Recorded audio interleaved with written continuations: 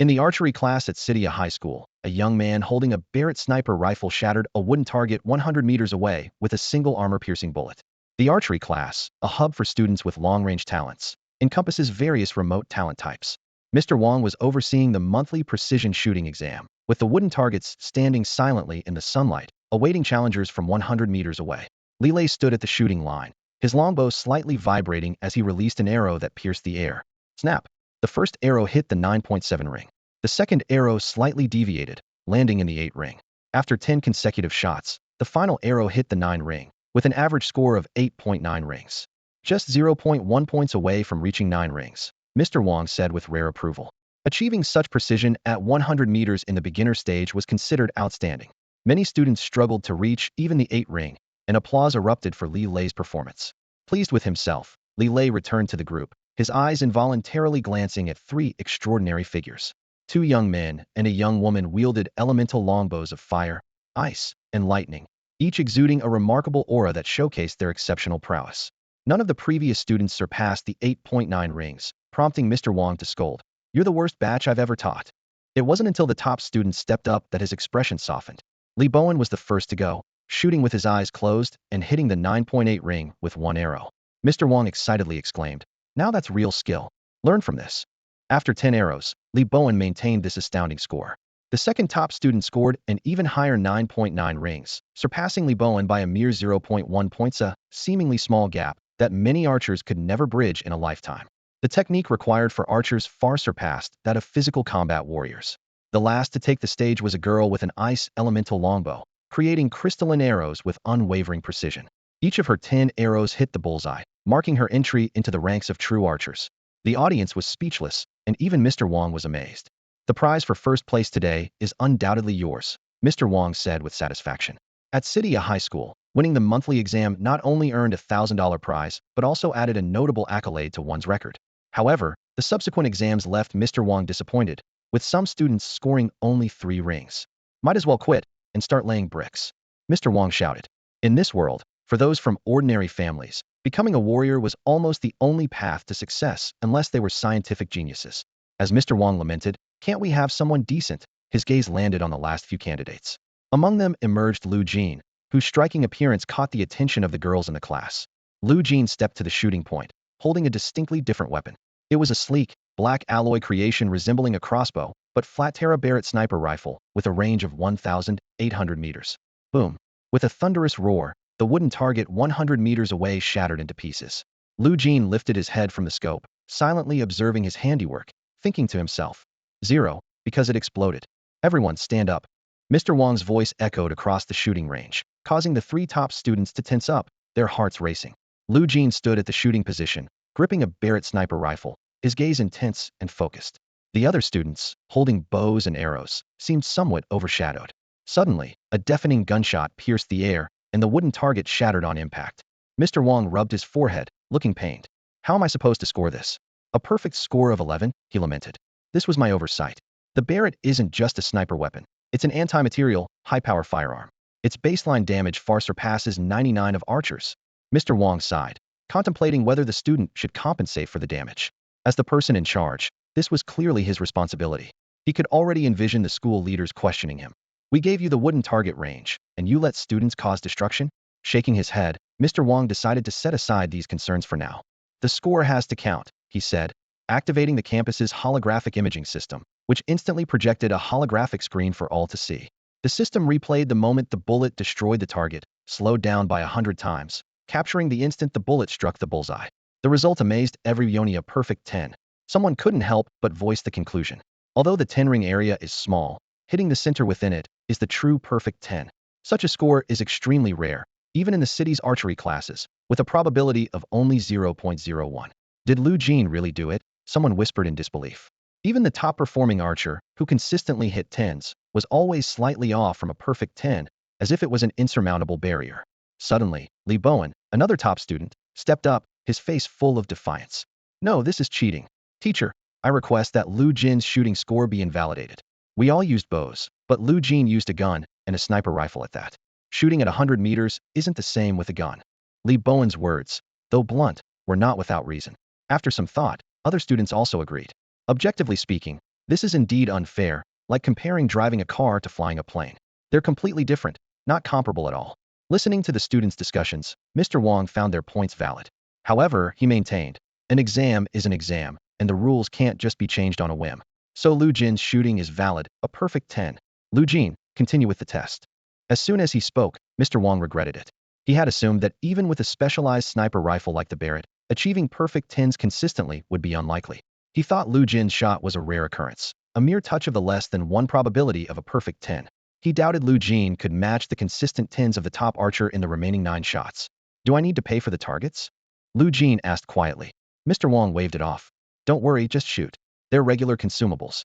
Then, a series of deafening gunshots rang out. Boom, boom, boom, boom, boom. The shockwaves rippled from the solemn barrel. The Barrett fired 8 more shots, each with a 0.15-second interval, with a reload time of 3 seconds for the charged magazine. 10, 10, another 10. With Lu Jin's rhythmic shooting, 10 targets were consecutively destroyed. The holographic recording system accurately captured each shot's result. When the final scores were displayed, everyone was stunned. All perfect 10s. Perfect shooting at 100 meters, that's incredible. The classmates couldn't help but exclaim. However, such a score was hard to accept, especially for the 3 top students. This is like comparing technology from 50 years ago. He's using a gun now. One top student complained, looking down at his S-grade fire feather bow, suddenly finding it less appealing. The top spot in this monthly exam is undoubtedly his, Lu Jin's. 3 top students watched the replay on the holographic camera, their eyes reflecting a mix of reluctance and acceptance. They thought to themselves, it's just one exam. Although Barrett performed well this time, it may not be the case in the future. In this high martial world, firearms are classified alongside bows and arrows because bows are not inferior to guns. With enough talent and skill, shattering mountains and piercing the stars with 1 arrow is not a dream. These 3 students possess bow and arrow talents above level. The energy and potential in their bows far exceed the current abilities Barrett has displayed. Thinking of this, they felt less envious of Lu Jin's perfect 10-ring score. As for Barrett's talent level, being the first case worldwide, and given Lu Jin's martial arts aptitude being a level, it was temporarily set to a level. After all, martial arts aptitude outweighs talent. Even in the hands of a master with SS-level martial arts aptitude, an F-level small knife is enough to create a top assassin. In short, aptitude determines the ceiling, while talent is the ceiling of the ceiling. After Lu Jin returned to the team, the other students continued with the monthly exam. Before long, the exam concluded successfully. The teacher announced, the first place in this monthly exam goes to Lu Jin, with a prize of $1,000. No one questioned this. Students with S-level talent didn't feel envious, and as for those below S-level, well, Lu Jin's aptitude is a level after all. Lu Jin glanced at his phone, and the $1,000 had already been credited. He asked, Teacher, are we free to move around now? You are free to move, the teacher replied. But Lu Jin, please stay. Due to your special bow and arrow talent, we need to conduct further testing. Lu Jin nodded in agreement. Teacher Wong said directly, your Barrett's effective range is 1,800 meters, so later you'll head to the 1,800-meter mark for another precision shooting test. The students, who were about to leave, gathered once more upon hearing this. They thought that a 100-meter shot couldn't truly reflect Lu Jin's real level. Only at 1,800 meters, nearly 2 kilometers away, could Lu Jin's true strength be showcased. Some of them were somewhat skeptical of Lu Jin's perfect 10-ring score at 100 meters. After all, the starting range of a sniper rifle and a bow are entirely different concepts. The challenge at 1,800 meters is equivalent to 100 meters for an archer. In other words, this test is 18 times more difficult than the previous monthly exam. The students were eager to see how the perfect first place in the monthly exam would perform at 1,800 meters. Would he even hit the target? The group arrived at a spot 1,800 meters from the target range. The target shrank in their view until it was almost an invisible black dot. They had moved about 800 meters away from the range, and the surrounding flora further obstructed their view, making it impossible to clearly identify the target with the naked eye. In such conditions, Lu Jin needed to complete the shot. The accompanying students couldn't help but feel it was too difficult, even for Lu Jin. Whether he hit the target or not, it seemed hard to accurately reflect his real shooting level. One student suggested, I think about 1,000 meters should be enough. Forcing you to shoot at the extreme distance of 1,800 meters is really too demanding. Many of us who practice archery have a maximum range of about 200 meters.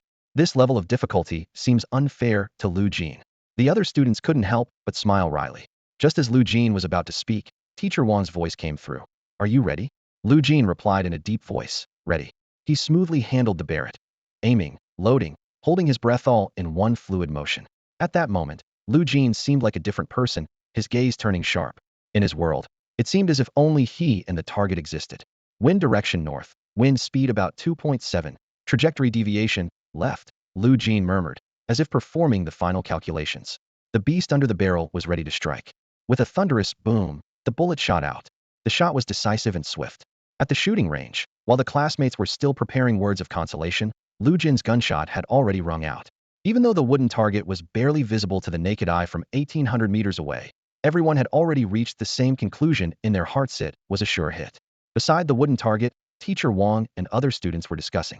I bet no one can surpass Li Bowen in this 1,800-meter test, someone said. Upon hearing this, Li Bowen frowned slightly, feeling a bit displeased. As one of the top 3 students in the class, he was quite confident in his abilities.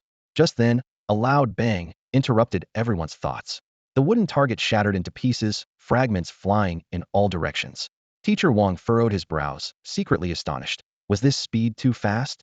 Although Lu Jin had just indicated he was ready, logically speaking, even a sniper with an 8-times scope would need a considerable amount of time to precisely hit a target 1,800 meters away.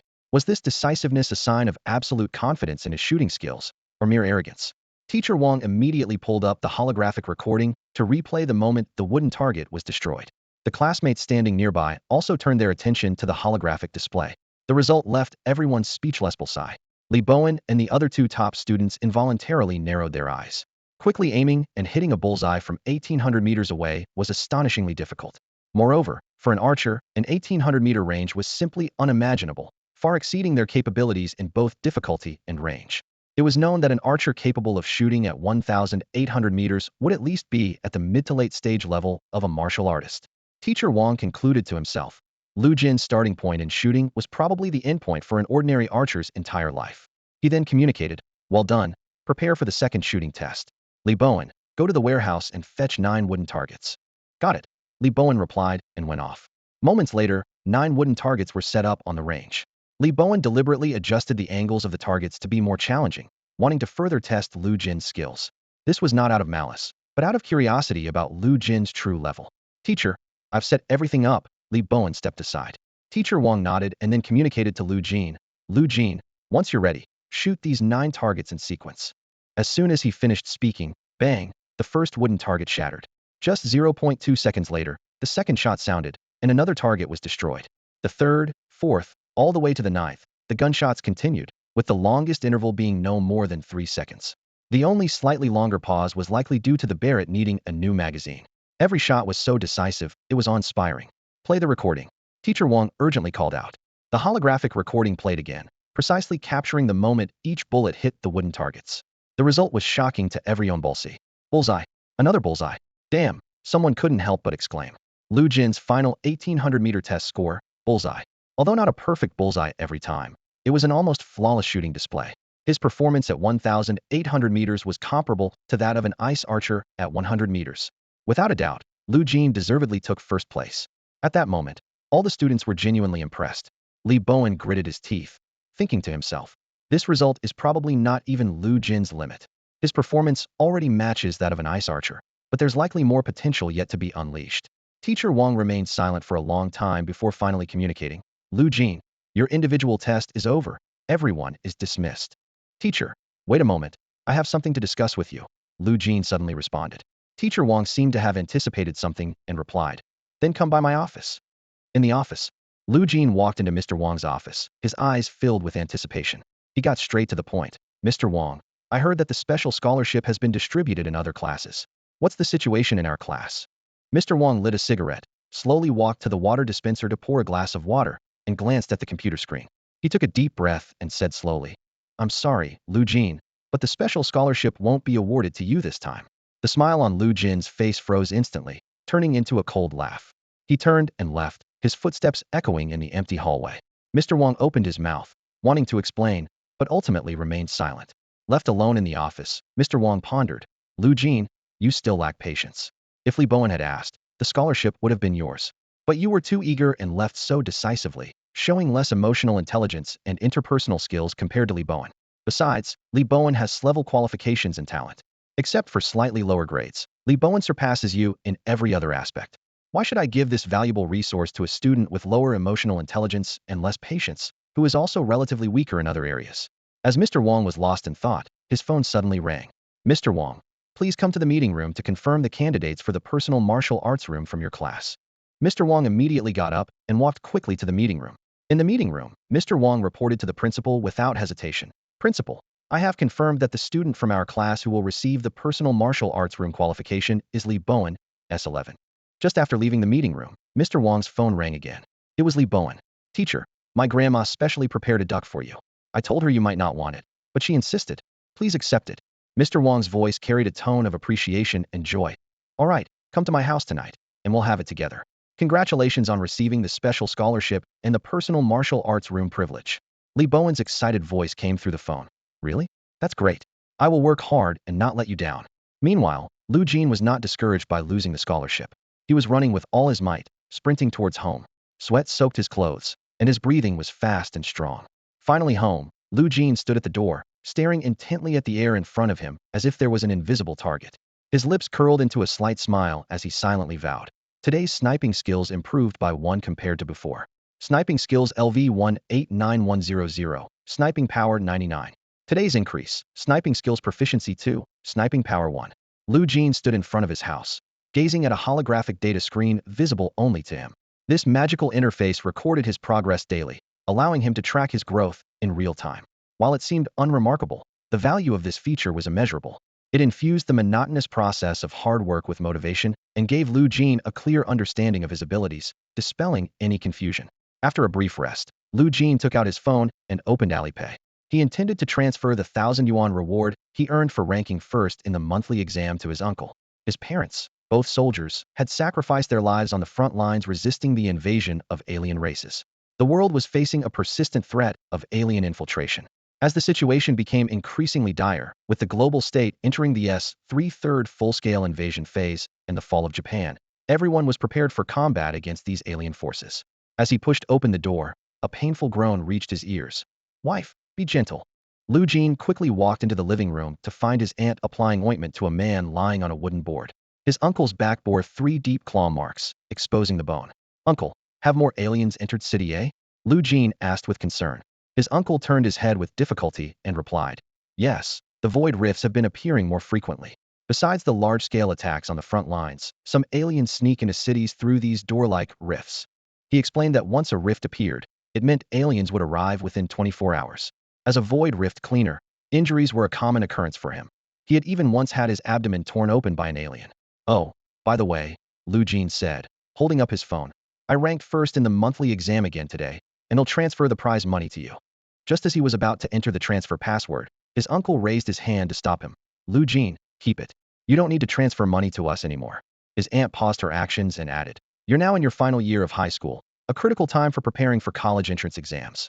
You can't be short of resources for your training. We'll return all the money you've sent us over the years. His uncle chimed in. You have the top-tier Barrett talent in thermal weapons. With enough resources, you'll definitely secure a place among long-range fighters in the future. His aunt continued. Later, go to your room. We have a gift for you. His uncle and aunt spoke one after another, leaving Lu Jin no chance to interject. They not only refrained from using the money he had sent over the years, but also saved all the compensation from the government to give to him now. Lu Jin, you've grown up, they said, their words filled with pride and hope. Returning to his bedroom, Lu Jin found 10 precision alloy boxes on his bed. Opening them, he discovered they were filled with green liquid labeled Energy Refinement Solution. This solution could enhance a warrior's training speed by at least 20, but it was expensive, costing 1,000 yuan per dose. With his uncle's monthly salary of 20,000 yuan, he could only afford 20 doses a month, which, at the standard dosage of 6 doses a day, would last only 3 days. But here were 10 boxes, each containing 40 doses, with a total value of 400,000 yuan, a staggering amount equivalent to a decade's savings for an average family. Lu Jin had originally planned to rely solely on resources from the government and school, never tapping into his family's resources. However, faced with his uncle and aunt's generous gift, he was overwhelmed with a mix of emotions. Despite having high hopes, Lu Jin found himself staring at cultivation resources that would only last him 2 more months, feeling a mix of emotions. Over the past 3 years, various scholarships had slipped through his fingers, and even the school's last major prize, a personal martial arts room, was claimed by Lee Bowen. The most frustrating part was that everything was done by the book. Lu Jin took a deep breath, trying to calm his turbulent emotions. He took out 6 doses of energy-enhancing elixir and downed them in one go. Instantly, a warm current surged through his body, as if every cell was being awakened. He quickly assumed a horse stance and began cultivating his vital energy. Vital energy is the foundation for martial artists. Whether it's loading a Barrett magazine or using martial techniques, vital energy is essential. The evaluation of a martial artist level is based on their vital energy value. A value of 2 corresponds to a combat power of 2000, making one a level 2 martial artist. A value of 3 corresponds to a combat power of 3000, making one a level 3 martial artist. Even if one's combat power reaches 4000, if their vital energy value is still 2, they are considered a level 2 martial artist. It's like a flash in the pan, impressive but short-lived, which can be quite detrimental. Hence, vital energy takes precedence over combat power. As time ticked by, the elixir gradually released its potency within Lu Jin. He could clearly feel that his cultivation speed was significantly faster than usual. By the time the clock struck midnight, his legs were weak, and he collapsed onto his bed. The 6,000 yuan worth of elixir was exhausted, unable to sustain him through the night. However, his efforts were not in vain. Lu Jin checked his status panel and discovered that his vital energy level had increased by 0.1, reaching 4.4. This was a remarkable improvement.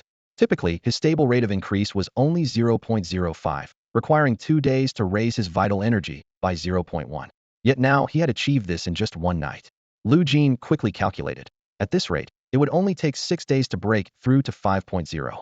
A vital energy level of 5.0 met the standard for high school graduation. Reaching 10.0 would not only meet the top graduation standard, but also signify his successful promotion to a formal martial artist. He continued to review the panel, noticing something else that caught his attention besides his sniping skills, sniping power, and vital energy level: the rock-solid cultivation method. Its proficiency had also increased. Rock-solid cultivation method LV1 proficiency, 72-1. This cultivation method is closely linked to vital energy, and the increase in vital energy also led to a steady improvement in the method's proficiency. Lu Jin muttered to himself. Only 28 to go until LV2. It's said that reaching LV2 has vital energy consumption and increases body strength 5-fold. This improvement is quite significant for a martial artist, especially for a sniper like me. Both physical fitness and consumption control will reach a new level, and my combat power and tactics will undergo a qualitative leap. He continued to strategize. If I can elevate the cultivation method to LV2 before the college entrance exams, I could earn an additional 30 points. These 30 points could be crucial in standing out among 100,000 candidates. Satisfied with his progress, Lu Jin closed his eyes contentedly. He needed a good rest to prepare for tomorrow's cultivation. In his dreams, he seemed to see himself overcoming obstacles and becoming an outstanding martial artist in the future. At 4 a.m., the city was still shrouded in darkness, with only a few streetlights illuminating the quiet streets.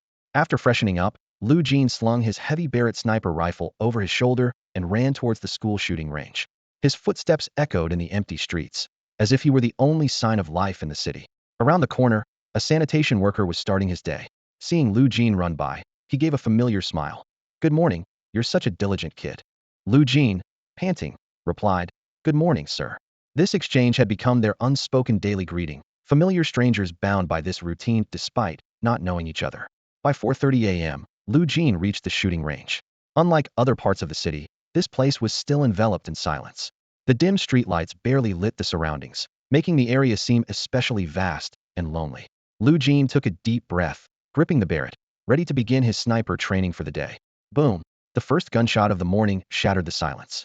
Lu Jin aimed at a cliff outside the range, hitting the target without a hitch. Standing 1,800 meters from the cliff, he carefully examined the bullet hole. Compared to yesterday, today's hole was slightly larger, a barely noticeable small circle.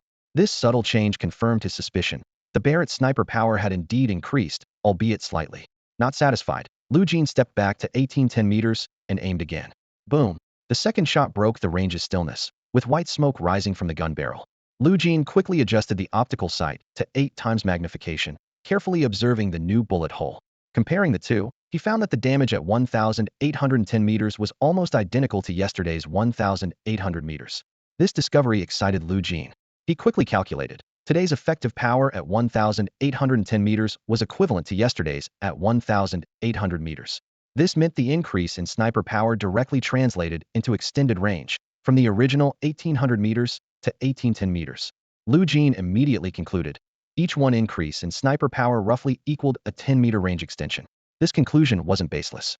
Lu Jin had conducted countless experiments before, repeatedly verifying this pattern.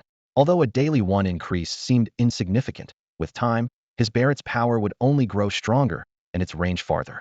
As the saying goes, dripping water wears through stone, and an iron rod can be ground into a needle. For this steady progress, Lu Jin was grateful, without the slightest dissatisfaction.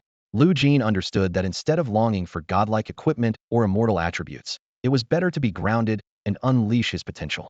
He believed one should do as much as one's ability allows, and complaining was meaningless. With this mindset, he pulled the trigger once more, firing a third shot. This time, Lu Jin clearly felt an improvement in his aiming. Every one advancement in shooting skills was akin to a qualitative leap. At this moment, his shooting skills had reached 89 proficiency at level 1. With only 11 left to break through to level 2, Lu Jin was full of anticipation and curiosity.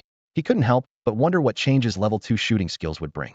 Reflecting on his abilities, Lu Jin realized that currently, only his rock-solid cultivation method and shooting skills remained at level 1. While the cultivation method had a clear path for enhancement, the progression of shooting skills was less clear. Regardless, Lu Jin was eager to reach level 2. He calculated that in no more than 11 days, his shooting skills could break through to level 2. With this expectation, Lu Jin continued his shooting training, determined to excel today and accelerate the progress towards level 2. With each deafening gunshot, the range was once again filled with the intense roar of gunfire. Boom, boom, boom. Bang, bang, bang. The relentless gunfire seemed to proclaim Lu Jin's steadfast determination and tireless effort. Due to the school's residential area being relatively distant, the noise impact was minimal. Lu Jin was fully immersed in the shooting process, with the strong recoil of the Barrett sending a tingling sensation down his back, yet bringing a feeling of fulfillment and comfort. However, in a low-rise building not far away, the lights suddenly turned on brightly. A middle-aged man came grumbling to the balcony, squinting in the direction of the shooting range. "It's so noisy. That kid again. Do I have to get up every day at 4 a.m. to put up with this?" Wang Yuanzheng saw the young man recklessly shooting at the range and almost wanted to rush over and give him a piece of his mind. Wang Yuanzheng was about to lose his temper when something made him pause. He slowly lit a cigarette, and the anger in his eyes gradually turned to a hint of admiration. This young man had been coming to train at the range before 5 a.m. not just for a day or two, but consistently for 2 whole months since his talent awakened. Such dedication inevitably brought to mind the phrase, "Heaven rewards diligence." Taking a drag from his cigarette, Wang Yuanzheng's eyes showed a hint of melancholy. "The last time I saw such a determined kid was 3 years ago," he recalled, thinking of another hard-working young man who ultimately only got into a second-tier college. Effort seemed insignificant in the face of talent, yet there were always those who believed that hard work would lead to success. Just as Wang Yuanzheng was about to dismiss Lu Jin's efforts as futile, similar to that of the young man from 3 years ago, he noticed something. He stubbed out his cigarette, focusing intently on the young man training at the range. Every day, Wang Yuanzheng subconsciously assessed the young man's shooting performance. The day before yesterday, the range was about 1,790 meters, with slightly more power than the day before, and his shooting technique was becoming more instinctive. Yesterday, the range was about 1,800 meters, with slightly more power than the day before, and his shooting technique was becoming more instinctive. Today, the range was about 1,810 meters, with slightly more power than the day before, and his shooting technique was becoming more instinctive. Has he improved again? Wang Yuanzheng was surprised to find that the young man's progress was not only steady, but also remarkable. His expression shifted from worry to a calm focus, his mind consumed by the cold, hard data.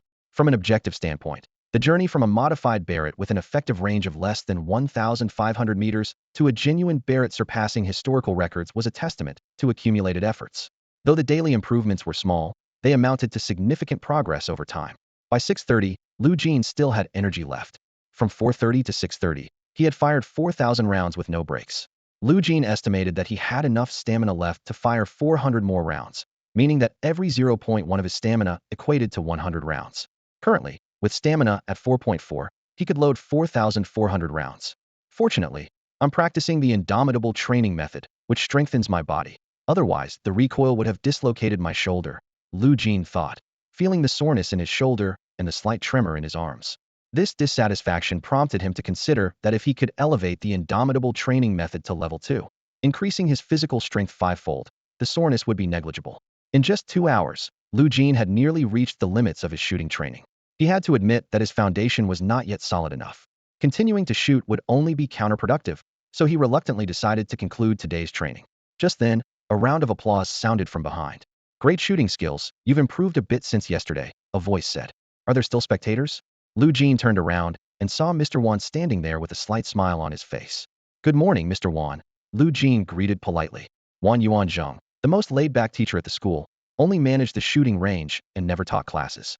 Yet, his salary was a staggering 100,000 yuan a month, far surpassing the second highest paid teacher, who earned just 10,000 yuan. Normally, he was a rare sight on campus. He spectators? Wan Yuan Zheng chuckled wryly. I'm your daily spectator at 4:30 a.m. sharp. I've watched your progress. The two exchanged a few pleasantries. Wan Yuan Zheng had a good impression of Lu Jin, finding him courteous and articulate. He thought to himself that someone who could persist in one thing was unlikely to be overbearing. Finally, Wan Yuan Zheng smiled, took a drag from his cigarette, and walked away, leaving Lu Jin a bit puzzled. However, Lu Jin was secretly relieved that Mr. Wan hadn't forbidden him from entering the shooting range at 4:30 a.m. Without his personal martial arts room, the shooting range was his best training ground for now and the future. Thinking of this, Lu Jin didn't feel disheartened. Instead, he smiled freely. Regarding the past, he thought, I've done my best, and that's enough. At 7:30 a.m., the morning self-study session began. Mr. Wang asked everyone to pay attention, saying he had an important announcement. During the third year of high school, martial arts training was intense, and the school required all students to arrive by 7:30 a.m., leaving most students sleep-deprived. Thus, the morning self-study session became the last chance for third-year students to rest. What could be more important than sleep? The teacher should let us rest well first. Yeah, if we don't sleep well, our training quality will suffer. The classmates grumbled, but the next second, everyone perked up and looked at the podium with bright eyes. I'm here to announce the recipient of this year's special scholarship and the owner of the personal martial arts room, Mr. Wang said. Wow, a personal martial arts room. The students instantly became excited. A personal martial arts room, as the name suggests, is a private training space worth millions, akin to owning a private sea view villa. Even if they couldn't have it, just seeing it was thrilling enough. Only 3 top students in the class were eligible. 2 came from wealthy families and couldn't apply. That left Li Bowen and Lu Jin. Although Lu Jin had only a grade aptitude, he ranked first in exams every year. Plus, he hadn't received the special scholarship in the past 2 years, and the teacher had tested him individually yesterday. The ownership of the personal martial arts room and the special scholarship was truly uncertain this time. All the students watched the podium, waiting for Mr. Wang to speak. Mr. Wang first took a sip of water to clear his throat, then walked outside the classroom to spit in the trash can. He returned to the podium and finally announced, the recipient remains unchanged, just like the past 2 years. It's Li Bowen. Let's congratulate Li Bowen. Mr. Wang said this without looking at Lu Jin. Upon hearing the result, everyone happily applauded. Hooray, Li Bowen, you must show us your personal martial arts room later. Yeah, it wouldn't be fun if we can't see it. Li Bowen responded with a smile. Of course, of course. Thank you for the teacher's support and my classmates' appreciation. I won't let you down. The applause grew even more enthusiastic, but at the same time, everyone knew this was unfair to Lu Jin. The frost archer couldn't help but interrupt the round of applause, frowning at Mr. Wang with displeasure in his voice. Teacher, isn't this a bit much? Everyone saw Lu Jin's shooting skills yesterday. He unquestionably deserved first place. Yet, you didn't even give him access to the personal martial arts room or the special scholarship. The classroom fell into silence. Mr. Wang furrowed his brows and spoke slowly. I understand what you're saying, but what can a few thousand from the special scholarship really do? It's better to concentrate limited resources on one person. It benefits their future more. The frost archer was about to argue, anger rising within him. Just then, a clear voice came from the classroom door. Hi, can someone tell me who Lu Jin is? Everyone turned to see Zhong Qi, the school beauty from class 6, standing at the doorway. Her appearance left the male student starstruck. She was stunningly beautiful, with SS talent, SSS aptitude, and a guaranteed spot at a top university. She was here for Lu Jin? Mr. Wang was stunned for 2 seconds, then asked, Zhong Qi, why are you looking for Lu Jin? Zhong Qi held up an unremarkable key and a bank card, calmly saying, Oh, the principal asked me to deliver the key to the 001 personal martial arts room and a 100,000 private sponsorship to a student named Lu Jin. The words were like a thunderclap, leaving the 50-plus students' ears ringing. The 001 personal martial arts room, plus a 100,000 sponsorship for Lu Jin? They all thought in unison. I must be dreaming. Mr. Wang immediately objected. Zhong Qi, are you sure you're not mistaken? The 001 personal martial arts room has never been opened since the school's founding. It's reserved for that person. Even the principal doesn't have the authority over it. He remembered clearly that the 001 room was worth over $1 billion and was a symbol of the school's prestige. How could it be given to a student? Zhong Qi confidently replied, Teacher, I'm absolutely sure. Besides, this is the key to the 001 room, and I didn't mishear the name. It's specified, Class 3, Student ID 300, for 142, ID number 511, 6222. Name, Lu Jin. Boom. It was like a muffled thunderclap in the sky. The frost archer suddenly regretted standing up for Lu Jin, thinking, turns out, I'm the fool here. Zhong Qi continued to search the classroom for Lu Jin, eventually locking eyes with a boy who had an unusual look. She walked into the classroom, handed him the key and card, then turned and left. After she left, the class fell into an eerie silence. Mr. Wang stared at Lu Jin, struggling to speak. It's confirmed. To gain access to the 001 room, you need Wan Yuanzhang's approval. Lu Jin, did you seek Wan Yuanzhang's help? And he agreed. But Lu Jin stood up as if there had never been a teacher named Wang in his memory. He silently left the classroom, leaving Mr. Wang clenching his fists. Walking down a quiet hallway, Lu Jin's mind was racing. With the personal martial arts room, in a sense, he had graduated from class 3. Now, he just needed to focus on improving and preparing for the college entrance exams.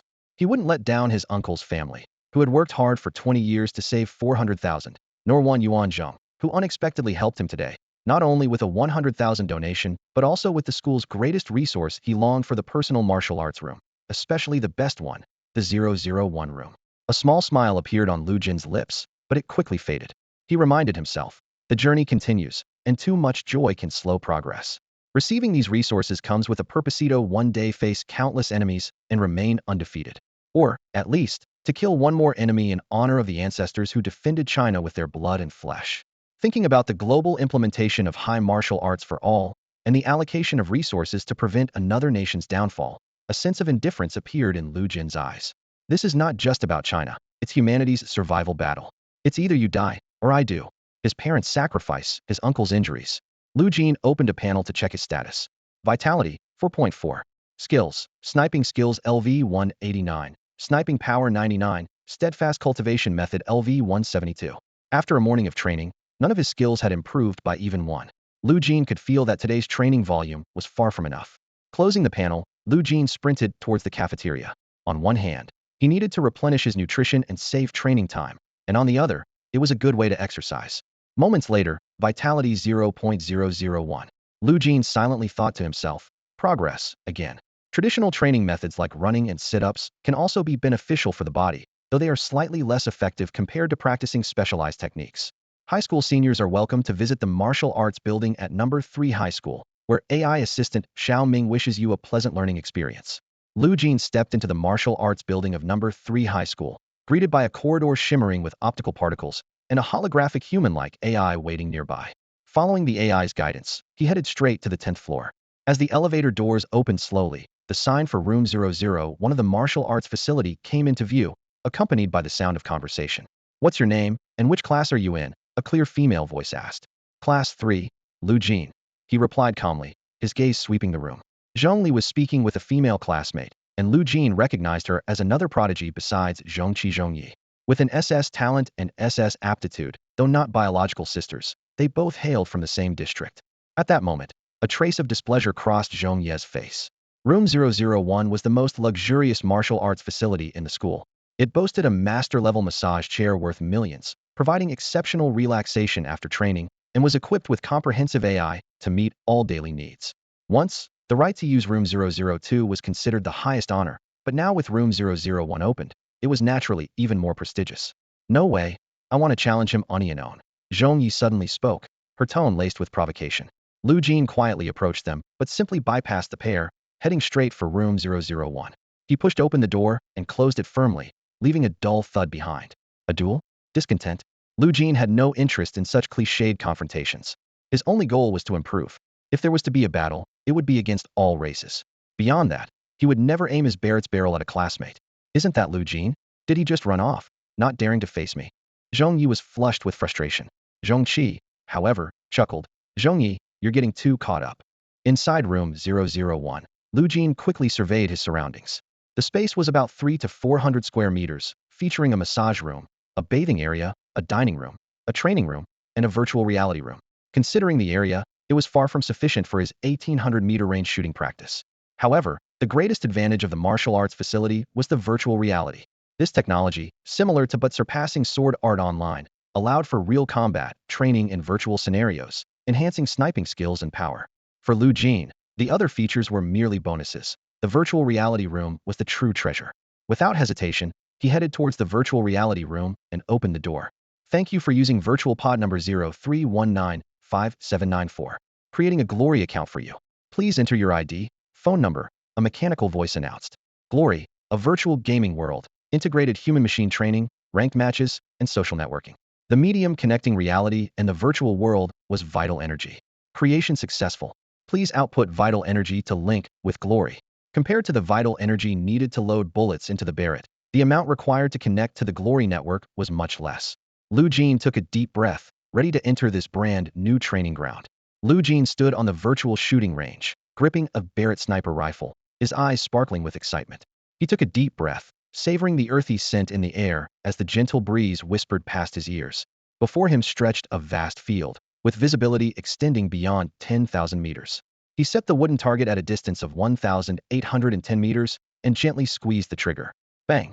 The deafening sound of the gunshot echoed as white smoke burst from the muzzle. Lu Jin felt the real gravity, recoil, and sound, as if he were truly there. Perfect 10. The system's voice announced, and a slight smile played on Lu Jin's lips. He continued firing, shot after shot, immersed in this nearly flawless virtual training. Time flew by, and 6 hours passed in the blink of an eye. After exiting the simulation, Lu Jin eagerly checked his progress data. His sniper skill proficiency had increased by 2, reaching 91, just 9 shy of advancing to level 2. Even more thrilling was the direct 2 increase in his sniping power, now at 101. It was an unprecedented breakthrough for him. Just as Lu Jin was reveling in his joy, AI Sakura's voice reminded him that he hadn't left the virtual pod for 6 hours, and that his lunch was ready. It was only then that Lu Jin realized he was famished and his energy nearly depleted. Entering the dining room, Lu Jin was pleasantly surprised to find that Yuan Zheng had not only sponsored high-quality organic food for him, but also arranged for AI Sakura to prepare his meals in real time until he graduated high school. Reflecting on the school's indifference over the years compared to Yuan Zheng's generous support, Lu Jin couldn't help but feel a lump in his throat. As he devoured the delicious lunch, his heart brimmed with gratitude. He quickly calculated that this sponsorship alone was worth nearly 10,000 yuan a month. After finishing his meal, he regained his composure and re-entered the virtual realm, opening the ranked match interface of Glory. Match found. The system's voice chimed, and Lu Jin took a deep breath, his eyes shining with determination. Ranked match. Begin, he murmured, his fingers already poised on the virtual weapons trigger, ready to face new challenges. The Honor Legendary Rank Match, a 1v1 tower defense showdown, has begun. This match blends the essence of MOBA games, yet stands out with its unique features. Competitors need to farm minions and showcase their skills, but there are no items to purchase, nor can they suppress their opponent's economy. On the battlefield, a 200-meter-long free zone stretches between 2 defense towers. This ingenious design prevents archers from hiding under towers to unleash relentless attacks. Even those with long-range weapons cannot rest easy, as the late-game dragon grants a buff to those who defeat it, disabling the enemy's defense towers. The system's prompt sounds, announcing the start of an intense duel, Lu Jin versus Zhong Yi. Zhong Yi stands at the edge of the fountain, her gaze fixed intently on the blurred figure of the enemy 300 meters away. She recognizes Lu Jin as the one who taunted her in the corridor not long ago. As a double S-strength genius, Zhong Yi feels a surge of anger. She is determined to prove in this match why a mere double A-ranked Lu Jin shouldn't surpass her. 50 siege vehicles set off from the fountain, advancing slowly. Zhong Yi follows closely behind, already formulating 100 attack strategies in her mind. She is confident that once her minions reach the free zone, she will find an opportunity to defeat Lu Jin. However, just as Zhong Yi steps out of the fountain, a deafening gunshot pierces the sky.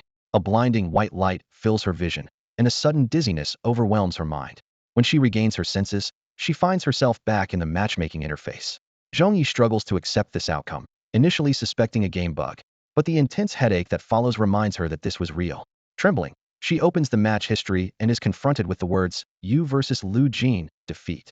In the replay, as soon as Zhong Yi steps out of the fountain, Lu Jin's gun seems to awaken. In that moment, reminiscent of the mythical Zhong Kuei opening his eyes to subdue demons, Lu Jin's bullet strikes Zhong Yi's forehead with flawless precision. The match statistics reveal, sniping distance of 301 meters, bullet hitting the target's forehead, trigger pulled with a reaction time of just 0.2 seconds. Zhong Yi stares at these figures, her entire body shaking uncontrollably. Meanwhile, Lu Jin quietly observes his victory count rise from 0 to 1, reflecting on that remarkable shot, yet still dissatisfied, muttering to himself, still too slow. If the reaction time for pulling the trigger can reach 0.01 seconds, or even close to 0, it would be considered a perfect shot. This is different from shooting a wooden rake, where you only need to consider hitting the target. In real combat, reaction speed is crucial. The faster the reaction, the harder it is for the enemy to sense the approach of death. The Barrett sniper rifle's firing rate is so fast that even warriors find it hard to react, let alone the fact that as power increases, the firing rate can further increase. Therefore, the only bottleneck is the shooter's own reaction speed, decisiveness, aiming speed, and accuracy. These factors will affect the final shooting outcome and determine whether the enemy has a chance to dodge or defend. Although the recent confrontation ended with the enemy being instantly killed, Lu Jin gained a lot from it. His eyes became sharp, realizing that real combat is the best training. Although the glory ranking is only a virtual battle and is subject to some game rules, it is infinitely close to real combat.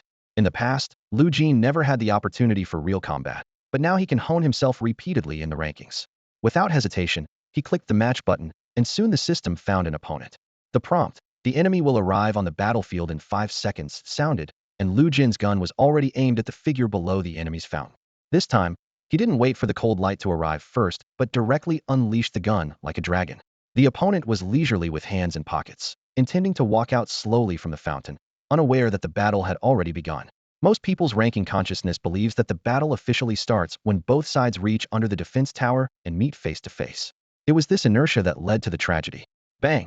An ear-piercing roar, like a beast gone mad, screamed. Lu Jin pulled the trigger without hesitation, and the bullet shot out instantly. Although the Barrett's effective range is up to 1830 meters, and the maximum range exceeds 4,000 meters, its power is terrifying on this less than 600-meter ranking battlefield. Just as the enemy's figure stepped out, his head exploded. The system immediately displayed a prompt: "You versus Jiangxi victory." The victory came so easily, it was almost unexpected. Lu Jin could fully exploit the opponent's carelessness, hitting the target every time. Who would have thought that the opponent was already killed in the fountain? In the following third and fourth matches, Lu Jin used the same fountain sniping strategy, achieving a one-shot kill each time. Initially, this overwhelming victory made him feel extremely exhilarated. However, when the excitement subsided and reason regained the upper hand, Lu Jin realized this approach was somewhat excessive. Frowning slightly, Lu Jin fell into deep thought. He didn't like taking shortcuts in the process of progress, as it was tantamount to self-deception.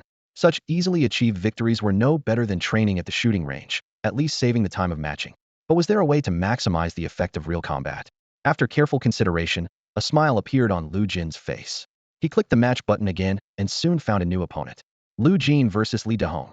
This time, Lu Jin didn't aim directly at the opponent, but shot the goddess statue above the fountain. The young man named Li Da was so startled by the sudden attack that he jumped up, then turned to stare blankly at the shattered statue, his mind a blank.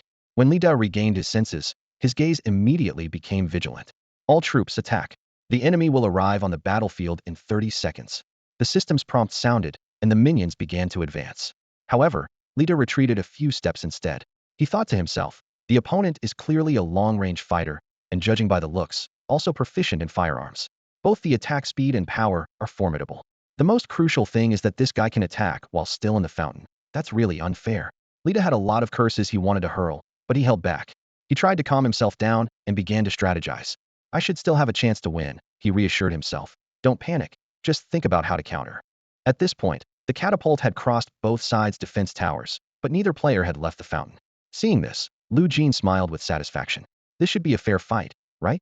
No longer a sneak attack when the opponent is unprepared. Lu Jin began to ponder. In this situation, what decision will the opponent make? And how can I shoot decisively to ensure hitting the target? Meanwhile, Li Da squinted, trying to discern the small and blurry figure in the distance. He thought, if I step out of the fountain now, the opponent will most likely fire immediately. Isn't this just putting me on the spot? Am I really facing a fate of being killed the moment I show my head? A spark of inspiration struck Li Da's mind, and a clever idea emerged. That's it. I can use in shaped maneuver, he thought to himself. Although the opponent's range was long, their accuracy was limited. By using in shaped movement, it would be much more difficult for the opponent to hit him precisely. This thought filled Li Da with confidence. Quickly, he mapped out the shaped path in his mind and dashed forward without hesitation. Through the scope, Lu Jin calmly observed the scene. Li Da's speed was much faster than an ordinary moving target, and his movements were unpredictable. Hitting him perfectly in the forehead became at least 10 times more challenging. For Lu Jin, this was a welcome challenge. A slight smile appeared on his lips as he thought, this is the essence of real combat. The harder it is, the more it hones your skills. In the next moment, Lu Jin's expression turned serious. In his world, emotions vanished. Breathing seemed to stop, leaving only him, the gun, and the target. Bang! Lu Jin pulled the trigger decisively. "You versus Li Da victory."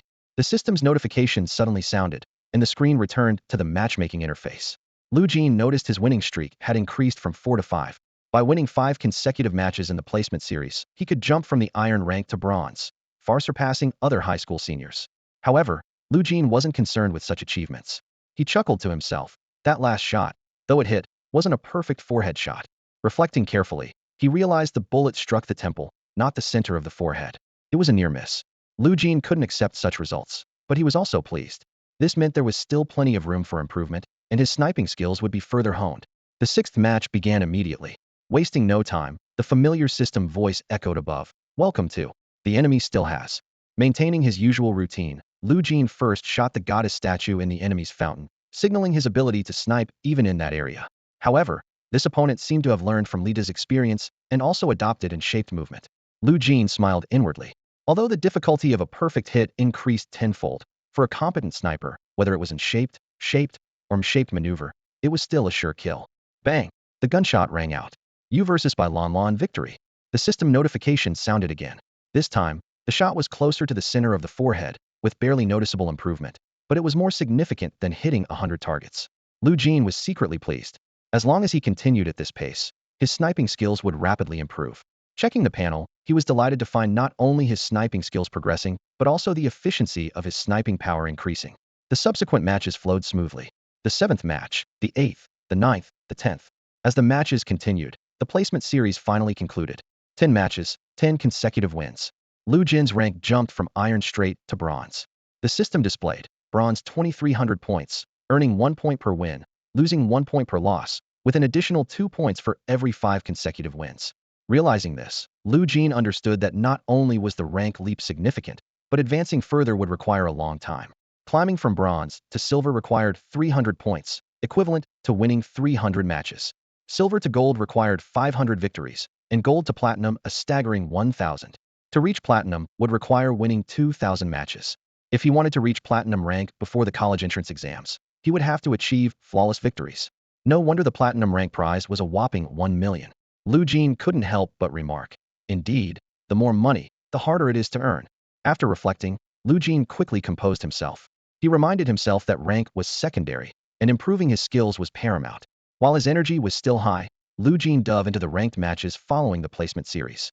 Lu Jin stood on the training ground, holding a Barrett sniper rifle, aiming at the distant goddess statue.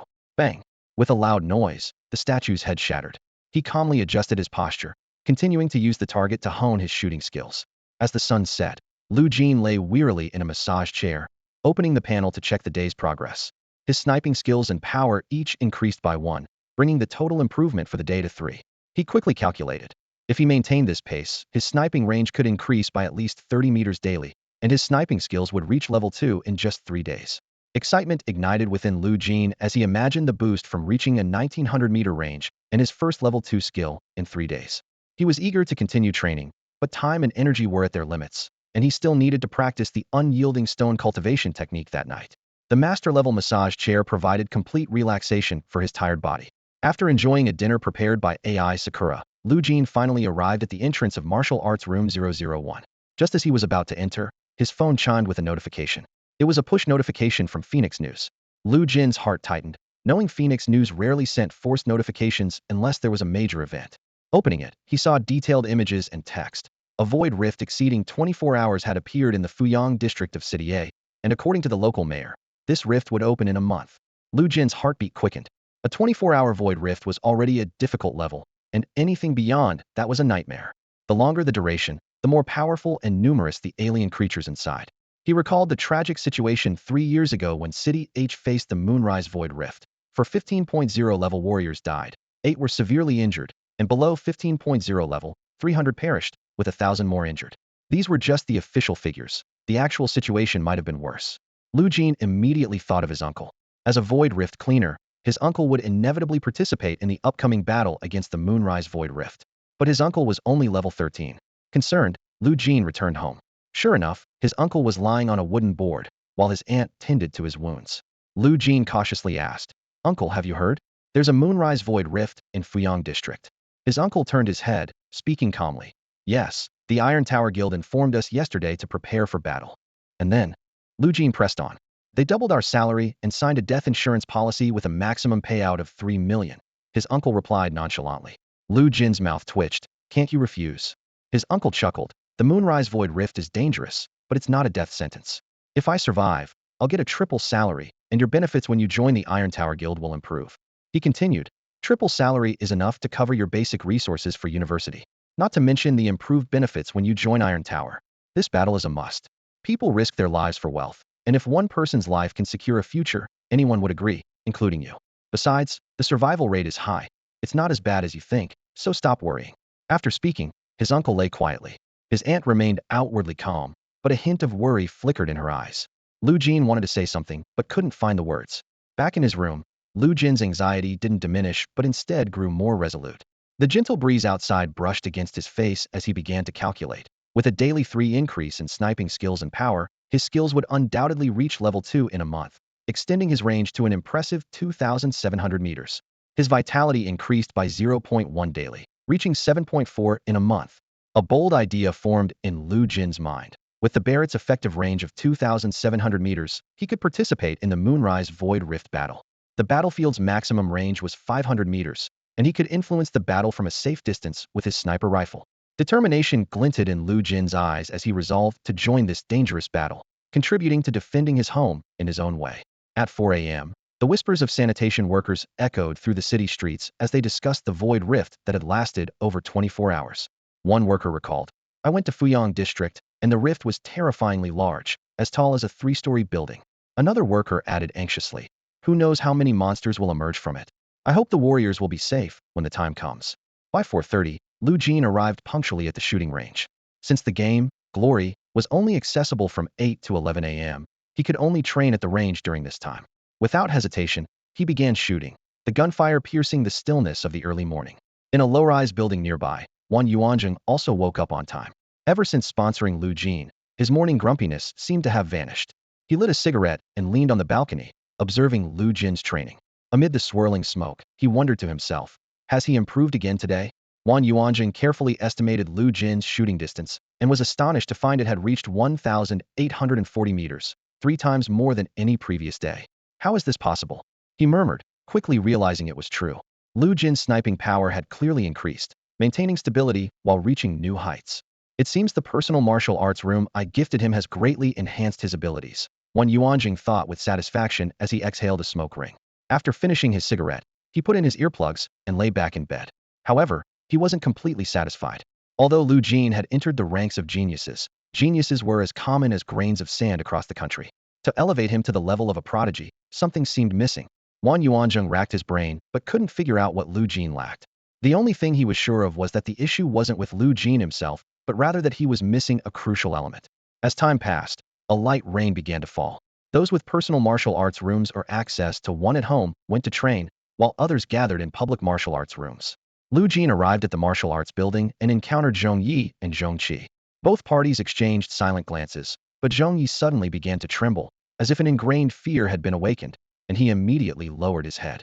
Zhong Yi, what's wrong? Zhong Qi asked with concern. Nothing, just a little dizzy. I'll be fine after a rest, Zhong Yi replied, rubbing his forehead.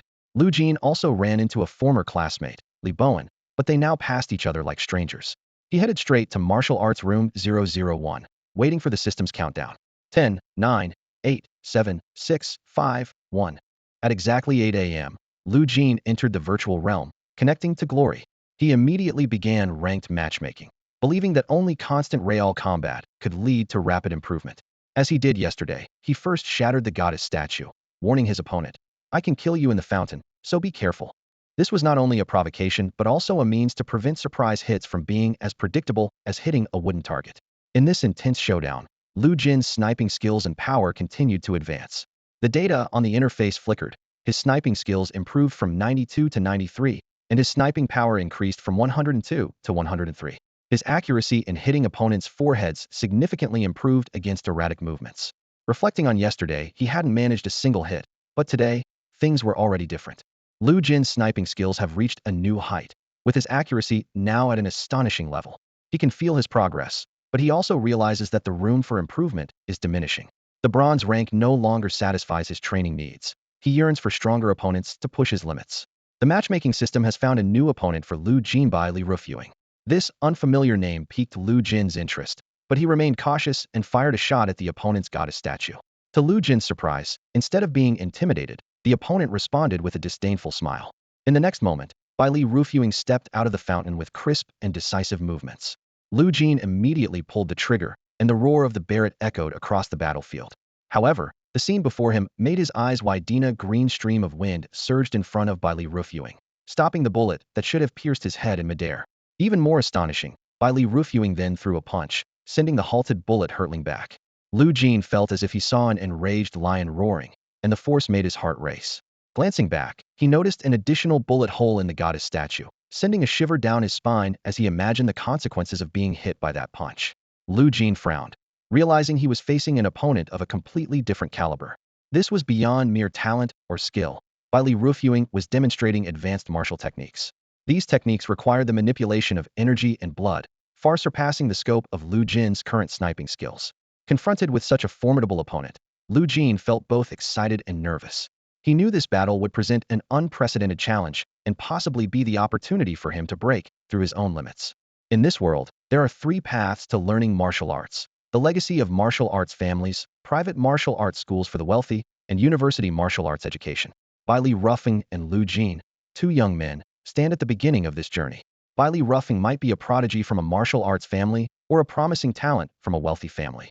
Meanwhile, Lu Jin, with his sniping skills about to reach level 2 and a solid foundation, has yet to truly engage with martial arts. However, in Lu Jin's eyes, this doesn't seem to matter. Outside the spring, an intense battle is unfolding. Lu Jin grips his Barrett, each shot echoing like fireworks in the night sky, challenging any opponent who dares to face him. Bai Li Rufusing manipulates the wind element, trying to alter the trajectory. Yet, Lu Jin's confidence is unwavering. He believes that as long as he can instill a hint of intimidation in his opponent, victory is within reach. Bai Li Rufusing's counterattack is fierce, the wind from his punches howling. However, his attacks lack the precision needed to break through the invincible barrier of the spring where Lu Jin stands. The tide of the battle becomes clearer, as Bai Li Rufusing shifts from disdain to calm, then to struggle. He must defend with all his might, merely to ensure that the minions can reach the tower. Lu Jin's assault is relentless, repeatedly targeting Bai Li Rufusing's vital points. This is not martial arts, but sheer determination. Even as Bai Li Rufusing attempts to evade, the bullets remain impeccably accurate. Ultimately, under the relentless barrage, Bai Li Rufusing falls. A system announcement echoes through the gorge. Lu Jin versus Bai Li Rufusing, Lu Jin wins. Meanwhile, in the Bai Li family estate in the sleepless city of H, a group gathers around the virtual cabin. Among them are a dignified middle-aged man, a stooped white-haired elder, and excited young boys and girls. They hope Bai Li Rufusing can break the record and achieve 217 consecutive wins to enter the bronze rank, a feat only accomplished by the old master so far. However, the mechanism of the glory ranking is unforgiving. After a streak of victories, defeat is inevitable. After a winning streak, the system will match you with opponents stronger than you based on your data. Achieving a continuous winning streak becomes increasingly difficult, and maintaining one is unheard of. In front of the virtual chamber, members of the Bailey family gathered, the air thick with tension and anticipation. A hunched old man began to speak, his voice raspy yet full of wisdom. Even with the Bailey family's SS-level wind element talent, combined with powerful martial arts, where each strike is accompanied by a gust of wind, it's challenging to guarantee a sweeping victory across all of China. He paused, then continued. Bailey Rufusing, currently the foremost young talent, has a good chance of being admitted to Beijing University. Its martial arts school has a deep foundation, far surpassing martial arts families. If he can train there, combined with our family's heritage, he might become a warrior of level 20.0 or above. The old man's words captured everyone's attention. He explained, at level 15.0, one can move mountains. At level 20.0, they can fly and control the seas. Such martial arts masters are among the top tier globally. As long as Rufusing can win 217 consecutive matches to reach bronze, he can secure a spot at Beijing without needing to take the entrance exam. A fashionably dressed young woman took a sip of champagne and suggested, why not choose Jing University? They have an elemental martial arts institute, which suits our family's elemental talent. However, another member immediately countered, getting into Beijing is already fortunate enough, and you want to specify which martial arts school? Being admitted means at least one martial arts school will accept you, but it doesn't mean you can choose which one. The argument continued until the door of the virtual chamber slowly opened. A young man emerged, and everyone held their breath. However, he only said 3 words, I lost. The champagne shattered on the ground, and shock filled the air. Meanwhile, elsewhere, Lu Jin received a system notification. Congratulations, you have been promoted from bronze to copper rank. A bonus of 2,000 yuan has been credited to your account. 217 matches, 217 wins, straight to copper. Lu Jin hadn't received calls from any units or leaders, but he didn't mind. His thoughts were entirely focused on preparing for the Moon Initiation Void Rift a month away. The system notification chimed. Sniping skill, Power 1. Lu Jin nodded in satisfaction. The battle with Bailey Ruffling had given him a noticeable boost, and the one increase that was supposed to come tomorrow had arrived early. He mused, if I keep facing opponents like Bailey Ruffling, won't my progress be rapid? With this thought, Lu Jin opened his match record and tried to add Bailey Ruffling as a friend. However, there was no response, and his friend request seemed to vanish into thin air. Turning his attention to his own panel, he focused on the sniping skill section. Sniping skill 97100, just 3 points away from reaching LV2. He was curious about what LV2 sniping skills entailed, thinking, typically, skills only reach their peak. What kind of breakthrough could there be? With this anticipation, Lu Jin calculated in his mind. No matter what, tomorrow the truth will be revealed. At 3:30 a.m., Lu Jin opened his eyes, feeling refreshed and full of energy. His body seemed more vigorous than usual, possibly due to the steady improvement in his cultivation practice. Instead of heading straight to the shooting range for training, he first went to Fuyang District and stood before the 3-story-high void fissure. In the darkness, the fissure emitted a faint glow. Lu Jin gazed into its depths, as if he were standing amidst the vast universe. With only 29 days left, time was of the essence. He took a deep breath and turned towards the school's shooting range. Just then, a gunshot pierced the silence.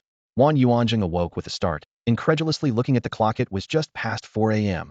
He had set his alarm for 4:20, planning to have 10 minutes to freshen up and then watch the young man's progress from the balcony. He hadn't expected Lu Jin to arrive so early today. Wang Yuanzheng quickly calmed down and began to ponder. What kind of young man can train with such vigor at 4 a.m.? It wasn't just sheer effort. Lu Ken appeared energetic, showing no signs of overtraining. What did this mean?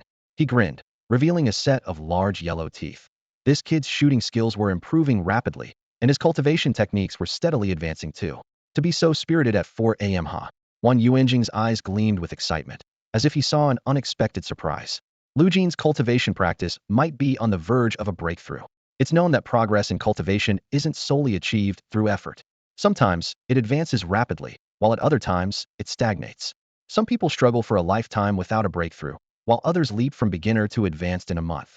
This mystery often ties closely to one's martial aptitude. Yet, Lu Jin showed remarkable consistency. He was improving steadily in every aspect. Is he a prodigy? Perhaps, but something still seemed missing. Wang Yuanzheng considered interrupting his training, but decided against it. Lu Jin was too focused, and an abrupt interruption could hinder his progress. All right, you want to play, huh? Wang Yuanzheng, with reddened eyes, set his alarm for 3 a.m. Tomorrow, I'll wake up before you. With that, he lay down again, the gunshot now a lullaby, and soon fell asleep. At 7:30, Lu Jin returned to school, only to find everyone looking at him strangely. It wasn't until 8 o'clock that he learned why. The news that he had shot Zhong Yi in the head had spread throughout the school. What? Lu Jin took out Zhong Yi. Isn't he just in a grade? Zhong Yi is S grade, second only to Zhong Qi. Oh my, Lu Jin actually overpowered Zhong Yi. Rumors grew increasingly exaggerated, but Lu Jin remained calm. He focused all his energy on continuous improvement, knowing that only with absolute strength could he rest easy. Entering Martial Arts Room 001, Lu Jin stepped into the virtual pod, connected to Glory, and began ranked matches. The opponents in the bronze rank were noticeably stronger and more agile than those in the brass rank. However, there were still few who could fiercely contend with Lu Jin, like Bailey Ruffin. After a series of evasive maneuvers, or sometimes even midway through, Lu Jin would often find himself getting headshot. To tackle this challenge, he adopted a new training method: quickscoping. Quickscoping, as the name suggests, involves deliberately moving the target out of view, then swinging the scope back to where the target should be and firing a shot, aiming to hit instantly. This technique is incredibly difficult, especially when aiming for a precise headshot, as it requires extraordinary reflexes, decisive action, and accurate aim. During training, Lu Jin frequently missed due to excessive speed during the scope swing. Despite this, the progress from quickscoping was sometimes comparable to battling against Bailey Rufu. However, when he exerted too much force, he often only achieved minimal improvement. Lu Jin was acutely aware that this training method was pushing the limits of his natural abilities. During high-speed quickscoping, it was challenging for him to simultaneously track his opponent's forehead, control his fingers, and execute the shot. When the training exceeded his personal capacity, even minimal progress could become unattainable. He understood that effective training must be within his capabilities. Bang, bang, bang. Gunfire echoed continuously until the next round began. This time, Lu Jin faced Lan Yu. Lan Yu wielded a bow imbued with the power of ice and fire, with a faintly divine and extraordinary full moon looming behind him. Boom. To Lu Jin's astonishment, as he pulled the trigger, Lan Yu raised his hand, releasing an arrow. The bullet and arrow collided almost along the same trajectory, canceling out the shot that should have hit Lan Yu's forehead. Even more surprising, after negating the bullet's impact, Lan Yu's arrow continued its flight for a short distance before dissipating. Lu Jin evaluated silently. His opponent's bow was powerful, and his shooting skills surpassed his own. Lan Yu could react at the moment Lu Jin pulled the trigger and precisely launch an arrow on the same trajectory. This was something Lu Jin had yet to achieve. However, Lu Jin was not discouraged. Instead, he was exhilarated. Finally, he encountered an opponent he felt was stronger than himself. But that wasn't enough. Lu Jin quickly identified his opponent's weakness. Since Lan Yu chose to counterattack instead of dodging, it indicated he might not be able to evade in time. Therefore, there was only one outcome: being pinned down. Sensing the unfavorable situation, Lan Yu's expression turned grim. Who shoots from the fountain? He cursed inwardly, but quickly regained his composure and rushed toward the defense tower. Bang! Whoosh! Arrows and bullets collided repeatedly as Lan Yu advanced toward the tower during shooting intervals. Each time Lu Jin pulled the trigger, Lan Yu would accurately release an arrow, and they would collide without fail. This standoff lasted a full minute. Lan Yu felt a sense of relief, as this was his first encounter with such a challenging duel. The opponent could shoot freely from the fountain, and one mistake on his part would mean defeat. But as long as he didn't err and ensured his minions reached the tower, victory would be his. Lu Jin also felt immense pressure. He realized his opponent had timed his reloads, using the opportunity to relentlessly shoot the minions, putting his own minions at a disadvantage. If he couldn't force his opponent into a mistake, he might lose the match.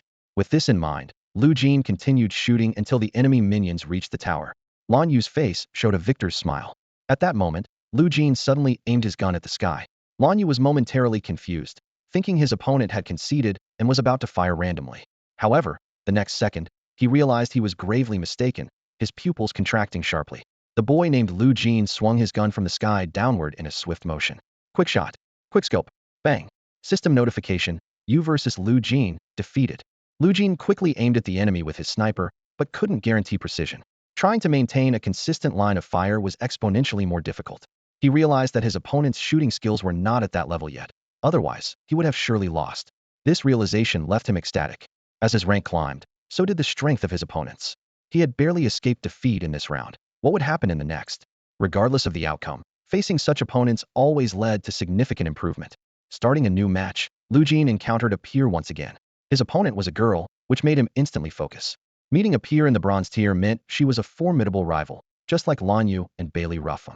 Lu Jin knew he couldn't afford any distraction in such a match, as every bit of progress was invaluable. However, Lu Jin underestimated the girl. She transformed into a blur at the fountain, and in the blink of an eye, appeared under the tower. Her speed was astounding. Bang! Lu Jin fired at her without hesitation, sending an invisible thunderbolt towards her head. He thought the battle was over, but she transformed into a blur again, elusive as a phantom. The first shot missed, followed by the second, third, fourth, and fifth, all deftly evaded by her uncanny speed and unpredictable movements. Lu Jin suddenly realized he was up against a true master of movement. Her footwork must be some advanced martial art, far exceeding his sniping skills. Those 5 shots were his best effort, yet she avoided them effortlessly, highlighting a vast skill gap. For the first time, Lu Jin felt he might lose, but instead of being discouraged, he became even more passionate. He kept pulling the trigger, aiming and shooting with incredible speed. With every shot, every aim, he poured his heart and soul into it. Wind speed 1.2, bullet deviation 0.15, direction 7 o'clock. Wind speed 1.3, bullet 0.21, direction 12 o'clock. Wind speed 1.1, bullet deviation 0.89, direction 11 o'clock. Lu Jin kept trying, determined to hit his opponent. Yin Chengcheng, however, looked at him with a disdainful expression as if she were dealing with a deranged man. Each shot made her feel like a twisted maniac was relentlessly pursuing her. She just wanted to end the battle quickly, so she let a minion. Once the timer expired, placing the minion into the tower would mean her victory. Without the time mechanism, Yin Qingqing's ranked matches were always swift. While others might hide in the fountain, she could lead minions around, making it seem like she was the one cheating. But most of the time, she used her opponent's attacks to practice her movement skills. Dodging bullets was also a way to hone her footwork. Yet at this moment, she just wanted to escape this opponent whose every shot screamed insanity. 5 seconds remained. In 5 seconds, the time mechanism would expire. 3 seconds. Yin Chengcheng silently counted down. 2 seconds. Lu Jin fired even more frantically, unwilling to waste a single moment. He seized every tiny opportunity, shooting, shooting, and shooting again. Despite this, a sudden premonition rose in his heart. He was going to lose. His winning streak was about to end. Facing a martial artist with agile combat skills, Lu Jin realized he wasn't a competent sniper. He slowed down his trigger pulls, waiting for the minion to enter the tower, ready to accept defeat in this round. As his tense nerves relaxed, Lu Jin was about to close his eyes to rest and check his progress on the panel. However, at that moment, a clear ding echoed in his mind. Sniper skills have leveled up from LV1 to LV2. You've acquired Eagle Eye. Lu Jin's eyes shot open, and the world before him transformed dramatically.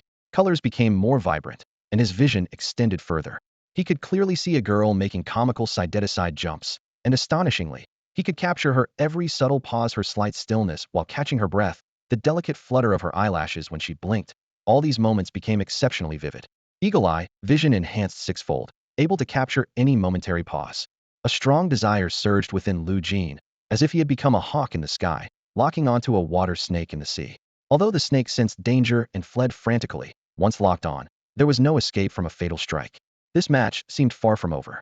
Lu Jin took a deep breath and placed his finger on the trigger once more. Boom! A deafening gunshot shattered the silence of the virtual world. The scene shifted to the Iron Tower Guild in City A. A young man and a middle-aged man were intently watching a video copied from the virtual reality server. Virtual reality glory was the pride of the Iron Tower Guild. As long as a member's level was high enough, they could access any event that happened in glory. They were replaying a video where the young man was on the defensive but showed impressive skills. The middle-aged man commented, "Nice shooting skills, solid fundamentals. He even knew how to disrupt your aim with a flick shot, making it impossible for you to align your sight with his muzzle instantly. Lanyu, you lost fair and square." Lanyu retorted defiantly. "Vice President Lin, look at where he is, in the fountain.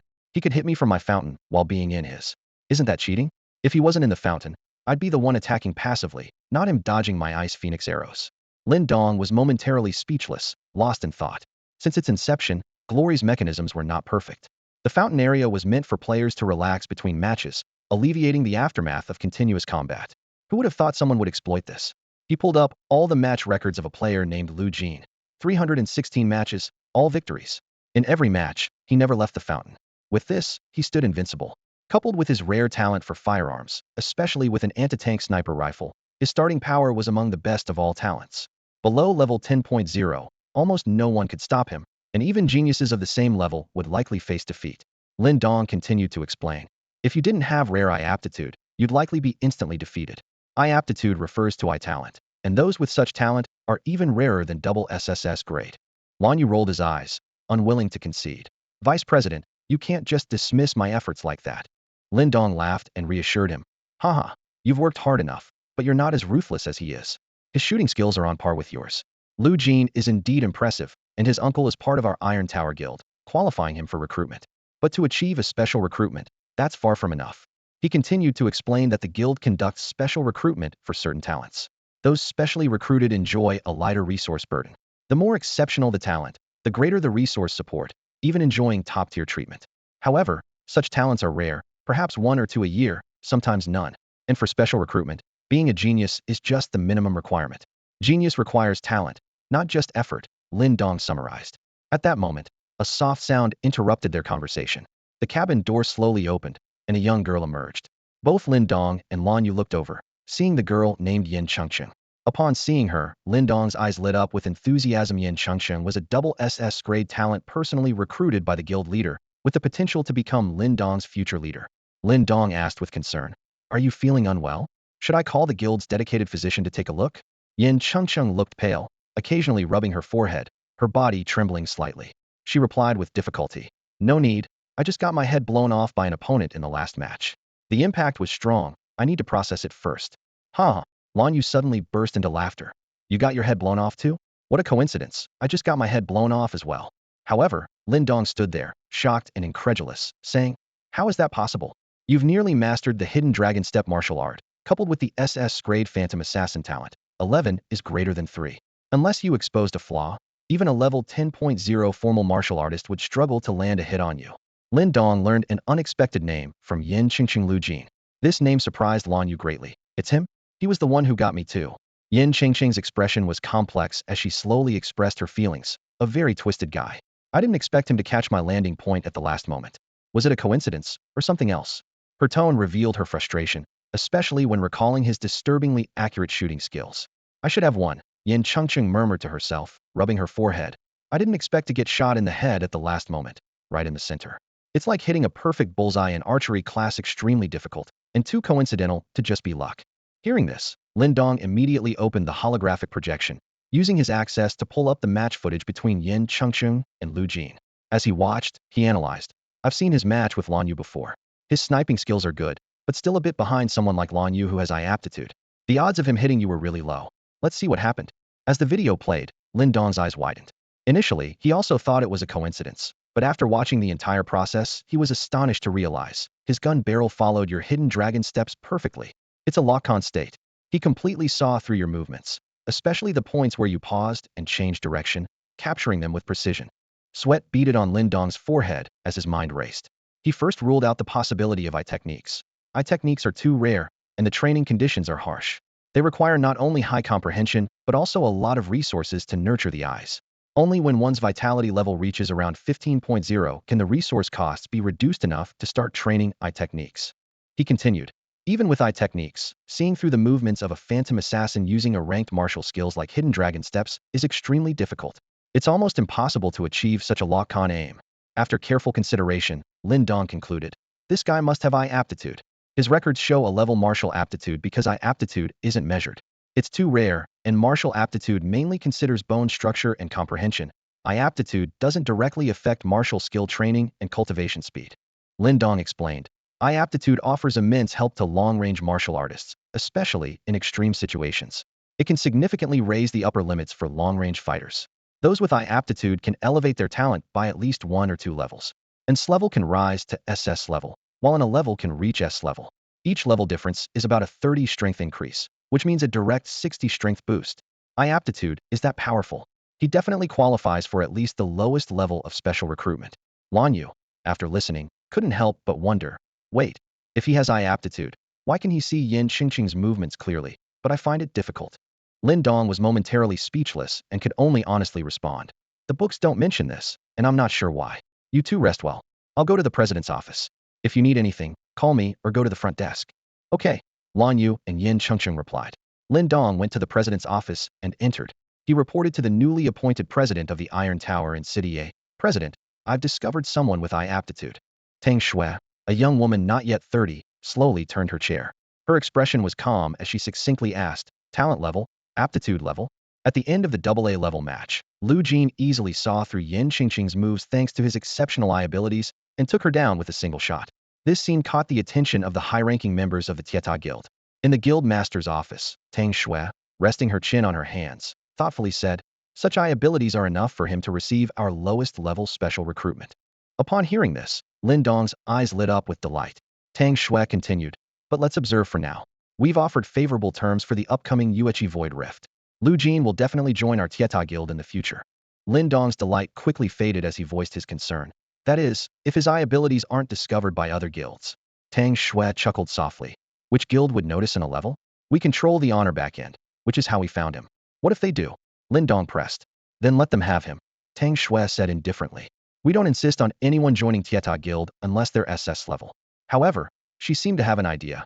You could offer him a first-level membership deal and see if he agrees. A first-level membership?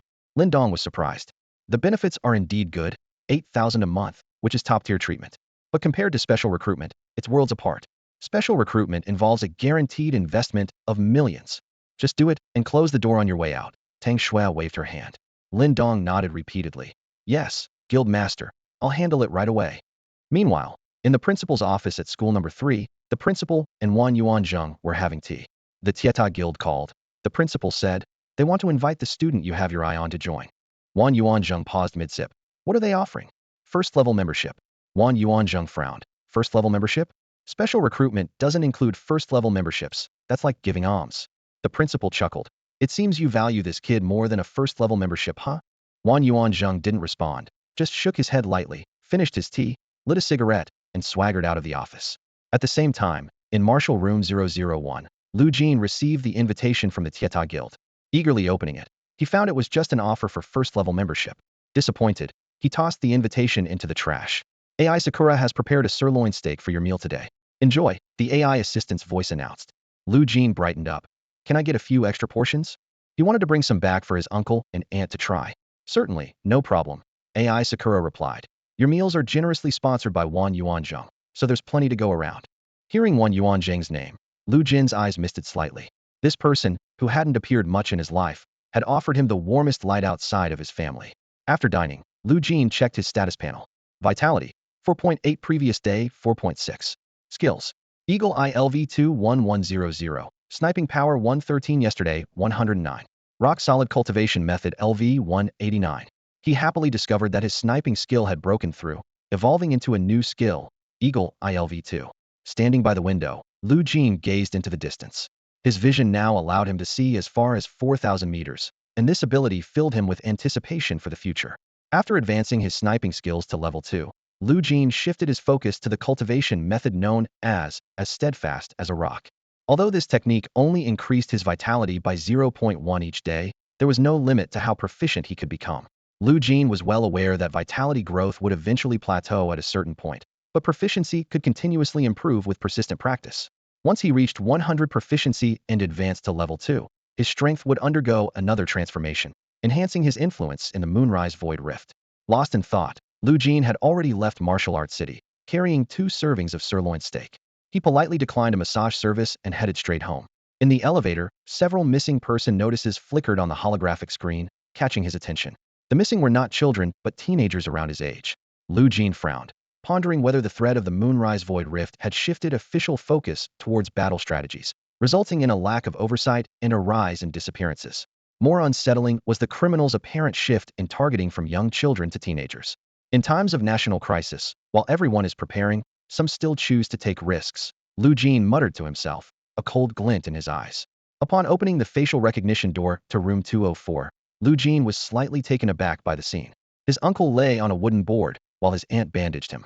Despite having a few broken ribs, it was not a major concern for a martial artist, as his strong vitality would allow him to heal overnight.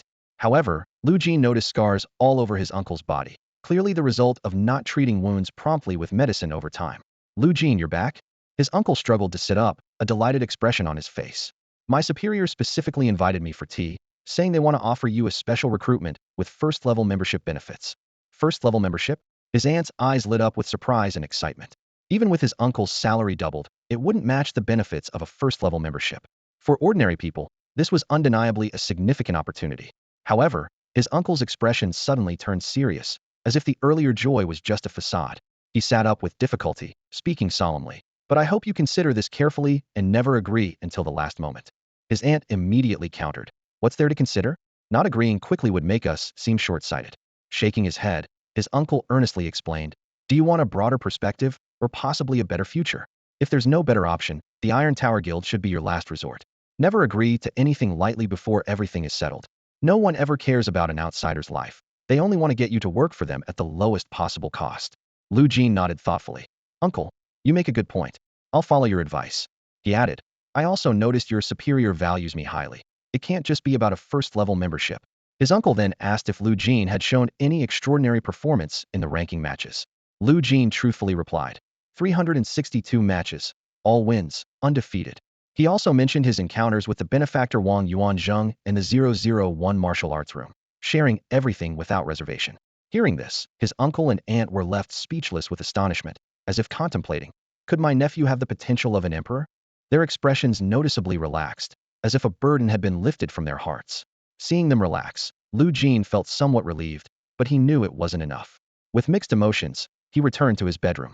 The steadfast stone cultivation method requires one to bend their knees at a 90-degree angle, clench their fists at the waist, and feel the energy and blood flow within like a raging torrent. Lu Jin's mind remained clear, as if his body, consciousness, and heart were one with the earth beneath him. At that moment, Lu Jin exuded an aura of calmness and immovability, like a steadfast stone. At 2:59 a.m., Lu Jin opened his eyes, surprisingly full of energy. Although the steadfast stone cultivation method appears to be a physical exercise, it is actually a mental discipline. It strengthens the spirit, allowing Lu Jin to guard his mind even in sleep. Thus, an hour of his rest is as effective as 3 hours for an average person. Lu Jin swiftly completed his morning routine in just 1 minute and headed to the shooting range. Soon, The sharp sound of gunfire echoed there. This kid is waking up earlier and earlier, taking the steadfast stone cultivation method to such a level. It's impressive, Wan Yuanzhong remarked, exhaling a puff of smoke. He knew well that achieving Lu Jin's results with this ancient Buddhist cultivation method wasn't just about following the routine. To maximize its benefits, it requires adhering to three principles: conserving vital energy, abstaining from lustful thoughts, and maintaining focus. The more these principles are violated, the less effective the method becomes. Those who choose this path are invariably tough characters, but Wan Yuanzhong had never seen anyone as determined as Lu Jin. After finishing his cigarette, Wan Yuanzhong silently climbed over the balcony, moving stealthily towards Lu Jin. He planned to teach Lu Jin a new skill today. Originally, he intended to observe quietly from a distance, minimizing his presence. However, Lu Jin suddenly turned to look in his direction. "Mr. Wan," Lu Jin said calmly. Startled, Wan Yuanzhong asked, "How did you notice me?" "I noticed when you were smoking on the balcony. Judging by your lip movements, you seem to be complimenting me," Lu Jin replied nonchalantly. Wan Yuanzhang's eyes widened. "So you've been aware of my presence since you started training?" "No, just today. I seem to have awakened some special ability in my eyes. I can now see events happening 4,000 meters away and detect minute changes within my line of sight," Lu Jin explained. Hearing this, Wan Yuanzhong felt a sense of disbelief. Freak, he thought to himself. But quickly, he lit another cigarette, forcing himself to stay calm.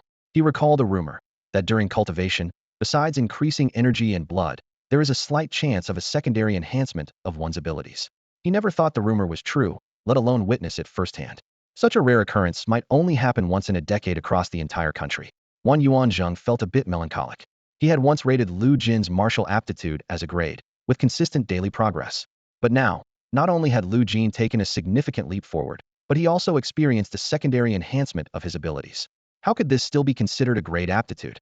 Shaking off his thoughts, Wan Yuanzhong said, "I didn't mean to interrupt your training. I want to teach you something that might come in handy."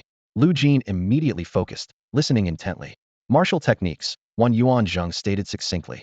Hearing these words, Lu Jin's heart skipped a beat. Wan Yuanzhong continued. "Martial techniques consist of methods and secret potions. The methods are easy to learn, but practicing them inflicts reverse damage, which the potions counteract. Every martial arts school and family has its own secret potions. Without the corresponding potion, practicing their techniques leads to crippling injuries. Even if you find a substitute potion, its effectiveness and potential side effects are unknown. For ordinary people, unless you're exceptionally talented, the opportunity to learn martial techniques before college is nearly non-existent." Lu Jin was thrilled. His solid foundation meant he was fully capable of learning martial techniques. Mastering them would at least double his strength. This would be a significant advantage, whether in controlling the moon's void rift in a month or in his college entrance exams. Looking at the scruffy man before him, Lu Jin hesitated before asking, "What do you want me to do?" Wan Yuanzhong seemed to reminisce, as if countless memories flashed before his eyes. He spoke slowly. 10 years ago, the Wan family in City A was flourishing, with 17 out of 30 members reaching level 17, 12 at level 19, and 1 at level 20. It was supposed to be a vast family, but they all answered the nation's call to fight at the front lines against alien races. That year, our family killed 108,020 aliens, including 10 level 20, 5 level 21, and some level 22 aliens. He paused. The price was that of the 31 family members. 29 died in battle, with only one surviving. Since then, unless our nation falls, the government forbids the sole survivor from leaving City A or participating in any alien-killing activities. Lu Jin could almost see the heavy burden on Wan Yuanzhong. He solemnly said, "I understand. I'll do my best. The aliens you can't kill, I'll handle." Wan Yuanzhong exhaled a cloud of smoke, chuckling lightly. "That's a long way off. Martial arts are typically reserved for university-level study, but exceptions exist for prodigies." Wan Yuanzhong looked at Lu Jin with a hint of approval in his eyes and continued, "Our Wan family's martial arts are formidable, even reaching an SSS level. However, they don't align with your cultivation methods and innate talent. Even so, you might only be able to harness a tenth of their power." He paused, a glimmer of anticipation in his gaze.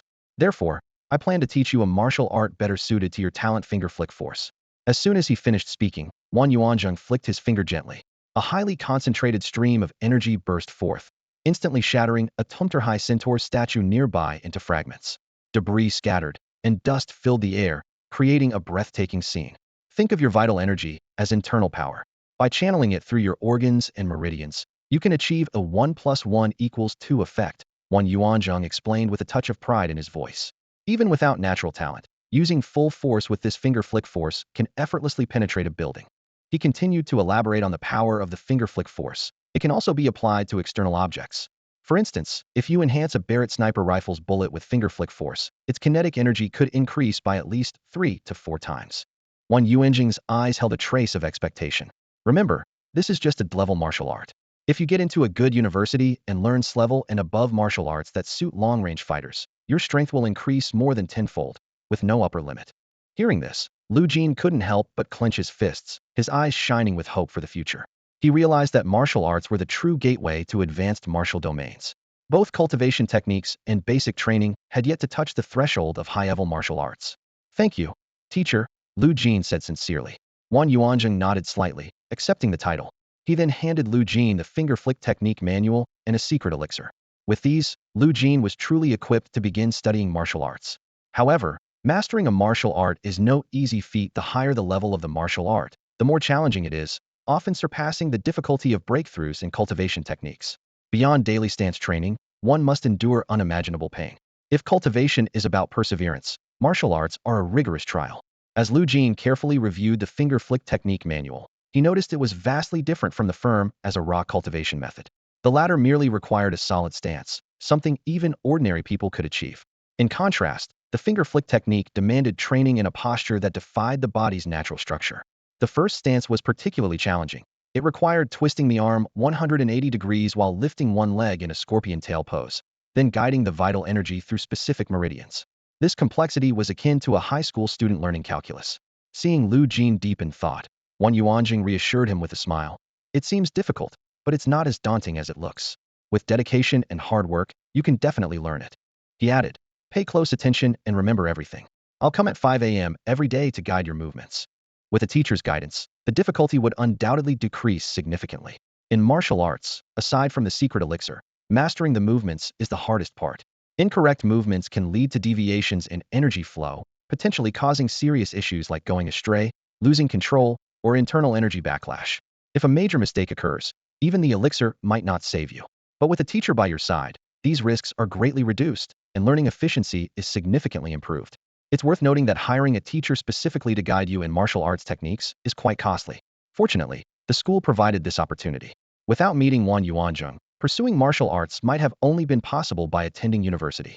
All right, there's nothing else. I'll be going now, Yuanjing said finally, reminding him. Remember, martial arts are just a supplementary enhancement. The most important thing is still the basics. With that, he pulled a cigarette from a pack and turned to leave. After finishing the manual on the flick finger technique, Lu Jin set it aside and devoted himself entirely to foundational training. Acquiring the eagle eye made him realize there was still much room for improvement in his sniping skills. Determined to enhance his perception, accuracy, and speed, he pushed his limits, constantly seeking breakthroughs. Compared to others, Lu Jin's path to improvement seemed straightforward: diligent practice day and night to enhance proficiency. With the advantage of the eagle eye, his shooting skills reached an instinctual level, relying solely on his body's reflexes without conscious thought. However, this advancement revealed a clear shortcoming. Under the influence of the eagle eye, Lu Jin felt his physical reactions were sluggish, as if burdened by an extra 100 pounds, making every move laborious. He realized that to advance further, he either needed to wait for his cultivation method to break through to level 2, boosting his physical strength fivefold, or learn a high-agility martial technique, which was unlikely before college. At present, Lu Jin had another martial technique to practice. Understanding the importance of focus, he decided to concentrate on the task at hand. In the afternoon, Lu Jin went to his personal martial arts room to practice the flick finger technique. Following the method's requirements, he assumed various contorted poses. The first move, scorpion tail, required a 180-degree rotation of the arms. The second, even more peculiar, involved supporting himself on his hands with his legs in the air while maintaining a cross-legged posture. As the difficulty increased, his body assumed increasingly unnatural positions. Lu Jin couldn't help but gasp as a tearing pain shot through his bones. Without the support of his internal energy, these moves could have been life-threatening. After just one round, he considered giving up, questioning whether this was the right approach and if it was effective at all. At that moment, a notification flashed on the panel. Unlocking flick finger technique, level 1. Unlock progress 2. Seeing this progress, Lu Jin dismissed thoughts of giving up. As long as there was progress, he would persist. As time passed, Lu Jin gritted his teeth, enduring the excruciating pain, repeatedly performing the twisted moves. Sweat poured off him, soaking his clothes. Suddenly, he noticed something unusual. The previously painful moves began to feel comfortable. The 5 seemingly unrelated moves found a mysterious connection, becoming smooth and effortless. Flick finger technique, level 1, unlock progress 50. Seeing that he was halfway there, Lu Jin pushed on, repeating the sequence. However, he noticed the progress was no longer increasing. Is merely performing the moves ineffective now? He pondered.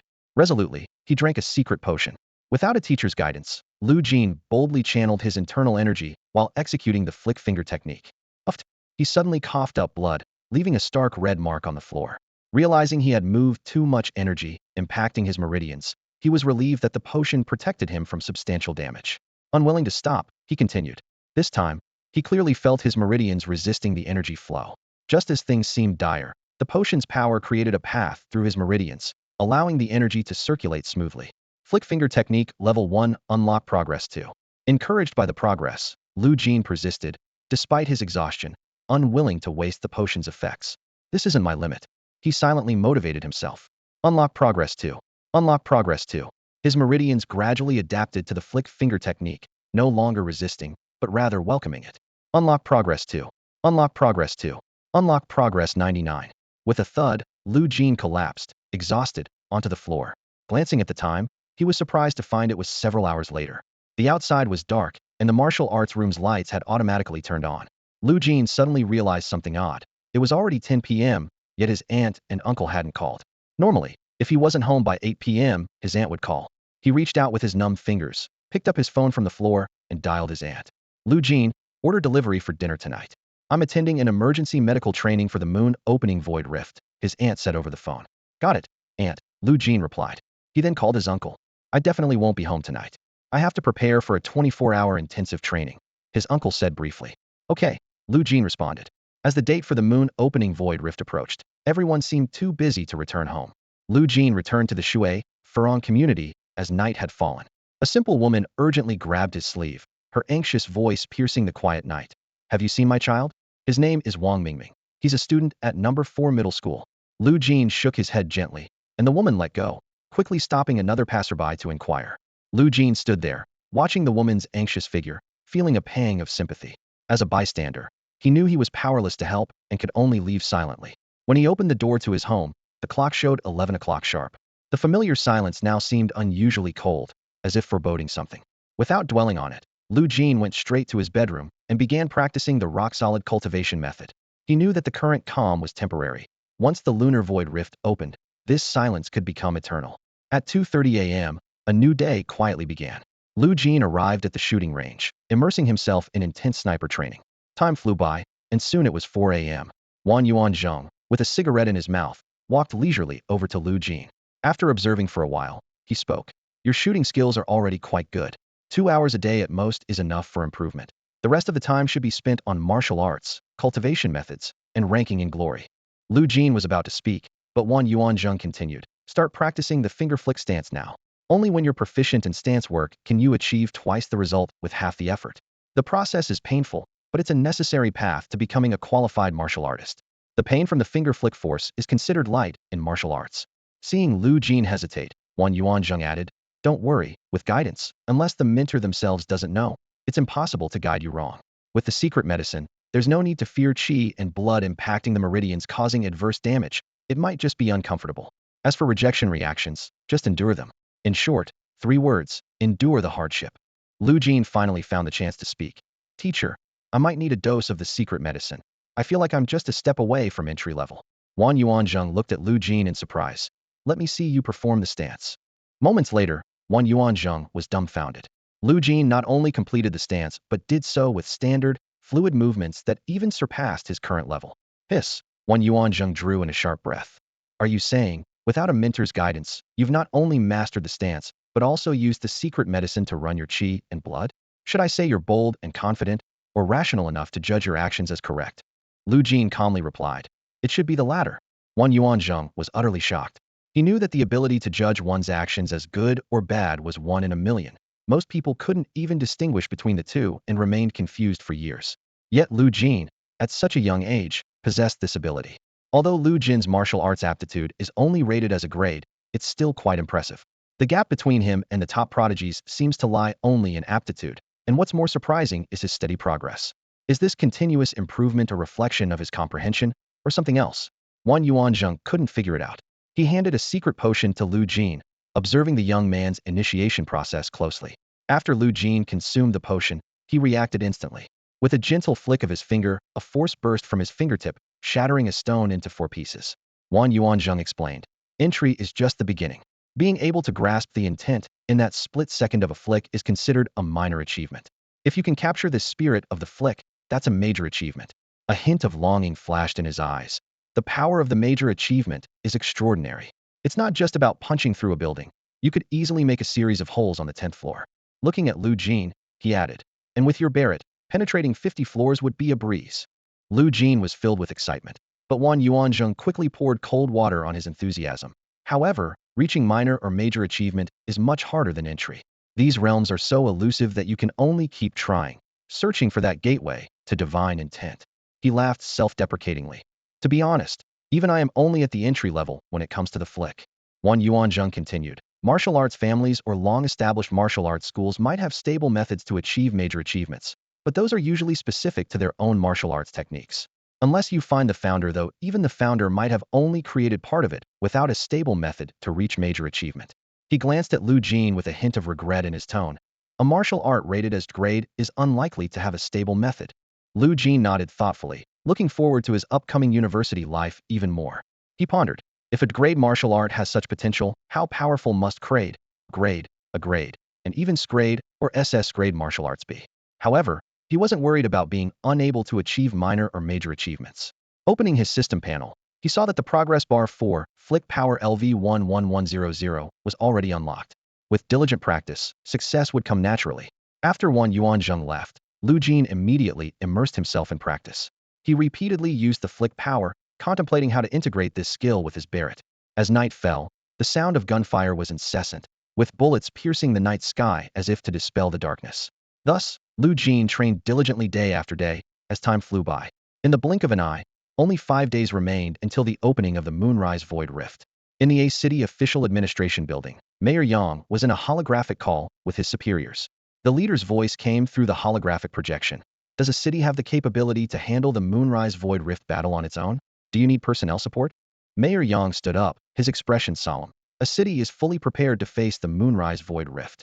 He began reporting the preparations in detail. The sub-leaders of the 4 major guilds, Iron Tower, East Wind, Wuchang, and Great Wall, are all ready for battle. Additionally, we have 18.0 level experts from the Wang and Luo martial arts families on standby. The number of 15.0 level experts is considerable, and those below 15.0 level are countless. They are all actively participating in the preparations against the Moonrise Void Rift. He continued his report. All deployments are complete, and residents within a 2-kilometer radius will be evacuated 2 days before the moonrise. He then presented various detailed data and assurances to the superior. The leader acknowledged the city's preparations but offered a suggestion. Make sure to minimize sacrifices and properly comfort the families of fallen warriors. Also, guilds must not force members to participate in this battle. Violators will be held accountable. Mayor Yang immediately assured, "Rest assured, leader, everyone participating in this battle is doing so voluntarily, with no coercion involved." The leader's expression softened, and after saluting the mayor, the holographic call ended. The secretary entered to report, "Mayor, all residents within a 2-kilometer radius of the Moonrise Void Rift have been evacuated and settled. The 4 major guilds have entered the field and are integrating their formations." Mayor Yang's expression remained tense. From a broader perspective, their probability of winning this battle was 99.99. But considering the details, sacrifices were imminent. Each sacrifice meant a family's sorrow, and countless prayers were about to be heard. The countdown to 24 hours began, and a tense atmosphere pervaded the area near the Void Rift.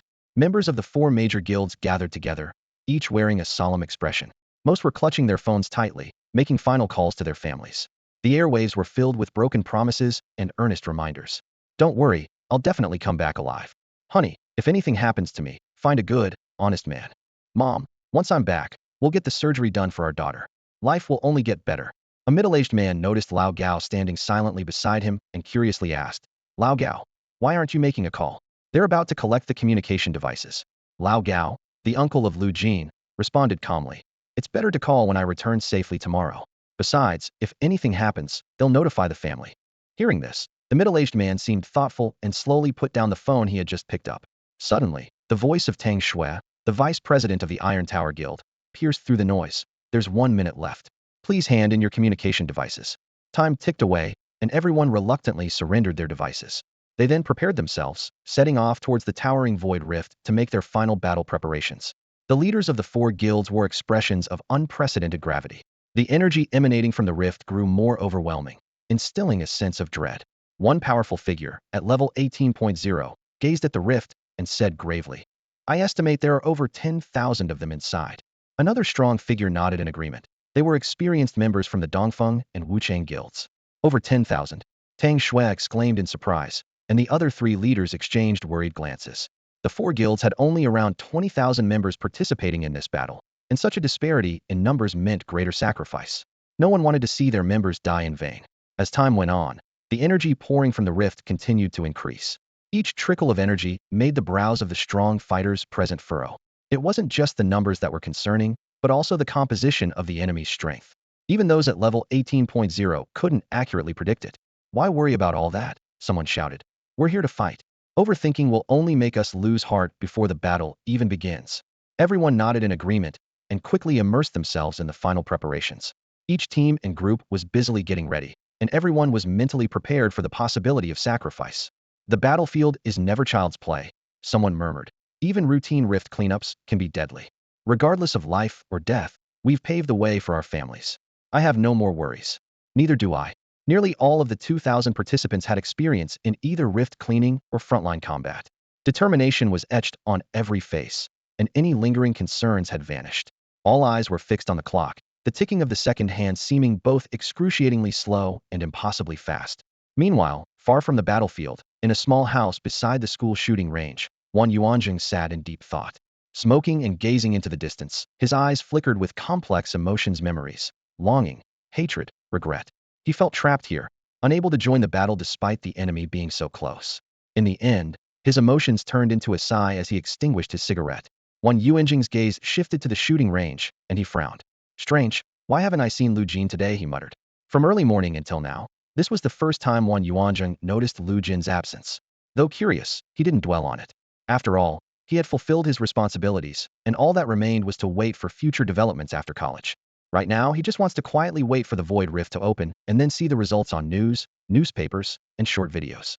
The school is bustling, with teachers organizing activities like movie watching or role-playing games in classrooms, strictly prohibiting anyone from stepping outside the campus. Mr. Wang is frantically making calls. "Does anyone have contact information for Lu Jin? Damn it, his phone is off, and I can't reach his home number." Li Bowen suddenly speaks up. "I saw him leaving the 001 martial arts room at midnight last night. I followed him as he left the school." This statement is like a bomb, causing a stir in the classroom. Not only is Mr. Wang stunned, but the other students also look surprised. They are shocked by two things. First, that Li Bowen has been secretly observing Lu Jin and even followed him.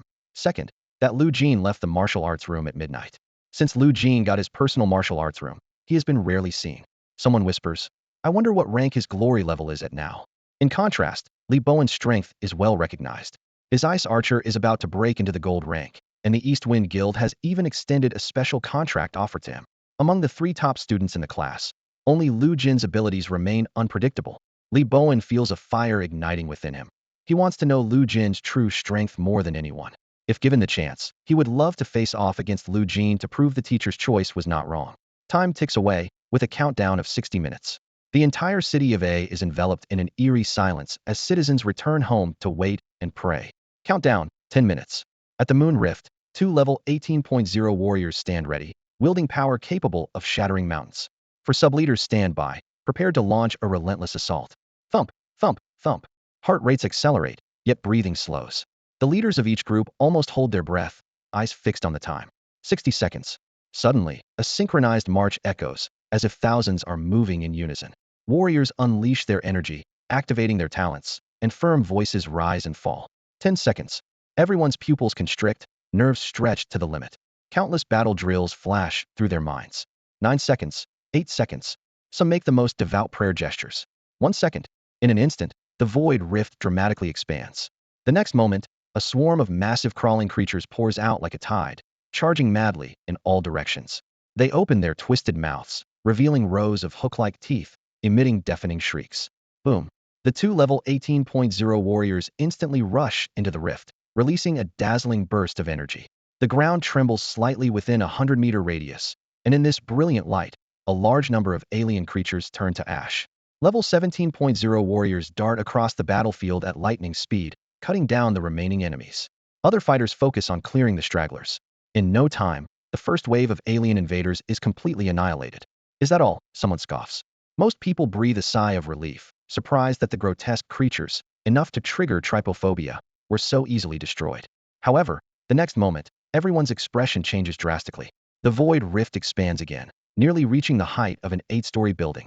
Immediately, more indescribable, nauseating monsters appear. Their bodies arch high, and their gaping, hook-shaped throats could swallow an adult whole. The two level 18.0 warriors strike again, aiming to obliterate everything. But just as they are about to attack, a colossal creature twice the size of the others emerges. This grotesque form, defying human aesthetics, exudes a suffocating pressure. Its 8 tentacles writhe, effortlessly blocking the attacks from the two level 18.0 warriors. This aura, it's a level 20.0 monster, someone exclaims. So what if it's level 20.0? We'll kill it anyway. The two level 18.0 warriors roar as they attack again. Boom, boom, boom. Amidst the massive energy clashes, the monster emits a bizarre laugh.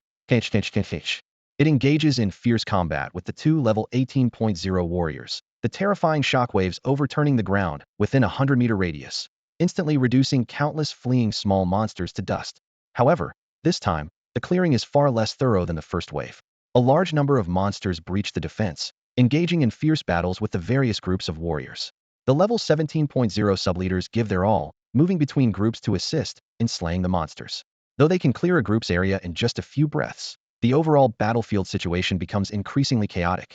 An intense battle rage between the 18th level warriors and the 20th level 8-armed monsters, with waves of creatures surging onto the battlefield like a relentless tide, overwhelming the fighters.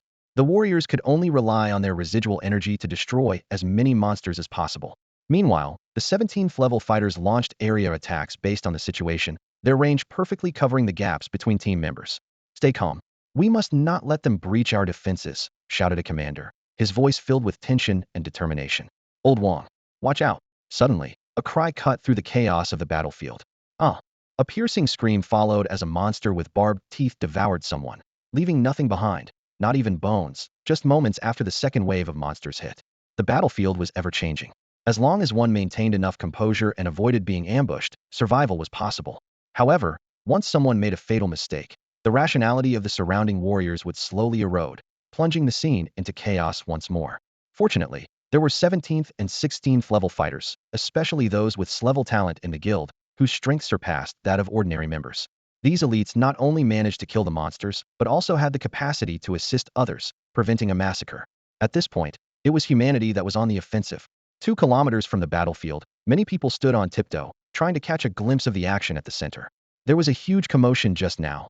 I heard a boom, even from here, an observer exclaimed in surprise. Yeah, I can't take it. I have to go see for myself. Someone couldn't resist the urge to rush into the 2-kilometer forbidden zone. However, officials quickly intervened, handcuffing these reckless individuals and locking them in a temporary holding area. Witnessing this, most people abandoned any thoughts of approaching. Suddenly, 2 loud explosions reverberated, like a curtain of rain being torn apart, and a hot blast surged skyward. Someone raised binoculars to see a figure leap into the sky, transforming into a massive golden palm that plummeted rapidly. Boom! The deafening sound was unmistakable, even 2 kilometers away. People couldn't help but imagine the terrifying battle unfolding at the main battlefield. Back on the main battlefield, as the golden palm struck, the 20th level 8-armed creature was driven 3 feet into the ground. 3 of its 8 arms were broken, leaving 5 intact. Yet, the monster still rose, emitting a bizarre GGG sound. Meanwhile, new monsters continued to pour from the void rift, wave after wave. Old Yang, a desperate cry echoed. I'll kill you, came a shout filled with hatred, as another warrior met a grim fate, swallowed by a monster. The number of monsters far exceeds our estimates. And now 15th level monsters are appearing, a commander reported urgently, his voice laced with anxiety. Level 15 was a critical threshold for human fighters. Most ordinary members present hadn't reached this level, heralding a sharp increase in fatalities. Neither the sub-leaders nor the 16th and 15th level fighters could prevent casualties. I can't save everyone, a powerful warrior shouted in despair, watching as at least 115th level monsters emerged among the thousands pouring from the rift, feeling an unprecedented sense of helplessness. The battle continued for less than a quarter of an hour when another warrior's head was devoured, blood spurting forth. A hot splash landed on Lao Gao's face. His pupils contracted as he recognized the headless body. It was his friend who had just asked why he hadn't made a call. Dead just like that? Lao Gao's mind went blank as memories of his friend flooded back. Laughing together at the dinner table, poking each other's wounds in the hospital, using the restroom together, singing loudly at karaoke, and enjoying leisurely fishing trips. Lao Gao's body began to tremble uncontrollably, unable to accept the reality of his friend's sudden death. The hot blood on his face felt like poison, consuming him as he remained oblivious to the approaching danger.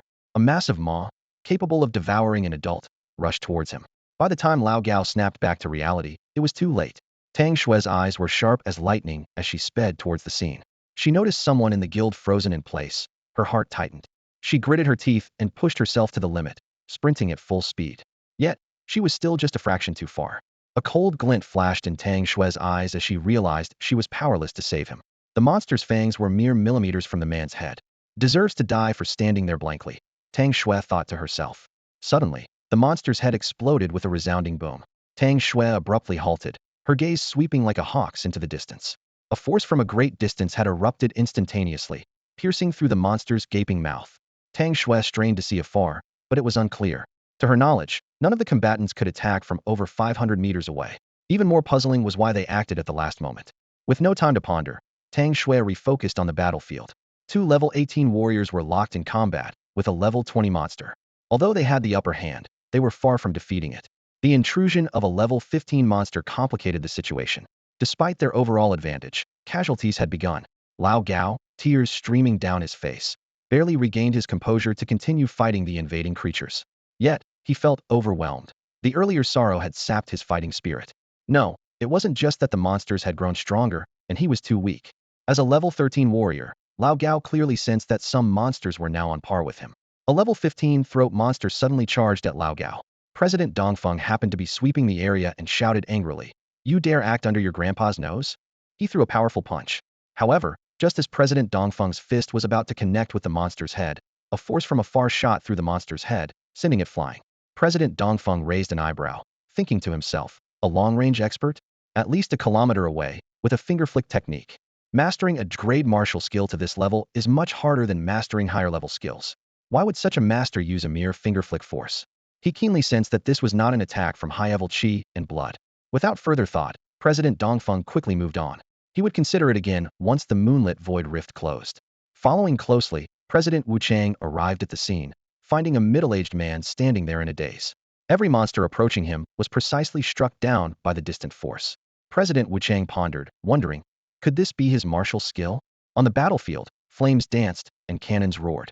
Lao Gao stood woodenly, his gaze crossing the chaotic scene to the distance. A tear he couldn't hold back silently fell. This familiar sensation was not that of arrows, but bullets. "Is it you, Lu Jin?" Lao Gao called out in his heart. 2 kilometers away, atop a towering iron structure, a teenager's hair fluttered in the swift wind. He silently calculated. Wind speed 1.75, finger flick technique at minor success. Barrett power increased fourfold, chi and blood consumption doubled. But with rock-solid breakthrough at LV2, physical strength enhanced fivefold, chi and blood consumption halved. Remaining ammo capacity, 2,088 rounds. Lu Jin's eagle eyes clearly caught his uncle's lip movements. He didn't smile, but replied coolly and earnestly, "It's me."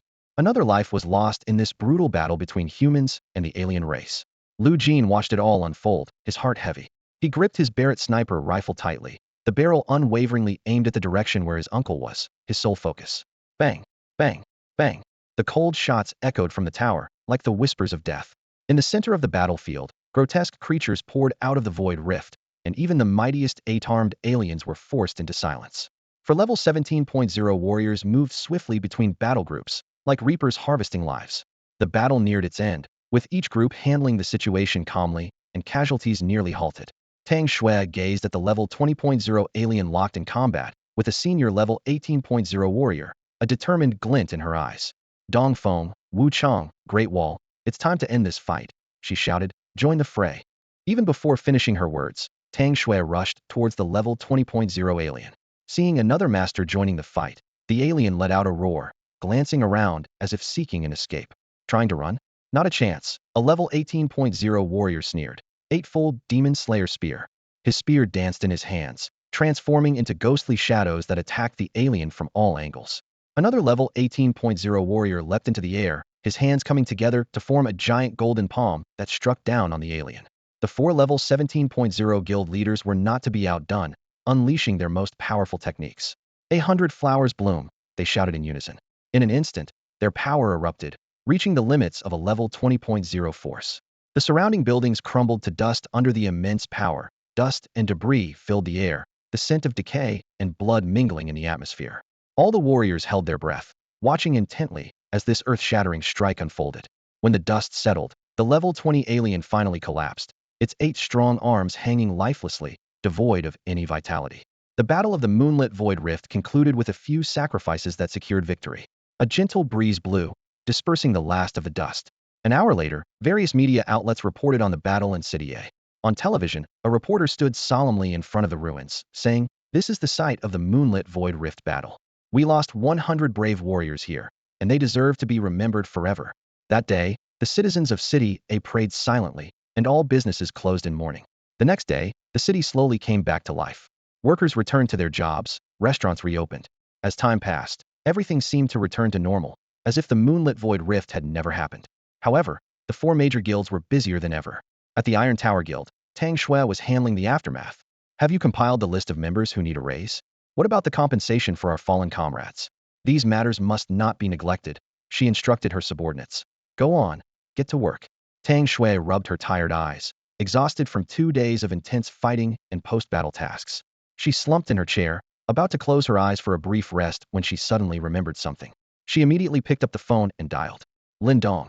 "Yes, President, what do you need? I remember you recommended a special recruit earlier. How's that going?" Well, no response. Tang Shui wasn't bothered by this. A refusal was a refusal. It seemed that person wouldn't enjoy the benefits of a first-tier membership. She thought indifferently that if they wanted any perks in the future, they would have to go through the standard interview process. The interview standards of the four major guilds are notoriously strict, making it as difficult as climbing to heaven. Only 1 in 10,000 can become a level 1 member. As for the special recruitment for geniuses, those who pass the interview are rare, with only 1 or 2 appearing every few years. When Tang Shui brought up this topic, she had an ulterior motive. "Do you remember my uncle?" Tang Shui asked, a sly glint in her eyes. "Of course, Gaohan, right? I'm in the process of signing a salary increase for him." The other person replied, a hint of pride in their voice. Tang Shui remained composed. "Could you ask him to come to my office? I have something to discuss with him." "Sure, I'll let him know right away." A moment later, Gaohan entered the room. Tang Shui asked directly, "Are you sure that's your nephew Lu Jin?" Finding out the helper was Lu Jin, Tang Shui was incredulous, her brows furrowed. Gaohan chuckled softly. "No mistake. His talent is too unique, capable of long-distance shooting, and it's hard to detect the projectile. This suggests it's not an arrow, but a high-speed bullet." He paused, a touch of emotion in his voice. "Honestly, I owe my survival to my nephew." Tang Shui pondered. "All right, I understand. You may leave." After Gaohan left, Tang Shui fell into deep thought. She murmured to herself, "Killing monsters of over 10 levels can't be achieved with just talent and eye aptitude.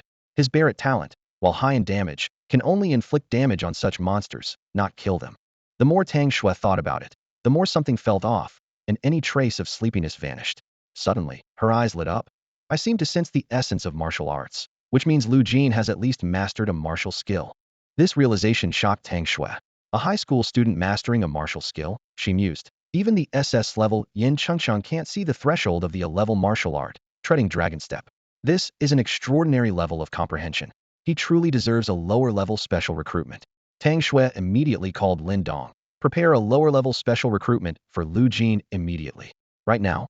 Lin Dong sounded surprised. "Yes," Tang Shui replied firmly. "All right, I understand."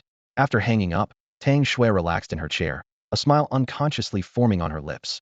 All problems were resolved, and she had discovered yet another genius of exceptional comprehension. With this sense of satisfaction, she slowly closed her eyes. However, it wasn't long before the phone rang again. "President Tang, he said he wants to think about it." Lin Dong's voice came through. "Think about it." Tang Shui's temples tightened, her tone turning cold. "Then forget it. Opportunities don't wait. Once missed, they're gone forever." She let out a cold laugh. "Is he being arrogant? I just saw a rare comprehension genius and thought it was a pity. Other guilds might not even offer special recruitment. Special recruitment requires a significant investment, and all aspects must meet the standards, not just comprehension. Eye aptitude adds little."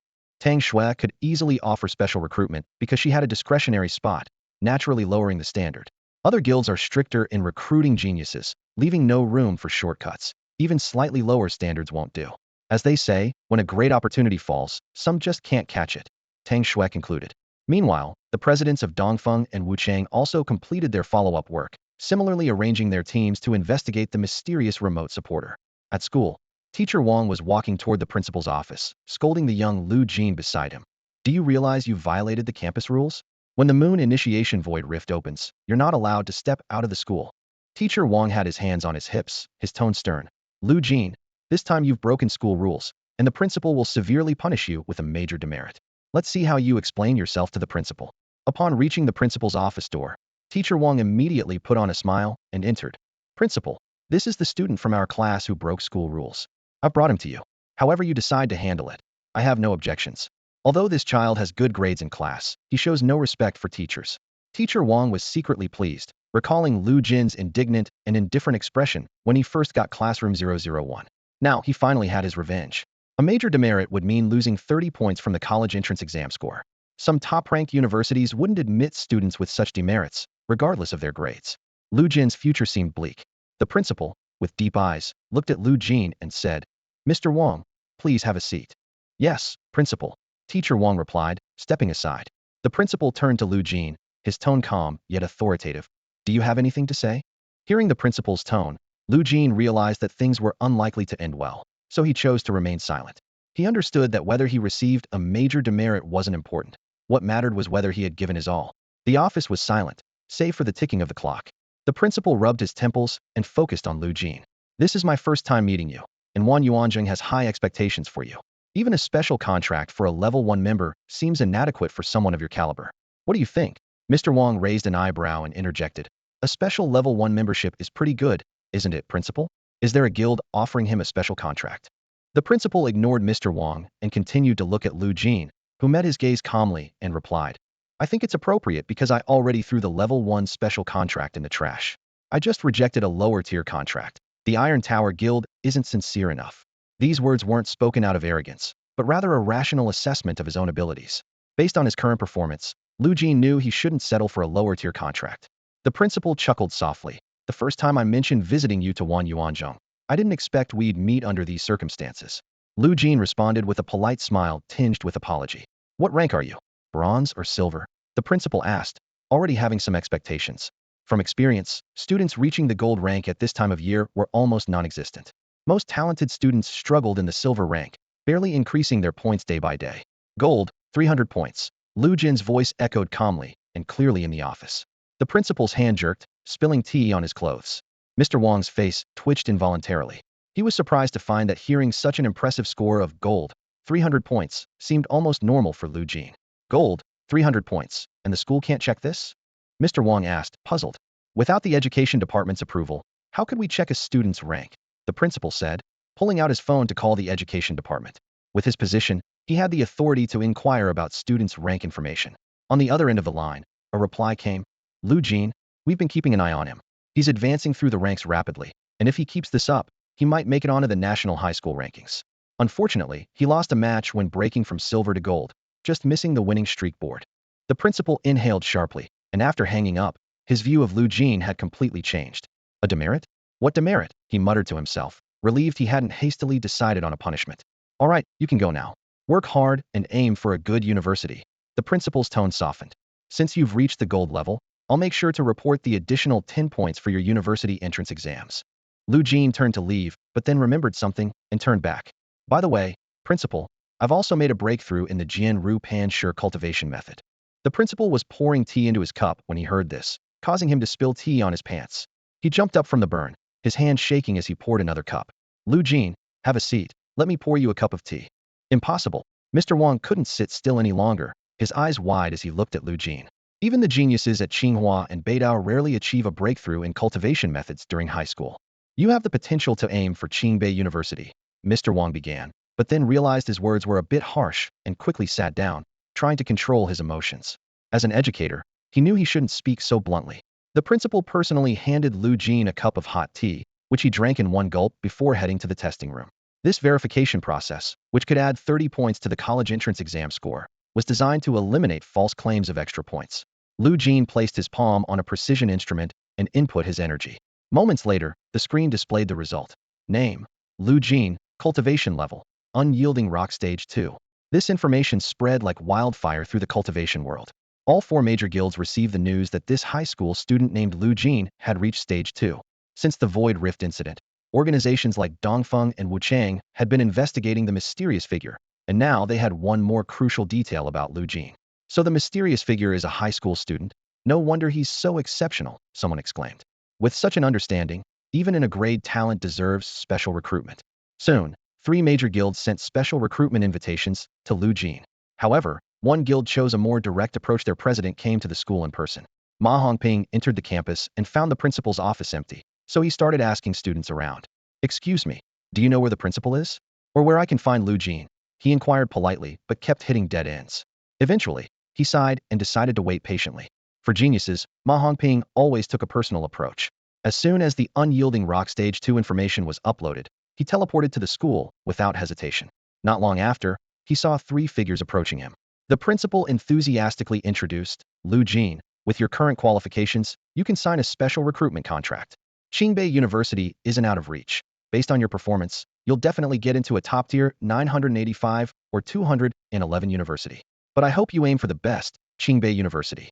A glimmer of hope appeared in Lu Jin's eyes. Qingbei University had the country's most prestigious martial arts institute, home to almost all SS-level martial arts. In comparison, other 985 and 211 universities couldn't match their offerings. Still, Lu Jin knew he'd done his best, and the final outcome was up to fate. "Have you decided on a guild?" the principal asked. Lu Jin shook his head. The conditions offered by the Iron Tower Guild didn't meet his expectations. When he said he needed time to think, they even withdrew their invitation. This was a stark contrast to those with SS-level qualifications or talents, like Zhong Qi, who received generous offers from all major guilds, or Zhong Yi, for whom the 4 major guilds held an auction. Many of his S-level and S-level classmates had already joined guilds privately. But Lu Jin wasn't in a hurry. He knew his bargaining chips were increasing. That brilliance would shine before the college entrance exams. But for now, it wasn't bright enough. "Are you Lu Jin?" a familiar voice asked.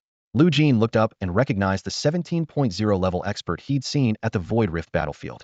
"President Ma?" The principal stepped forward quickly to shake hands with Ma Hongping. "Last time you were here recruiting Zhong Qi and Zhong Yi. It's good to see you again." He gestured for Lu Jin to come over. Mr. Wang, though ignored by the principal, forced a smile and stepped forward. The principal warmly introduced, "This is Lu Jin, an outstanding student. His cultivation level has reached stage 2, and he's in the Glory Gold rank. The education department says he's about to make it to the high school rankings." After the introduction, Mr. Wang quickly interjected, "Hello, I am." "Hello, President Ma." Lu Jin politely interrupted Mr. Wang's self-introduction. Ma Hongping glanced at Mr. Wang, then smiled kindly at Lu Jin. "Shall we find a place to talk in detail?" "No problem," the principal said, pointing the way. "Let's go to my office. I've just acquired some excellent Longshan tea. Let's have a good chat." The principal led Ma Hongping and Lu Jin to the office door. Suddenly recalling something, he turned to Mr. Wang and said, "Mr. Wang, don't you have something to attend to?" Without waiting for a response, the principal invited Ma Hongping and Lu Jin into the office and shut the door with a thud, leaving Mr. Wang outside. The principal was well aware of the discord between Mr. Wang and Lu Jin. Lu Jin was straightforward and somewhat naive about social nuances, often inquiring impatiently about scholarships. Having chosen option B, for Lu Jin, Mr. Wang was merely an employee. In the principal's eyes, Lu Jin's true mentor was only Yuan Zhang. No matter which university Lu Jin would attend, Mr. Wang wouldn't receive that bonus.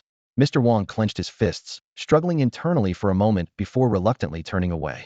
Inside the office, the principal personally poured tea for his guests. He said directly, "Lu Jin, you are a rare talent. Even at top universities like Tsinghua and Peking, a genius who reaches the 2nd level of cultivation in high school is 1 in 100. I hope you'll seriously consider joining the Great Wall Guild. We can offer you a low-level special recruitment package." Lu Jin responded confidently. "Chairman Ma, not only have I reached the 2nd level in cultivation, but I've also achieved a minor mastery in martial arts. Additionally, I have ocular qualifications, enabling me to see over 4,000 meters away." He openly demonstrated his abilities. Ma Hongping remained composed, though the principal nearly spilled his tea. "You have ocular qualifications?" "This." Ma Hongping calmly drank his tea and explained, "Ocular qualifications are just an added bonus in martial arts, not a significant advantage.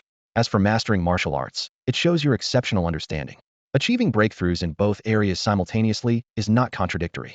After a moment of thought, Ma Hongping added, however, I can negotiate some additional benefits for you. Feel free to ask. You should know, this year, the Great Wall Guild is lagging in talent recruitment, with only one double SS level recruit nationwide, 3 S level, and very few S level. Lu Jin firmly stated, I still hope to receive standard or above standard special recruitment treatment. Ma Hongping smiled approvingly. Your goal is clear, that's good. But you must understand, the difference between low and standard recruitment is at least 20 million in value. This means the guild's investment would increase several times. If the standards aren't met, we can't sign the contract. I want to offer you better terms, but standard special recruitment is not something I can decide alone. It needs to be reported to the guild headquarters and go through high-level review. Lu Jin understood that his current strength wasn't enough for such treatment, and he fell silent. Seeing the negotiation at an impasse, Ma Hongping sighed inwardly. It was his first time encountering resistance from someone below S-level talent. Anyone else would have left impatiently, as Lu Jin wasn't an SS-level genius, and the guild had no obligation to accommodate him. But Ma Hongping was different. He knew that hardworking geniuses deserved respect. Lu Jin's breakthroughs in martial arts and cultivation demonstrated his understanding and tireless effort. Ma Hongping proposed a compromise. How about this? I'll offer you a low-level special recruitment. If you reach the guild's promotion standards in the future, we'll upgrade you to standard or even top level. This kind of upgradable contract is what we call an open contract. The resources you receive depend entirely on your ability. Of course, this contract has its drawbacks. The guild can terminate it at any time without much liability. After finishing his tea, Ma Hongping stood to leave. All right, think it over carefully and discuss it with your family. I'll leave the contract here. The Great Wall Guild's doors are always open for you. However, before Ma Hongping could fully stand, Lu Jin had already picked up the pen and decisively signed his name on the contract. I've decided to join the Great Wall Guild, Lu Jin declared firmly, as if announcing the beginning of a new era. The principal smiled with satisfaction, his eyes reflecting approval. He thought to himself that he had put forth both sincerity and the best terms possible. Other guilds could at most offer similar conditions. If Lu Jin still wanted to weigh the pros and cons and consider other guilds, it would seem overly calculating. It's okay to not be versed in social nuances, but one must have a broad vision. Fortunately, Lu Jin didn't hesitate. His thinking was straightforward. He wasn't fixated on a standard special recruitment. He just wanted a path to more resources. An open contract was undoubtedly the best option. Soon after, the belated invitations for lower-level special recruitment from the other 2 major guilds arrived. Lu Jin promptly tossed them into the trash and took the Great Wall Guild's contract home. At home, his uncle and aunt were busy in the kitchen preparing dinner. Seeing Lu Jin return, their faces lit up with joyful smiles. Partly because Lu Jin was promoted and got a raise, and partly because his uncle returned safely from the void rift of Yuechi. Lu Jin, you're back, his aunt greeted warmly. It's rare to have a 7-day break. Shouldn't we go on a trip to celebrate your promotion and raise? Lu Jin didn't answer directly, but instead asked mysteriously, guess what this is? He held up the document as prominently, as if displaying an admission letter from Tsinghua or Peking University. His uncle immediately recognized it as a special recruitment invitation from a guild. Is it from the Iron Tower Guild? He guessed. No, it's from the Great Wall Guild, Lu Jin proudly announced. And it's an open special recruitment. Even though it's an open special recruitment, the minimum investment was still 10 million.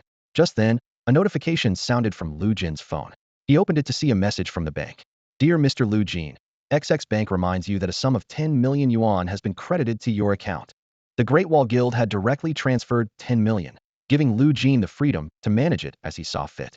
Of course, if he wanted more resources in the future, it would depend on his performance. His uncle and aunt put down their cooking utensils and gathered around to look at the long string of astonishing numbers on Lu Jin's phone.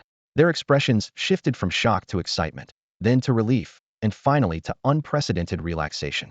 Lu Jin, you've really made it, his uncle exclaimed, his eyes gleaming with pride. This money meant life would become much easier. Coupled with his uncle's substantial raise, they no longer needed to worry about money. Looking at his uncle and aunt, Lu Jin felt a warm surge in his heart. They weren't young anymore, and perhaps it was time to consider having a child. Although he was an outsider, he didn't want them to regret not having their own children in the future. Uncle, aunt, Lu Jin mustered the courage to say, you're not getting any younger. Maybe it's time to think about having a child. His aunt blushed and lowered her head, while his usually unembarrassed uncle showed a rare, awkward expression. Lu Jin didn't say anything more and quietly opened his attribute panel. Vitality, 8.9. Skills, Eagle Eye LV 230100. Sniping power 199. Rock solid cultivation method LV 21 5100. Flicking strength LV22 4100. Looking at these stats, Lu Jin was filled with confidence. This confidence wasn't blind, but derived from rational analysis. Afterwards, Lu Jin transferred 5 million to his aunt, leaving enough money for his high school self-sufficiency. As for college expenses, a new promotion contract would naturally address that in due time. Lu Jin eagerly checked his skill panel. Except for his sniping power, which remained at an unranked level, all his other skills had advanced to level 2. With the Void Rift incident now behind him, he was determined to fully dedicate himself to advancing to level 3. After upgrading his sniping skill from level 1 to Eagle Eye level 2, Lu Jin was delighted to find he could now easily perform precise quick snipes that were previously out of reach. The enhanced vision allowed him to spot targets with exceptional sharpness. This significant improvement filled him with anticipation for reaching level 3. Lu Jin understood that the third tier of the cultivation method was where the true transformation occurred. The third tier, known as the unyielding rock cultivation method, would not only have his blood energy consumption again, effectively tripling his energy, but also grant him the steadfast as a mount ability. This meant he would gain a 70 resistance boost, making him nearly immune to pressure, confusion, deception, and restraint. Although his physical body would still be vulnerable to harm, mental control would become exceedingly difficult. Lu Jin chose the unyielding rock cultivation method precisely for this reason. On a chaotic battlefield, maintaining composure, analyzing the situation, and making decisions were more crucial than sheer strength. After reaching a small achievement at level 2 with his flicking finger skill, its power increased fourfold. Lu Jin speculated that upon reaching level 3, the power would at least quadruple again. Each breakthrough brought a significant leap in strength, boosting his confidence. He resolved to elevate all his skills to level 3 before the college entrance exams to increase his chances of getting into a top university like Qingbei or Beijing University. With unwavering determination, Lu Jin downed 6 bottles of energy-enhancing elixir and began his nightly, unyielding rock training. That night, his blood energy hit 9.0. At 2:30 a.m., a new day began. Lu Jin got up, washed up, and methodically made his way to the shooting range. On the way, he received a message from Ma Hongping detailing the Great Wall Guild's special recruitment criteria. The standard special recruitment required admission to a top 10 national university and mastery of its class or higher martial skill within 2 weeks. The premium special recruitment demanded admission to either Qingbei or Beijing University and mastery of an SS class martial skill within a month.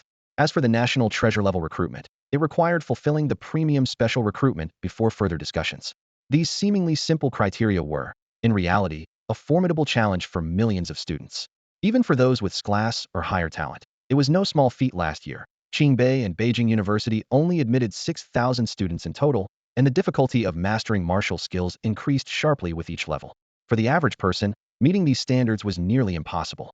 However, Lu Jin was undeterred. Upon reaching the shooting range, Lu Jin immediately immersed himself in training. He focused intently on channeling his flicking finger intent, with a 199 sniping power boost extending his range to an astonishing 2,820 meters, and the power increasing fourfold. Bang! A loud explosion echoed as a heat wave surged from the gun barrel. A watermelon-sized hole appeared on a cliff 1 kilometer away. In the pre-dawn darkness, Lu Jin's Barrett shone like the light of dawn, dazzlingly bright. A week passed in this manner. At a certain moment, Lu Jin suddenly heard a crisp ding. His flicking finger skill leaped from level 2 directly to the max level. This breakthrough thrilled Lu Jin, adding endless motivation for his future training endeavors. Lu Jin was deeply focused on his practice when suddenly, inspiration struck and his comprehension soared. In an instant, his finger flick technique reached its pinnacle. Memories of childhood games with classmates intertwined with the legendary martial arts skills from novels in his mind. Lu Jin realized that the key lay in the pressure applied by the thumb on the index finger and the mental connection at the moment of release. He closed his eyes, savoring this extraordinary sensation. His fingers twitched slightly, as if pulling the trigger. Bang! A soft sound, and the finger flick technique was perfected. Lu Jin opened his eyes, staring at his fingers in disbelief. He had just leaped past the remaining 59 progress. Could a moment of inspiration really lead to mastery? It was like a basketball player making a perfect three-pointer. By chance, could it be repeated every time with such precision? Yet, for Lu Jin, this feeling miraculously lingered. He quickly realized it was thanks to the panel. Once you stepped through the door of mastery, even a fleeting moment of inspiration would be permanently solidified. At that moment, Lu Jin was in the middle of a ranked match, facing one formidable opponent after another. He decided to test his newly mastered finger flick technique. Bang! Lu Jin launched his attack, and the energy of this strike had increased at least tenfold. He could clearly feel the bullet vibrating at a high frequency, as if it were trying to escape the confines of the barrel, emitting a high-pitched whistle from the overwhelming force. His opponent reacted swiftly, positioning a giant sword in front of his forehead the moment Lu Jin fired. Behind him, a purple Xuanwu seal spun rapidly, and his nearly 2-meter-tall frame resonated like an ancient bell, standing as an indomitable force. Boom! With a thunderous crash, the opponent was sent flying. His face contorted and deformed as he smashed heavily into a statue of a goddess in a fountain, shattering it to pieces. System notification: U versus Gu Xiong, victory. Back in the matchmaking interface, Lu Jin calmly analyzed the recent battle. He realized that his opponent's defense was incredibly strong. A minor mastery finger flick would have barely scratched the surface. Even a master-level strike hadn't fully penetrated the defense. It was the sheer kinetic energy that sent the opponent flying, rupturing his internal organs and ultimately causing his demise upon hitting the statue. Lu Jin was pleasantly surprised. This power was not a fleeting burst. He understood that only 20 of people nationwide could master a martial skill to such a level, with most never comprehending the mysteries of mastery. Even his uncle had only achieved minor mastery in one skill, with others remaining at the beginner level. Though some might spend a fortune to buy a stable method for mastery, limitations in martial aptitude, talent, and vitality might render their full effort less effective than someone else's casual strike. Who would pursue such mastery then? In contrast, practicing tirelessly and waiting for enlightenment seemed more like a fortunate opportunity. Lu Jin calmed down, realizing that reaching the platinum rank was more challenging than he had imagined. However, possessing a master-level martial skill might ease the process considerably. As his gold points accumulated, his opponents grew stronger. Even with a minor mastery finger flick combined with fountain sniping, victories became increasingly difficult. But now, Lu Jin felt more confident about reaching the platinum rank and earning the 50-point bonus for the college entrance exam. Just as he was about to click the ranked match button again, the ringing of a phone in the real world interrupted his thoughts. After exiting the game, Lu Jin answered the phone. Mr. Wang's voice came through, devoid of any emotion. "Come to the classroom. There's something important to discuss today." After hanging up, Lu Jin stood in front of the full-length mirror, carefully tidying his long hair that hadn't been cut for months. He left room 001 of the martial arts hall and headed towards the teaching building, a path he hadn't walked in a long time, making the building's appearance hazy in his memory. At the foot of the stairs, Lu Jin paused. A pretty girl named Zhong Yi trembled involuntarily upon seeing him and accidentally missed a step. Luckily, her friend Zhong Qi caught her in time. "Zhong Yi, what's up? How do you miss a step on the stairs?" Zhong Qi teased with a smile. Zhong Yi's cheeks flushed as she was about to explain, but her words were cut short when Lu Jin passed by them. Zhong Qi noticed that Zhong Yi seemed to be afraid of this person they had just passed. "Lu Jin," Zhong Qi called out impulsively. "Don't call him," Zhong Yi urgently whispered, lowering her voice. Zhong Qi looked at Zhong Yi in confusion. She had never seen her usually confident friend so fearful of someone. "What's going on?" Zhong Yi touched her forehead and whispered, "That person is terrifying. It's best not to provoke him." She had always been sensitive, but with Lu Jin, she couldn't sense any emotional fluctuation, and this abnormality made her shiver. Zhong Qi glanced back, but Lu Jin's figure had already disappeared around the corridor corner. "By the way," Zhong Yi suddenly said, "I won't be attending the dinner tonight. I have something to do." "What is it?" Zhong Qi asked curiously. "It's a secret." "Guess," Zhong Yi replied with a mysterious smile. Lu Jin walked into the classroom, and the previously noisy atmosphere fell silent instantly. All eyes were on him as if they were seeing someone they hadn't seen in a long time. He silently walked to his seat and sat down. Mr. Wang clapped his hands and began to announce, "All right, now that everyone is here, I'll get straight to the point. This matter concerns only a select few in the class." He glanced around the room and continued. "Next month, the Martial Arts University in a city has invited top students from across the country to participate in a practical combat event. At that time, the Damu Snow Mountain Range will open, containing tens of thousands of alien species." The students gasped in unison. Tens of thousands of alien species, a scale comparable to a beast tide triggered by a lunar void rift. Only the 7th-ranked 985 university, the Martial Arts University, dared to organize such an event, thanks to its unique geographical advantage of being near the Snow Mountain Range, allowing it to stockpile so many alien species. Mr. Wang then explained the participation criteria: a rank of at least gold, blood vitality of 7.0 or above, and combat power of 7,000 or more. Among the students meeting these standards, we'll select the top 3 to qualify for this opportunity at the Martial Arts University. Upon hearing this, Li Bowen finally relaxed his clenched fists. He barely met the gold rank requirement. With a blood vitality of 7.0 and combat power of 7,000, he just qualified. But to stand out among the school's best, he couldn't even compete with the ice archer in his class, let alone the elites of the entire school. So, when the teacher said select few, it was referring to the ice archer. Li Bowen murmured, realizing he had no chance with the Martial Arts University. This wasn't an opportunity that could be secured through favors or connections. It was purely based on merit. Even the teacher couldn't help. Li Bowen couldn't help but feel a bit dejected, thinking, why am I only in S rank? How great would it be if I were S rank, or even SS rank? In most people's eyes, S level is an unattainable existence. However, for S level warriors, S level and SS level are equally out of reach. In this world where strength reigns supreme, each level has its own insurmountable gap. So what are the rewards for this year's martial arts university competition? The ice archer asked eagerly, his eyes gleaming with anticipation. Mr. Wong looked around at the eager faces of his students and slowly began. Just like last year, if you perform excellently in this event, the rewards are substantial. First, there's a prize of 1 million, enough to ensure you have no worries for your future training. Secondly, you can choose an S-level martial art from the martial arts library, and we will provide the corresponding secret potions and baths to help you master it. Finally, there are additional benefits like guaranteed admission. As soon as Mr. Wong finished speaking, the classroom erupted in gasps of amazement. However, he quickly grew serious again. But, students, don't just focus on the rewards. The true purpose of this event is to hone your combat skills. Glory is ultimately fleeting, and without the tempering of blood and flesh, it is difficult to become a true warrior. Mr. Wong continued to analyze.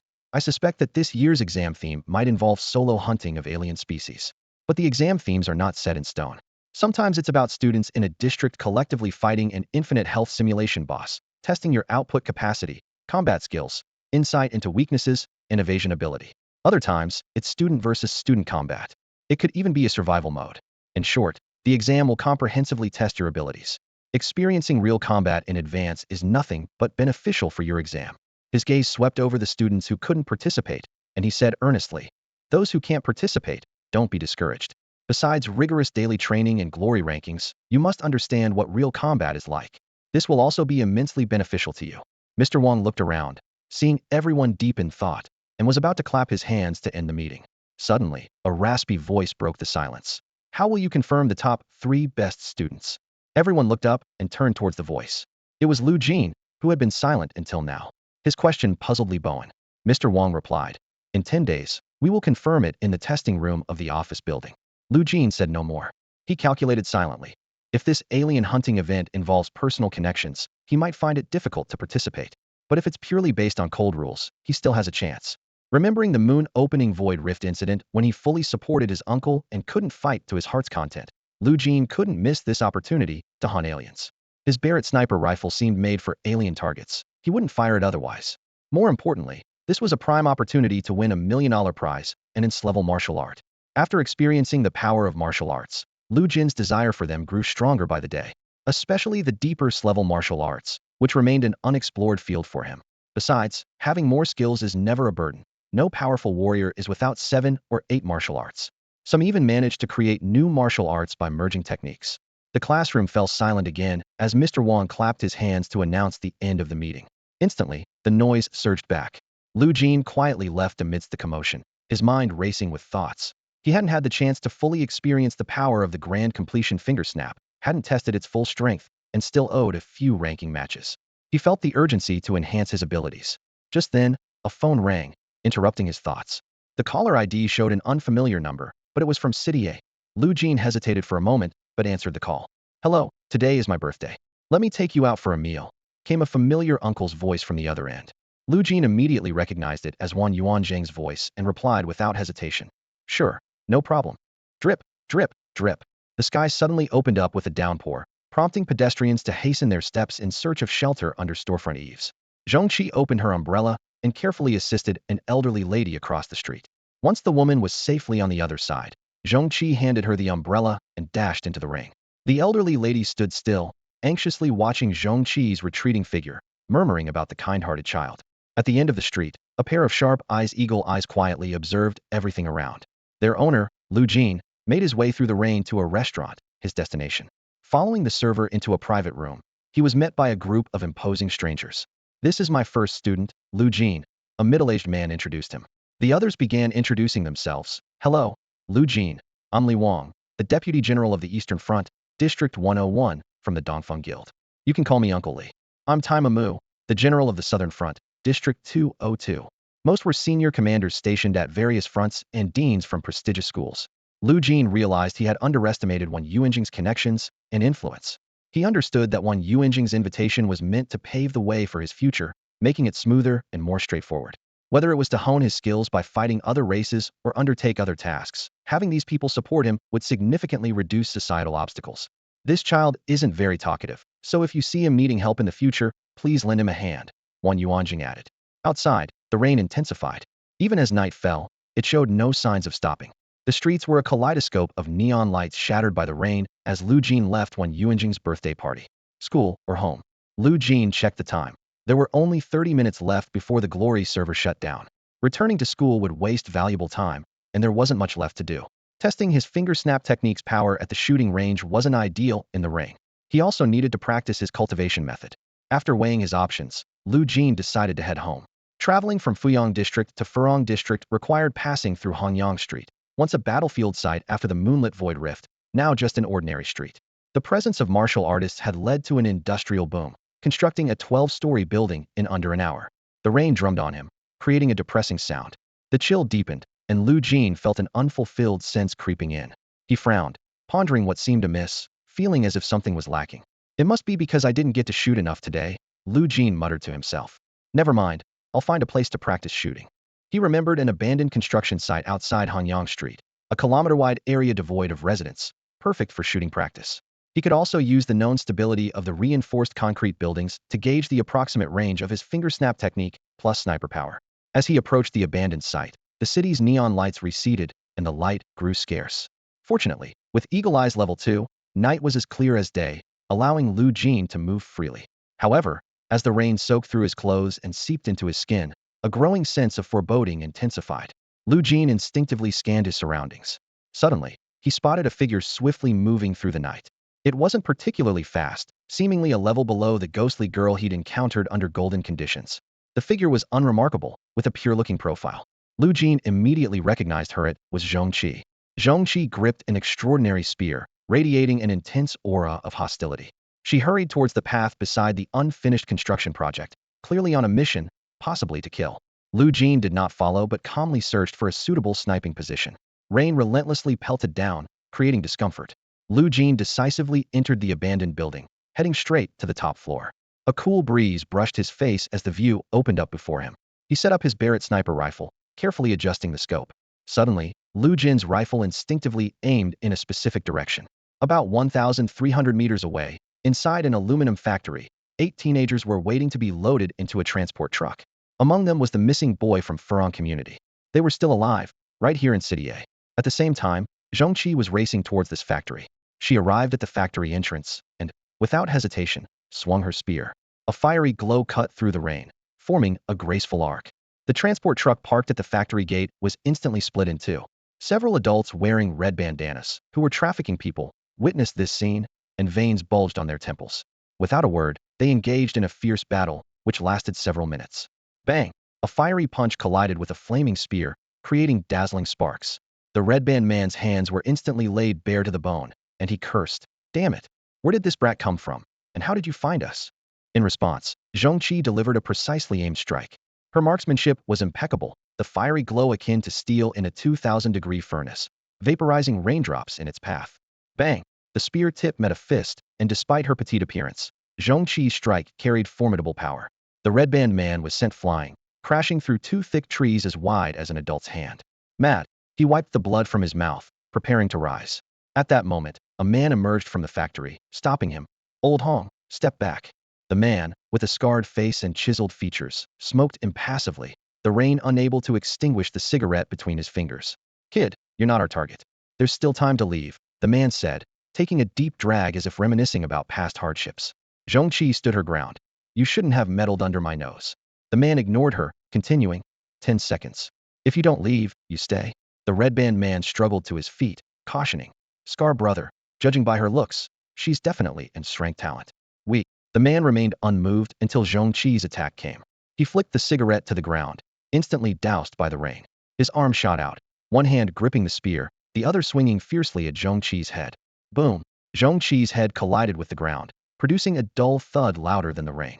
Her delicate face was quickly bloodied, but her eyes, burning with unyielding fire, remained as bright as ever. Zhongqi swiftly sprang up, retreating several steps. Without hesitation, she swung her spear again. This strike was significantly more powerful, the intense red light evaporating rain within a 2-meter radius. The man dodged in surprise, only to be confronted by another red beam piercing through the mist. The man quickly deflected the red beam and launched a fierce counterattack. Zhongqi swung the spear handle to block her chest. With a clang, raindrops scattered before the fist. The young girl, previously overwhelmed by the man's brutal attack, now exhibited a matched intensity, standing firm against his relentless straight punches. The rain gradually eased. The man finally seemed to understand why the petite girl had come alone and stopped holding back. His body suddenly swelled, his clothes tearing apart to reveal a physique as solid as a fortress. Boom, boom, boom. The two engaged in a fierce clash. The man's fists whistled through the air, striking repeatedly, while Zhongqi continuously pulled the trigger, the gunfire relentless. Bullets grazed the man's body, leaving scorched marks. Meanwhile, Zhongqi was hit by several heavy punches, her body curling painfully like a shrimp. Suddenly, Zhongqi employed a bizarre gun technique, her shot transforming into dozens of light streaks. The man smirked, ignoring the bullets piercing his body, smoke rising from the wounds. A hint of despair flashed in Zhongqi's eyes as the man grabbed the searing gun barrel, his hand sizzling from the heat, but he remained silent. "Scar brother!" A subordinate's shout rang out, but the man ignored it. He yanked the gun, then aimed a series of punches at Zhongqi's head, chest, and abdomen. With each blow, a horrifying bump protruded from her back. Scar brother knew Zhongqi was a genius, at least of SS rank. However, there was no turning back now. "If I had your talent, I'd still be honing my skills at the martial arts academy," he thought briefly, then raised his final punch, targeting Zhongqi's dazed head. In a haze, Zhongqi realized her grave mistake arrogance. She deeply regretted not being able to save the missing youths of City A. The rain had stopped unnoticed, leaving a profound silence. The man's fist seemed unstoppable, and everything appeared to be sealed. At that critical moment, an unexpected sound broke the silence. Warm blood splattered on the red-scarfed man's face, leaving him stunned. When he regained his senses, he collapsed to his knees. Somehow, a stranger had appeared beside Zhongqi. He wore a uniform featuring a 5-star tower logo, distinctly different from the 3-star tower logo of City A. Pressing his ear, the young man murmured, "Tracking mission failed. Target Scar brother was struck in the head by a long-range attack, confirmed to be a long-range martial artist." Turning to Zhongqi, who lay on the ground, he spoke with a hint of exasperation. "The missing youth case has actually been under secret investigation for a while. These juniors are all so reckless, thinking they're invincible. Let this be a lesson for you." While dialing emergency services, Luo Shuang reflected on the situation. He had been observing everything from the shadows. He hadn't intervened immediately to save Zhongqi because this was a rare practical experience, beneficial for the future of the juniors. Just as he was about to step in, someone else acted first, with such speed that even he couldn't evade it.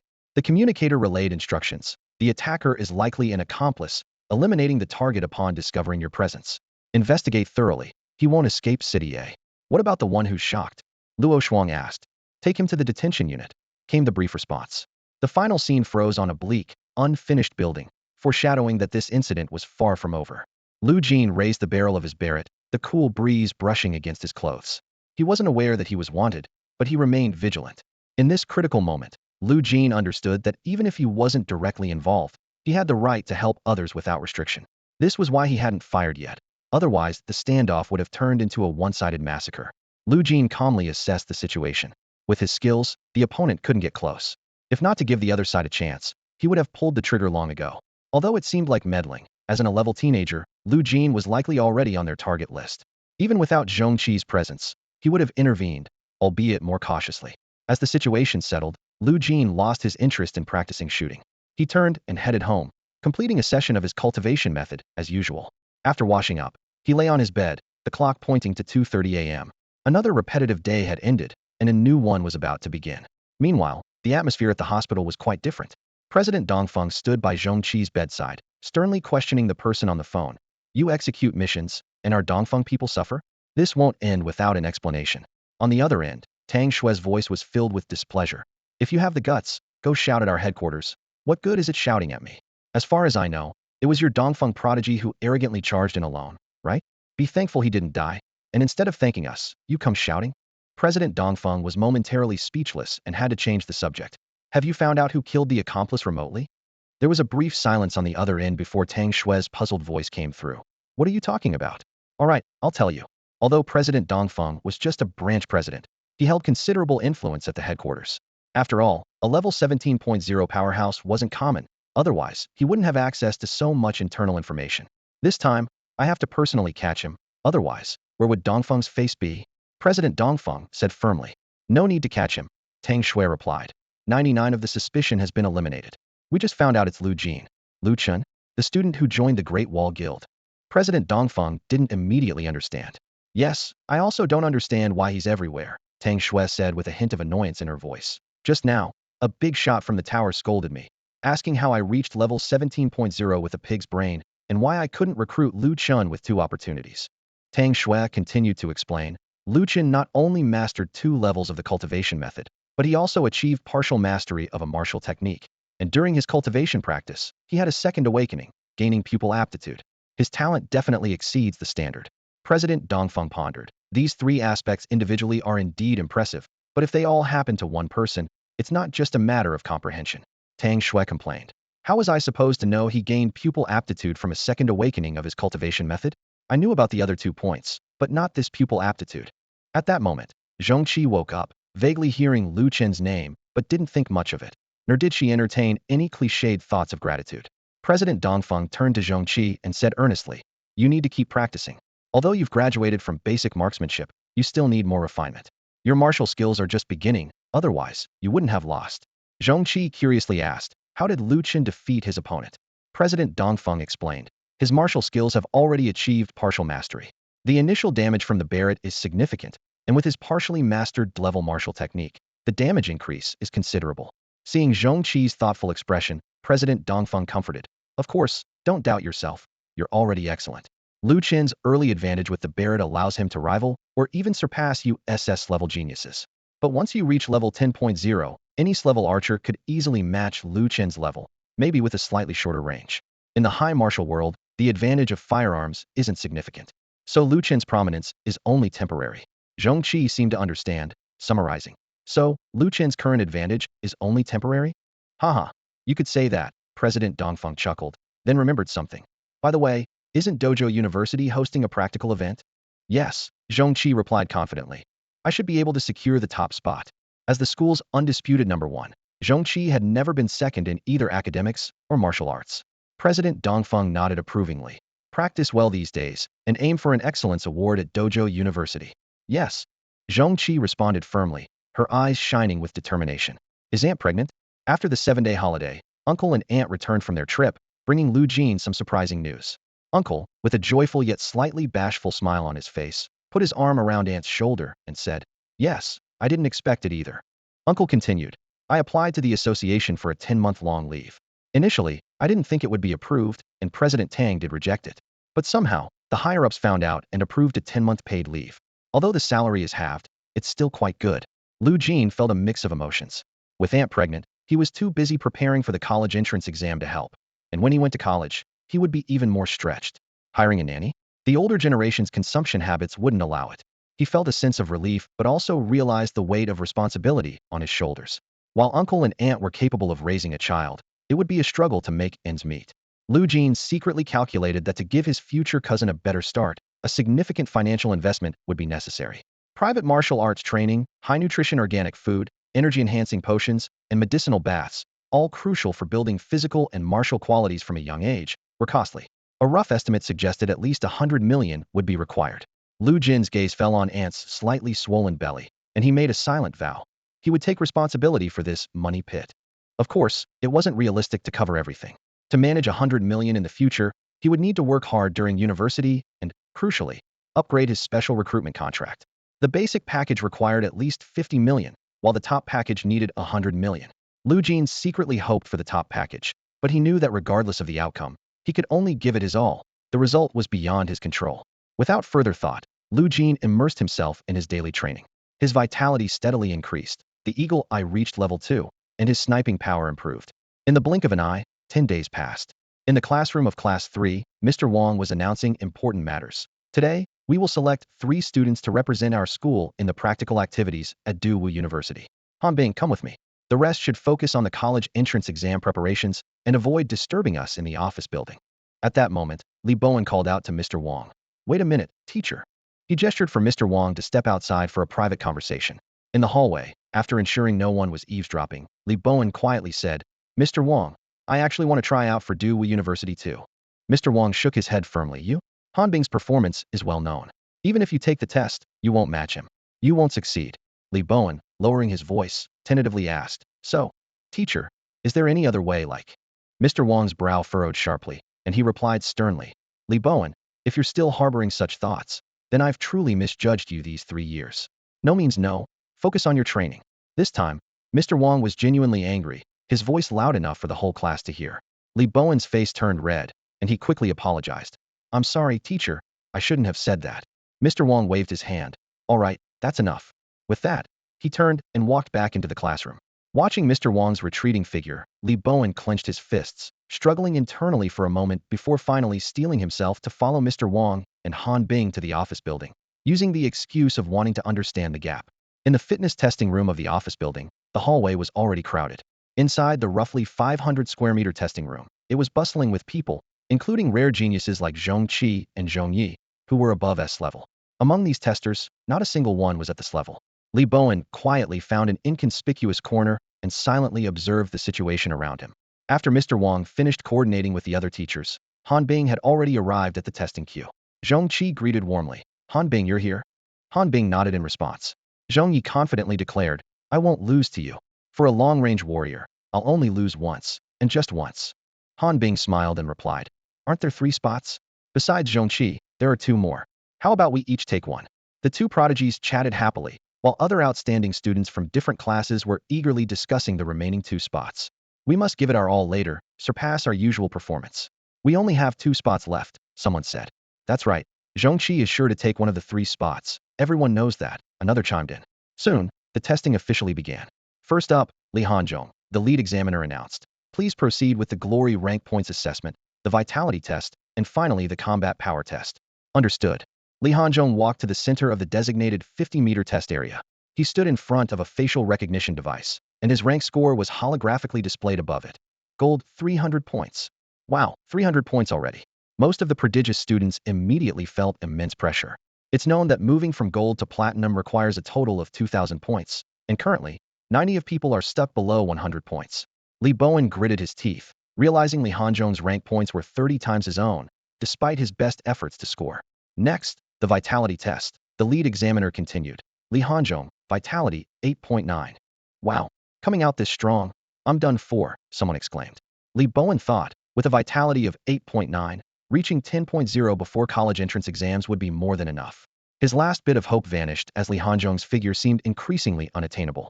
Finally, the combat power test, the testing teacher reminded. "Combat power and vitality are the most crucial indicators. Please exert your full strength." Li Hanzhong approached a 2-meter-tall large punching bag, covered with a defensive martial technique shield made of diamond-shaped fragments.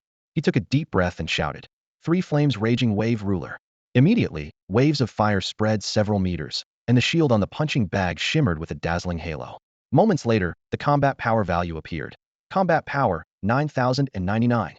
Just a bit more to reach the standard combat power of a level 10 official warrior, someone marveled. The standard combat power for level 10 is 10,000. And reaching 10999 is the pinnacle of level 10, just 1 point away from crossing into level 11. This 1-point difference often determines eligibility for higher level challenges.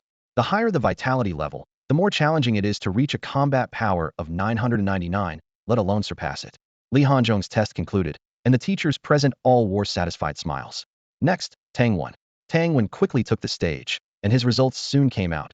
Gold, 200 points, vitality 8.8. Combat power 10,001. Although the first 2 metrics were not as high as Li Hanzhong's, his combat power had reached the level of an official warrior, sparking heated discussion among the students. Subsequently, one student after another came up for testing. Some had high vitality, others exceeded 10,000 in combat power, but the differences between them were not vast.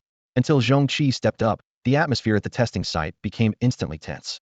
She was the only SS-level prodigy at the school. Everyone held their breath in anticipation. The testing teacher excitedly announced, "Gold 1,000 points. Vitality 9.5. Each number was astonishing. Zhong Qi's rank score was more than triple that of others, and her vitality had already reached the standard for a level 9 warrior. Combat power, 11,999. With this number announced, the crowd was in an uproar. Zhong Qi undeniably claimed the top spot by a landslide, leaving everyone in awe. Following her were Han Bing and Zhong Yi. Zhong Yi's results were a vitality of 9.0, and a combat power just under 11,000. Although impressive, it still couldn't compare to Zhongqi. After all the prodigies completed their tests, the teachers gathered to evaluate the data. Besides Zhongqi, who undoubtedly secured a spot, the selection of others wasn't entirely devoid of subjective factors, but it had to be based on relatively close abilities. Being slightly better than others didn't guarantee a win. Eventually, the teachers reached a consensus. Zhongqi, Zhongyi, Hanbing. No objections, right? One teacher was about to announce the results, picking up the paper datasheet and clearing his throat. Just then, a voice came from the entrance of the testing room. Wait, there's someone who hasn't been tested yet. A figure appeared at the door, drawing everyone's attention. Li Bowen's previously gloomy face suddenly brightened, as if seeing a savior. Zhong Ye's body involuntarily trembled, instinctively touching her forehead. This unexpected person was unfamiliar to most present. That person was Lu Jin. Lu Jin suddenly appeared at the test site, catching Li Bowen's attention. Li Bowen immediately approached Lu Jin, standing up straight with curiosity gleaming in his eyes. So, you really plan to participate in the combat activities at Dewey University? Li Bowen asked in a low voice, with a hint of surprise in his tone. Lu Jin ignored Li Bowen and walked straight to the teacher holding the data sheet. The test doesn't require participants to be above level, right? He asked directly. The teacher frowned in thought for a moment before replying. Indeed, there's no such requirement. But which class are you from, student? Mr. Wang interjected at the right moment. Lu Jin, a level. Everyone's gaze instantly shifted to Mr. Wang, but after he introduced Lu Jin, he remained silent, and the others turned their attention back to the test instructor. After pondering for a moment, the test instructor nodded and said, "All right, you can take the test." At that moment, Li Bowen suddenly stepped in front of Lu Jin, speaking loudly. "In that case, I want to try too." The teacher responsible for announcing the spots looked at Mr. Wang again, seemingly seeking his opinion. Mr. Wang remained expressionless, as if saying it wasn't his concern, simply rubbing his forehead in resignation. "All right then, both of you can take the test," the teacher said reluctantly. "Who wants to go first?" Li Bowen quickly raised his hand and strode confidently to the center of the test area, eager to go first. "I'll go first," he declared, with every step exuding the confidence of a prodigy. Reaching the test point, Li Bowen rubbed his hands together and eagerly began the rank test.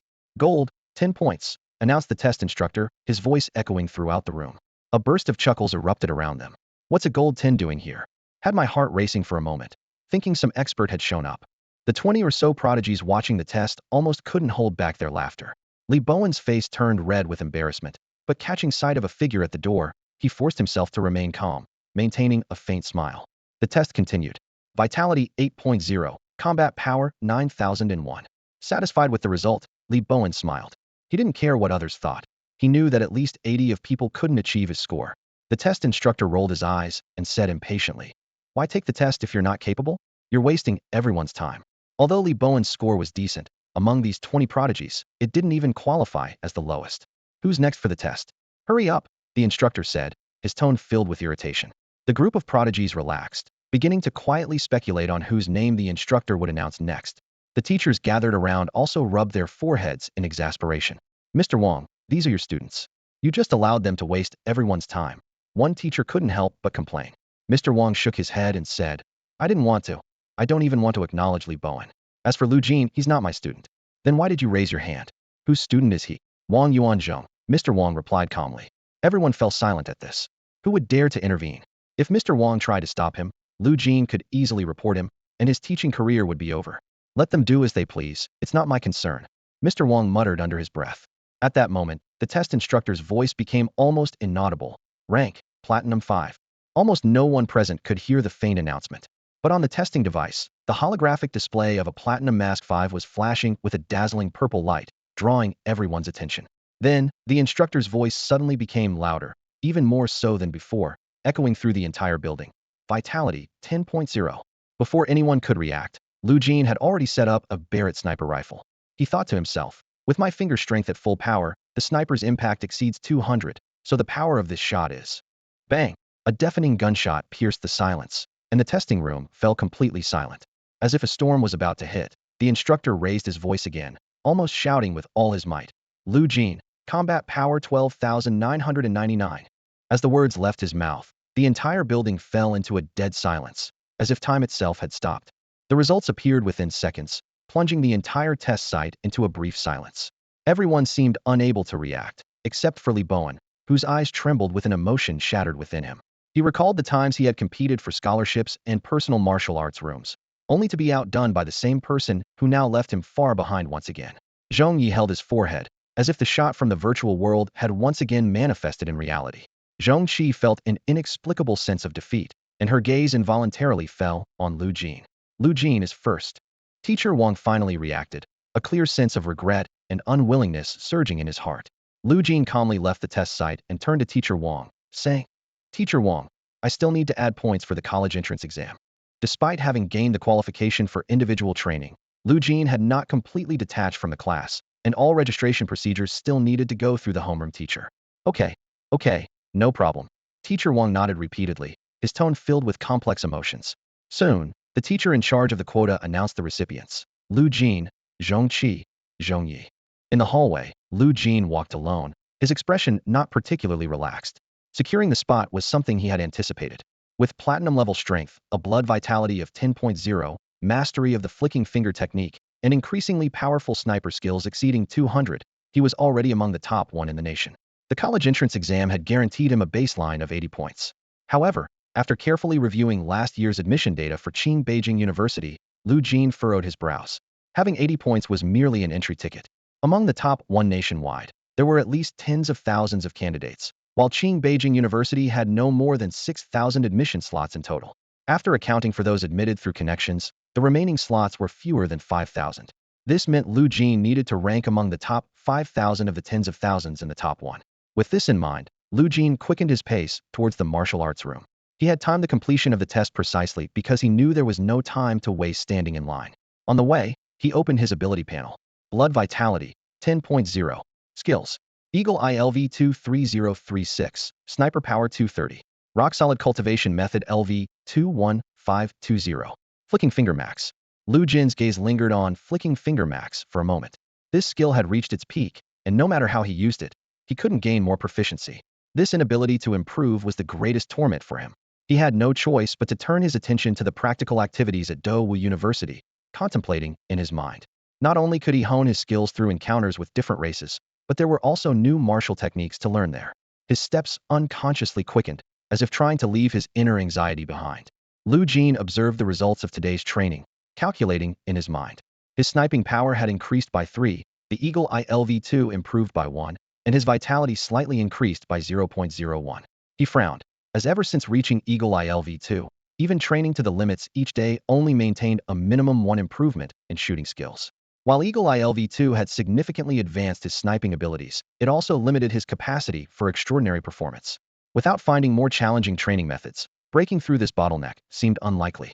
Lu Jin recalled recent simulated battles, whether against gold or platinum-level opponents. Various flashy shooting techniques like snapshots, one-handed shots, and kicks were already effortless for him. Such simulations had minimal effect on enhancing his proficiency with Eagle Eye LV2. His attention shifted to the insignificant 0.01 increase in vitality. He understood that the official requirement of reaching level 10.0 to be considered a formal warrior was not without reason. Beyond level 10.0, while the quality of vitality improved, the efficiency of improvement did not correspondingly increase. He remembered consuming 6 bottles of energy-enhancing liquid, and even with maximizing the efficiency of cultivation methods, a 0.1 vitality increase before level 10 equated to only 0.01 after level 10. As vitality levels rise, improvements become increasingly difficult. This is where the advantage of martial aptitude becomes evident. Martial aptitude directly affects the efficiency of vitality refinement, decreasing progressively from SSS to D grade.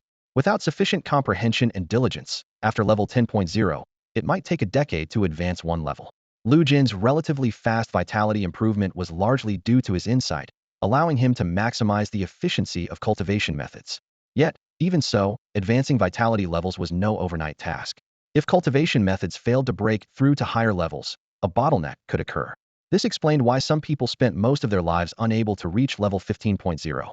In his contemplation, Lu Jin realized that the efficiency of his vitality improvement was difficult to further enhance. However, there was still room for improvement with Eagle Eye LV2, and he began pondering how to increase the difficulty of his shooting training. With these thoughts, a weary Lu Jin drifted into sleep. At 2:30 a.m., Lu Jin awoke, quickly washed up, and checked the latest news on his phone. Recently, the authorities had made some progress in several cases of missing teenagers, but due to unexpected interruptions of key clues, the investigation hit a bottleneck. Officials solemnly promised that all missing teenagers were still alive and warned any involved parties that if any Chinese teenagers were harmed, they would face the harshest punishment. Lu Jin recalled an experience where he had shot someone in the head, feeling a twinge of concern. However, he quickly dismissed the thought, reminding himself not to invite trouble. After all, he was just an ordinary person with no special abilities to handle such situations. Putting these thoughts aside, Lu Jin checked his phone again. His homeroom teacher, Mr. Wang, had sent a message in the group chat. Students participating in the Dewey University event needed to prepare their luggage for tomorrow. The school had rented a hunting ground in the Dongfeng Mountain Forest for the university's practical activities. For ordinary people, hunting is a rare experience, but for students about to enter Dewey University, it's an excellent beginner-level real combat opportunity. Although Lu Jin had experienced real combat once, it was limited to a single shot. Before potentially facing battles against other races, this hunting exercise was undoubtedly excellent practical training. Clearly, the school had invested significantly in this event. Setting aside his phone, Lu Jin headed straight to the shooting range. With the first gunshot, a new day officially began. With a sniping power of 230, combined with a tenfold increase from his perfected bullet finger technique, his effective sniping range reached an impressive 3,120 meters. Lu Jin took a deep breath, ready to embrace new challenges. The effective range here refers to a distance of up to 3,120 meters, within which the power doesn't diminish with increased distance. From the moment the bullet is fired, the speed climbs to its peak, only starting to wane at 3,120 meters. This shot is powerful enough to deform an alloy tank within that range. Lu Jin felt a slight recoil from the gunstock, pushing against his shoulder. 1,000 meters away, a chunk of the cliff face was instantly shaved off, debris scattering. He fired several shots in succession, each hitting the target with precision. However, Lu Jin suddenly realized that if he continued shooting like this, he might end up flattening the entire cliff. Flattening the cliff itself wasn't a bad thing, but he was concerned it might trigger a collapse and lead to unintended consequences. Decisively shifting his aim, Lu Jin targeted the green leaves on a tree at the edge of his vision. Bang! A leaf instantly turned to dust, followed by the tree trunk splitting in half. To minimize the destructive chain reaction, Lu Jin focused on aiming at the leaves at the top of the trees. Bang! Bang! Bang! The continuous sound of gunfire echoed in the air. Lu Jin kept changing magazines, pushing his aim, shooting, and reaction speed to the limit. Each shot nearly perfectly hit the target, with leaves turning to powder and vanishing without a trace. Exhaling deeply, Lu Jin furrowed his brow. Despite each shot hitting its mark precisely, he wasn't satisfied with the outcome. The efficiency was too low. At this rate, he could only maintain the baseline. He could clearly feel that the improvement from the Eagle Eye LV2 was not significant, almost unchanged from usual. Lu Jin decided to increase the difficulty. He tried various techniques like drag shots, jump shots, and quick scopes, but none posed a challenge. The capture ability of Eagle Eye LV2 was too strong, allowing him to lock onto targets before he even blinked. Wherever his gaze landed, the gun was already aimed. This sight-to-gun ability was basic for a competent sniper, but it seemed too easy for Lu Jin. Even using all sorts of unusual methods, Lu Jin's sniping remained effortless. He yearned to reach LV3, curious about what new abilities the next level would bring to his vision. However, at that moment, it seemed as though he had reached some kind of limit. Lu Jin quickly dismissed the notion that his sniping skills were unbeatable worldwide. He knew that the so-called limit was merely a shackle he had set for himself. While contemplating, he continued shooting at the leaves as targets. Bang, bang, bang, bang. The consecutive gunshots exploded in the air, like fireworks during a festival. In the distant low-rise houses, Wan Yuanzheng was startled awake by the noise. Lighting a cigarette silently, he sensed a hint of urgency in the boy's relentless shooting. Despite already being so excellent, why push so hard? Not enough. Still not enough. Lu Jin fell into a frenzied state. Although he was using bullets formed from condensed qi and blood, almost devoid of gunpowder smell, an invisible sense of pressure enveloped him. He desperately needed a more challenging target, but aside from the leaves, there seemed to be no other extreme objects in view. Even if there were, they would merely be a different form of the same challenge, still not difficult for him. Lu Jin pushed the capture ability of Eagle Eye LV2 to its limits, tracking anything that could become a sniping target. However, none seemed as challenging as those leaves. Suddenly, bang! Lu Jin's pupils constricted sharply. His shot inadvertently grazed a swarm of mosquitoes hovering under a street lamp.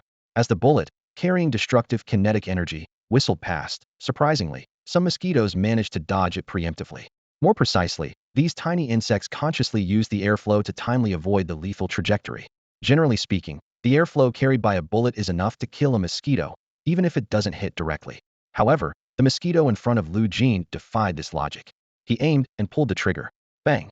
The bullet whistled out, seemingly about to hit its target, but the tiny mosquito appeared to have a mind of its own, gracefully carried away by the airflow, leisurely drifting in the air. Lu Jin frowned and aimed again. This time, he intentionally adjusted his aim by a few degrees, trying to predict the mosquito's movement. Nonetheless, the mosquito reacted even more swiftly, effortlessly dodging and continuing its drift, unaffected. Lu Jin realized this was no ordinary opponent. Unwilling to concede, Lu Jin fired a series of shots. The first shot was aimed directly at the mosquito, the second at the direction the airflow might carry it, and the third at where it might be blown to next. These 3 shots seemed to weave an invisible net, intending to trap this elusive target.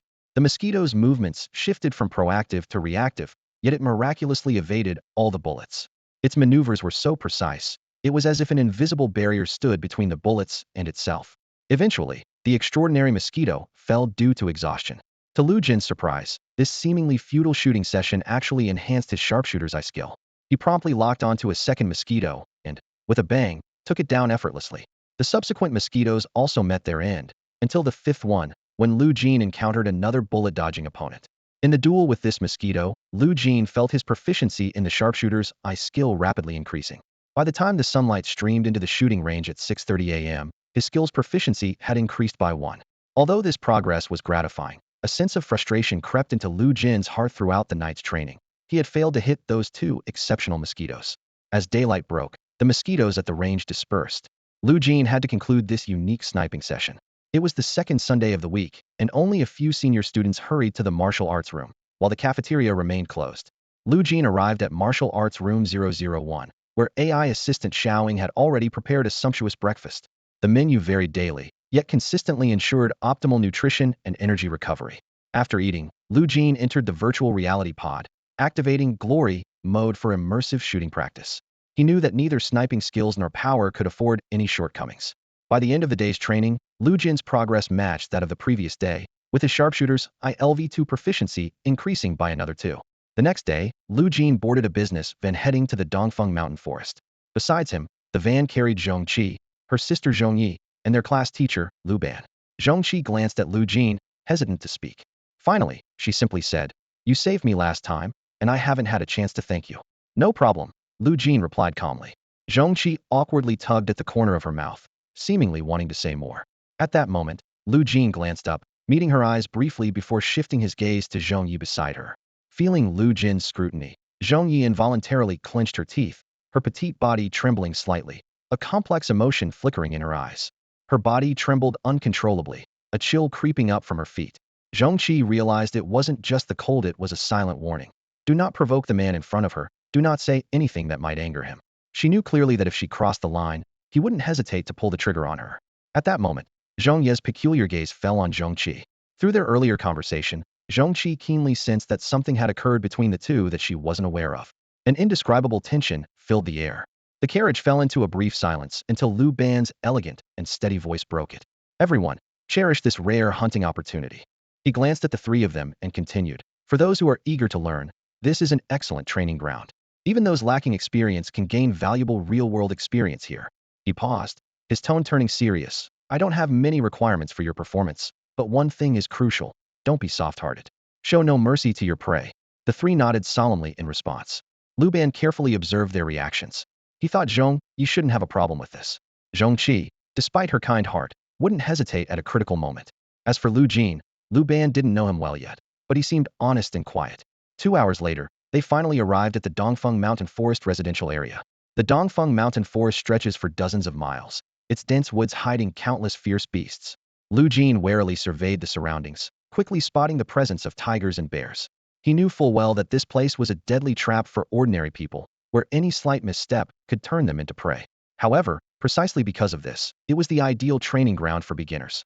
Lu Jin continued to observe the environment. Besides large predators, the air buzzed with mosquitoes, and even smaller, more perceptive creatures. The trees crisscrossed, overgrown with weeds, severely limiting the field of view for sniping. Lu Jin realized that executing an unimpeded shot in such an environment would not be easy. This was Lu Jin's first time leaving the familiar shooting range for training in such a complex environment. Clearly, this forest terrain wasn't a sniper's comfort zone, but it was this kind of challenge that could truly hone one's skills. Thinking of this, Lu Jin felt a surge of anticipation. Hunting with a Barrett in this primal jungle was an experience he could never have otherwise. He resolved to seize this opportunity and make the most of every detail in the Dongfeng Mountain Forest to enhance his skills. Just then, a staff member hurried over. "You must be from Yizhong," he said warmly. "I'll grant you 4 access permissions shortly. You can hunt any beasts inside and cut down trees as you wish. In short, this is your exclusive training ground." Seeing their slightly surprised expressions, the staff member explained. "In this world, it only takes a year to create a forest, and maintenance costs are within a controllable range." He continued with enthusiasm, "Stay safe, and if you encounter danger, send a message immediately. Remember, you must return to the residence by 7 p.m. With that, the staff member led Lu Jin and the others to their accommodations. They were paired off, with Lu Ban and Lu Jin sharing a room, and Zhong Qi and Zhong Yi in another. After they settled in, the staff member handed each of them an ID authentication card. "You don't need to bring back the prey's carcasses. Staff will handle them." The staff member confirmed one last time. "If there are no other questions, then your hunting feast officially begins. Happy hunting." I emphasize once again, hunting is not the goal, training is the essence. Lu Ban reminded the 3 at the entrance of the East Peak Forest. His gaze was serious, his voice low and firm. "If you focus solely on hunting, you lose the true meaning of this hunt." Lu Ban's words carried deep significance. This hunt was actually a preparation for the upcoming foreign creature elimination event by Dawu University in the Zamudi Snow Mountain Range. The 3 listened attentively, nodding silently. They knew well that gaining something from this hunt would give them an advantage in the university's practical combat. Seeing the 3 understand, Lu Ban said no more. The staff then guided them to the entrance of the East Peak Forest. 3 paths fanned out, each leading in a different direction. Zhong Qi excitedly turned to Zhong Yi. "Let's go together." Zhong Yi agreed readily. "Sure, since the university combat is also team-based by school, this is a good chance to practice our coordination." The 2 looked at Lu Jin in agreement, only to see him say expressionlessly, "I'll take another path. As a long-range fighter, I'm better suited to act alone." In other words, snipers always operate solo. Even with teammates, they can only support from afar. Zhong Yi was thrilled by his words, but seeing Lu Jin's calm expression, he quickly restrained his smile. Zhong Qi briefly reminded, "Stay safe." Lu Jin nodded lightly, and the 3 went their separate ways. As they ventured deeper into the forest, the occasional roar of a tiger could be heard. Suddenly, a loud bang. 100 meters away, a tiger's head exploded, bringing down dozens of surrounding trees. Another gunshot followed, and a triangular-headed snake hiding in the fallen leaves 50 meters away was instantly killed, sending leaves scattering in all directions. Lu Jin's vision penetrated layers of trees, taking in everything within a 500-meter radius. His eyes sharp, he locked onto another target. Bang! 500 meters away, a bear foraging for food fell, the bullet carrying the divine power of a .230 caliber shot, easily piercing all obstructing trees. The gunshots echoed through the forest, causing nearby animals to flee in panic. Soon, Lu Jin's view was devoid of any beasts. Meanwhile, the gunshots reached Zhong Qi and Zhong Yi on another path. Zhong Qi couldn't help but tease the slightly trembling Zhong Yi. "Why are you so sensitive to Lu Jin's gunshots?" Zhong Yi's cheeks flushed, his voice slightly trembling. "You don't understand. The feeling of being headshot by him during the ranking match is unforgettable." He paused, then added, "Stop laughing." Zhong Qi stifled his laughter, speaking seriously. "Then you should listen to his gunshots more, to overcome this psychological barrier." Zhong Yi nodded slightly. "That's what I think too. Only by facing fear can you conquer it." However, in the next 10 minutes, the gunshots ceased, as if they had never occurred. The 2 couldn't help but wonder, why isn't he shooting? Meanwhile, Lu Jin continued deeper into the forest, lost in thought. Occasionally, wild monkeys would flee at the sight of him, but he paid them no heed. These targets were too simple, lacking the challenge of a real hunt. Even for improving his Eagle ILV2 proficiency, the efficiency was only minimal. Lu Jin pondered, perhaps targeting smaller and more agile creatures like mosquitoes could more effectively enhance his Eagle ILV2 proficiency. But clearly, this would not maximize the benefits of this hunt. He continued on, searching for targets that could truly challenge and enhance his abilities. Lu Jin arrived at the forest of Dongfeng Mountain, initially thinking he was there to hunt mosquitoes, but he unexpectedly grasped the essence of hunting. He quickly realized that his powerful Barrett rifle was not powerful in the complex forest environment. His encounter with a bear taught him that to truly improve here, he needed to rethink his tactics. Venturing deeper into the forest, Lu Jin set up his Barrett and aimed at a mosquito. The mosquitoes in Dongfeng Mountain were more agile than those at the shooting range, making them hard to hit even when locked on. Just as he was about to fire a second shot, a white rabbit dashed across his line of sight and quickly vanished. Instinctively, Lu Jin tried to lock onto it, but had to cancel as the target disappeared. This loss of control was unsettling. Suddenly, Lu Jin seemed to grasp something crucial. He put away his Barrett and, using his keen perception, began to track the rabbit's trail. However, the dense underbrush and rugged terrain severely limited his movement. At that moment, Lu Jin had an epiphany. The essence of hunting is adapting to the environment. Different environments affect a warrior's combat power differently, with no fixed limits. Just as wielding a Guan Yu's broadsword in a narrow alley is impractical. In this complex forest, he needed to change his mindset, learn to use the environment, and avoid obstacles. Realizing this, Lu Jin immediately began trying to move as if on flat ground in the rugged forest. He carefully analyzed everything around him, looking for features he could use to achieve unobstructed sniping. This undoubtedly increased the difficulty of the hunt. Finally, Lu Jin spotted the rabbit again. He aimed and fired, but the bullet landed just beside the rabbit. Startled, the rabbit fled again, skillfully using the environment to cover its escape. Lu Jin continued to track and shoot, and in this obstacle-filled forest, his movements gradually became smooth and effortless. By 7 p.m., as darkness began to fall, Lu Jin returned to his living quarters with an exhausted rabbit in hand. He checked his panel, and although there were no new skill options, he was sure he had made progress. At the very least, he had learned to fully consider the surrounding environment before and after combat. Lu Jin decided that his next focus in hunting training would be on improving his speed in adapting to the environment. He clearly understood that this ability was crucial for confidently facing other races in the practical activities at Dewu University. After all, the Snow Mountain range was more complex and vast than Dongfeng Mountain. Back at the living quarters, the open courtyard was filled with the enticing aroma of barbecue. Several chefs were preparing dinner outdoors, while Zhongqi and Zhongyi each held an untouched skewer of meat. Lu Ban was playing a holographic video, pointing out issues Zhongqi and Zhongyi encountered in the forest. Look, weren't your movements in the forest very clumsy? Sometimes you were even blocked by trees and rocks in your path. You were completely unaware of the impact of the environment, focusing solely on chasing the prey. Then, the video switched to a third-person view of Lu Jin. Lu Ban continued. Now look at what Lu Jin is doing. He has obviously realized this issue and is engaged in relevant training. After Lu Ban finished a half-hour holographic video lesson and turned off the projector, the courtyard fell silent. Zhongqi and Zhongyi eagerly grabbed the skewers, the spicy cumin flavor tantalizing their taste buds. Meanwhile, Lu Jin had just finished showering and changing clothes, arriving just in time for dinner. He sat down and picked up the chef's carefully roasted bear paw, tasting this rare delicacy for the first time, something even the 001 martial arts room seldom offered. Watching Lu Jin focused on his meal, Lu Ban hesitated. He realized that this young man had surpassed what he could teach. The real knowledge awaited him at the university. Lu Ban chuckled awkwardly, casually saying, "Eat up," before leaving the courtyard to give the three young people some space. Zhongqi wiped her mouth and broke the silence. "The teacher praised you for half an hour just now." Lu Jin responded briefly, "I know." Zhongqi's mouth twitched, silently acknowledging that Lu Jin was indeed a conversation stopper. But she had more to say. "Zhongyi is afraid of you. Do you know that?" "I know," Lu Jin replied just as briefly. "That's it." Zhongqi pressed on. "How did you know?" Zhongyi was about to take a big bite of her skewer when she heard this and immediately stopped, her face turning bright red. She was also curious about how Lu Jin had noticed. Suddenly, she felt a slight, uncontrollable tremor in her body, her pupils dilating, and her face showing fear. Zhongqi continued to probe. "Do you know why she's like that?" Lu Jin frowned, pondering for a moment before admitting, "I really don't know why." Zhongqi finally smiled. "Did you forget you matched with her in the glory ranking battle?" she said. Before she could finish, Zhongyi quickly stuffed a sausage skewer into Zhongqi's mouth. Zhongqi bit off the skewer and, while chewing, continued. "You blew her head off with one shot, and she's terrified of your marksmanship. I mention this because a qualified martial artist shouldn't fear anything. If they do, they should overcome it." Zhongyi lowered her head in shame, almost burying her face under the table.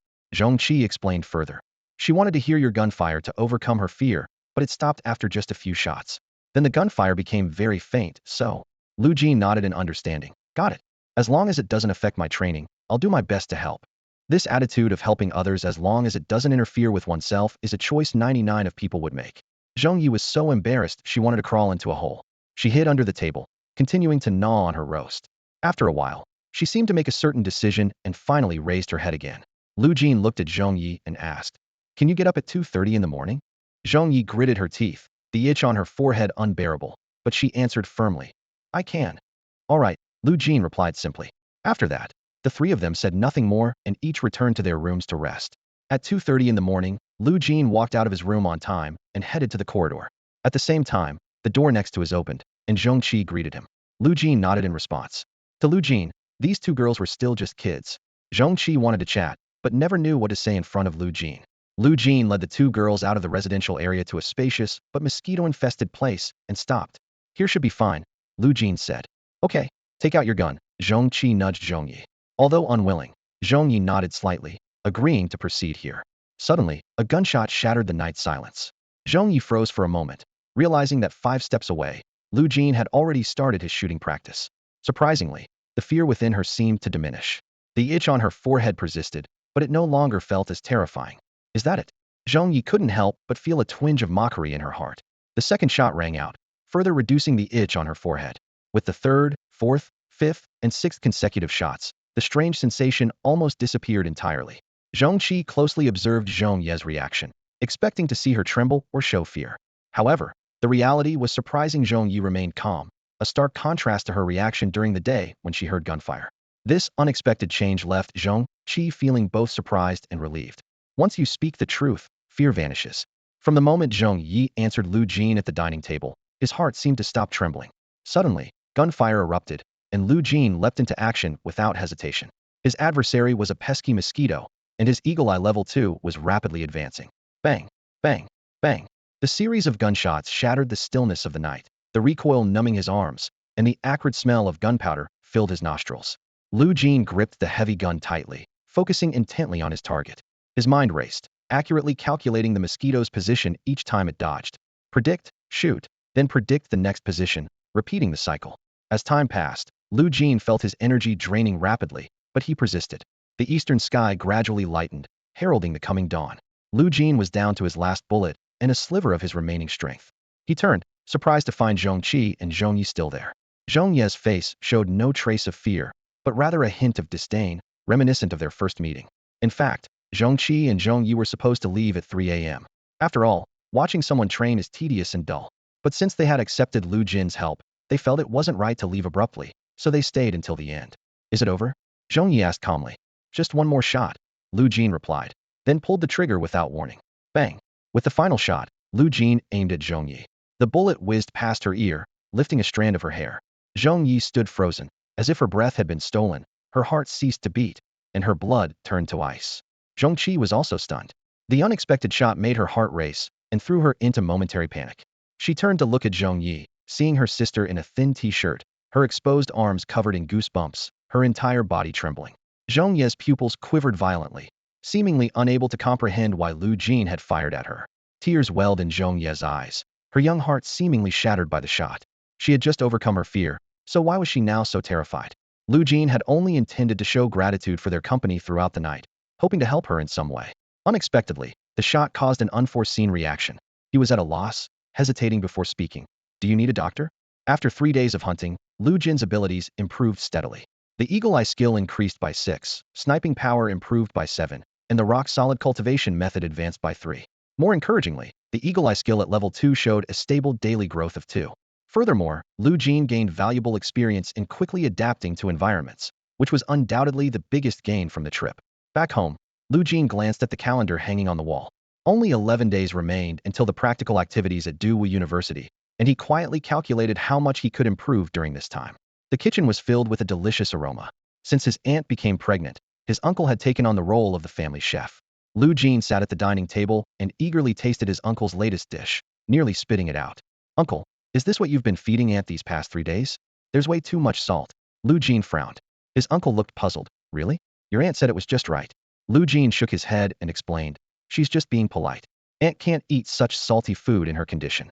Hearing this, his uncle took the dish away and headed back to the kitchen. Perhaps due to this little incident, his aunt's smile seemed even brighter than before. Time flew by, and 13 days passed in the blink of an eye. On the bus to Dewey University, Lu Jin opened his panel to carefully check his progress. His vitality reached 10.1, and various skills showed significant improvement.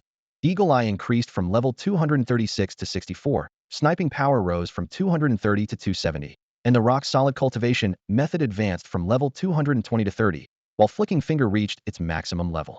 Lu Jin calculated in his mind that at this rate, achieving Eagle Eye level 2 before the college entrance exams was certain. However, breaking through the rock-solid cultivation method level 2 was still uncertain. Despite some quality improvement, the baseline didn't increase accordingly. Unless he had a sudden epiphany, he might only rely on the baseline growth each day. The increase in vitality also faced a similar challenge. After reaching level 10.0, upgrading became extremely difficult for all martial artists. Even those with SS grade martial aptitude might not improve their vitality in an entire day. In comparison, Lu Jin's stable baseline growth already surpassed most people. What's more, he occasionally exceeded the baseline with exceptional performance. Lu Jin understood that continuous effort would surely yield results. However, when he saw that Flicking Finger had reached its maximum level again, he felt a sense of urgency. He hadn't made progress in martial skills for a long time, and with the college entrance exams approaching, he needed a breakthrough in this area. With this in mind, Lu Jin packed his daily essentials into his backpack and embarked on the journey to Daewoo University. On the bus, aside from Zhongqi, Zhongyi, Lu Jin, and the driver, there was no one else. Zhongqi took out a stack of identity information forms from her bag and said, "You weren't at school earlier. Lu Ban gave us some homework, though it doesn't seem very useful. This time, the practical activity participants are all S-level and above students. The competition is tough. Everyone is at least on the same level, so it's not easy for us to achieve excellence." The practical activities at Daewoo University offered 2 awards, Team Excellence and Individual Excellence. The Team Excellence Award was given to the group with the best performance in eliminating alien races, with each of the 3 members receiving a $1 million prize and S-level martial skill. The Individual Excellence Award was determined by the university's leadership based on students' performance during the alien race elimination. When Zhongqi mentioned, "not easy," she was mainly referring to the competition for the top team award. On a personal level, whether in terms of courage, talent, or skill, Zhongqi had a great chance of winning the Individual Excellence Award. Her real concern was the performance of Zhong Yi and Lu Jin. Among the participants, Zhong Ye's S-level strength was only average, while Lu Jin, as an A-level martial artist, was already at a disadvantage due to his lower level. To achieve personal excellence, he needs to put in even more effort. Zhong Ye's face lit up with excitement, his eyes gleaming with a sense of challenge. He turned to Zhongqi and said firmly, "Don't worry about me. Just focus on yourself." Lu Jin nodded, calmly analyzing. "We may seem like a team, but we're actually competing individually. Team excellence is just a secondary goal." Zhongqi disagreed, frowning as she retorted, "Since we're a team, we should aim to win together." Her words left Lu Jin and Zhong Yi in silence, clearly holding different views on the matter. Quickly changing the subject, Zhongqi spread out a stack of identity forms on the table, representing information about 3 people. Yin Chengcheng, she pointed to the first form, has a dual SS-level talent in Shadow Phantom, excelling in speed, and an astounding A-level intuition. Her hidden dragon step has reached a masterful level. Zhang Tianbiao, she continued with the second person, also has dual SS-level talent in 6 paths form, and an A-level proficiency in Bajiquan. He is a powerhouse, capable of punching a ton-weight armored vehicle 100 meters away. Lastly, Tang Xiaoqiu, Zhongqi pointed at the third form, has a dual SS-level talent in Luotian sword, and has been pre-admitted to the Qingbei River Sword Academy. His swordsmanship perfectly aligns with the Great River Sword intent, often saying, "Within 3 feet, I am invincible." Taking a deep breath, Zhongqi concluded, "These 3 with SS-level talents are beyond ordinary. Even if they just show up, they can easily secure spots for excellence." She looked down at her own information, her tone slightly dejected. "In comparison, I only have a single SS-level qualification, and even securing personal excellence is uncertain, let alone team excellence." Zhongqi glanced around, lowering her voice. "Actually, I know much more than these 3 forms reveal. Our team from Yizhong doesn't stand out among the national school teams. Honestly, the odds are quite slim." She turned to Zhong Yi, noticing his expression had become serious. Although Zhong Yi always enjoyed facing challenges, the pressure was immense against such formidable opponents. Among these talents, even S-level seemed insignificant. For a moment, their perspective widened, realizing the enormous challenge ahead. Lu Jin, however, didn't dwell on these thoughts. He asked directly, "Besides this information, do we have a map of the Mushue Snow Mountain Range?" Zhongqi shook her head. "No. The map of the Mushue Snow Mountain Range is only held by the relevant leaders of Daewoo University." At that moment, the bus passed the Yihuan subway station, and they arrived at Daewoo University. Outside the gate, teenagers in different school uniforms lined up, contrasting sharply with the university students in well-fitted combat suits. Lu Jin quickly scanned the crowd, spotting Yin Chengcheng, Zhang Tianbiao, and Tang Xiaoqiu among them. At 11 o'clock sharp, the principal and several school leaders emerged, leading approximately 1,500 students participating in practical training into the campus. The principal of Daewoo University proudly announced, "Our university is situated by one of China's largest mountain ranges, Xuemo, covering an area of 100,000 square meters, with over 112-story buildings. We also have 1,000 personal martial arts rooms available anytime for students in need." Lu Jin looked around, seeing towering buildings and breathtaking scenery, as if in another bustling city. Many students around were excitedly discussing, I must get into Wu University, and I have to enroll here. The principal's introduction and tour inspired many high school students. After all, Wu University ranks high among the 985 universities, and the 1,000 high school students present all have the qualifications to enroll, as long as they choose to. Next, the principal and other leaders led different groups of students to various dining halls for lunch. This is delicious, a student exclaimed. And a plate of pure organic grain-fed Longjiang pork rice costs only 25 yuan. Outside, it would be at least 120 yuan. I'm definitely choosing Wu University. The rich and nutritious food, along with the affordable price, was a huge draw for high schoolers. However, none of this stirred any emotion in Lu Jin. He knew he would give his all, and if there was a better option, he would choose it without hesitation. At that moment, in an unnoticed corner, Lan Yu gently tapped Yin Chengqing's shoulder, pointing in a direction and whispering, "That's him, Yin Chengqing. I'd recognize him even if he turned to ash, the one who blew both our heads. Should we go over and say hello?" Lan Yu asked softly, glancing at the group of people not far away. "No need," Yin Chengqing replied decisively, a hint of caution in her eyes. "Those people could blow our heads off." She paused, a slight smile forming on her lips. But now, things are different. There was a trace of confidence in Yin Chengqing's voice. "I've mastered the hidden dragon steps, allowing me to disappear like a true dragon. Combined with Shadow Phantom, I can make it seem like I don't exist in this world." A cold gleam flashed in her eyes.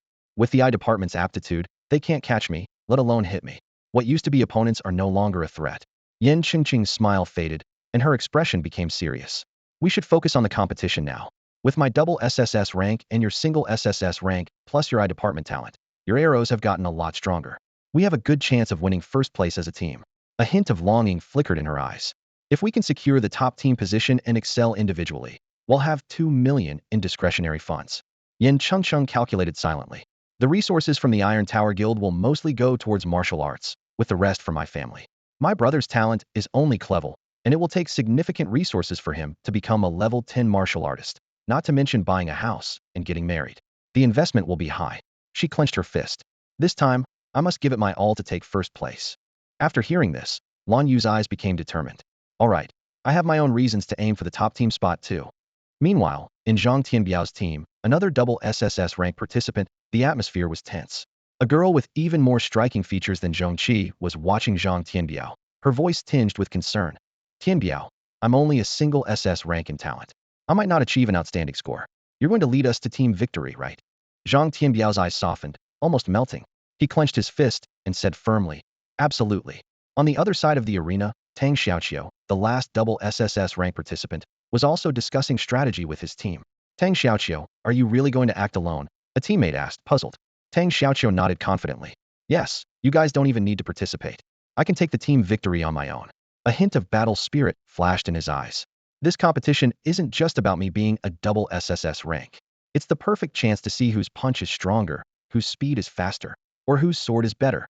What if you don't take first place?" the teammate pressed. Tang Xiaoqiu thought for a moment, a hint of disdain in his voice. "Then it's because you guys are weak. I will definitely secure the top individual KD." "What if?" the teammate asked again.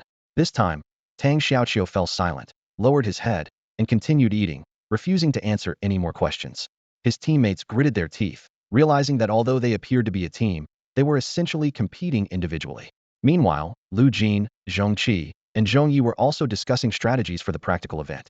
"For 3 days of hunting, you haven't joined us once. What's your plan?" Zhong Qi asked, a hint of curiosity in her eyes. Lu Jin answered simply, "Going solo." Zhong Qi frowned. "To take first place, it's best to spread out and kill the other races. But doing so would slow down the efficiency of eliminating them." Lu Jin replied calmly, "Perhaps. You seem to forget our combat power." Zhong Qi's pupils contracted sharply, recalling the scene from the test day.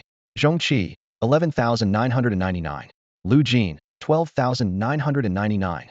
Lu Jin already possessed the top-level combat power of a level 12 martial artist. In other words, Lu Jin was the strongest presence in the school. Zhong Qi rested her chin on her hand, lost in thought. That's just the basic combat power under the power test. In actual combat, more factors must be considered, and combat power is somewhat affected. Her gaze fell on Lu Jin. Lu Jin, a Barrett, a long-range warrior, would have an even greater advantage in a real battle compared to close-range fighters. She analyzed. "I need to be within 2 meters to attack a target 100 meters away. But you can engage from 100 meters away. Your actual combat power is higher than the 12,999 figure." All right, I respect your decision. Zhong Qi finally conceded. Just then, Zhong Yi suddenly slammed the table. Hey, are you underestimating me? Zhong Qi was about to explain, but Lu Jin spoke first, calmly yet provocatively. Then prove yourself. Zhong Ye's chest heaved, a fire of determination igniting in his eyes. After lunch, the students gathered outside the cafeteria. The principal enthusiastically asked about the quality of the meals and encouraged everyone to provide feedback. He then announced the start of dormitory assignments, instructing students to head to the rooms corresponding to the numbers on their ID cards. See you all at the entrance of the Shuamu Snow Mountain Range at 8 a.m. tomorrow. His voice echoed through the air. The students moved into their dorms, each approximately 90 square meters and fully equipped, even featuring a high-end massage chair. These thoughtful arrangements made most students feel a sense of belonging to Dowu University. As night fell, the campus descended into tranquility. The next morning at 8 a.m., nearly 1,000 senior students gathered at the entrance of the snow-covered, sprawling valley. As a prestigious 985 and 211 university, Dowu did not need to count the students, confident that each one would arrive on time. A school official took the microphone, his voice carrying through the cold air. Behind me is the entrance to the Shuamu Snow Mountain Range. The terrain inside is complex, the climate harsh, and it is home to tens of thousands of alien creatures, including formidable beings of levels 9, 10, and even 13 and 14. He continued solemnly. Participation in this event requires signing a death waiver. Dowu University holds this real combat exercise every 3 years, and in the past, students have been seriously injured or even killed. This is not a drill but a real battle between humans and aliens. This is your last chance to back out. After this, there will be no turning back. Not a single student backed down. They were here to fight. The school official waved his hand, and 1,000 contracts flew toward the students. Once signed, the contracts automatically returned. Let's begin, he ordered, and the barrier at the back opened, revealing hundreds of paths leading into the depths of the mountain range. Zhang Tianbiao, leading 2 female teammates, was the first to choose a path. Tang Xiaoqiu, Yin Chengcheng, and others also headed toward their chosen entrances. It's up to you now, Lu Jin said to Zhong Qi. You too, Zhong Qi replied. Lu Jin glanced at Zhong Yi, his tone slightly encouraging. Prove yourself well. Although Zhong Yi felt some dissatisfaction, he dared not show it in front of Lu Jin, who had once intimidated him. Lu Jin left alone, while Zhong Qi and Zhong Yi chose another path together. Thus began the young generation's battle against the aliens. Meanwhile, in a luxurious suite on the top floor of a certain building, several vice principals of the Martial Arts Institute, the principal, and other school leaders had gathered. Before them were a series of holographic screens displaying third-person views of the students, key locations, and a macro view of the Snow Mountain Range. On the left, a data recorder updated in real time with students' combat data and scores against the aliens. These are the top talents from 500 schools across the country, one leader remarked. It's no easy feat to draw so many schools to participate in our combat event, especially those from other cities. Inviting them is particularly challenging. Indeed, the principal agreed. Securing the participation of 500 high schools is the best outcome we could hope for. We must do everything to recruit Yin Chengcheng and Zhang Tianbiao, those 2 triple-strated geniuses.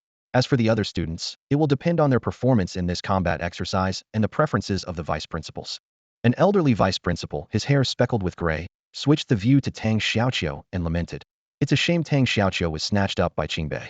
With his Luotian sword, if he learned our Dragon-Slaying Sword Academy's dragon-slaying technique, he would certainly excel, rivaling even the Great River Sword intent. Rest assured, Principal, another vice principal interjected. Even if we can't get Tang Xiaoqiu, my Wushun Martial Arts Academy will definitely recruit Zhang Tianbiao. The name Wushun Martial Arts Academy may be impressive, a third vice principal countered, but it still falls short of my Yunzheng Fist Academy. If Zhang Tianbiao learned our Yunzheng Fist technique, he might punch so hard that the rain would hang upside down and the clouds would disperse. Seeing the 2 old vice principals arguing over the superiority of their martial techniques, the principal quickly intervened. Let's not argue. Besides Yin Chengcheng and Zhang Tianbiao, there are many other excellent single SSS and S-rated students. Remember, the difference between DCBS, SS, and SSS is not insurmountable. The strength difference between each level is only about 30. This means everyone has the potential to become a martial arts powerhouse. As he finished speaking, someone exclaimed, a student has already killed an alien. Let's focus on this and see if we can identify any new martial arts talents. Everyone's attention immediately turned to the data recorder, which had begun displaying the students' performance rankings. All right, let's observe carefully, the principal said, and the atmosphere in the room became focused and expectant. The data of hundreds of students, including Tang Xiaoqiu, Yin Chengcheng, and Zhang Tianbiao, flooded into the recorder. In no time, The remarkable performances of these three stood out, securing them the top 3 positions. Principal Do Wu opened a third-person perspective specifically for these triple SS level talents. Tang Xiaoqiu wielded a long sword, executing the A-level sword technique, Bishu Lu, with finesse. His sword moves were as fluid as flowing water, elegant, yet harboring lethal intent. With a casual swipe, an alien was cleanly split in two, blood splattering everywhere. Behind Zhang Tianbiao appeared the imposing figure of the six-armed Dharma King.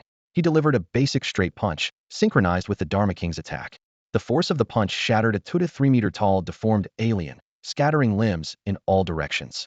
Yin Chengqing moved with lightning speed, so fast that even the third-person perspective struggled to capture her.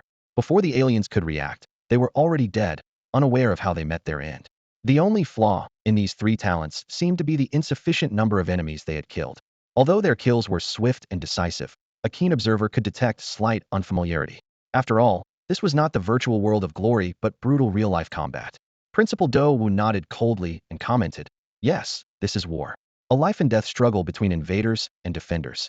Fortunately, he did not see any trace of mercy from these SS-level talents. Each of them engaged the enemy without hesitation, fighting with all their might. They did not betray the legacy of bloodshed that their predecessors had exchanged for the safety of China and Blue Star. If anyone showed a hint of compassion, not only Do Wu University, but also other top universities would seriously reconsider their admission, and their impression score would plummet. Zhang Tianbiao encountered an alien known as the Meizu, which had crafted an image of a stunning beauty by human aesthetic standards.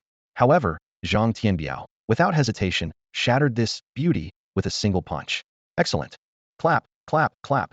The vice dean of the Martial Arts Institute, who held Zhang Tianbiao in high regard, couldn't help but applaud. He praised Zhang Tianbiao's ability to remain unmoved by the Meizu's appearance is truly commendable. Most people would soften at the sight of a cute kitten, let alone a stunning beauty. Some even lose their sanity. If Zhang Tianbiao's punch were posted online, 99 would criticize him. The vice dean resolved to recruit Zhang Tianbiao, even if Tsinghua or Peking University tried to compete for him. Meanwhile, the dean of the Swordsmanship Institute watched Tang Xiaoqiu's performance and sighed repeatedly. That's the Luotian sword, capable of splitting mountains with a single strike after level 15. How did he end up reserved for Qingbei? My fate with Tang Xiaoqiu is regrettably missed. As for Yin Chengqing, there was no need for further discussion. Both she and Zhang Tianbiao were talents Do Wu University was determined to acquire, sparing no expense.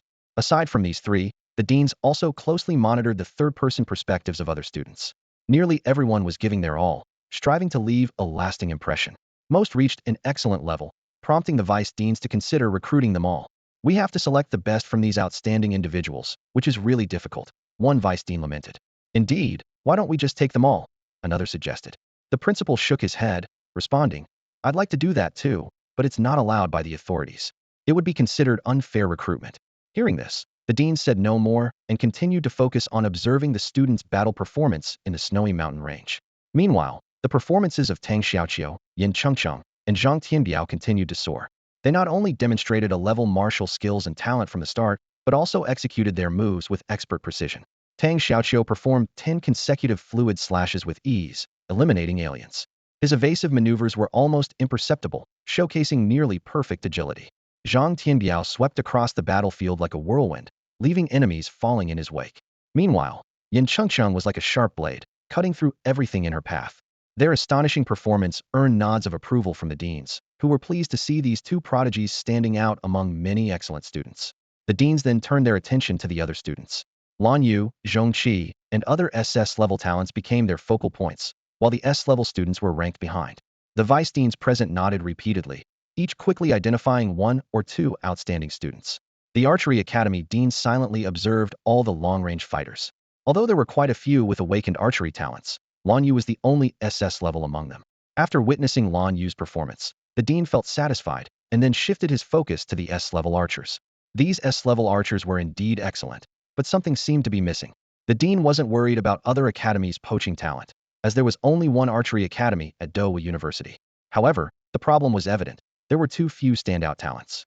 Archers required top-notch skills and awareness, while the talent level could be slightly lower.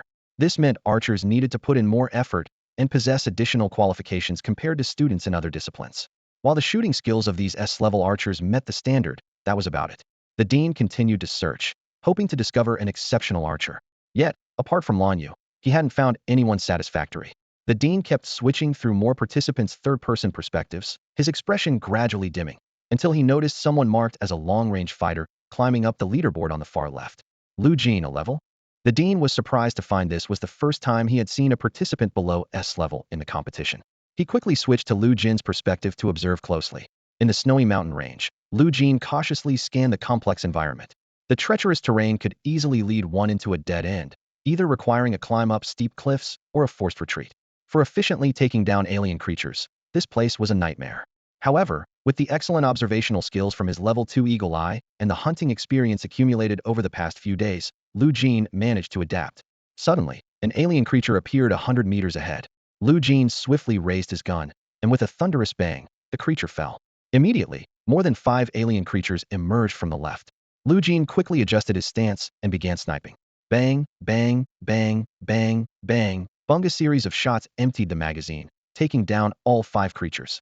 Remarkably, Lu Jin didn't even consciously hold his breath, nor did he particularly lock onto his targets. He simply fired the moment he caught sight of an alien creature.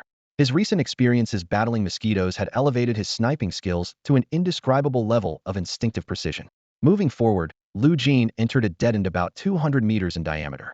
Inside, an alien creature horde gathered, numbering no less than 50. Seeing this, a hint of excitement appeared on Lu Jin's face. Finally, a real challenge, he muttered to himself. Bang! A shot fired. Bang! Another shot. Bang!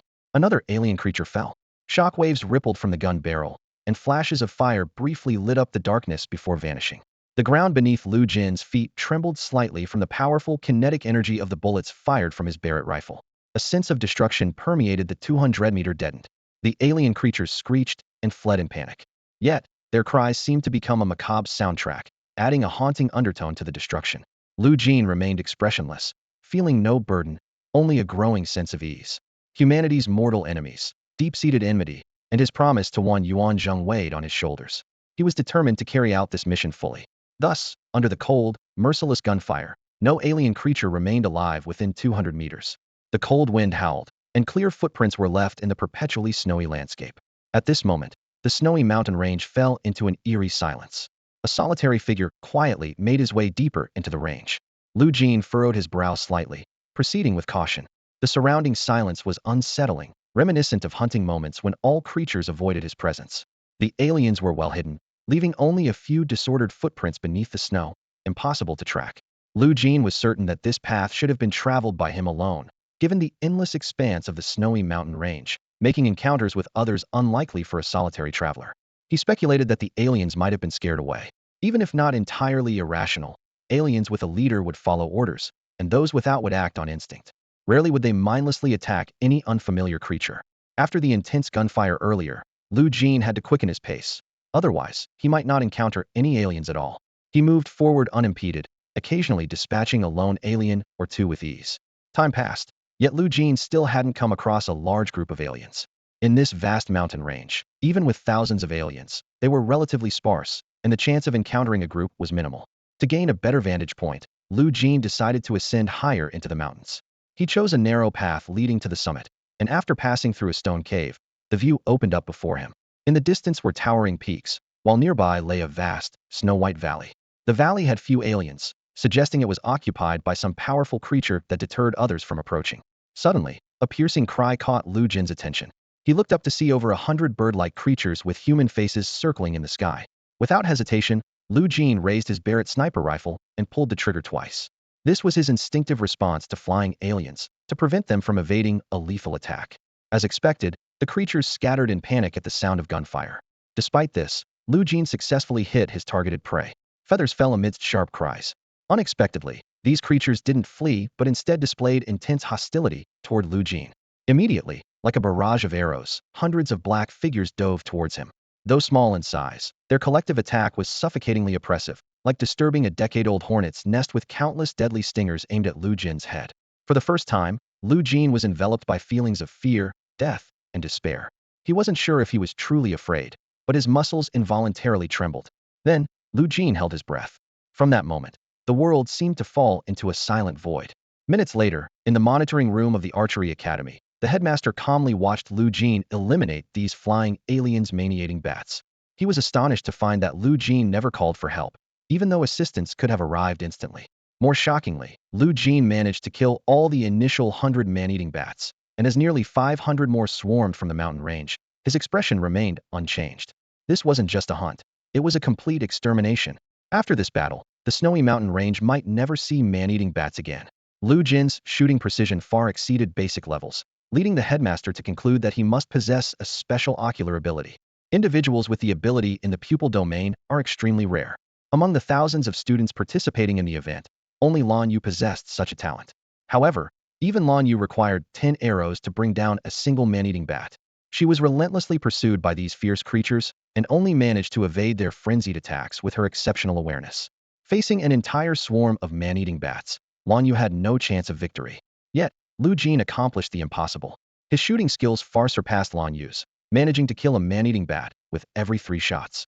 Nevertheless, the feat of eliminating 500 bats without sustaining any injuries was still unimaginable. The Archery Institute's director couldn't help but opened the replay system to observe Lu Jin's process of taking down the bats. He marveled, incredible. Every shot hits multiple targets, achieving a 3 birds with an stone effect. The director noticed Lu Jin's impeccable timing in reloading. Any slight misstep would have surely led to him falling prey to the bat's sharp teeth. After a brief analysis, the director concluded with an awe-inspiring realization. Lu Jin's astonishing performance could be summed up in 4 words: master of the situation. He excitedly exclaimed, "We've truly discovered a gem this time." Soon, Lu Jin's name appeared on the data recorder, rising from obscurity to the center of attention, directly claiming the top spot. This change was shocking, even dethroning Tang Xiaoqiu, who previously held first place. Who is Lu Jin? An A-level talent. The director of the Archery Institute smiled meaningfully. He explained, "Initially, I didn't want to say much because he wasn't a double SSS talent in the long-range category. But now things are different." He proudly declared, "I've had my eye on him for a while now. Here, take a look at this replay." The director pulled up a holographic projection screen, showcasing Lu Jin's solo battle against the man-eating bats. The other directors, upon witnessing the scene, exclaimed, "Man-eating bats? In past years, students have died because of them, leaving only bones by the time we arrived. They are one of the most dangerous alien species in the snowy mountain range, and he dared to take them on alone." With skepticism, everyone began watching the replay. As the footage progressed, silence enveloped the hall. Only the principal grinned widely, confidently announcing, "Lu Jin must be a student of our martial school." The Archery Institute's director continued to track Lu Jin's movements. After obliterating the entire man-eating bat swarm, Lu Jin headed towards the territory of the level 14, soul-stealing Black Mountain. This area was as dangerous as the man-eating bats, if not more so. Entering the domain of the soul-stealing Black Mountain meant engaging in a relentless battle for survival. However, the director was not worried. He thought to himself, "Now that I've noticed him, no matter where he goes, I can reach him in time." There's no danger for Lu Jin in the snowy mountains anymore. Unexpectedly, Lu Jin stopped 1,000 meters from the canyon entrance.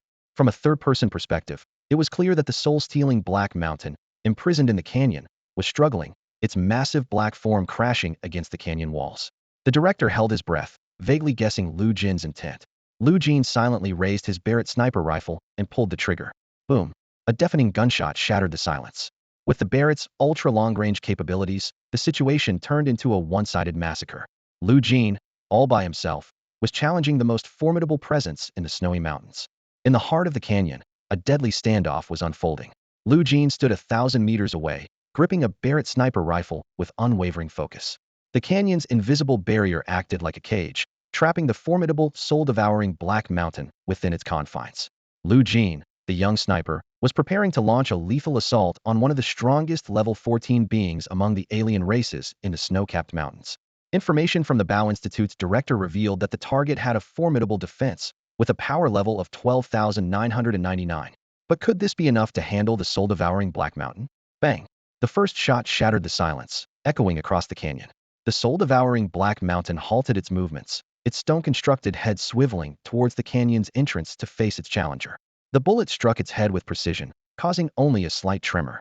Infuriated, the creature charged towards the entrance, but was halted just 40 meters in by an invisible wall.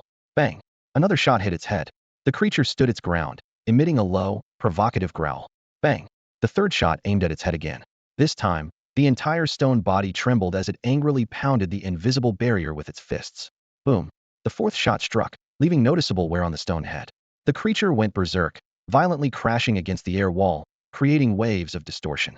Yet, Lu Jin's relentless sniping continued unabated. Bullet after icy bullet flew with precision, each one striking the head. The creature began stomping the ground in fury, sending dirt flying. Bang, bang, bang, bang.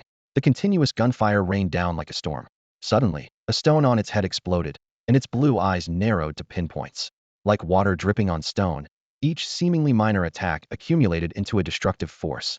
The creature began to sprint frantically through the narrow canyon, accelerating to its limits. Yet this did not affect Lu Jin's precise marksmanship. The gunshots and the creature's roars intertwined, reverberating through the canyon. Nearby creatures fled at the sound, leaving the area devoid of life within a kilometer. Time passed, with the sun moving from east to west. In the canyon, the creature finally faltered, collapsing to its knees. Bang! The final shot rang out, seemingly freezing time.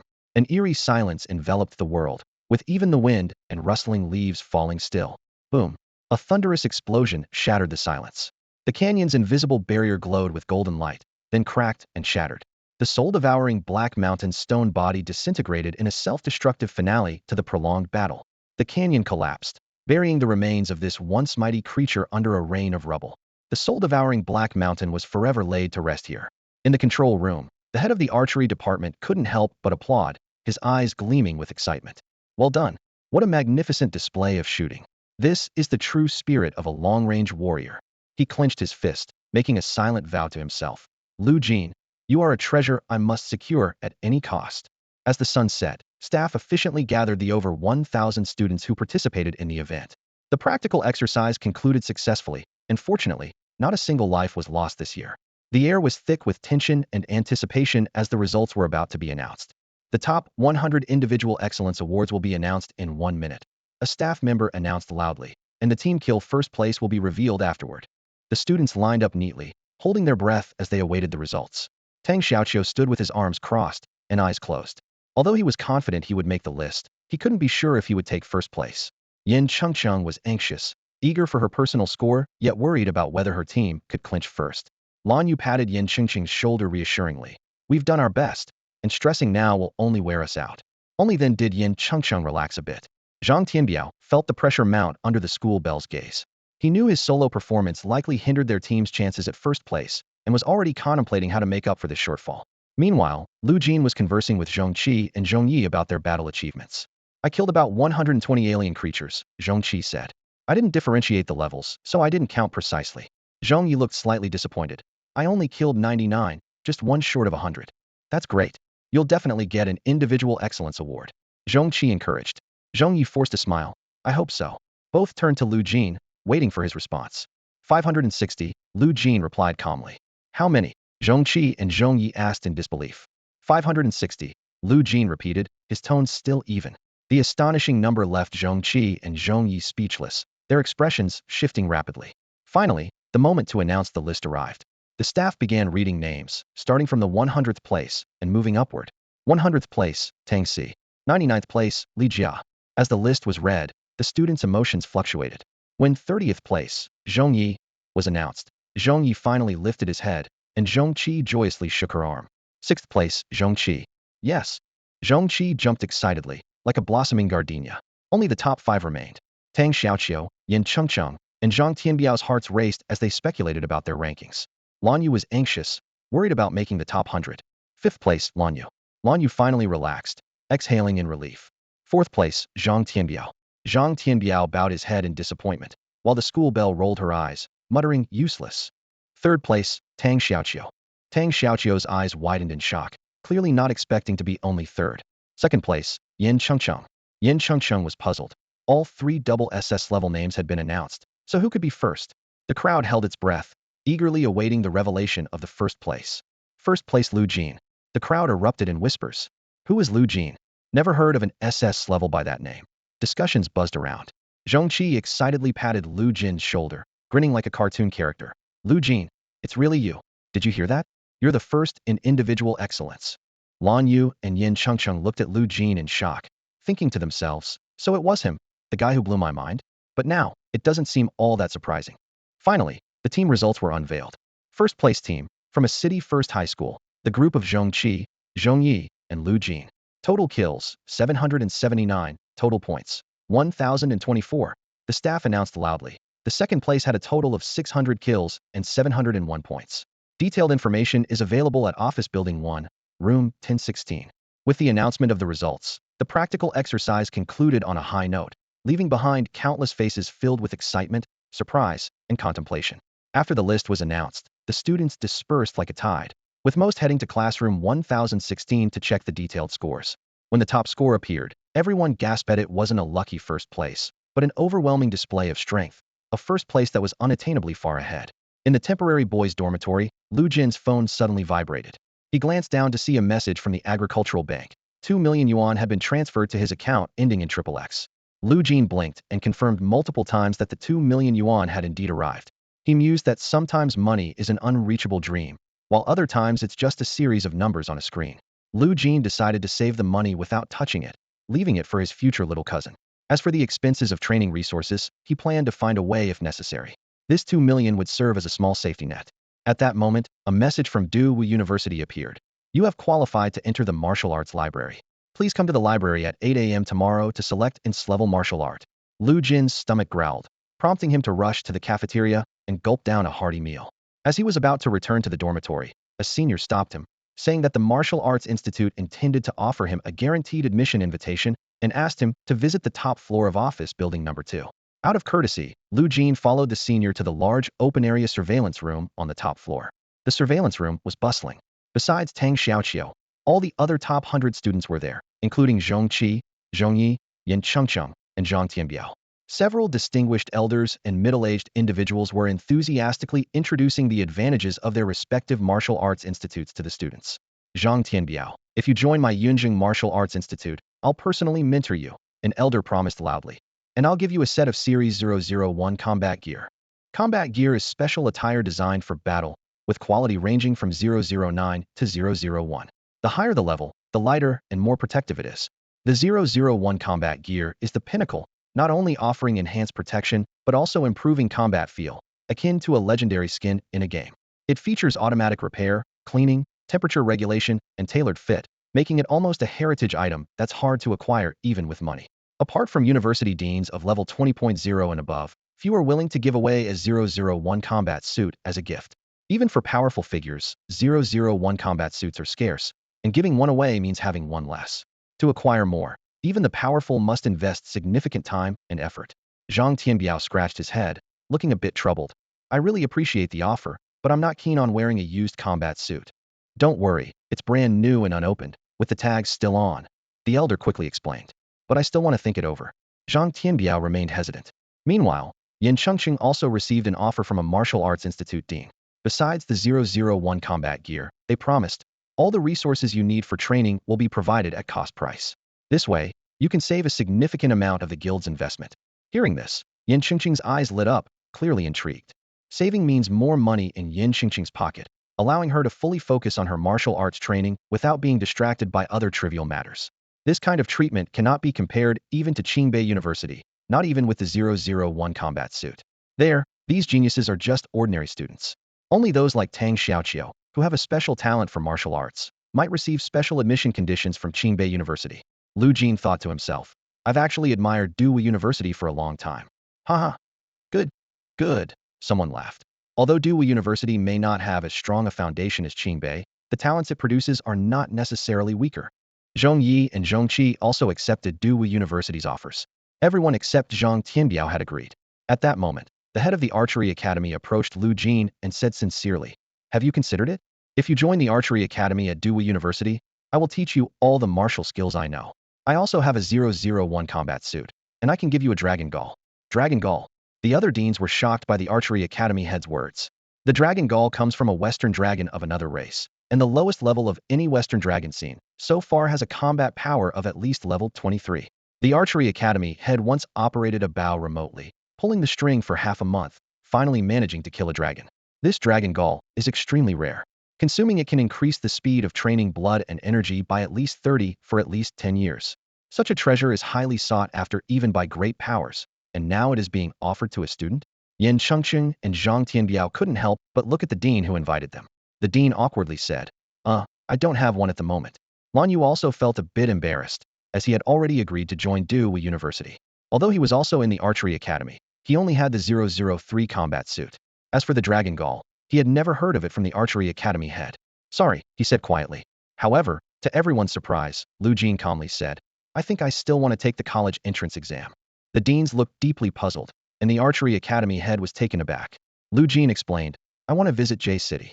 J-City is where Qingbei University is located. Everyone instantly understood Lu Jin's intention. Even with the temptation of a Dragon Gall, he was unwilling to join Daewu University, which seemed to show disdain for it. The Archery Academy head, suppressing his disappointment, forced a smile and said, Have you made up your mind? I have, Lu Jin replied firmly. The Archery Academy head said helplessly, Then I have nothing more to say. Anyway, if you don't get into Qingbei University, the doors of Daewu University's Archery Academy are always open for you. Lu Jin respectfully said, Thank you. Seeing this, Yin Chengcheng smiled slightly and suddenly said, I might want to change my mind. The dean who invited her to Daewu University asked in confusion. Yin Chengcheng said firmly, I also want to visit J-City. J-City is a place all martial arts rookies aspire to. If you have the chance to go there but don't, it would be a shame. Seeing Lu Jin's decisive response, Yin Chengcheng feared she would regret not going, so she made the same choice. Zhang Tianbiao gritted his teeth, struggling internally. However, in the end, he stood there in a daze, unable to say a word. This is the martial arts library at Daewu University, and entry is prohibited without permission. On the last morning at the university, students who didn't receive an outstanding award had already boarded the bus and left, while Lu Jin and his companions arrived at the base of the towering, classical building. Led by the director, they entered and were greeted by an astonishing array of martial arts books, the sheer volume of which left them speechless. Lu Jin's gaze swept across the shelves, calculating quickly in his mind. There were tens of thousands of martial arts books stored here, each one valuable enough to establish a private martial arts school and continually generate profit. He couldn't help but marvel at the worth of this library. Following the group, Lu Jin ascended to the second floor. Here, 99 students were engrossed in selecting their desired martial arts skills. Unlike the first floor, which housed martial arts of grades A, B, C, and D, the second floor was a haven for grade martial arts, with about 1,000 available for students to choose from. Lu Jin began to browse through the books carefully. The Scray Dragon Claw transformation caught his attention. This skill allowed the user's moves to carry the force of dragon claws, powerful enough to split mountains and cut through metal. The Scrayed Bloody Wind technique enhanced the intimidation of moves through killing intent, could restore vitality, and even distort matter. The Scrayed 10,000 Swords Return to Origin spell was particularly tempting, capable of transforming one sword into many. The versatility of these martial arts made Lu Jin's eyes light up. Whether it was the Dragon Claw transformation or the Bloody Wind technique, they weren't restricted to specific weapons and could even be applied to his marksmanship. He imagined his Barrett shots carrying the force of dragon claws or affecting targets even if they missed, thanks to the killing intent, and felt a surge of excitement. However, after carefully reading the detailed description of the 10,000 Swords Return to Origin spell, he decided against choosing it. Despite its impressive power, it could only be effective within a fixed range, at most 100 meters in diameter. This clearly wasn't suitable for Lu Jin, a long-range fighter. As time ticked away, Lu Jin continued to leaf through one Scrayed martial art after another. Although each was immensely powerful, and some were specifically designed for long-range fighters, he felt that something was still missing. Just as Lu Jin began to focus inward, considering whether he should choose a movement technique, a familiar voice interrupted his thoughts. He turned to see Zhongqi winking and smiling at him, her pure expression evoking a sense of fondness. Since the battle with the human traffickers, Lu Jin realized the crucial importance of movement techniques for a martial artist. He recalled the difficulties of traveling through the snowy mountains, an experience that gave him new insights into martial arts. At that moment, Zhongqi approached, thoughtfully saying, If the college entrance exam involved environmental factors like the snowy mountains, movement techniques could become essential. Lu Jin nodded in agreement. You're right. A competent martial artist must master a movement technique. This is especially true for snipers. Timing is critical when sniping a target. If you're too slow, you miss the opportunity, and the target might move from the sniping point. In close encounters with enemies, movement techniques can also help create distance. Although awareness is more important, having a movement technique could certainly enhance one's scores in an exam that includes environmental challenges. After careful consideration, Lu Jin decided to focus on improving his movement technique.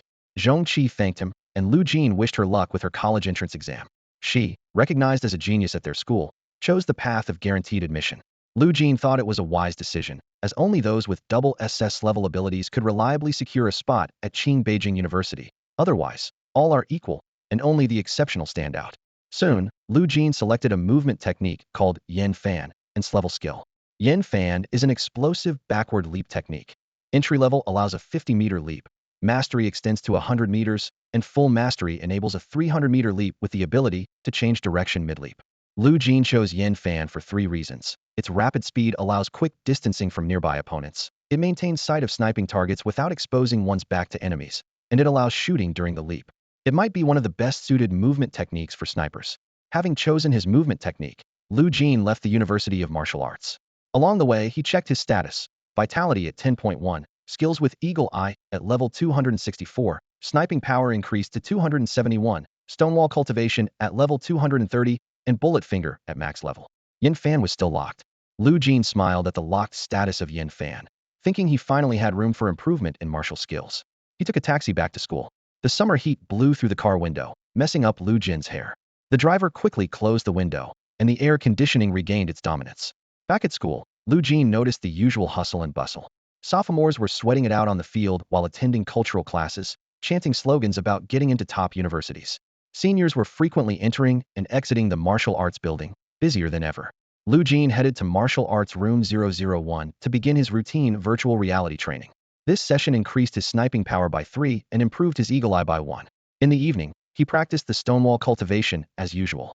After his practice, Lu Jin didn't rest.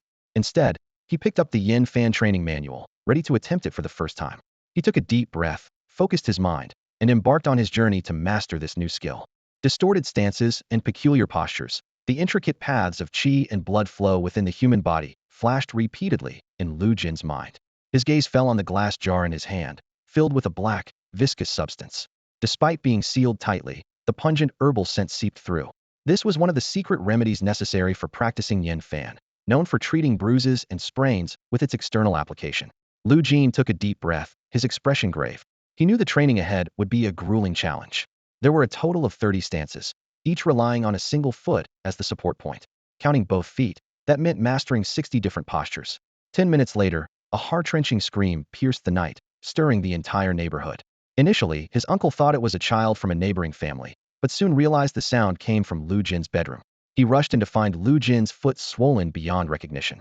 His aunt appeared at the sound, a hint of concern flashing in her eyes as she saw the teenager curled up in pain on the floor. Lu Jin, gritting his teeth, quickly retrieved the black substance from the jar and gently applied it to his injured ankle.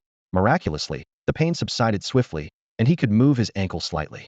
After some explanation, Lu Jin managed to reassure his elders. Once they left, the bedroom returned to silence. Clenching his teeth, Lu Jin attempted to stand again. Once he was sure he could maintain his balance, he resumed the Yin Fan stance. This time, he bit his lip, not uttering a sound. In front of him, a line of virtual text quietly appeared. Yin Fan Unlock 1. The proficiency in Yin Fan was gradually increasing. After a whole night of arduous practice, Lu Jin finally collapsed in exhaustion. Even with the aid of the secret remedy, his ankle was swollen beyond recognition. Reluctantly, Lu Jin lay down to rest, vowing never to push himself so hard in martial arts training again.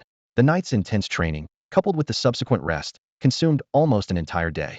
Lu Jin realized this not only slowed the progress of his sniper skills, but also affected the upgrade of the Eagle Eye to level 2. Despite the unbearable pain, he tossed and turned for an hour or two before finally falling into a deep sleep. When Lu Jin awoke again, it was nearly noon the next day. Hunger gnawed at him as he forced himself to walk out of the bedroom. On the dining table, a pot of fragrant black chicken soup awaited him. Without hesitation, Lu Jin grabbed a bowl and chopsticks and devoured it. "Slow down, we've all eaten, no one's competing with you," his uncle and aunt said with concern from the sofa, where they were watching TV. They knew Lu Jin had practiced throughout the night. Although he hadn't cried out again, the muffled groans were audible due to poor soundproofing from when they went to sleep to when they woke up. "Uncle, did you make this?" Lu Jin asked between bites. "I did. What?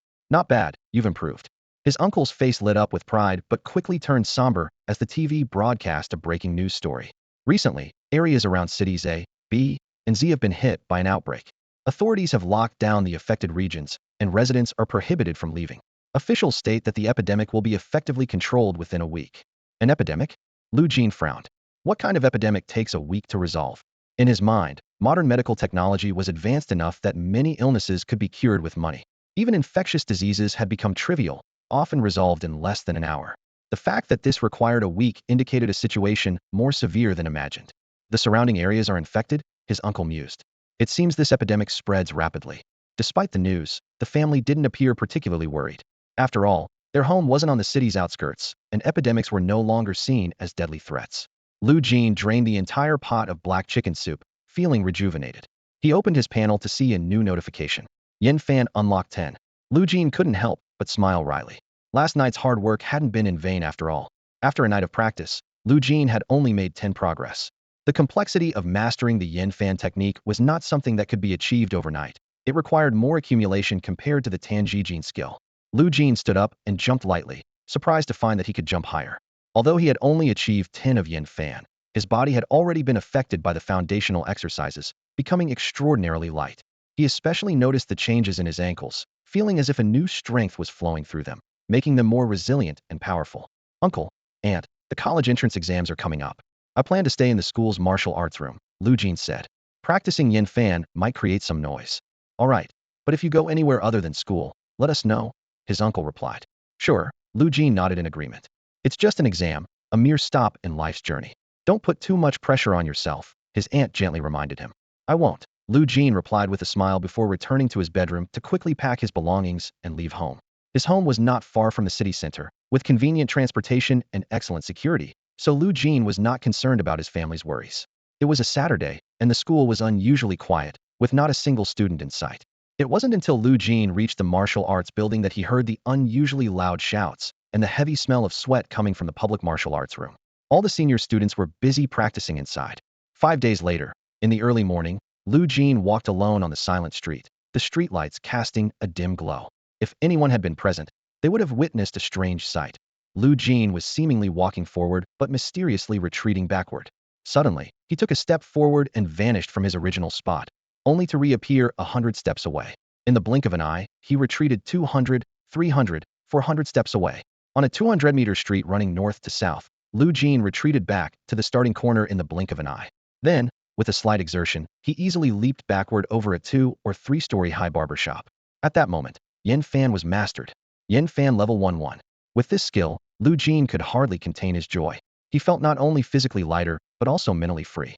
It reminded him of the longing he felt as a child watching sparrows fly freely. Lu Jin quickly realized that when encountering obstacles while leaping backward, he could use a sharp turn, similar to drifting, to dissipate the force and seamlessly execute Yin Fan again. He continued to practice Yin Fan, reaching an astonishing speed that even the wind couldn't stop. When he retreated about 50 meters, the wind finally rushed from the starting point. This way, Lu Jin arrived at the school's shooting range. He wondered how Yin Fan's process would affect his shooting accuracy. Shooting while moving was already challenging, and doing so at high speed was even harder. Perfect accuracy required at least several times more effort. Standing in the center of the range, Lu Jin chose a green leaf on a tree at his visual limit as a target. He began to retreat at high speed while quickly aiming his gun. Bang! A crisp gunshot sounded, and the leaf shattered instantly. After the shot, Lu Jin stopped, amazed to find that he had hit the target perfectly. Even at Yin Fan's high speed, he could accurately capture the target and shoot with precision.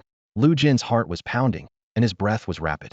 Constantly using Yin Fan consumed energy equivalent to sprinting 100 meters. Once he stopped to rest, his body felt the impact. With his current level 10 energy, he couldn't perform Yin Fan continuously without feeling the effects. Although Yin Fan's energy consumption was relatively low, the mobilization of energy was particularly intense. Despite this, these effects couldn't shake his current shooting level. Lu Jin marveled internally. The level 2 Eagle Eye was incredibly powerful. So far, he had not fully explored its limits. Eagle Eye level 279. After 7 days of mosquito training, his Eagle Eye had reached a high proficiency of 79. Even the most elusive mosquitoes could now be precisely hit within 3 shots. Seeing this progress, Lu Jin couldn't help but reflect, just 21 more, and I'll break through to level 3. Time flies.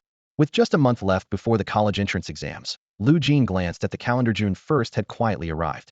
The exams would be held from June 31st to July 7th. He pondered over his martial arts progress.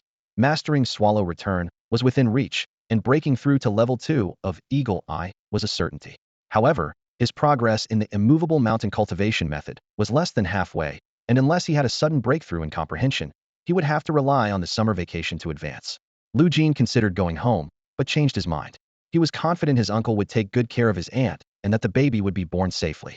Nevertheless, once the child was born, he would inevitably become an outsider. Realizing he had grown up and had some financial independence, Lu Jin thought it was time to consider starting his own family. Returning to the martial arts room, Lu Jin browsed his phone while waiting for the game glory, to open. The news was overwhelming. The president of Jing University in J City had achieved a blood energy breakthrough to level 27, and neighboring countries sent gifts in congratulations. Global battles with alien races persisted, with South Korea on the brink of collapse, but the Avengers from the US had intervened to stabilize the situation. Japan had become a breeding ground for a certain alien race, and the Global Assembly announced a full assault on these aliens in Japan in a year's time. Aside from these, Lu Jin skimmed through various social news. Overall, while the front lines remained tense, the domestic situation was stable and peaceful, with no major incidents like the moonlit void rift. As Glory opened, Lu Jin entered the virtual reality chamber and logged into the game. Instead of jumping straight into ranked matches, he headed to training mode. Since reaching platinum rank, he rarely faced high school opponents, mostly encountering adults and college students. Although their skills were similar, these opponents often displayed hostility, surrendering immediately when encountering base campers or players exploiting the rules and making unpleasant remarks as they left. This offered little improvement in real battles, making the training mode more effective for steadily enhancing his sniping power. Lu Jin calculated that at this rate, his sniping range would soon exceed 10,000, with power more than 10 times that of the initial Barrett. Coupled with martial skill enhancements, the thought made Lu Jin gasp as he envisioned himself shattering mountains and cities with a single shot. Bang! The gunshot echoed in the vast virtual shooting range. Lu Jin kept firing, repeatedly using Swallow Return. Various angles of Swallow Return sniping created beautiful shooting lines. Bullseye! Bullseye! Another bullseye! The system notification sounded. Congratulations, you've achieved the Flawless Marksman achievement. Lu Jin continued training until Glory closed. The system displayed, Sniping Power 3, Eagle Eye Level 2-2. Eagle Eye Level 2 Proficiency, over 80. After ending the game, Lu Jin headed to the hot spring for a soak, followed by relaxation in a massage chair. With his mind completely at ease, he began practicing the immovable mountain cultivation method. The daily training never bored Lu Jin, as he could clearly see his progress. This progress was something others couldn't match, motivating him more than anyone else. Just as Lu Jin was about to mute his phone to avoid interruptions during his training, an unknown number called. Is this Lu Jin? A gentle female voice came through the line. This is Yin Chengqing. I'd like to spar with you. Lu Jin was about to decline, but the words caught in his throat. I'm a master of movement, and you're a master of marksmanship. Sparring together might help us improve more efficiently. Want to give it a try? Yin Chengqing's proposal stirred something in Lu Jin's heart. Sure, right now. Lu Jin responded instinctively, but a hint of unease crept in. He was well aware that Yin Chengqing's hidden dragon steps were perfected, combined with her mysterious shadow phantom talent, making her seem as if she vanished from this world, moving freely in spaces he couldn't perceive. Unless she stopped, Lu Jin wasn't sure if he could lock onto her and hit her. This analysis made Lu Jin realize that his Eagle Eye LV2 was facing an unprecedented challenge. Instead of discouraging him, this sense of challenge fueled his fighting spirit, making him eager to try. 10 days from now, Yin Chengqing suddenly changed her mind. My little brother's been slacking off in his martial arts practice lately, so I need to keep an eye on him. Lu Jin was about to tease her for being a doting sister when the call was abruptly ended. Truth be told, he wasn't keen on waiting 10 days to spar. By then, his Eagle Eye might have already advanced to LV3. No one knew if the sniping ability at LV3 would easily capture her seemingly vanishing movements. In the following days, Lu Jin dedicated himself wholeheartedly to practicing the unyielding stone cultivation method.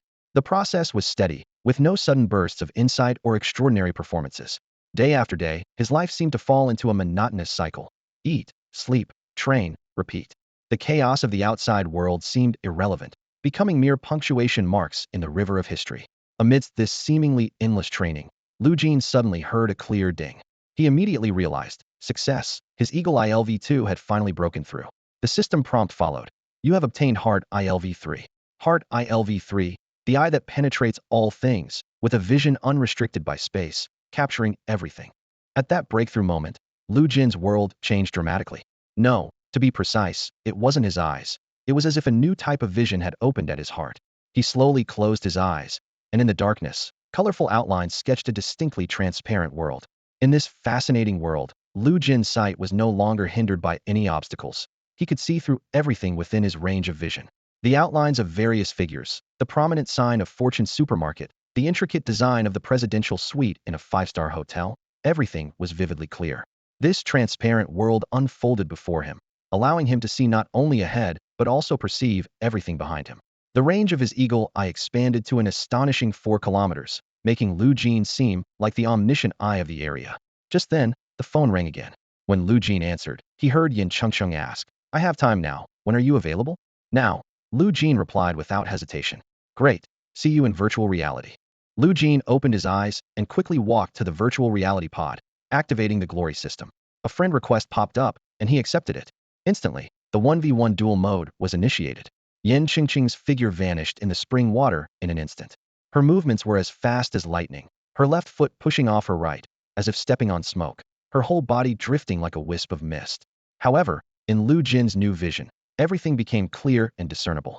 Seeing a mountain is a mountain, seeing a mountain is not a mountain, seeing a mountain is still a mountain. Yen Qingqing's figure remained crystal clear in his eyes. Nowhere to hide, Lu Jin murmured softly. Bang! A gunshot rang out, and the bullet precisely hit Yen Qingqing's forehead, her head exploding instantly. The battle ended, and the virtual reality pod of the Iron Tower Guild slowly opened. Yen Qingqing emerged, pale-faced, holding onto the pod door, while Lin Dong frowned, feeling an ominous premonition. How did it go? Lin Dong asked urgently. I lost. Yen Qingqing gritted her teeth. So quickly. He still sniped me, and it was right to my head. His marksmanship is more effortless yet more ruthless than before. Even with my shadow phantom and perfected hidden dragon steps, he still saw through them. Lin Dong immediately pulled up the replay footage to watch carefully. If even such a movement technique could be seen through, what level had Lu Jin's eye talent reached? The reality far exceeded their expectations. Lin Dong remained silent for a moment, then turned and headed for the guild master's office, his mind filled with questions and concerns. President Tang, I can't explain it clearly. You should watch the replay.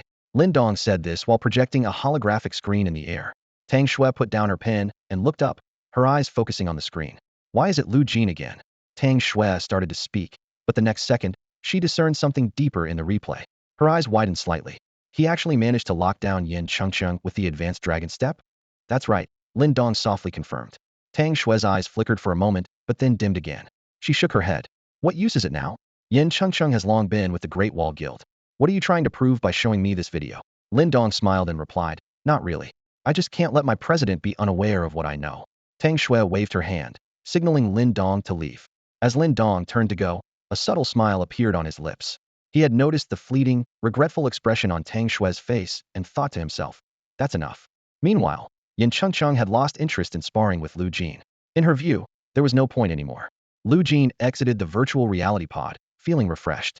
The combination of his intuition and the eagle eye ability allowed him to process information many times more than before. Moreover, his adaptability to environments had significantly improved due to his intuition's ability to penetrate everything. Lu Jin thought to himself, no, I should say my adaptability is maxed out. Everywhere I go feels like home, Lu Jin murmured. It had been over 10 days since he last went home, so it was time to visit. He took some high-quality organic ingredients from AI Xiaoying and left martial arts room 001. Lu Jin used his Yanfan technique to backtrack to his uncle's house. With his intuition, he could pay attention to both the front and back simultaneously, without worrying about unexpected events during Yanfan. In less than a minute, he reached the street where Furong community was located. Lu Jin stopped using Yanfan, put his hands in his pockets, and walked slowly. Suddenly, he noticed a crowd gathered ahead. Following their gaze, he saw a man in leather helping a dazed woman. How pitiful, Lu Jin heard someone say. She couldn't get to the hospital in time due to the plague, and the child didn't make it. Now she's lost her mind. Hasn't the plague been dealt with? Another voice asked. It has, but the child didn't survive. Well, can't they just have another one? But she can't get over it. Lu Jin bypassed the crowd, took a left turn, and walked another kilometer before arriving at Furong community. The security booth's loudspeaker repeatedly warned, everyone, avoid going out recently and drink bottled purified water. The neighboring street, Mingmei community, has just been locked down. The plague has returned. Lu Jin couldn't help but ask, Uncle, wasn't it resolved? And it's in the third ring area? The security guard looked around and lowered his voice. To be honest, I think this plague isn't a natural disaster, but man-made. How can it suddenly affect our surrounding areas and the third ring, while the fourth and fifth rings remain unaffected? Lu Jin nodded, understood. He entered the elevator and reached the apartment door. Lu Jin handed his uncle the premium cut meat, but seemed distracted. He thought, the authorities must be investigating. It's just that their efforts aren't enough, and the source of the plague hasn't been found. Plus, it has infiltrated the third ring and is causing harm. Lu Jin thought coldly. I can't let the plague's source continue spreading. Whether the authorities can't find it or have some clues, it must be stopped at the neighboring street. He decided to fully utilize his intuition. Perhaps my intuition is stronger than the official investigation. Instantly, a transparent world with a radius of 4 kilometers unfolded in Lu Jin's mind. Everyone moving inside. The storefront signs, The young people playing cards inside the houses all were transparent to Lu Jin's keen eyes. His gaze penetrated walls like X-rays, scanning every corner of the city. Despite his meticulous observation, he found nothing out of the ordinary. Clearly, the official investigation was unprecedented in its intensity, yet it failed to swiftly quell the source of the incident. This made Lu Jin suspicious. Perhaps the situation was more complex than it seemed. In this transparent world, everything operated smoothly, without a hint of foreboding. As night fell, the transparent world grew dim. However, thanks to his newly acquired eagle eye, darkness posed no obstacle for Lu Jin. Night was as clear as day to him. At the stroke of midnight, Lu Jin seemed to make a silent vow, remaining focused on his watch. Suddenly, his eyes widened. A hunched green silhouette crawled out of a sewer, darting quickly in a particular direction. Got you, Lu Jin thought with delight, leaping from the window like a swallow. His gaze locked onto the green silhouette, weaving through several streets. Before long, Lu Jin saw the green figure crawl into a house in a residential area. Inside was a woman sleeping soundly, while the creature scurried around her bedside. Lu Jin's pupils contracted. It was a green rat, the size of a 12 or 13-year-old child. Raising his sniper rifle, Lu Jin quickly calculated. Target distance 10 meters, wind speed 0.35. Bang! The gunshot rang out, the bullet piercing through walls and striking the mutant rat's head. The sleeping woman awoke with a start, instinctively jumping out of bed. However, the mutant rat was not fatally wounded. It fled frantically, moving at an incredible speed, and vanished down another street. Lu Jin pursued, launching into a heart-pounding chase. After traversing several streets, the mutant rat seemed to tire, hiding in a well-concealed corner. Its camouflage blended almost perfectly with the surroundings, but Lu Jin's sharp eyes detected its presence. Bang! Another shot rang out. This time, the sniping route was perfect, with no obstacles over a distance of 980 meters. The bullet hit the rat's head again. It curled into a ball, rolled a few times, then resumed its frantic escape. Utilizing his transparent world vision, Lu Jin mapped out the shortest chase route. He considered shooting during the pursuit, but quickly realized the risk was too great. With both moving at high speed and sometimes separated by several streets, a stray shot could harm a passerby, and the accuracy would be low. Even with his keen eye, Lu Jin felt he was reaching the limits of his shooting ability. He decided to wait until the target stopped before taking further action. Lu Jin's gaze turned cold as he pondered. Is this an alien species or some kind of scientific experiment? Either way, it and the forces behind it have committed a grave crime. The mutant rat, after crossing countless streets, finally reached a desolate area. Surrounded by abandoned, unfinished buildings, darkness enveloped the place, devoid of any human presence. It seemed to prefer this environment, casually settling into a corner that even darkness couldn't conceal. Bang! Lu Jin fired again, the bullet piercing a wall pillar and sending the mutant rat flying several meters. If anyone were nearby, they would have heard a sharp scream. The rat ran off once more, leaving a puddle of green liquid beneath the pierced wall pillar. Standing at a distance, Lu Jin's gaze was piercing. He couldn't help but wonder. Is someone else watching all of this from the shadows? Screams echoed in the endless darkness like a terrifying symphony. The mutated rat displayed incredible vitality, surviving multiple headshots without being killed. However, this tenacious will to live only dragged it into a living hell. The rat fled frantically, eventually reaching an open area. Its steps came to an abrupt halt, its crimson eyes contracting intensely as it glanced around nervously. There was nowhere to escape. Its instinctual danger sense was heightened to the extreme, leaving it in a predicament with no way forward or back. Suddenly, bang, bang, bang. 3 shots rang out, bullets hitting their mark with precision. The powerful impact nearly tore the rat's body apart. It tried to flee, but its injuries were too severe, severely limiting its movements. Just as it was about to recover and make a desperate attempt, its head, heart, and legs were simultaneously blown apart, killing it instantly. The gunfire drew nearer, growing clearer. The rat's ears twitched violently with each shot. Bang! Its head exploded, ears disintegrating into dust. Bang! Its body burst open, green blood splattering everywhere. Bang! Its tail snapped, twitching helplessly on the ground. After the final shot, the mutated rat dissolved into a puddle of green viscous liquid. Eerily, the liquid continued to writhe, slowly gathering at the spot where the rat had vanished. Lu Jin observed silently, waiting. Yet even after a long time, the liquid failed to reform into a complete shape. How did you discover it? A voice suddenly asked. A figure appeared 100 meters away, a man in custom combat gear with a 5-star Iron Tower emblem on his chest. Luo Shuang stared at the still writhing viscous liquid, his expression complex. Clearly, this was his target, but its condition was troubling. You knew about it all along? Lu Jin inquired. How could I? Luo Shuang shook his head. We searched for a long time. This creature was incredibly adept at hiding. It wasn't until the Great Wall headquarters sent an expert tracker that we found the source in Z City. He looked a bit disheveled. We learned the mutated rat was the source of the plague, so we launched a full search. I crawled out of the sewer when I heard the gunfire. Luo Shuang gave a wry smile. This one's state is even worse than the one in Z City. There's not even a complete head left. Lu Jin asked again. How did they suddenly appear? Are they from another race? Or are they man-made biochemical creations? Luo Shuang seemed frustrated. I only know it's the source of the plague. The exact origin is unclear. But I'll continue to investigate. He paused. Thanks for your help this time. Can I take credit for capturing the plague source? Since witnessing a mysterious long-range fighter explode his companion's head, Luo Shuang had learned some things about Lu Jin. He knew Lu Jin was still a high school student and couldn't officially be credited, but he asked out of courtesy. Sure, Lu Jin replied. Can you let me know if you find anything? You want to get involved? Luo Shuang was slightly surprised. All right, I don't mind sharing. Let's exchange WeChat. After exchanging contact information, Lu Jin left the scene, leaving the follow-up work to Luo Shuang's team. For Lu Jin, his goal was simply to stop the plague source from spreading beyond the adjacent street, nothing more. As for interfering, Lu Jin had no particular thoughts. He just wanted to confirm whether the threat had been completely eliminated. He gracefully used his yin fan technique to return to the bedroom with the open window. The cool breeze brushed against his back, dispersing the sweat from the sniping operation. Lu Jin stared straight ahead, as if gazing into the void. A system notification sounded, updating Lu Jin's attribute panel. Sniping power increased by 2, Mind's Eye level 3 increased by 2.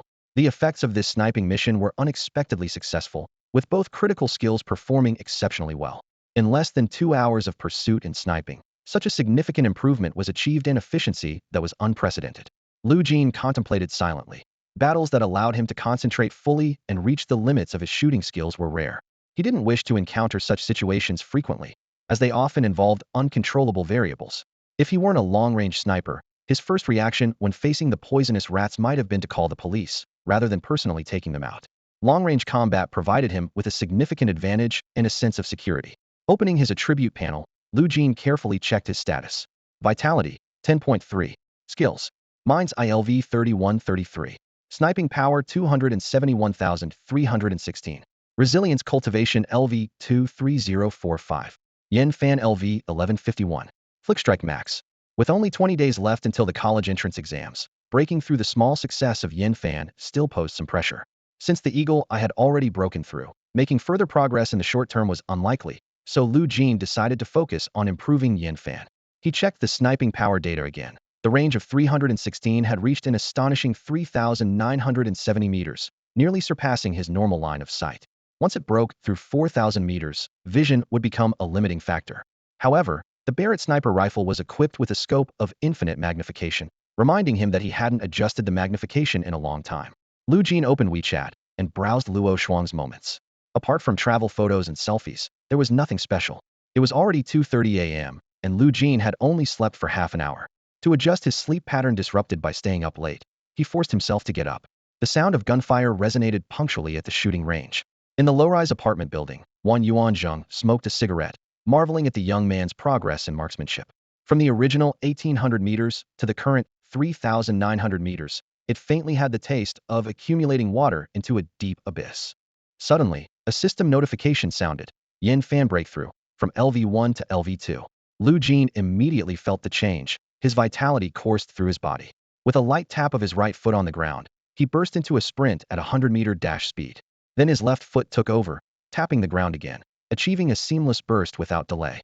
Compared to the entry-level stage, his burst speed was at least twice as fast, and his movements were smoother. At the entry stage, each leap of Yin Fan required accumulating strength, but at the small success stage, this process was unnecessary. Simply alternating his feet on the ground enabled a continuous burst. This level movement skill was purer and more fierce than the Dragon Step's lateral jumps. Just as Lu Jin was immersed in the joy of his breakthrough, a WeChat notification sounded. He picked up his phone from the ground. It was a long message from Luo Shuang. The news is out.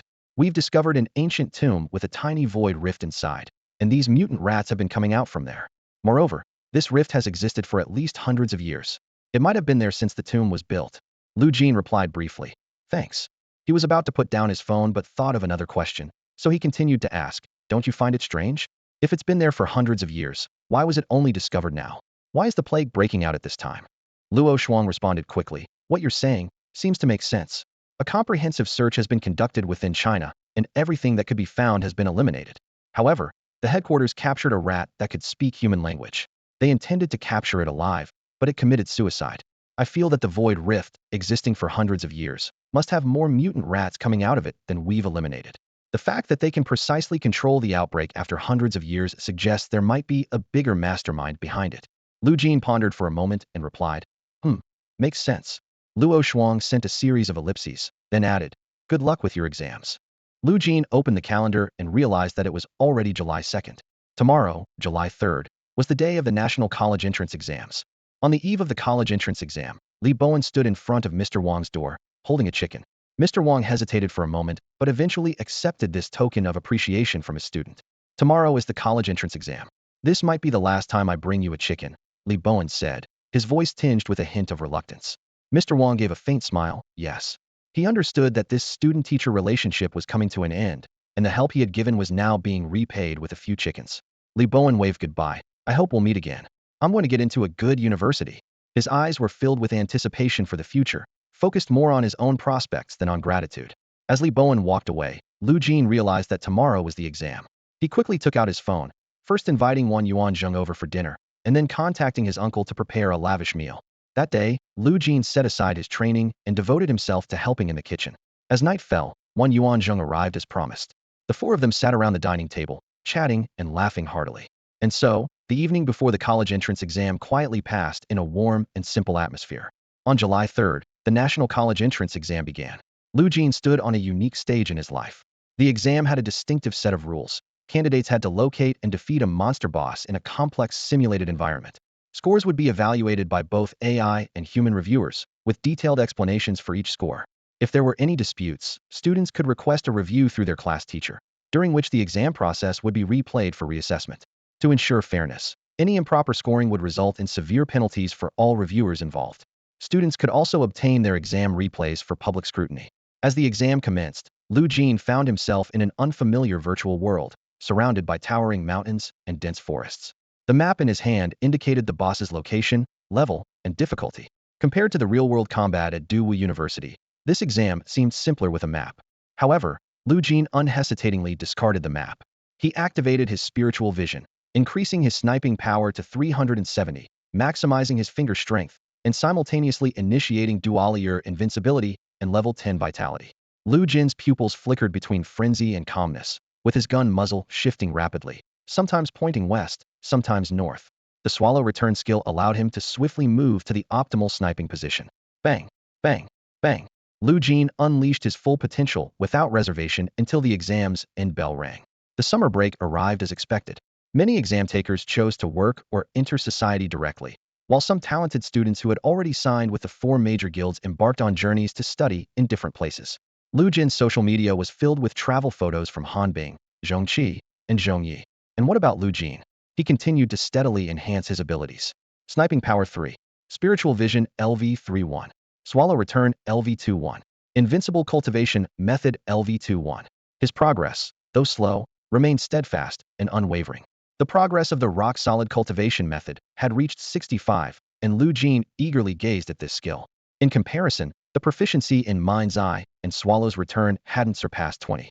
This summer break, a third breakthrough seemed imminent. Excitement surged within Lu Jin. The third stage meant he would initially possess a minor indestructible body, with 70 damage reduction, mental fortitude, halved energy consumption, and control resistance, significantly boosting his strength.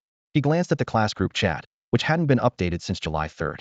The college entrance exam had ended some time ago, and the results were about to be announced. Lu Jin had been fighting fiercely in the virtual world, unleashing his energy. He estimated that he was likely to secure a place in a prestigious university like 985 or 211, and at worst, he could attend Capital Martial University. However, he was most concerned about whether he could get into Qing Beijing University. Without a definite score, he dared not make any assumptions. Suddenly, a notification from WeChat sounded. It wasn't from the class group, but from his friend Luo Shuang. Hey man, word from HQ is that there really was a rat leader, and they wiped out a well-hidden group of rats. Lu Jin frowned and asked worriedly, will these rats make a comeback? Luo Shuang reassured him. Don't worry, they won't reach urban areas. Plus, they've learned their lesson and won't spread disease again. Lu Jin felt somewhat relieved, but still had concerns. As long as nothing happened in the next 10 months, he wouldn't have to worry about it after his aunt gave birth. He continued using mind's eye to observe the area within 4,000 meters. Since the rat died, everything had returned to normal, and the news had stopped reporting on the plague. Luo Shuang asked again. Things have been hectic lately. How did you do on the college entrance exam? Scores aren't out yet, Lu Jin replied. Almost there, just one more minute, Luo Shuang said mysteriously. I'm the news king, but unfortunately, I didn't see your name on the Magic Martial University's admission list. Hearing this, Lu Jin felt a sinking feeling. Magic Martial University was second only to Qing Beijing University. If he had no hope from Magic Martial, Qing Beijing would be even harder. He recalled his performance during the exam. Awareness, operation, reaction, mindset, and insight seemed well executed. Was it because he only had a grade martial aptitude? Although there were historical precedents of a grade students getting into Qing Beijing University, Lu Jin couldn't help but feel anxious. As time ticked by, WeChat notifications sounded again, this time from the class group. Everyone, the college entrance exam scores are now available. Please log in to the Huaxiao Exam Network to check. With this message, the group chat became lively. I got 544. I scored 380. Various screenshots of scores were shared. Teacher Wang even posted a document with the exam results. First place, Han Bing, 632 points. Second place, Yin Hua, 611 points. 15th place, Li Bowen, 483 points. The number of people in the class group changed from 54 to 53. Why don't I see Lu Jin's name? Han Bing couldn't help but tag Teacher Wang. Meanwhile, Lu Jin logged into the exam website to check his results. The screen's display left him stunned. Confidential. Upon seeing the word confidential, Lu Jin felt a bit more at ease. The confidentiality of the college entrance exam results suggested that he ranked among the top in City A, with a chance of claiming the top spot. Scanning the admission list for the University of Magic and Martial Arts, he didn't see his name, which led him to a vague suspicion. Just then, the phone rang, breaking the silence. When Lu Jin answered, an excited voice came through. Lu Jin, you've brought honor to our family. Hurry home, there's something good for you to see. Got it. I'll be there soon, Lu Jin replied, then swiftly used his skill to speed back to the Furong community. Upon opening the door, he saw his uncle and aunt sitting on the sofa, each holding a beautifully crafted card, waving their hands in excitement. One was blue, the other red, and when opened, a stunning 3D architectural design popped up. The blue one was an acceptance letter from Qingbei University, and the red one was from Jingwu University. Lu Jin could no longer contain his excitement and joined his uncle and aunt in celebration. Receiving an acceptance letter from either Qingbei or Jing University was a huge achievement, but he had received both. His uncle laughed and said, Lu Jin, I bet you're the top scorer in City A this year. And even if not, you're right up there. Yeah, Lu Jin nodded in agreement, but his excitement soon calmed. His goal was achieved, and in 2 months, he would be able to enter the Shaolin Temple and learn top-tier SS-level martial arts techniques. His aunt eagerly ran into the kitchen, insisting on cooking a celebratory meal herself, despite his uncle's attempts to dissuade her. Lu Jin picked up his phone to call Wan Yuanzheng and share the good news. Wan Yuanzheng praised him repeatedly, and Lu Jin quietly noted this debt of gratitude, knowing he could never fully repay it, much like an endless battle against an alien race. Qingbei or Jing University? His uncle pondered for a moment. Let me analyze it for you. Most people choose a school based on martial arts. If the martial arts don't suit them, they usually give up on that school. Lu Jin had intended to research on his own, but since his uncle offered, he listened attentively. Jing University's Archery Institute boasts 3 flagship SSS martial arts, Sunset, Scorching Flame, and Bluebird, his uncle explained. Sunset is a long-range, wide-area powerful attack. Scorching Flame can turn one arrow into many, with high-temperature flames, suitable for arching shots. Direct shots create a path of fire. Bluebird is a fast arrow with the power to overturn seas and rivers, capable of absorbing natural energy to restore vitality, making it a high-intensity, quick recovery, enduring explosive martial art, even usable as a basic attack. A level 20 remote archery expert mastering Bluebird can challenge opponents below level 20 with a high success rate. Hearing the words enduring and powerful, Lu Jin had already made up his mind. His uncle continued, Qingbei University's Archery Institute also has 3 flagship SS-level martial arts, Requiem, Skycry, and Ruin. Requiem is a highly destructive skill that can simultaneously annihilate the opponent's body and soul. Even if someone survives Requiem, their injuries are incurable, beyond even the powers of Yama, hence the name Requiem. Listening to this, Lu Jin couldn't help but recall the highly regenerative mutant rat that could revive even after being smashed to pulp. His uncle's mention of Requiem seemed perfectly designed to counter such situations. Uncle grew more excited as he spoke, his eyes gleaming with a strange light. He detailed the 3 SS-level skills of the Qingbei Archery Institute, Ming Tan, Tian Ku, and Hui Su. Tian Ku, Uncle said in a hushed tone, is a terrifying skill. It not only causes physical damage to enemies but also directly attacks their consciousness, subjecting them to unimaginable mental torment. No one can escape the sanction of Tian Ku. Lu Jin frowned, pondering. This sounds more like a cruel skill used by villains. Uncle continued, the last SSS skill is Hui Su. Its armor-breaking capability is extremely strong, like giving your arrows the solid impact of a blunt weapon. One arrow can destroy a city. Lu Jin fell into deep thought, weighing the advantages and disadvantages of the skills from Jingda and Qingbei. Jingda's long-range skills excel in range and duration, while Qingbei's skills are designed for lethal combat. No foreign race isn't terrified of Qingbei's 3 SSS skills, Uncle said solemnly.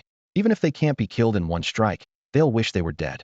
Some say, some aliens live, but are already dead, which perfectly describes Qingbei's skills. Lu Jin simply summarized, Jingda, nuclear explosion. Qingbei, brutality. Just as Lu Jin was still undecided, his phone pinged with a message. It was from Luo Shuang. Congrats, buddy. You became the top scorer in City A by a single point. You can choose between Qingbei and Jingda. Which one are you going for? Lu Jin replied that he hadn't made a choice yet. Luo Shuang quickly urged, what are you hesitating for? Go for Jingda. Qingbei's skills are too dark. They're practically made for long-distance assassination and torture. Isn't that pure evil? However, Luo Shuang's words only clarified Lu Jin's thoughts. He turned to Uncle and said firmly, I've made up my mind. I choose Qingbei. Are you sure? Uncle asked. Yes, Lu Jin nodded. Uncle didn't say much more, only advising. As long as it's a well-considered decision.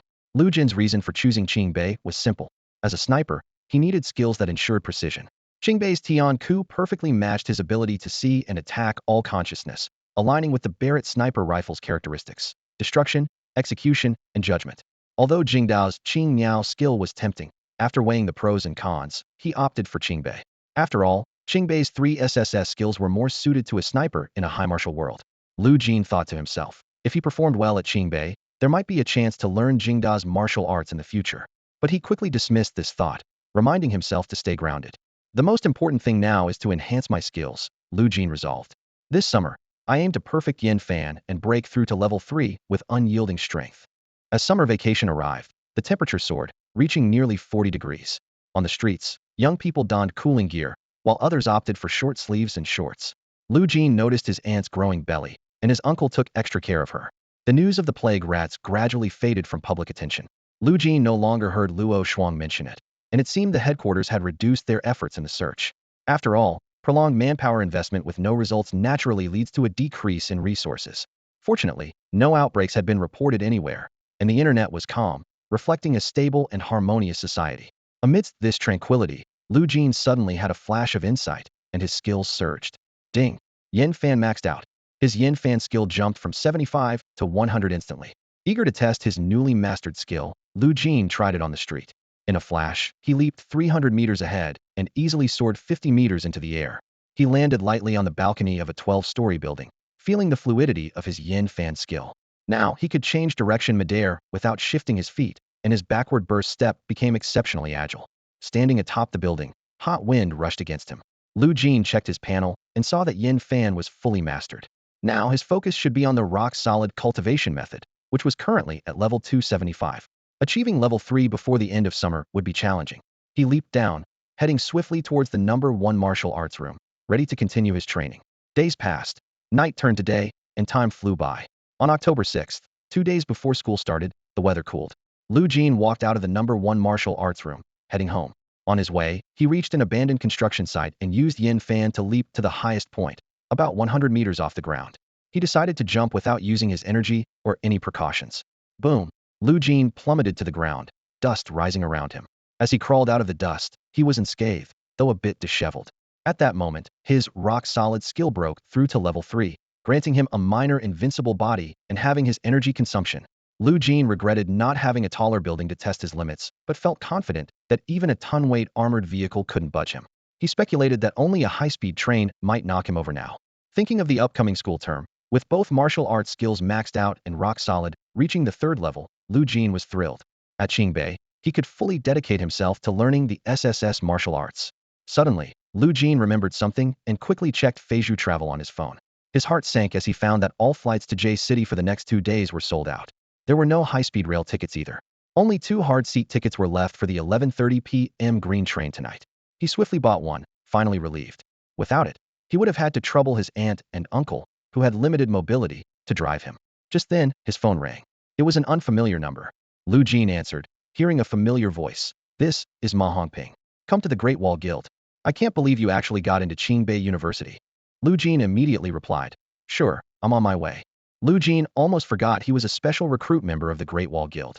He hurried to the Great Wall Guild building, where Ma Hongping personally greeted him, his face barely able to conceal his excitement.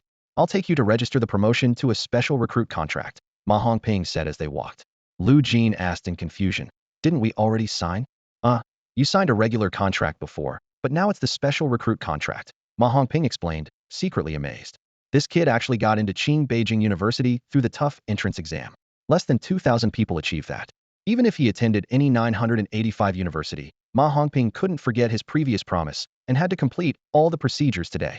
When you arrive in J-City, you can go directly to the J-City Great Wall Guild to receive the use rights for the guild's virtual reality pod and a certain amount of living allowance, Ma Hongping detailed, plus a mermaid tier each month. A mermaid tier? Lu Jin asked curiously. It can enhance the rate at which you refine your vital energy. For someone of your level, it could increase by about 3. Lu Jin nodded. All right. Although 3 didn't seem like much, for someone who improved steadily every day, it could make a significant difference. If the effect lasted for a month, that 3 would accumulate to 90, a substantial figure. Ma Hongping said solemnly. Getting into Beijing University is what you deserve. Aim to master an SSS skill in a month and get the top configuration. Lu Jin knew that without getting into Beijing University, he wouldn't have had the chance to access items that could enhance his vital energy efficiency beyond the energy refining liquid. His value was starting to rise. I'll do my best, Lu Jin answered briefly, then said goodbye and left. Ma Hongping watched his back and softly said, safe travels. As soon as he spoke, the sky outside suddenly filled with dark clouds, followed by a torrential downpour. Lu Jin swiftly performed swallow return, cutting through the layers of rain and quickly returning home. Uncle, Aunt, I'm leaving at 11:30 tonight, Lu Jin said as soon as he entered. In such a hurry, his aunt asked while comforting her swollen belly and looking at the stormy scene outside the window. No choice, I couldn't get a ticket for tomorrow, Lu Jin explained. His uncle asked with concern, do you need me to take you to the train station? No need, Lu Jin politely declined. Cars are only suitable for long distances. For a few kilometers, it's better to run. Thus, Lu Jin stayed until 11 p.m., said goodbye to his uncle and aunt, and set off for J-City. By then, the rain had stopped. Lu Jin arrived at the train station on time. The announcement came on. Passengers for train Z823 from X-City to J-City, please proceed to the ticket checkpoint. After checking in, Lu Jin found his window seat in carriage 11. 10 minutes later, the train station stopped ticket checking, and the green train bound for J-City slowly started. Just as Lu Jin was about to close his eyes for a rest, he heard a female voice. Excuse me, could you switch seats with my boyfriend?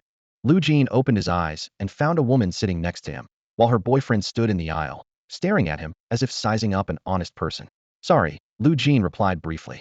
The woman, seeing this, became sharp in tone. Just switch seats. We're together, won't it be awkward for you to sit next to a girl?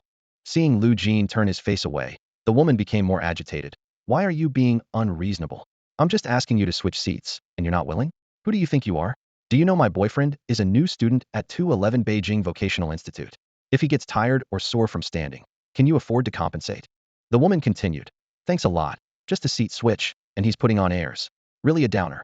Doesn't even look in the mirror to see who he is. Just a laborer trying to act high and mighty with someone from Beijing Vocational Institute. Pathetic downer. Lu Jin remained silent. By now, the train had been traveling for an hour and was well out of a city. The woman, arms crossed, kept talking. I bet you can't even find a girlfriend, right? Hilarious, sitting in the same seat with us. Finally, the tall young man standing in the aisle, about 6'3", spoke. If he doesn't want to switch, then forget it. You can't wake someone pretending to be asleep. No need to waste your breath, baby. Chin Shun, I'm really disgusted, having to sit with someone like this. If there were tickets for planes or high-speed trains, there's no way we'd be dealing with this. The woman continued to complain. We're in one world, he's in another.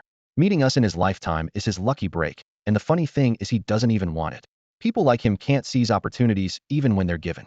The young man laughed, clutching his stomach, and the woman laughed until tears came. At that moment, suddenly, there was a deafening explosion. Boom, boom, boom. In the earth-shaking tremor, a blinding white light flashed. Carriage 11, carriage 12, carriage 13 exploded in succession. Lu Jin was violently thrown into the air by the blast shockwave, landing heavily on the gravel outside the tracks. Struggling to his feet, he realized he was completely naked, his skin covered in black burn marks. Surveying his surroundings, Lu Jin saw only a few middle-aged people shakily getting up. Everyone else seemed to have vanished into thin air. A deathly silence enveloped the explosion site. After an indeterminate amount of time, groups of individuals bearing the Dongfeng emblem on their chests rushed to the scene.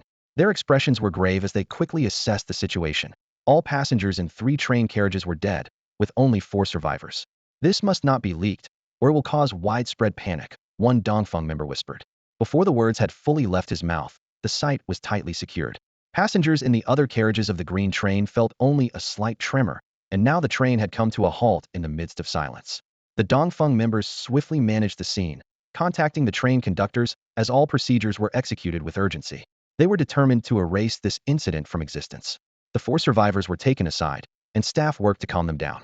Once they were settled, each received 100,000 yuan in compensation, several sets of fitting clothes, a cell phone, and signed a confidentiality agreement. The leader responsible for the incident from the Dongfeng organization then arranged for helicopters to take them to their respective destinations. And so, the explosion seemed to be wiped from the annals of history. Aboard the helicopter, Lu Jin gazed down at the vast landscape below and the amber-tinged clouds in the distance. He felt a sense of relief. If I hadn't advanced my rock-solid cultivation technique to the 3rd level, relying only on the 2nd level's 5-fold body strength, I might have been severely injured, if not killed, by this explosion. Lu Jin was unharmed because his ability reduced damage by 70, rendering the shockwave's impact negligible and leaving him mentally unfazed. According to Dongfeng members, the explosion was likely a terrorist attack. Lu Jin pondered. The emergence of terrorists often signals national unrest and poor governance. Their boldness indicates one thing: the front lines are struggling, suffering heavy losses. The front lines are the nation's foundation, and when that foundation is shaken, those with ill intentions seize the opportunity to cause chaos. If the nation's foundation were solid, terrorists wouldn't dare show themselves. Doing so would be a death sentence. Lu Jin continued to reflect. 3 carriages, each with about 130 people, resulting in 390 casualties, nearly 400 lives lost. Although some deserved it, most were innocent. If not for my abilities, I too might have quietly disappeared in this explosion. With that thought, Lu Jin's fists involuntarily clenched, feeling an indescribable sensation swelling within his veins. It took considerable effort to suppress this burgeoning emotion. At that moment, Lu Jin's phone chimed with a message on WeChat from Luo Shuang. Are you okay? You heard about it? Lu Jin replied. Of course. Luo Shuang quickly responded. I'm glad you're safe, or I wouldn't have let them get away with it. But even without you, I still wouldn't let them get away with it. I'm really angry this time. Lu Jin promised to privately investigate the matter, vowing to make the fugitive suffer a fate worse than death. He assured Lu Jin that he would report the findings promptly and expressed his willingness to fully cooperate, having already sensed the opponent's profound depth.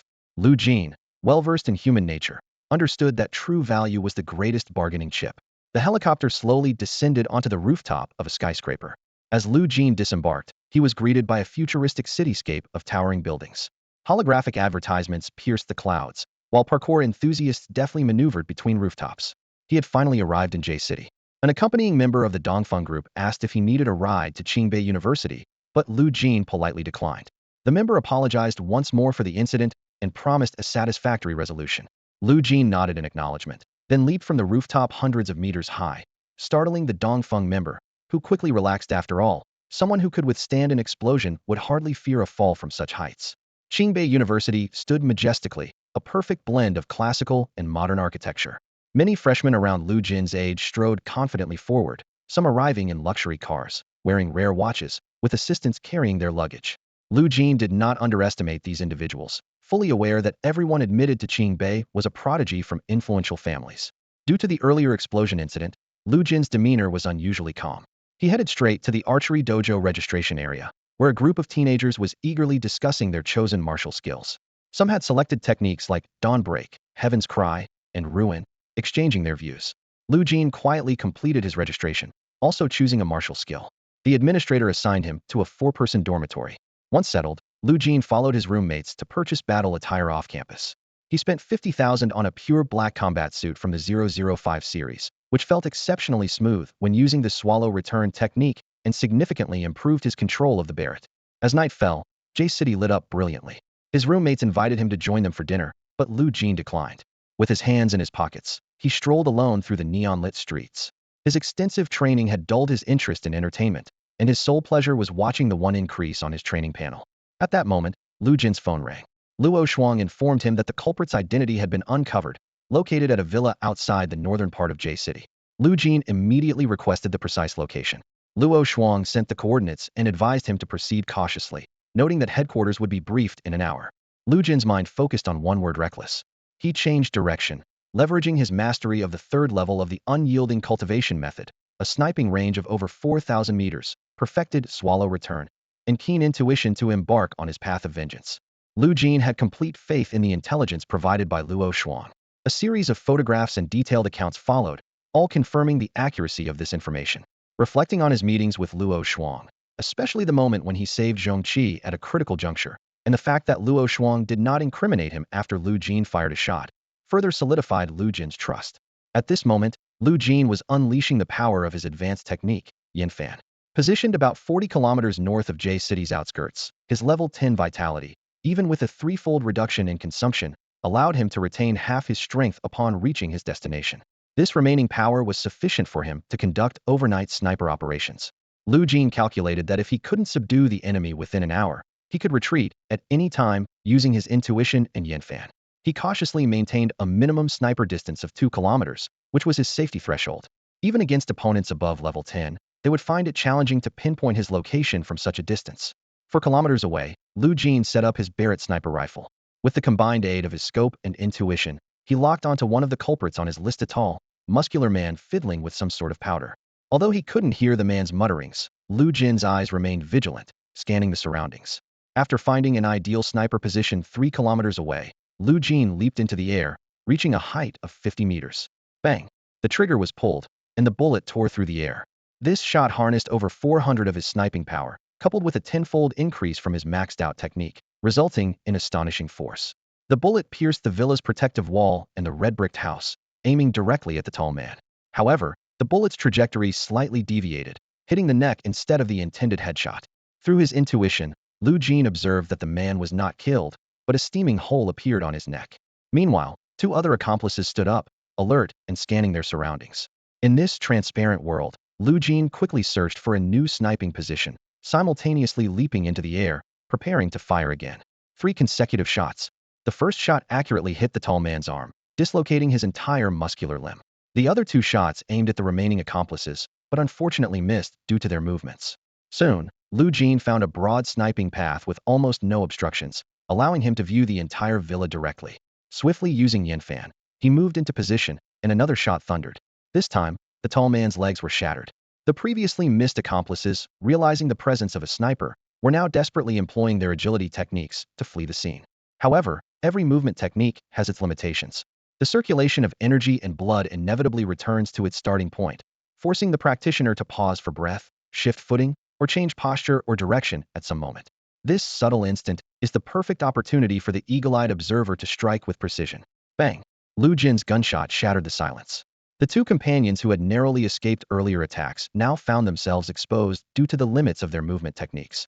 2 bullets whistled through the air. One struck one companion's head with deadly accuracy, while the other tore through the other's thigh. The companion hit in the head fell back like a kite with a broken string, crashing heavily against the villa's protective wall. The one shot in the thigh wasn't as fortunate, with a gruesome wound that was shocking to behold. Lu Jin calmly shifted his focus to the remaining target, who was more resilient. Without hesitation, Lu Jin pulled the trigger. 8 deafening gunshots emptied the magazine. The tenacious companion's head was deeply embedded into the wall. Yet, to Lu Jin's surprise, the man struggled to pull his head free, his eyes bloodshot, as he staggered to attempt another movement technique. Lu Jin gave him no respite. Another bullet whistled through the air, this time aimed not at the head but at a vital point below. A piercing scream echoed for 2 kilometers around, as if something had exploded inside him. This strike completely shattered the man's will to survive, leaving him writhing in agony on the ground. Expressionless, Lu Jin once again pulled the trigger without hesitation. But just at that critical moment, a blinding flash of lightning streaked from afar, illuminating the entire villa and sky. Like a giant hand, the lightning whisked away the stubborn companion, vanishing him into the heights. Before Lu Jin could react, another, more intense lightning bolt struck down. Boom! Thunder roared overhead, leaving Lu Jin's mind blank and his body paralyzed. "It's over," those words echoed in his mind. The newly acquired Model 005 combat suit was torn to shreds under the onslaught of lightning, leaving branching, menacing patterns on his skin. Even with his body tempered to the third level of rock-solid endurance, and at a level 10 energy and blood state, he was on the brink of collapse. The pain in his heart surpassed even what he felt during the train carriage explosion years ago. What alarmed Lu Jin even more was that Luo Shuang's intelligence had only mentioned the 3 men he had just sniped. This mysterious figure wielding the power of lightning was an unexpected and unwelcome surprise beyond the information provided. The situation had changed in an instant, and Lu Jin realized this battle was far more challenging than he had anticipated. How is it? Luo Shuang asked briefly. Not very optimistic, Lu Jin replied succinctly, with a hint of concern in his voice. Luo Shuang didn't respond immediately, but within a minute, he hurried over with several others wearing the same 5-star tower logo on their chests. Where are you? Luo Shuang asked urgently. 1,000 meters in the direction you're facing, Lu Jin precisely indicated his location. Luo Shuang quickly reached Lu Jin and was immediately drawn to the tattered combat suit and the branch-like markings on Lu Jin's exposed skin. He instantly realized Lu Jin had been struck by lightning, his brow furrowing. Strange, they don't have lightning skills. There's also an additional accomplice not mentioned in your intel. Lu Jin concisely recounted the facts. Luo Shuang's eyes widened, his face displaying a complex mix of guilt and surprise, and he suddenly felt a chill down his spine, appearing extremely tense. He hastily inquired about Lu Jin's injuries before rushing towards the manor. Lu Jin stood there, aware that his task was complete. He silently hoped Luo Shuang could extract some valuable information from the survivors. Lu Jin had deliberately left some alive, including the enemy with the broken throat. Despite the fatal injury, the man was still clinging to life. As he left the scene, Lu Jin's demeanor subtly changed. He no longer appeared arrogant. Instead, there was a calmness and composure not typical for someone his age. I was too hasty, Lu Jin reflected. I should have used a scope to check for any suspicious points within a 10th centimeter radius before targeting. He knew well that with his intuition combined with a scope, he could easily manage that, even up to 100,000 meters. However, doing so would significantly increase the amount of information he needed to process. Had I observed more carefully, perhaps I wouldn't have been struck by lightning, and I might have caught the tail of the thunder. Lu Jin recalled the mysterious figure who brought the lightning. The person wore a cat face mask, was tall and broad-shouldered, undoubtedly a man. He dressed casually, wearing only a pair of yellow shorts, with thick leg hair, giving an impression of sloppiness. Lu Jin chose not to share these details with Luo Shuang. He felt these features were not enough to definitively point in any direction and might even disrupt Luo Shuang's investigation. But Lu Jin noted to himself that if he ever saw a man with these characteristics again, he would pay special attention. A sense of discontent spread through Lu Jin's heart. He realized he was becoming increasingly unaware of many things, or rather, everything he encountered seemed devoid of truth. It was as if everything was shrouded in mist. The plague-spreading mutated rats seemed to have faded from public view, but Lu Jin knew they had only faded, not been eradicated. Why were there void rifts existing for a century? How many of the alien races emerged from these rifts? Some could even speak human language, indicating a level of intelligence. Where was their leader? What were its rank and power? Then there was the train explosion incident. Even though the group responsible for planning the explosion was captured, Lu Jin suspected there might be a larger terrorist organization behind it. Why did they plan this explosion? Why choose carriages 11, 12, and 13? What secrets were hidden within these 3 carriages? Although Lu Jin had encountered these events, each time he only scratched the surface, like eating rice without any side dishes, leaving a desire unsatisfied. Lu Jin was not one to seek trouble, but what angered him most was his increasing inability to discern the truth. He felt as though he was being kept in the dark, and this sense of being deceived caused him a certain pain of betrayal. What frustrated Lu Jin even more was that while facing the threat of alien races, with veterans on the front lines defending China, there were compatriots at home engaging in terrorist attacks. This complex situation left Lu Jin feeling utterly frustrated. However, Lu Jin quickly adjusted his mindset. He decided to temporarily erase the word reckless from his vocabulary. I need to improve myself, Lu Jin resolved internally. Development is the key. Even when faced with challenges, Lu Jin would always survey the surroundings for suspicious factors before engaging in a fight. If there were elements beyond his control, he would refrain from opening fire and focus on strengthening himself. His martial skills were already fully developed, and now he needed to learn the SS-level techniques from Qingbei to further enhance his abilities. The foundational skills, Rock Solid and Mind's Eye, also required his effort to reach LV4. Once Rock Solid hit the 4th level, his vitality would increase tenfold. His recovery rate would significantly improve, and he might even gain the ability to regenerate flesh. His body's resilience would also proportionally increase with his vitality. Cultivation is a lifelong journey, and reaching the 4th level is merely the first milestone worth celebrating on this long path. As for breaking through to LV3 with Mind's Eye, Lu Jin focused on accumulating proficiency, trusting that the breakthrough would come naturally. He also made sure not to neglect his sniping power, practicing it daily. To Lu Jin, the combination of sniping skills and power formed his foundation. Cultivation was secondary, and ranking martial skills was unnecessary. The more solid and powerful the foundation, the more astonishing the power of the martial skills. Talent is reflected in the strength gap when using the same martial skills. Upon returning to the Dinghai district of J City, Lu Jin could see from afar the majestic Qingbei Academy buildings, separated by just a single street, Shuangqing Road. As he walked through the campus, students pointed and snickered at his disheveled appearance. Back at the dormitory, his roommate, Hosey, looked him over and asked, Lu Jin, did you just come back from a big fight? Yeah, Lu Jin replied briefly. Their other two roommates, Chen Pongzi and Su Jingui, chimed in. Wow, no wonder you skipped our dinner. If it were me, I'd go too. They seemed eager to experience battle themselves. Lu Jin gave an awkward laugh. He knew he didn't really want to fight. It was the heat of the moment, combined with his over 400 sniping power, mastery of long-range attacks, and the support from his mind's eye ability, that made it hard not to act impulsively. After cooling down, Lu Jin only wished to focus on steady growth. Fighting is a matter of life or death, after all.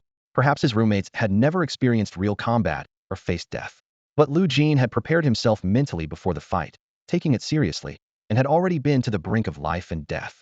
Tomorrow we start learning Qingbei's signature techniques. I wonder if they'll be difficult. If they are, I might just lose it, one roommate said worriedly. Same here, another agreed. Our high school teachers always said college would be fun, and as long as we have a good foundation, we'd pick up martial skills easily. I wonder if that's true. It's probably not true, Lu Jin replied quietly. With that, their conversation ended, and the dorm lights went out, as the tranquil night enveloped the room. The sun rose in the east at 8 o'clock. Lu Jin and his three roommates hurriedly got up and headed to the Mingtan Martial Arts Institute. Qingbei University is more than twice the size of Dawu University, and it takes about 15 minutes to walk from the dormitory to the Mingtan Institute. We're running out of time. Everyone knows how to use body technique, right? Su Jingui asked. The three nodded in unison, and in a flash, they disappeared from the path outside the dormitory.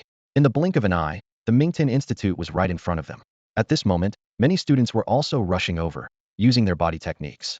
They glanced at each other but didn't exchange greetings, heading straight into the institute. The Mingtan Institute is a spacious indoor training facility, about the size of a standard football field. In the center of the training room stood a young man with his arms crossed and eyes closed, meditating.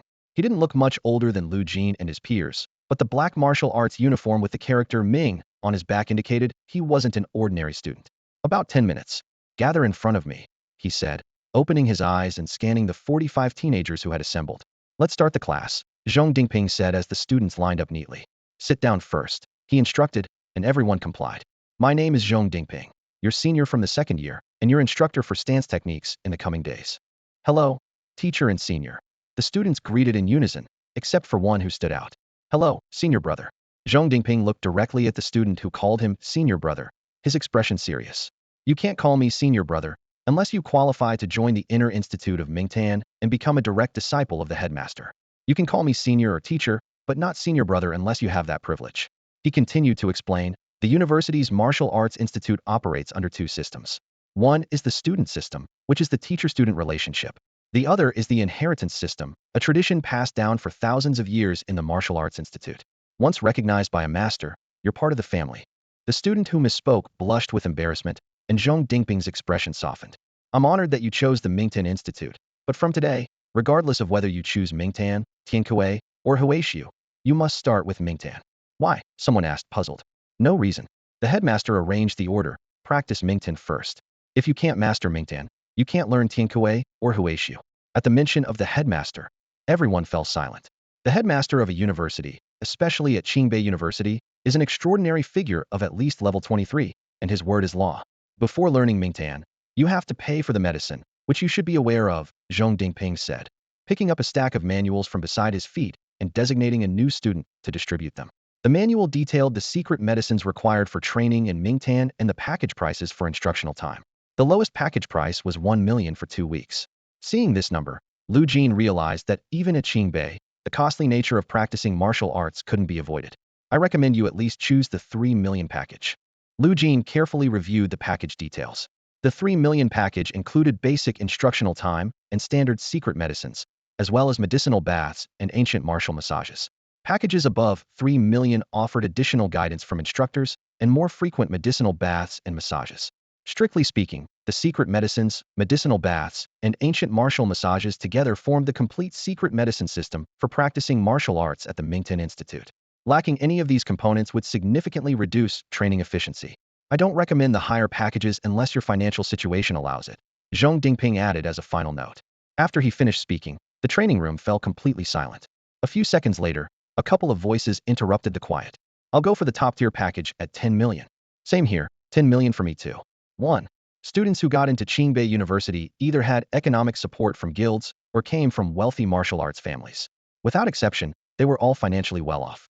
Apart from those who chose the top-tier 10 million package, the rest opted for packages costing over 3 million, which meant they would receive more massage and herbal bath sessions, as well as additional guidance opportunities. Soon, 44 out of 45 students quickly completed their payments either through online transactions or a simple phone call to their guilds, with funds transferred immediately. However, Lu Jin faced a dilemma. Lu Jin had only 7.05 million in total. He calculated silently. A 3 million package would only last a month. Anything more expensive wouldn't even last that long, and anything less than 3 million. An SSS level is much tougher than an S level.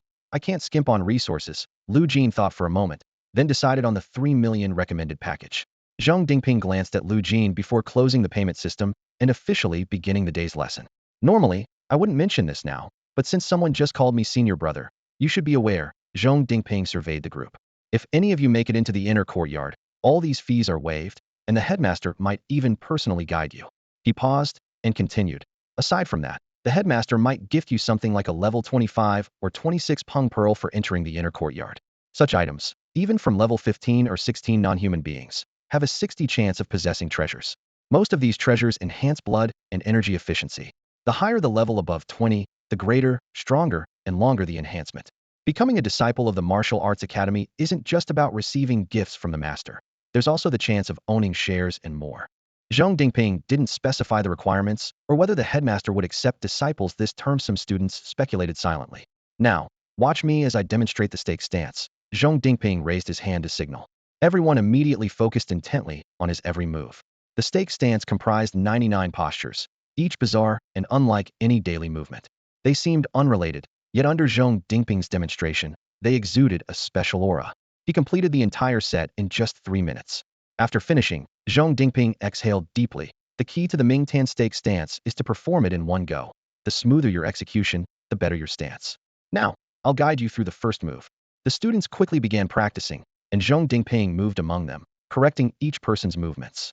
After correcting about 10 moves, everyone received a portion of external application secret medicine to apply on strained muscles before continuing their practice. Soon, some students managed to perform 10 consecutive unconventional stake stances. Some even started self-learning the 11th, 12th, and 13th moves. Zhong Dingping observed and provided timely corrections. The training room occasionally echoed with cries of pain. Those who couldn't endure would stop to apply the secret medicine, while those in severe pain would rest on the ground before heading to the herbal bath and massage. Zhong Dingping crossed his arms and nodded with satisfaction. You're all learning quickly. He pointed to a student. What's your name? Wu Jialan. You're impressive, learning the stake stance faster than I did. I estimate you'll master it in less than 10 days. But remember, the stake stance is the simplest part. The true complexity lies in the flow of blood and energy. Keep up the good work and stay humble. Understood, senior. Zhong Dingping then inquired about a few others' names and looked at the determined faces of the students, muttering to himself. This batch of juniors is not lacking compared to when I started. I wonder if the master is satisfied with them. As the class neared its end, Zhong Dingping had a good sense of all the students present. Wu Jialan, Su Jingui, and a dozen others progressed the fastest, demonstrating humility and perseverance. Others were slightly behind, and as for the ones at the bottom, Zhong Dingping's gaze inadvertently fell on Lu Jin. At that moment, Lu Jin was still struggling with the third move. While others could perform 10 to 15 consecutive stances, he repeatedly practiced the first 2 moves, taking a long time to progress to the third. Zhong Dingping didn't criticize him. His responsibility was teaching, and progress depended on individual effort. The bell rang, signaling the end of class. There's extra guidance at 2 p.m. Those with packages over 3 million, please go to martial arts room on the 12th floor of building 2 at 2 p.m., Zhong Dingping announced, and then seemed to recall something. Out of 45 students, 44 chose packages over 3 million, with only one opting for just 3 million. And he's the slowest. Lu Jin's figure resurfaced in Zhong Dingping's mind. He wasn't sure what to think. Aside from martial skills, he didn't want to say much. In university, personal ability is crucial, especially in a place like Qingbei, where geniuses gather. A slight lack in aptitude means falling behind, and a lack of financial resources makes it even harder to keep up. As Zhong Dingping left, most of the students gradually exited the martial arts room, heading to the herbal bath and massage rooms. Slowly, only Lu Jin remained in the training room. He lay on the polished floor, gasping for air until his breathing steadied. Lu Jin quietly savored the tranquility of the empty training room, but this peace was soon disrupted by an unusual sensation. He stared at the ceiling as a system notification appeared in his vision. Ming 10 Unlock Progress 3. On a transparent blue panel, objective and impartial black text caught Lu Jin's eye, instantly dispelling his fatigue. He slowly stood up, attempted to take a step, and found he could walk normally again. Lu Jin then headed to the herbal bathroom, soaking in a specially prepared solution to thoroughly relax his tired muscles. After the herbal bath, he moved to the adjacent massage room. There, 10 professional therapists were hard at work, and it was soon Lu Jin's turn. The therapist's skilled hands left him feeling completely relaxed after a 15-minute session, and the injuries from his stance training were fully healed.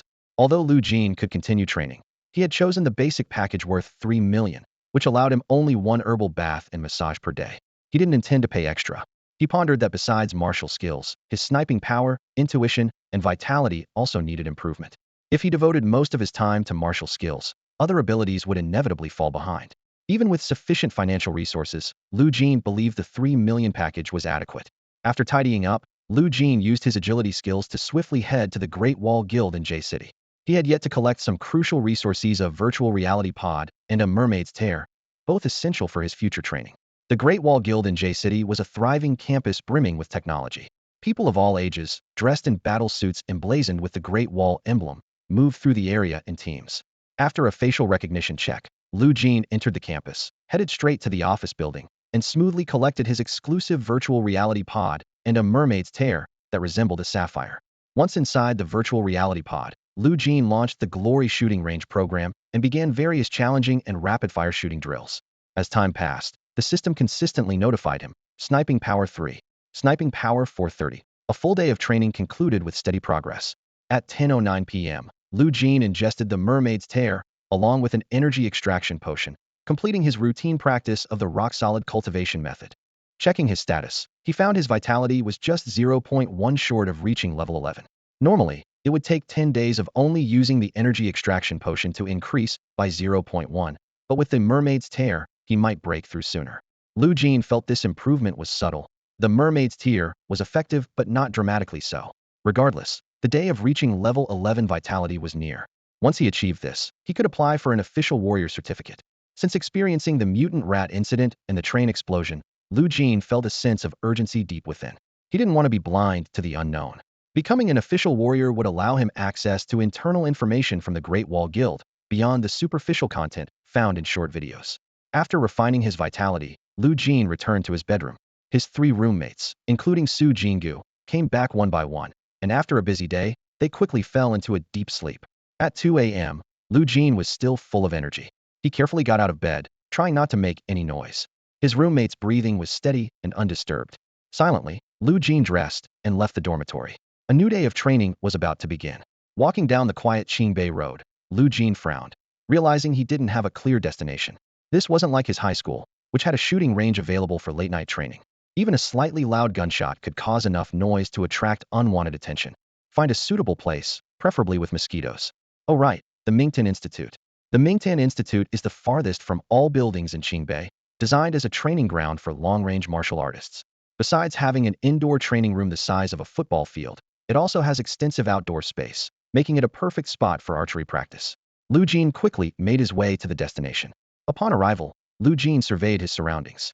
Despite the absence of neon lights, the expansive layout made it an ideal shooting range. He took a deep breath and murmured, "Mind's eye, open." In an instant, a transparent world unfolded before him, revealing everything within a few miles. Lu Jin set up his Barrett, carefully selecting his sniper target within this area. His aim finally locked onto a quiet corner of bustling J City, where neon lights flickered and mosquitoes buzzed. This time, the distance to my target is 5 kilometers, Lu Jin muttered, aligning his vision perfectly with the sight. Bang! The gunshot echoed in the silence. A system notification immediately followed. Mine's ILV-31. You're here so early? At 7:30 in the morning, Zhong Dingping stood with his arms crossed, scrutinizing the teenager sitting on the ground resting in the vast courtyard of the Mingtin Institute. Clearly, Lu Jin had undergone some sort of training before his arrival. Zhong Dingping was certain it wasn't the Mingtin post training. Otherwise, Lu Jin wouldn't simply be resting on the ground. Not long, Lu Jin replied succinctly. Zhong Dingping said no more and turned to leave. By 8 o'clock, other students began to arrive. Apart from his roommate giving him a brief greeting, others maintained a distance as if he were a stranger. At 8:30, class officially began. Continue from where we left off yesterday. I'll be guiding you, Zhong Dingping said. Yes, senior. Everyone responded in unison and proceeded to practice the Mingtin post. Everyone looked a bit weary. Beyond the 99 posts, there was the circulation of energy and blood, and if one wasn't proficient with the posts, the time required to master the Mingtan would be significantly prolonged. Wu Jialan, you've already managed to do 20 continuously, and your movements are very standard. Have you been training extra after class? Zhong Dingping asked a student. Yeah, can't let the unlimited medicinal baths and massages go to waste, Wu Jialan replied. Hearing Wu Jialan could complete 20 posts, the surrounding classmates blushed and trained even harder. Zhong Dingping's guidance was relentless. When I'm guiding others, those not being guided should also listen. You've all been admitted to Qingbei, so I won't say more. His gaze fell on Lu Jin, and he couldn't help but shake his head. You're still only on the 5th post. When will you finish the Year of the Monkey? Despite his teasing tone, Zhong Dingping's guidance for Lu Jin was more detailed than for others, both in frequency and duration. Ring, ring, ring. Time flew by, and the bell signaled the end of the class. Lu Jin lay on the ground, hearing Zhong Dingping remind students with over 3 million points of an extra guidance session tonight. Moments later, the students gradually left. Lu Jin lay spread-eagled on the ground, staring at the ceiling. A system notification sounded. Mingtan unlock progress 4. This time, the mentor spent more time guiding me, which added an extra 1 compared to yesterday, Lu Jin calculated in his mind. After waiting for the topical secret medicine to take effect, Lu Jin got up and headed to the medicinal bath and massage rooms. No matter the guidance duration, it was beyond his control. He could only focus on what he needed to do. Later, he went to the Great Wall Guild to enter virtual reality for unrestrained shooting practice. Gradually, this discipline mode became Lu Jin's daily routine in J City. 9 days later, a clear ding sounded in Lu Jin's ear, signaling another project breakthrough. Opening the panel, the system displayed. Vitality breakthrough. Vitality, 11.0. The efficiency boost from the mermaid's tears showed remarkable results at this moment. Lu Jin had anticipated taking 10 days to break through to level 11, but he achieved it a day earlier. While he was focused on practicing the meditative stance technique, the slight but continuous increase in his energy finally reached a critical point. The bell signaling the end of class rang. The daily guided lesson was over, but this time, Lu Jin didn't lie on the floor to rest as usual. He swiftly got up, dashed out, and surprisingly overtook Wu Jialan, heading straight to the herbal bathhouse. This guy, Wu Jialan's expression changed, and he frowned. He was usually the first to reach the herbal bath, the first to enjoy it, and then go for a massage. But now, Lu Jin could still use his movement skills. As Lu Jin's figure quickly vanished from sight, Wu Jialan lost the desire to race him and merely quickened his pace. Other trainees, seeing this, gritted their teeth and accelerated as well. 20 minutes later, Lu Jin was the first to emerge from the massage room and left without pausing. Today, he was in a bit of a hurry. Lu Jin headed straight to the Great Wall Guild, standing in the center of the spacious office hall. Hello, I would like to apply for an official warrior certificate, he said, following the directions on the hall sign to find the person in charge. The person in charge looked up at him. Go over there to test your energy and combat power. Once you have the report, come back to me. Lu Jin followed her direction to the testing area. Moments later, a report was printed out. Energy level, 11.0, qualified. Combat power, 13011, qualified. Lu Jin was somewhat surprised. His steadily increasing sniping power and the fully mastered flick finger skill barely pushed his combat power past 12999, reaching 13 points at level 11. However, upon reflection, he realized that as combat power advances, each point becomes more valuable. His 13011 points were equivalent to several hundred points at level 12, which was a decent achievement. Lu Jin returned to the person in charge with the test report, and she efficiently completed the registration. Congratulations on becoming an 11th level warrior of the Great Wall Guild, she said with a smile. As Lu Jin was about to leave, she quickly called him back. Wait, now that you're an official warrior, you need to be assigned to a team. I almost forgot. Assigned to a team? It means that once recruited, registered official warriors are assigned to a team. Being in a team gives you the right to take on missions and access information beyond what is available online, essentially getting to the truth, she explained. You don't need to worry about being constantly called for missions. Since you're a student, We'll temporarily place you in a team to get familiar with the environment. Whether you take on tasks is up to you. Okay, Lu Jin nodded in agreement. Soon, a middle-aged man with a square face came to claim him. He appeared about the same age as Lu Jin's uncle, and his hands were covered with scars from battles. Hello, I'm Dong Jiwei. He extended his scarred hand. From today, you'll be in my team temporarily. Yes, Captain. Lu Jin stood at attention and saluted. Dong Jiwei patted Lu Jin on the shoulder, a hint of admiration in his eyes. I wish my son were as capable as you. He's only managed to get into a junior college, which is quite disappointing. I was just lucky to get into Qingbei, Lu Jin replied modestly. After some conversation, Dong Jiwei invited Lu Jin to join the team chat group. A team can have up to 5 members, and with Lu Jin joining, the group increased from 5 to 6 members. There were many task-related messages in the group. January 8th, 7 p.m., Linjiang District, clear a level 12 void rift. February 21st, 6 p.m., collaborate with other teams to capture the bank robbery leader Wang. March 3rd, 12 p.m., assist Dongfeng 511 team in clearing a level 13 void rift. On April 2nd, we dealt with the annihilation of our fellow men by foreign tribes. Now, in July, Lu Jin feels as if a new world has opened up before him, revealing a different perspective. The summer sun streamed through the window as Lu Jin stared at his phone screen, unread messages flashing in the group chat interface. His gaze lingered on a pinned link at the top since the group's inception. With a gentle tap, the screen immediately switched. A task list unfolded before him, neatly listing various unclaimed missions, each clearly categorized by warrior level. Lu Jin's pupils contracted sharply, and his breath caught. He quickly tapped into the level 16 task section, where the details of the mutated rat case came into view. Scrolling up, only the words high-speed train explosion stood out starkly in the level 17 tasks, with the detailed information section displaying just 2 red characters top secret. We usually discuss missions and related exchanges in this group. Dong Jiwei's voice came from beside him, carrying the calmness of experience. You can listen in on the voice chat when we do tasks. But as for participating, I absolutely won't let you join. Dong Jiwei's gaze was filled with concern. In his eyes, Lu Jin was still a child in need of protection. Lu Jin nodded slightly. Understood. His brief reply conveyed understanding. How about dinner tonight? Dong Jiwei suddenly suggested. I'm afraid I don't have time, Lu Jin replied, a bit hesitant. Dong Jiwei patted his shoulder. Make some time. I'll introduce you to the rest of the 1001 squad. My treat. All right. Lu Jin agreed, not because he couldn't spare the time, but because he couldn't refuse the kind offer. After agreeing, Lu Jin finally headed to the virtual reality pod to begin today's shooting practice. He focused intently until the game server closed, forcibly logging him out. The screen flashed his score, Sniper Power 4. Perfect performance. Lu Jin smiled in satisfaction, then got up to head to the 1001 squad's dinner. The destination was a bustling street stall in a corner of the city. When Lu Jin arrived, several team members were already seated around a plastic table, their faces slightly flushed from a few rounds of drinks. Dong Jiwei spotted him immediately, stood up with a smile, and warmly invited him to sit. Lu Jin's gaze swept over the other 3 at the table, all wearing wedding rings, their faces showing the wear and experience of those well past 30. This is our squad's new member. Though temporary, let's still give him a warm welcome. Dong Jiwei introduced him to the group. Hello, I'm. Lu Jin perked up, ready to listen to each member's introduction. Just then, Dong Jiwei's phone suddenly blared with an alarm. All introductions stopped abruptly, smiles replaced by seriousness. Dong Jiwei quickly answered the call, his brow furrowed. Squad 1123 made a major error in clearing a void rift. There are casualties, and it's nearby. We need to support them.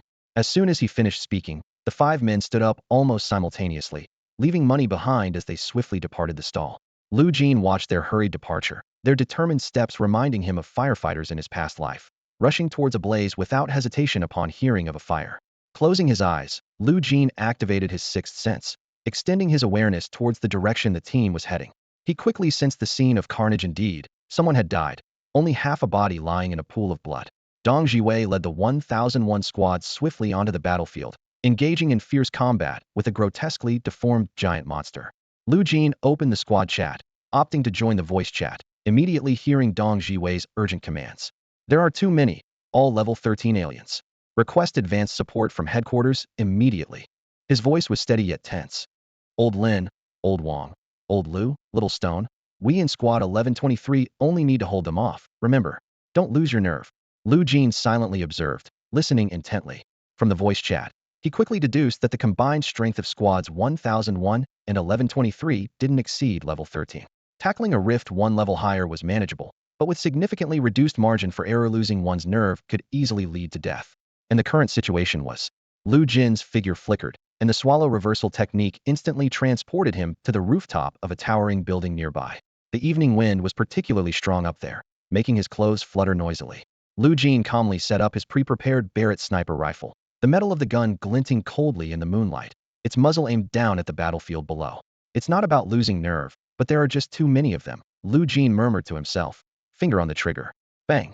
A force from afar struck the head of the grotesque creature, causing it to explode with a loud bang. The group was intensely focused on holding back the aliens when suddenly a thunderous noise erupted above them. The head of a malformed creature burst like a watermelon, scattering flesh and blood. The group was momentarily stunned, only to witness the heads of the second, third, fourth, and fifth aliens exploding in succession. Long-range fighter, someone exclaimed. The attacker's precision was astonishing, with each strike hitting the aliens' critical weak points. The creatures were defeated one by one, unable to react. The group's tension eased, but they quickly regained their focus, coordinating with the distant firepower. In less than a minute, all the level 13 aliens lay defeated at their feet. A resounding victory. A more advanced team arrived late, but did not blame them for wasting the guild's manpower. Their gaze fell upon the battlefield's center, where a man with only half his body remaining lay quietly among the alien corpses. A comrade from the same team dropped to the ground, fists pounding the earth in silent grief. Members of Team 1001 all turned to look at the high ground behind them. On the rooftop of a building, Dong Zhuwei spotted a young figure. The bright moonlight spread behind him, the breeze ruffling his hair, making him appear like an unsheathed sword, sharp and dazzling. Vitality 0.02.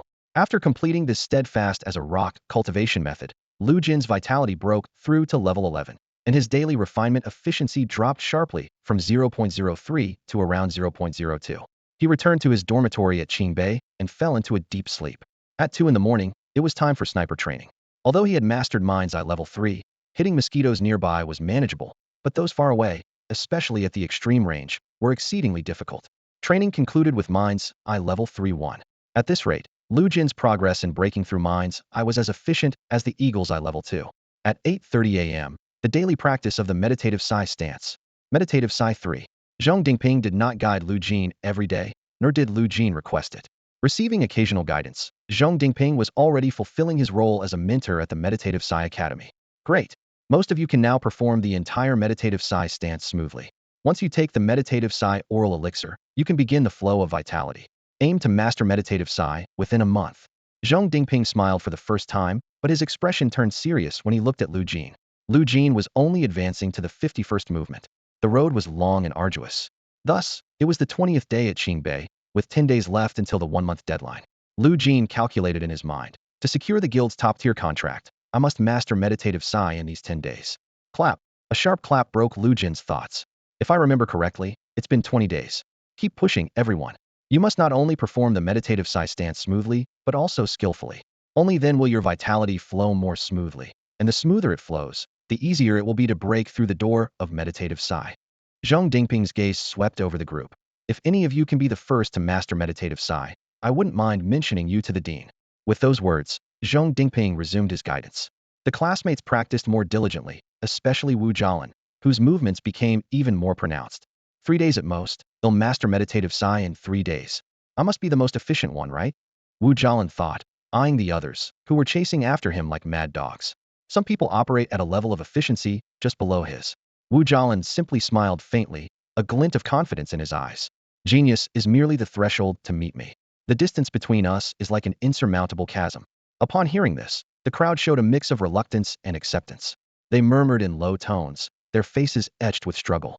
The stance is manageable, but incorporating the circulation of energy and blood is truly difficult. One student shook his head and said, a slight deviation from the standard, and I can't complete a full cycle.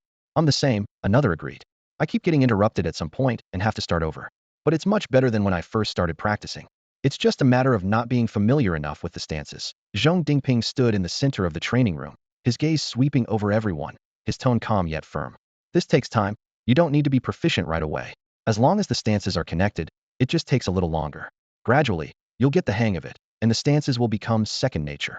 Everyone nodded in agreement and resumed their focus on practicing the stances. The training room was filled only with the steady sound of breathing and the soft rustle of movement. From the first class until now, no one had slacked off. Zhong Dingping's gaze shifted to a corner where Lu Jin was. Including Lu Jin, none had ever been lax. Zhong Dingping was contemplating, planning to give Lu Jin some extra guidance. After that, it would be up to him. Just as Zhong Dingping was about to approach Lu Jin, he saw Lu Jin take a glass vial from his pocket and drink the black liquid inside. Then, he stood upright and began the first movement, the starting form. Yesterday, Lu Jin had progressed to the 98th stance. Early this morning, he had completed the 99th, the final one. Is he finally going to start the circulation of energy and blood? Zhong Dingping felt a tinge of satisfaction for some reason. Although Lu Jin was 10 days behind his classmates, this contrast only heightened the anticipation. Like the tortoise and the hare, the audience was most interested in the tortoise, wondering how long it would take to reach the finish line. Wait, Zhong Dingping's expression suddenly changed. In Lu Jin's starting form, he sensed a certain charm being slowly constructed. After the starting form, the first stance unfolded smoothly on Lu Jin's body. It's the essence, his movements are so precise, as if he's grasped the essence of the Ming Tan stance. Zhong Dingping's eyes quivered slightly. As soon as the first stance began, Lu Jin transitioned naturally to the second. As the second stance initiated, the third was already complete. His speed was unbelievably fast. His movements, even leaving afterimages even Zhong Dingping couldn't achieve. I've only seen such afterimages in the Ming Tan stance from my master. Is he? In less than a minute, Lu Jin had completed the entire Ming Tan stance. Pain immediately followed, and he collapsed with a thud on the polished floor. Zhong Dingping, however, heard a very distinct sound, as if he'd forgotten everything around him, only his ears moving slightly, his lips murmuring softly, a perfect Ming Tan stance. He completed a full cycle of energy and blood circulation.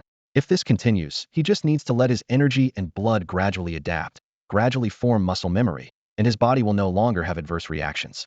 The Ming Tan stance will be mastered. Ding. The time showed 12:30. All the students had left the training room, leaving only Zhong Dingping and Lu Jin. Lu Jin got up from his falls time and again, eventually smiling. Ming Tan LV11. Ming Tan entry level achieved. Zhong Dingping stood with arms crossed, his expression unchanged. Yet from this moment, he sensed a new aura emanating from Lu Jin's presence, as if from a distant era, one of decay, remnants, ruin, and lament. Zhong Dingping slowly lowered his arms and said, "Congratulations, Lu Jin. Let's go outside and fight me." Lu Jin was taken aback by the direct challenge. Normally, he wouldn't agree to such provocations easily. However, the person in front of him was his mentor, Zhong Dingping, who had never shown him patience with his slow progress and had always guided him diligently. After a moment's thought, Lu Jin nodded in agreement. The two left the training room and stepped into the expansive courtyard of the Mingtan Institute. Zhong Dingping walked about 100 meters away, then suddenly turned around and called out clearly, "All right, right here. Get your weapon." Lu Jin slowly drew out his weapon, and Zhong Dingping's expression subtly changed. The object he saw was something he hadn't encountered in a long time, almost beyond his comprehension: a sniper rifle. Although it was a long-range weapon like a bow and arrow, it was distinctly different, and this intrigued him. He couldn't help but wonder just how powerful Lu Jin's Mingtan had become. "Use Mingtan?" Lu Jin asked cautiously. "That's right. Shoot with all your might," Zhong Dingping replied in a deep voice. "Are you sure? Don't worry. You won't be held responsible if you kill me," Zhong Dingping said, crossing his arms confidently over his chest. Bang! A loud bang echoed through the air above the Mingtan Institute. The powerful impact forced Zhong Dingping to step back several times, one foot sinking deep into the ground. His hands quickly crossed in front of his forehead, barely deflecting the blow. "That was close," Zhong Dingping muttered, lowering his hands from his forehead. Black flames were mercilessly corroding his skin.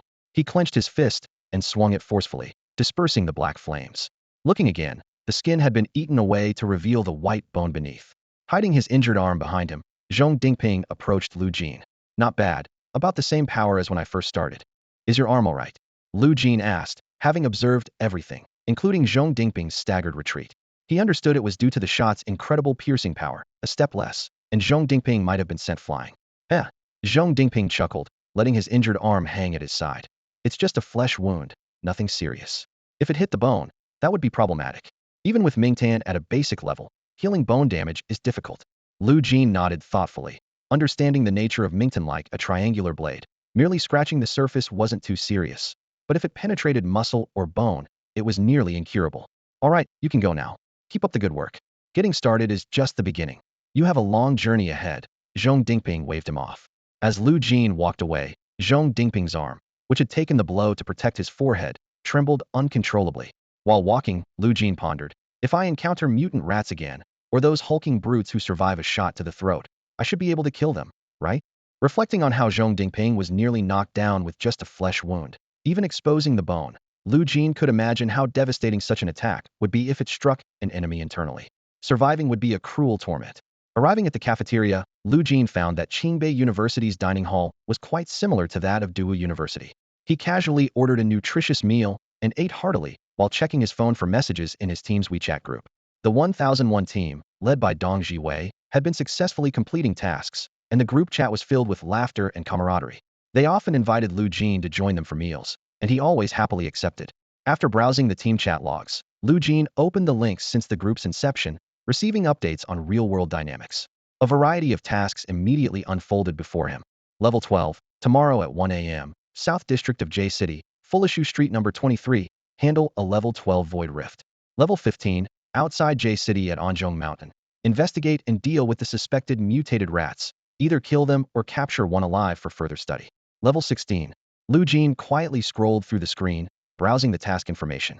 News about the mutated rats had already spread, but he wasn't in a hurry to act. Such tasks were handled by specialists, and he preferred to observe quietly, ensuring that appearances didn't cloud his judgment. The task list on the screen mainly focused on dealing with alien species and void rifts, with fewer tasks related to capturing criminal gangs. This seemed to suggest that in this world, law-abiding citizens were the majority, and criminals were just a drop in the ocean. Lu Jin's eyes lingered on the screen, drawn to a Level 17 classified task concerning a high-speed rail explosion. Despite its high classification, the task categorization revealed something unusual. It was classified as a cult case rather than a terrorist attack. The term, cult, unfamiliar to the general public, raised Lu Jin's vigilance. He knew that cults referred to organized groups with specific beliefs. Some worshipped crows, with followers adopting their habits, consuming carrion and raw meat. Others idolized alpacas, aspiring to brutal single-horn cage fights. Lu Jin furrowed his brow, sensing the gravity of the situation. The system's cult-related tasks far outnumbered criminal ones, second only to void rift clearings. These tasks were reserved for warriors above level 15, creating the illusion of minimal cult activity among ordinary people. Through this information, Lu Jin realized that beneath the surface of society, cult activities were rampant. The system's approach to cults was clear. Once the whereabouts of the masterminds and the entire cult were known, they were to be pursued relentlessly. Despite this, cults remained plentiful, with their activities increasing in frequency and new sects emerging. The notes section coldly stated, "Find one, kill one." After finishing his meal, Lu Jin put away his phone.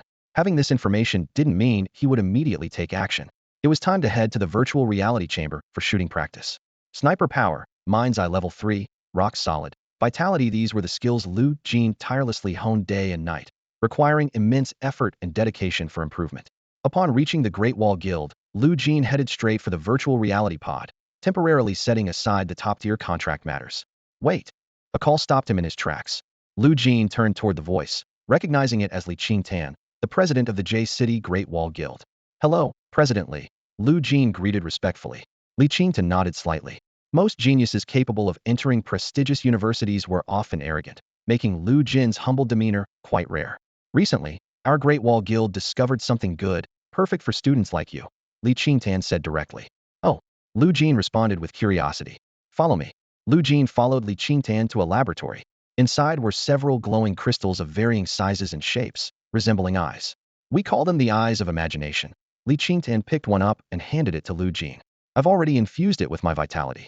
Infuse yours, close your eyes, and calm your mind. If you can't calm down, just hold it and fall asleep." With his rock-solid training, Lu Jin excelled in calming his mind. He quickly infused his vitality, closed his eyes, and steadied his thoughts.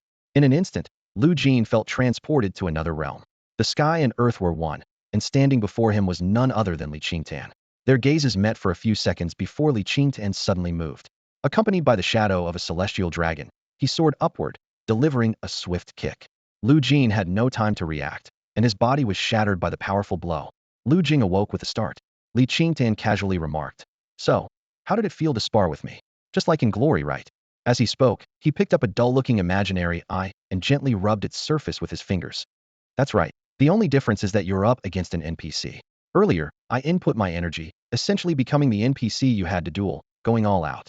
Lu Jin listened intently while closely examining the imaginary eye in his hand. Its once shiny surface was now dull and lackluster. Li Qingtan continued to explain, "This thing allows you to challenge any opponent you want. The opponent just needs to input a stream of energy into it." He gestured toward a research table not far away, signaling Lu Jin to take a look. On the research table, dozens of imaginary eyes were neatly arranged, glistening faintly under the laboratory lights, presenting a dazzling array. Li Qingtian generously made a gesture, indicating that Lu Jing could take his pick. Without hesitation, Lu Jing quickly stepped up to the research table, carefully selecting a dozen of the finest imaginary eyes and gently placing them into his pocket, all while thanking Li Qingtian. He then mentioned the matter of the top-tier contract signing, to which Li Qingtian immediately promised to handle everything, only noting that the approval process at headquarters would take about a week. After their conversation, Lu Jing headed straight to the virtual reality pod and immersed himself in training. It wasn't until evening that he finished his daily energy refining routine and returned to his dormitory at Tsinghua University. Lu Jing, you're famous. As soon as he opened the dormitory door, his three roommates looked at him with eyes gleaming with excitement. You mastered the dark side technique? One of them eagerly asked. Almost. By noon today, Lu Jing calmly replied, taking off his jacket and hanging it on the coat rack. During the extra guidance class, Senior Zhong told us you were the first to master the dark side technique. One roommate spoke with admiration in his eyes. Lu Jing, you should have seen Wu Jialan's face. He was livid. I bet his expression will be priceless during tomorrow's class. Serves him right. That show-off who always wants to be first. Look at him now. Su Jingwei laughed, chatting and joking with the other two roommates about Wu Jialan's gossip. From their conversation, Lu Jing learned that Wu Jialan was extremely proactive in everything he did. Not only did he join the student council, but he also managed to squeeze into a prestigious genius club. The topic naturally shifted from Wu Jialan to the genius club itself. The genius club is only for the creme de la creme of today's top talents, one roommate explained, with a hint of envy in his voice. This year, only 5 people from Tsinghua received invitations. Once you're in, you're on a whole different level. In the genius club, there are alumni from previous years, graduates, and those who graduated 10 years ago, and they're all big shots, another roommate added. They help each other, exchanging resources and support that ordinary people couldn't even dream of. Items like Pengzhu and Longdan, which might be hard to obtain above level 20, are easily accessible below level 20. Joining the Genius Club elevates your progress to another tier altogether. Su Jingwei sighed. Someone who was originally first in class becomes unreachably first. I can't stand the people in the Genius Club, always looking down their noses at everyone as if they're so great. Exactly, the other roommates chimed in. Lu Jing listened to their complaints quietly, without joining in. As they were about to wind down, he suddenly remembered something and pulled out an imaginary eye from his pocket, its smooth surface reflecting the dim light of the room. Su Jingwei, could you do me a favor? Lu Jing asked, his gaze resting on Su Jingwei. Could you input a stream of energy into this? Lu Jing handed the glowing stone to Su Jingwei. Lu Jing had already experienced the wonders of the imaginary eye, but hadn't fully explored its capabilities. Su Jingwei, being the second most talented student in the Dark Side Institute, just behind Wu Jialan, was the perfect candidate for Lu Jing to test the imaginary eye against. Moreover, Lu Jing had yet to spar with his peers in a meaningful way. Even opponents of Lan Yu's caliber wouldn't dare to choose Qingbei University for the college entrance exams. Thus, students from Qingbei University's Archery Institute would only be stronger than Lan Yu. With the imaginary eye, Lu Jing was eager to give it a try. Lu Jing hadn't experienced the thrill of sparring with peers for a long time. Looking at Su Jingwei, a sense of anticipation welled up within him. There's no need to hesitate. Just let me know if you need help, Su Jingwei said cheerfully, taking the stone and infusing it with energy without a moment's hesitation, not even asking what it was before handing it back to Lu Jing. Thanks, Lu Jing said simply, then returned to his bed, lying down and closing his eyes. The roommates all returned to their beds. Once the lights were out, darkness enveloped the room. In the silence, Lu Jing calmed his breathing, letting his mind sink into a transparent world where the sky and earth were one. In the transparent space, about 500 meters away, Su Jingwei's figure was clearly visible. He had a blank expression, a longbow made of fire elements suspended before him. With a single hand, he drew the bowstring, and a fierce flame coalesced into an arrow, shooting towards Lu Jing like a beast breaking free from its chains. The arrow's trajectory was incredibly tricky, its speed astonishing. Lu Jing instantly realized that if he didn't react quickly, there would be no avoiding it. The scorching wave rushed towards him, causing his body to involuntarily tremble. In Su Jingwei's arrow, Lu Jing sensed a force that even the third tier of rock-solid defense couldn't withstand. Its power was second only to a high-speed train explosion, just shy of lightning. Lu Jing's eyes trembled, a mix of excitement and the tension of facing a life-threatening danger. Instead of immediately reacting to the oncoming arrow, he raised his Barrett to aim at the shooting angle similar to what Lan Yu had done before, but with a slight difference in approach. Dark Lament, Swallow Return. Activating the Swallow Return skill, Lu Jing leapt back 300 meters, simultaneously unleashing the power of his Dark Lament and over 400 sniper. Lu Jin never waited for death in place. Every crisis held the potential to turn passive into active. Despair, hopelessness, suffocation. The bullet precisely shattered the arrow. Standing still, Su Jingui lowered his hands. His once confident expression in his strike finally changed. But before his expression could fully transform, his body shattered like a broken mirror. Lu Jin thought the battle was over, but another Su Jingui appeared in his view. He had resurrected. Lu Jin quickly deduced the situation. As long as he didn't die, he could continue the cycle. More intriguingly, he realized he had fallen asleep in reality, and this was a duel in his dreams. Realizing this, a slightly manic smile appeared on Lu Jin's face. Su Jingui seemed aware of his previous death, quickly drawing the bowstring to strike Lu Jin while he was off guard. Unfortunately for him, Lu Jin wouldn't give him that chance again. As Su Jingui quickly drew his bow, Lu Jin just as swiftly pulled the trigger. The bullet and arrow collided precisely once more. Even though the arrow possessed power second only to thunder, it was no match for Lu Jin now. Su Jingui's figure shattered again, only to reappear in Lu Jin's sight. The third round began in the blink of an eye. Su Jingui, initially confident, now faced the situation as if it were a life-and-death battle. The bullet unerringly shattered the fierce arrow once more. Lu Jin narrowed his eyes slightly to observe. This time, Su Jingui didn't simply stand still, but used the buffer time from the shattered arrow to employ footwork, dodging bullets while preparing a continuous fatal attack. Lu Jin felt his blood boiling, excitement surging within. This was the level of sparring he expected from peers at Qingbei. He sensed that a truly exhilarating match was about to unfold. Dark lament, unending. The blood boiled. At 2 a.m., Lu Jin naturally woke up, forcibly pulled out from the imaginary space. The final battle ended with Su Jingui reviving over 100 times, a rather impressive outcome. Staring at the dormitory ceiling, Lu Jin replayed the battle with Su Jingui in his mind. Su possessed a shooting skill level comparable to Lan Yu's, with the only shortcoming being his firing rate. Setting aside sniper techniques, he indeed struggled with rapid fire. Nonetheless, Lu Jin was quite satisfied with this experience. The thrilling feeling of sparring doesn't necessarily require an evenly matched opponent. Even the cycle of kill revive had its own exhilarating charm. At this moment, Lu Jin felt refreshed. Training in the imaginary space while asleep barely consumed any mental energy, or the consumption was negligible, almost equivalent to meditation. His only concern was whether the imaginary eye was a consumable item. Raising the imaginary eye stone in his hand, Lu Jin noticed its glow hadn't dimmed, unlike the one Li Qingtan had. Li Qingtan's stone lost its luster after being defeated in the imaginary space. Closing his eyes, Lu Jin calmed his mind and re-entered the monochrome world. Su Jingui was still there. He opened his eyes, exited the imaginary space, and was surprised to find. Could it be that as long as he wasn't defeated in the imaginary space, he could continue using this item indefinitely? It seemed likely. Li Qingtan's stone became ineffective because he was defeated in the space, whereas Su Jingui's didn't. Comparing the two, the conclusion was obvious. This meant that the so-called consumable could actually be used long-term.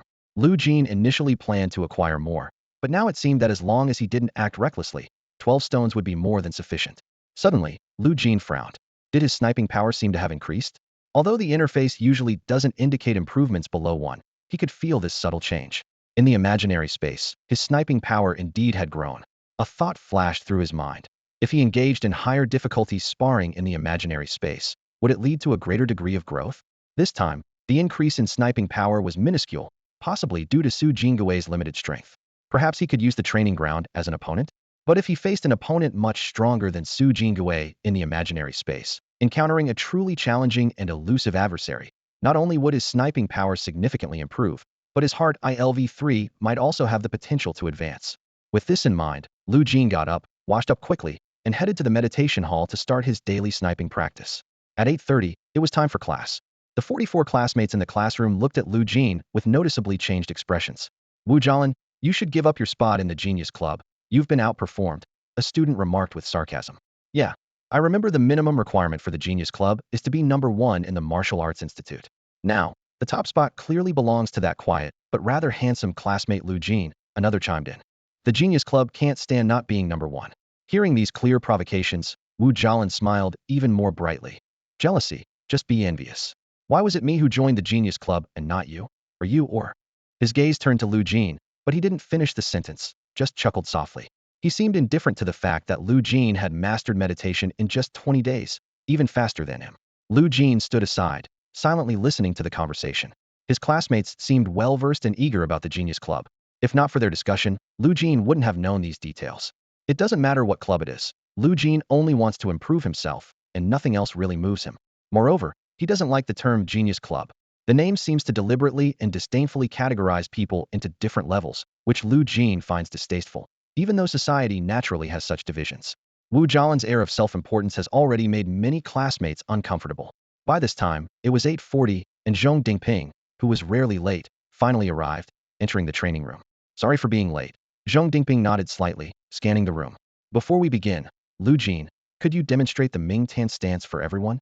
Sure, Lu Jin replied simply, stepping into the demonstration area under everyone's gaze. He positioned his feet slightly apart, focused his energy, and his hands moved fluidly. Within 30 seconds, he flawlessly executed the Ming Tan stance. Zhong Dingping's expression showed a hint of surprise, his eyes flashing with astonishment. Faster, the surrounding classmates erupted in amazement. Only a ghost could move like that. Indeed, the Ming Tan stance is known for causing excruciating pain. Yet Lu Jin not only performed it with remarkable speed, but also maintained perfect form, executing the flow of energy flawlessly. This was something ordinary people could not achieve. Wu Jialan frowned, instinctively hugging his knees, his voice filled with disbelief. How can anyone perform the stance that fast? Even you, Senior Zhong. Zhong Dingping crossed his arms, his expression complex. You're right, I can't. Only the dean can match his Ming Tan stance. None of us disciples can reach that level. The room fell silent, the air seemingly frozen. After a moment, Zhong Dingping signaled everyone to begin their stance training, while he supervised and instructed. He occasionally approached Lu Jin to explain in detail how to master the initial stages of the Ming Tan technique. Although Lu Jin listened attentively, he often felt a bit lost. By the end of the class, his progress with Ming Tan level 1 hadn't even increased by 1. Lu Jin thought to himself that it might be more effective to practice the stance repeatedly for the guaranteed experience. When the dismissal bell rang, Zhong Dingping announced, as usual, there's an extra session this afternoon at a certain time for students with over 3 million points. The students left one by one, heading to the herbal baths and massage rooms to relax. Lu Jin, however, stayed behind and stopped Zhong Dingping as he was about to leave. Do you need something? Zhong Dingping asked. Yes, could you do me a favor? Lu Jin got straight to the point. Zhong Dingping's mouth twitched slightly. He didn't want to agree, but he realized he owed Lu Jin a small favor for demonstrating in class earlier. Go ahead, as long as it's not too much. Zhong Dingping had already decided that if Lu Jin wanted him to put in a good word with the dean, he would refuse outright. Lu Jin pulled a glowing stone shaped like an eye from his pocket. Just infuse it with some energy. The Eye of Illusion? Zhong Dingping recognized it immediately as a newly discovered item from the Great Wall Guild. He smiled. Are you challenging me? Zhong Dingping reached out and lightly tapped the stone in Lu Jin's hand. Consider it done. Do you want more? After a moment's thought, Lu Jin shook his head. No, just one will do. With that, he turned and left. As Lu Jin's figure disappeared in the distance, a mysterious anger rose within Zhong Dingping. The more he thought about it, the angrier he became. Was he really being underestimated this much? Did Lu Jin think he was weak? Reflecting on being outdone by Lu Jin yesterday, Zhong Dingping realized his image in Lu Jin's mind had taken a hit. Then, he reconsidered, feeling a bit more at ease. Perhaps it was good for Lu Jin to understand his limits. But why only one? How could one be enough to understand his limits? Why did he only want one when I even offered more? Sniping Power 3. Keen ILV 3-2. Nether Psi LV 1-3. After making routine progress, it was time for bed. Lu Jin lay in bed, staring at the ceiling, feeling a restless dissatisfaction. Sometimes he wished he could be improving 24 hours a day. Now, it seemed like that wish might actually come true. Lu Jin closed his eyes and used a meditation technique to immerse himself directly into a dream state. In an instant, his consciousness entered a world of endless sky and earth. About 500 meters away stood a familiar figure, Zhong Dingping. As a senior and a legacy disciple of the Nether Psi Academy, Zhong Dingping's strength was undoubtedly extraordinary. Lu Jin's heartbeat quickened, excitement coursing through him. If he could engage in a thrilling battle with him, his progress would surely skyrocket. Perhaps in just 2 hours, he could achieve unprecedented growth. Thinking of this, Lu Jin couldn't help but tremble slightly. Even though Zhong Dingping stood motionless, Lu Jin could clearly feel the unique pressure of a powerful opponent. Like a person in ordinary clothes standing next to someone elegantly fashionable, the difference naturally apparent. Zhong Dingping moved. Lu Jin was thrilled that eagerly anticipated, evenly matched battle was finally about to begin. But in the next moment, Lu Jin's pupils contracted sharply. A pitch-black beam suddenly entered his vision, rapidly expanding and swallowing his entire view in an instant. The dormitory was silent under the night sky, with the leaves of the potted plants on the balcony gently swaying in the breeze. Lu Jin suddenly opened his eyes, the imaginary eye in his hand having lost its luster. Cold sweat trickled from his forehead, sliding down his cheeks. Defeated. Just like Li Qingtan had described with the dragon's kick. No one knew the immense power contained within. Lu Jin forced himself to calm down, carefully recalling the last scene before being instantly defeated. He hadn't even seen how Zhong Dingping initiated his attack, knocking the arrow and shooting. No, there was no initiation phase. It was a zero-frame shot. But that wasn't what shocked Lu Jin the most. What truly stunned him was Zhong Dingping's arrow, which surged forward like a radiant force, carrying netherside power at least dozens of times stronger than when Lu Jin used it himself. Wherever the arrow passed, everything seemed to lose color, presenting a suffocating grayness. Lu Jin couldn't help but imagine. Could Zhong Dingping's arrow level a mountain? In short, from Zhong Dingping's zero-frame shot and the radiant arrow, Lu Jin felt a boundless energy, countless times more powerful than his current full strength. The exact multiple was uncalculable, just absurdly high, like a meteor crashing down on an ant. This is the strength of a senior. Judging by Zhong Dingping's appearance, he was probably 1 or 2 years ahead, at most 3. Even considering the maximum of 2 years, it's just 2 years. Lu Jin gazed at the ceiling, lost in thought. In 2 years, could he reach Zhong Dingping's level? Thinking it too distant a goal, he chose not to dwell on it. He looked down at the now dull imaginary eye in his hand, feeling a tinge of regret. I made a grave mistake, underestimating my opponent. He had been on a smooth path, rarely encountering a real challenger. Even though he tried to remain humble, subconsciously he was still somewhat arrogant, always assuming others were a step behind. Lu Jin checked the panel again. Due to being instantly defeated, his sniping power and keen eye had shown no progress. Unwilling to waste these 2 hours of sleep, he took out Su Jingui's token, closed his eyes, and meditated. In the world of endless sky and earth, he began his massacre of Su Jingui. Su Jingui had lost track of how many times he had died, yet Lu Jin never held back in destroying and rebuilding him. Meanwhile, in the dormitory, Su Jingui suddenly sat up, cold sweat soaking his forehead. I haven't even watched a zombie movie, so why am I dreaming of being surrounded by zombies? It scared me to death, he muttered to himself, his hands still trembling slightly. At noon, sunlight streamed through the window onto the desk. Lu Jin chewed on his lunch while scrolling through messages in the 1001 squad group chat. Reports and photos from Dong Jiwei and other team members, documenting their daily task of clearing void rifts, flashed across the screen. He clicked on the main mission link, scanning the latest intel. Several new branches of the cult had appeared, and there were a few more terrorist attacks. Other than that, there were no significant changes on the mission board. The mutant rat incident was still ongoing, but the difficulty level assessed by the system was steadily decreasing from level 15, gradually down to 13, 12, and now 11.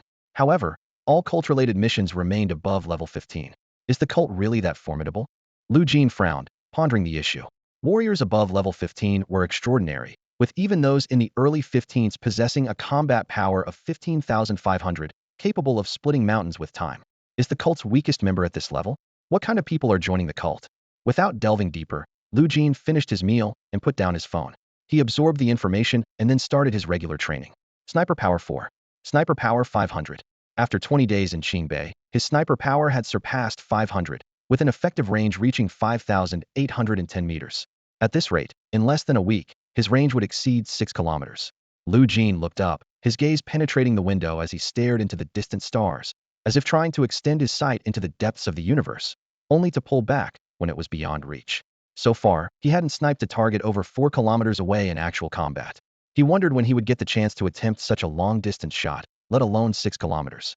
The farther the sniper distance, the more limiting factors come into play. To successfully hit a distant target, everything must align perfectly. Wind speed, air pressure, temperature, angle, all must be precisely calculated. Glancing at the time on his phone, it was still early before bedtime. Hands in his pockets, Lu Jin strolled through the streets of J City. Neon lights flickered around him, the aroma of barbecue wafted through the air, and the sign of a virtual reality internet cafe stood out in the night. Lu Jin put on his Bluetooth headset and joined the 1001 squad's voice chat, listening to his teammates executing their mission. Listening to others on missions was like scrolling through short videos, equally addictive. This is an emergency mission. A mutant rat has been spotted at the Miyun Reservoir in Miyun District. We need to go and exterminate it. It seems to be trying to contaminate the reservoir's freshwater supply. We can't let it escape. The urgent voice of the team leader came through the communicator. Yes, several voices responded in unison. Although contaminated freshwater can be restored, even a brief exposure could cause an epidemic among residents who drink from the Miyun Reservoir. An epidemic would mean a whole process of quarantine and treatment, which, while not labor-intensive, is troublesome. These damn rats, someone in the squad couldn't help but curse. They're not that powerful, but they're annoyingly good at causing trouble. We must eliminate them quickly. The voice chat entered a brief silence, followed by the sounds of the team coordinating their efforts. Lu Jin listened quietly, his steps steadily leading him back to Qingbei University. Damn it, old Dong. It's heading your way, a voice urgently warned through the communicator. Got it. I'm in pursuit, Dong Jiwei's calm voice replied. After his words, the voice chat fell silent again, with only the sounds of heavy breathing and footsteps, indicating Dong Jiwei was in hot pursuit. Lu Jin recalled his own experience hunting mutant rats. When I killed the rat, speed wasn't crucial, observation was. Without the mind's eye and eagle's eye, tracking would have been impossible. Can Uncle Dong and the others really handle it? Lu Jin wasn't underestimating them. He was analyzing the situation. After a while, a sigh of frustration came through the communicator. Sorry, it's too fast and evasive. I can't see the rat anymore. Dong Jiwei's voice was filled with disappointment. Moments later, there was a new development. Wait, the rat seems to have run into a trap set by Squad 986, a hopeful voice sounded. But hope was quickly dashed. Damn, Squad 986 reported they failed to capture it, and it's headed towards the Haitian district. As expected, aside from clearing void rifts, these other tasks are still beyond us. Are we going to declare mission failure? Dong Jiwei's voice echoed with disappointment in the squad chat. The 1001 squad voice chat fell into silence, as if this failure was inevitable. Found it. Suddenly, a voice, both unfamiliar and slightly familiar, rang out in the 1001 squad chat, like a bolt from the blue. The gray speaker icons for Dong Jiwei, Old Lu, Old Lin, Old Wang, and Little Stone flashed urgently. Meanwhile, another named speaker icon, previously crossed out, was now unlocked. Lu Jin. The two characters stood out brightly in the group chat interface. Bang! The gunshot echoed across the sky of Hating District.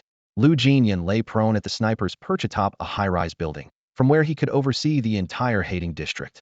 Amidst the densely packed buildings, he meticulously planned a sniper route that formed a perfect straight line. At the moment the shot reverberated, a wall 5 kilometers away shattered instantly. The bullet, empowered by Lu Jin's nearly 500-fold sniper force and enhanced by the mournful lament skill, traced a dark, comet-like tail through the air, as if expressing a somber empathy for life. The target hidden behind the wall, a mutant rat the size of an adult, had its head and body pulverized into fragments, leaving only a lifeless tail lying on the ground. Lu Jin, expressionless, confirmed the kill. The mutant rat, which had once scurried away from a Barrett sniper rifle, now lay silent, returning peace to the world. Lu Jin, have you found it? A voice inquired through the communicator. Yes, it's dead. The location is roughly there, Lu Jin tersely replied, accurately indicating the target's position. Dead. Squad 1001 quickly arrived at the location Lu Jin had pointed out, only to find a 1-meter-long rat tail. The team members exchanged puzzled glances. Logically, if there's one rat, there should be a whole nest. Why do they keep appearing one by one? And it's not just a city, but also Z City and now even J City. A thought suddenly struck Lu Jin. The mutant rats might have already spread throughout all of China, possibly possessing secret pathways undetectable even by the mind's eye skill. But what puzzled him more was, why were they only now emerging to spread disease? After all, the disease had limited effects, merely complicating societal operations and consuming manpower. Beyond that, it didn't impose significant pressure. Given its limited impact, the leader of the mutant rats couldn't be sacrificing its kin just for fun. Even rats have a sense of community. There must be a greater value behind spreading the disease that justifies such a sacrifice. With this in mind, Lu Jin decided to delve deeper for more information. Like stock trading, entering the market without crucial information is likely to result in losses. However, he didn't plan to report his suspicions, as others could reach similar conclusions with the same known facts. Without information asymmetry, differences in wisdom are minimal. Back at the dormitory, Lu Jin began his training sessions with Su Jingui, continuing until 2 a.m., followed by sniper training. At 8:30, he attended class, repeatedly practicing stance exercises. Both stance work and the frequent use of the mournful lament skill could increase proficiency.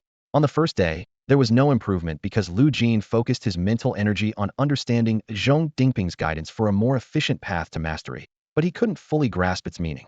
Lu Jin opened his ability panel. Lu Jin's Vitality, 11.1. Skills, Mind's Eye LV 340, Sniper Power 500, Steadfast Cultivation Method LV 321, Mournful Lament LV 19. Max level omitted. Reviewing the data, Lu Jin had a clear plan. The Mind's Eye was close to breaking through, needing only about a month and a few days. The Steadfast Cultivation Method wasn't urgent, and with Mournful Lament at only 9, there was a long way to go, considering he had just started. With clear progress indicators, Lu Jin's path to improvement became evident. The Mind's Eye skill would be the first to advance to the next level. The only concern was the dwindling number of mosquitoes as the weather cooled, which would make encounters with them even rarer in winter. Fortunately, we won't be completely without it for the next month. The bell rang, signaling the end of class, echoing throughout the classroom. Zhong Dingping stood up and clapped his hands to get the attention of the exhausted students lying on the floor. I just received a notification that the principal of Qingbei wants to motivate everyone by offering a few bottles of aged liquor made from level 18 Earth Dragon Gall, Zhong Dingping announced, a rare excitement in his voice. The previously worn-out students instantly perked up, and the classroom buzzed with chatter. Liquor brewed with level 18 Earth Dragon Gall? If I drink that, my energy and vitality will skyrocket. A student exclaimed, clenching his fists with anticipation gleaming in his eyes. Wu Jialin listened to the discussions around him, his expression shifting from initial excitement to a calm, calculating demeanor. Zhong Dingping cleared his throat and continued. Our Dark Sai Institute will select one person to participate in the strongest level 13 Void Rift battle in the history of J City. The selection will be based on an honorable duel. Whoever is the best will go. That sounds fair, someone immediately agreed. It prevents people from using connections through certain clubs to get in. Zhong Dingping showed a disdainful expression. The Genius Club might work in other institutes, but not in my Dark Sai Institute. Hearing this, Wu Jialin smirked, his voice laced with sarcasm, as if I don't have the skills. How else would I have received an invitation from the club? Do you guys have any idea? Sensing that Wu Jialin's comment might rile some people up, Zhong Dingping quickly raised his hand to stop it. All right, that's it. The time will be in a week. Most of you should be able to enter Dark Sai by then. Wu Jialin, still relentless, teased. Can't we do it sooner, like tomorrow? Zhong Dingping chose to ignore Wu Jialin's provocation, as if the words bounced off him without any effect. He announced the meeting adjourned, and the students gradually left, leaving Lu Jin alone in the training room. How did the challenge go? Zhong Dingping turned to Lu Jin and asked. Lost. Lu Jin replied succinctly, his voice calm. Hearing Lu Jin's response, Zhong Dingping straightened up, his tone carrying a hint of guidance. Lu Jin, as a junior, you still need to practice more. SS-level martial skills are SS-level because they don't confine themselves to mastery, but focus on self-achievement. After a moment of silence, Zhong Dingping asked, do you want a few more? No, I'm good. Anything else? Lu Jin asked sincerely, his gaze steady. Zhong Dingping's mouth twitched slightly. That's all. Lu Jin nodded and turned to leave the training room. Watching him walk away, Zhong Dingping murmured to himself. He probably didn't mean to use such a leader-like tone with me. Zhong Dingping took a deep breath and continued to mutter. Geniuses are like that. Seemingly humble on the surface, but with an undeniable core. But why didn't I respond with a more authoritative tone, regardless of strength, status, age? At the top floor of the skyscraper in J City, the opulent hall of the Genius Club was bustling with this year's selected prodigies, including Tang Xiaoqiu and Wu Jialin. Through the floor-to-ceiling windows, the entire bustling scene of J City was in full view, unmatched by any other building. Tang Xiaoqiu gently caressed the Luo Shun sword in his arms, his eyes gleaming with satisfaction. I really like it here. Wu Jialin leaned in, a suggestive smile playing on his lips. How was it with that girl at the Dongyao bar yesterday? Tang Xiaoqiu's face darkened, giving Wu Jialin a warning look. Wu Jialin shrugged nonchalantly and continued. The Genius Club is indeed great, with resources that surpass even martial arts families and all sorts of entertainment at our fingertips. His gaze turned distant as he reminisced. Back in the small town, we used to play hide and seek with friends. But here, we can enjoy things ordinary people can't even imagine. He lowered his voice suddenly. These things are best talked about within the Genius Club. Outside, we don't mention our paradise. We all know the rule. Just one influencer showed a glimpse of our paradise to the public and got banned by the club. I don't want to be banned. After speaking, Tang Xiaoqiu, Wu Jialin, and a few others gathered around a large conference table made of ancient wood, its surface gleaming with a rustic sheen under the lights. Soon, a few individuals, slightly more mature than Tang Xiaoqiu and Wu Jialin, entered the hall, led by a cool and composed young woman. Hello, Senior Lin. Everyone stood up immediately, their expressions solemn. Lin Qingxue surveyed the new members of the Genius Club expressionlessly before taking her seat at the head of the table. Only then did everyone sit down again. Our Genius Club is placing great importance on participating in the strongest level 13 Void Rift in J City. Lin Qingxue's voice was calm, yet authoritative.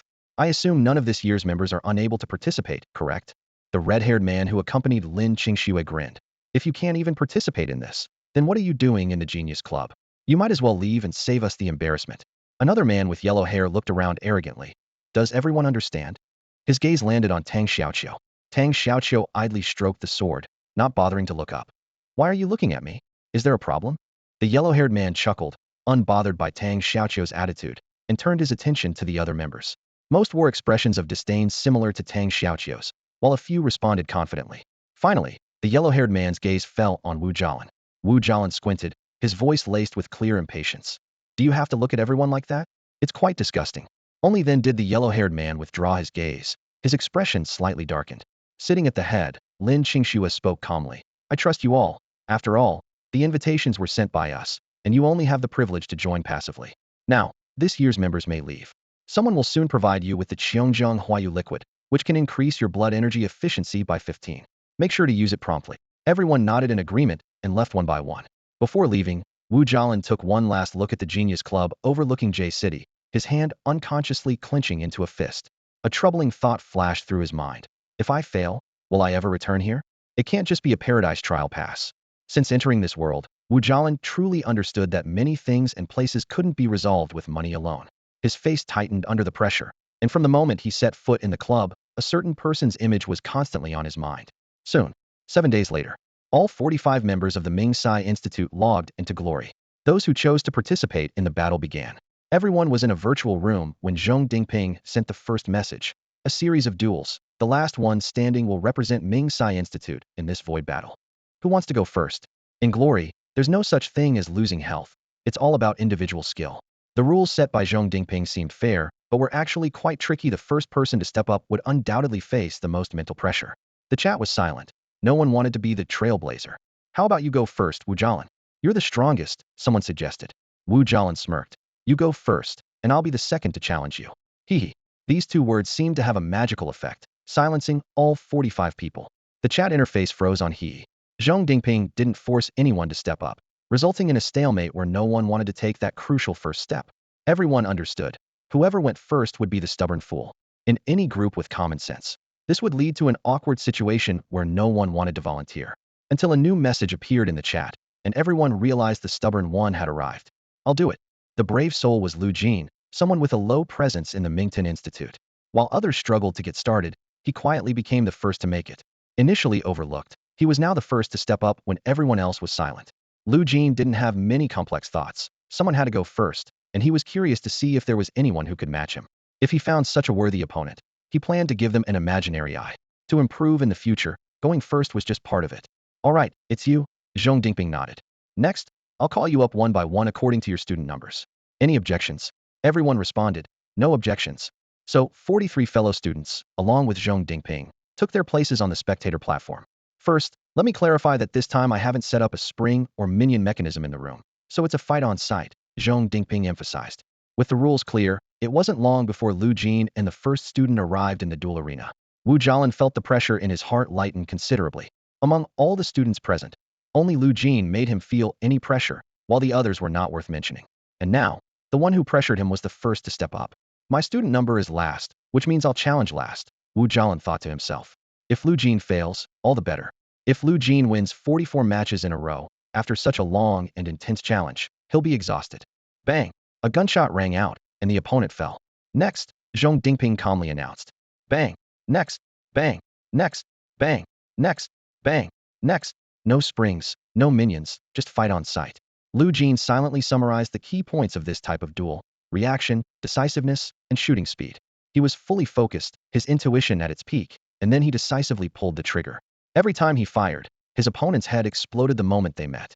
Zhong Dingping stood with arms crossed, almost predicting the outcome as he repeated, next. His expression remained unchanged, as if this result had played out in his mind 100 times. Lu Jin knew that if he encountered someone who could match his shooting, he wouldn't give them a second chance. And if someone was faster, capable of nearly zero-frame shooting, Lu Jin had experienced such losses before. Zhong Dingping watched Lu Jin intently, calm to the core, no longer moved by such performances. Zhong Dingping finally concluded. In Lu Jin's eyes, all attack trajectories are traceable. The last one. Zhong Dingping's voice sliced through the air coldly, devoid of any emotion. Wu Jialin's eyes widened, bloodshot veins creeping to the edges of his pupils, almost unable to believe what was happening before him. His fingers trembled slightly from tension, his throat tightened. How long has it been? Not even 10 minutes, and it's my turn, he raged internally. How can he defeat everyone so quickly? His gaze swept over his fallen classmates with disdain. Those who could shoot, who could use their agility to dodge instantly, yet couldn't withstand Lu Jin's second shot, not to mention those who didn't even survive the first encounter. In his eyes, there was no difference between them. Why is everyone so weak? Wu Jialin gritted his teeth, his fists clenching involuntarily. It felt like he was paired with a team worse than bots, leaving him to save the day on his own.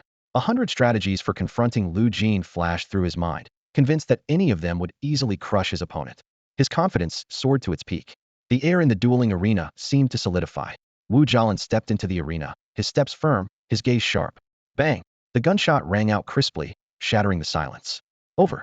Zhong Dingping's voice declared the outcome even before the sound of the gunshot resounded, as if he had foreseen it all. Wu Jialan hadn't even raised his hand to draw his bow. The energy meant to activate his agility had just begun to circulate within him, and it all came to an abrupt halt. His mind exploded with disbelief at his defeat. Clap. The chat interface was immediately flooded with clapping emojis. Lu Jin YYDS.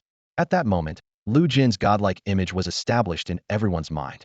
Although their encounter was brief, as fellow students from Qingbei and fellow long-range fighters, they recognized the gap insurmountable, unsolvable. No formula in their minds could address that fleeting instant of engagement. No solution. Before long, Lu Jin followed Zhong Dingping to the principal's office to register for the strongest level 13 Void Rift battle in the history of J City. The principal's gaze lingered on Lu Jin for a moment. I watched your shooting replay. You probably have an extraordinary ocular talent, the principal continued without waiting for a reply. This was the most impressive long-range duel I've seen among the students over the years. Lu Jin successfully received a jar of wine brewed with Earth Dragon Gall. This wine can increase your energy efficiency by at least 20 within a month. Work diligently every day to refine your energy successfully. Yes, principal, Lu Jin replied respectfully. As for the details concerning the level 13 Void Rift, someone from the Great Wall Guild will coordinate with you. Yes, principal. The principal found Lu Jin increasingly likable, then turned his gaze to Zhong Dingping. Zhong Dingping immediately felt the principal's attention, a sheen of sweat appearing on his forehead. Principal. His voice was noticeably shaky. I haven't even hit you, what are you afraid of? The principal said casually. Lu Jin might not sense it due to his young age, but Zhong Dingping, being older and more sensitive, could feel it. The current strongest level 27 expert, with just the aura of his energy and martial intent, exuded an oppressive presence like a sword of judgment hanging over his head. The principal waved his hand. Zhong Dingping swiftly led Lu Jin out of the office, and it took a while for him to regain his composure and spirited demeanor. This level 13 Void Rift. Actually, you can choose not to go. It won't affect the outcome, Zhong Dingping explained. And from what I see, your consciousness is good. In this battle, the most you could do is spill some alien blood. Lu Jin replied without hesitation. I still want to go. His Barrett was born for combating aliens. Now, given a chance to slaughter aliens on a large scale, how could he not go? Although as an official warrior, he occasionally had such opportunities, progress was paramount, and even if he joined the cleanup, it wouldn't make much of a difference. Now, Lu Jin was able to get his hands on the 18th level Earth Dragon Gall wine, a gift from the principal to aid in clearing the 13th level Void Rift. Refusing this task would be akin to using progress as an excuse for evasion. Besides, his Barrett sniper rifle would eventually have to fire. All right, I'll talk to the dean about your matter, Zhong Dingping said, watching Lu Jin's departing figure with a frown. Lu Jin's nonchalant attitude seemed increasingly suspicious to him. In the Genius Club, an impromptu meeting quietly commenced. Members like Wu Jialan and Tang Xiaoqiu gathered, the atmosphere heavy with tension. Wu Jialan, you're not the one chosen by the Nether Psi Institute this time, the blonde said bluntly. I heard you were taken down with one shot, didn't even last a single round. Wu Jialan stood before everyone, head bowed, not daring or allowed to sit among the members. Tang Xiaoqiu smirked at the comment, letting out a chuckle. Taken down in one shot? Couldn't even last a round. He leisurely stroked his sword, eyes gleaming with mockery. I now have reason to doubt the authenticity of this Genius Club. So-called geniuses, just a bunch of arrogant fools. His implication was clear. Apart from himself, the value of others was diminishing. The red-haired man's expression crumbled instantly. Lin Qingxue maintained a calm silence, and the room's atmosphere plummeted. How could Lu Jin, who can take down 44 students from the Nether Psi Institute, be someone I've never heard of before? Tang Xiaoqiu paused, his sword stroking, his tone laced with confusion and disdain. The blonde explained, the invitation mechanism for the Genius Club is very stringent, with little room for error. Yet, this time, an oversight occurred. Lu Jin was not one to show off at the Nether Psi Institute, and initially, he was the slowest to practice the Nether Psi stake. Who could have imagined that within 20 days, he'd become the fastest to master it? And now he's taking down 44 people. Our initial judgment was wrong, and it was unavoidable. Should we send him an invitation? The blonde asked. Lin Qingxue closed her eyes, making no comment. The red-haired man immediately objected. The data shows Lu Jin's martial aptitude is only a grade. Our club has never had members below double SSS. Even though the best of Qingbei have less than SS grade monsters, the Genius Club requires SS grade monsters. He gestured with his fingers. Like a computer, we require top configurations from head to toe. What qualifies him to join with just a grade martial aptitude, even if his performance is excellent? Lin Qingxue opened her eyes, her voice calm. Now is not the time to discuss this, but rather how to deal with Wu Jialin. Wu Jialin gritted his teeth, his face ashen. The loss is minor. Losing face for the Genius Club is the real issue, the red-haired man sneered. Blacklist him. Wu Jialin's pupils shook violently, his voice squeezed out through clenched teeth. No, I'll voluntarily leave the Genius Club. Don't blacklist me. Being blacklisted would ruin my life. The red-haired man laughed, even more wantonly. It's not up to you. His voice was cold and ruthless.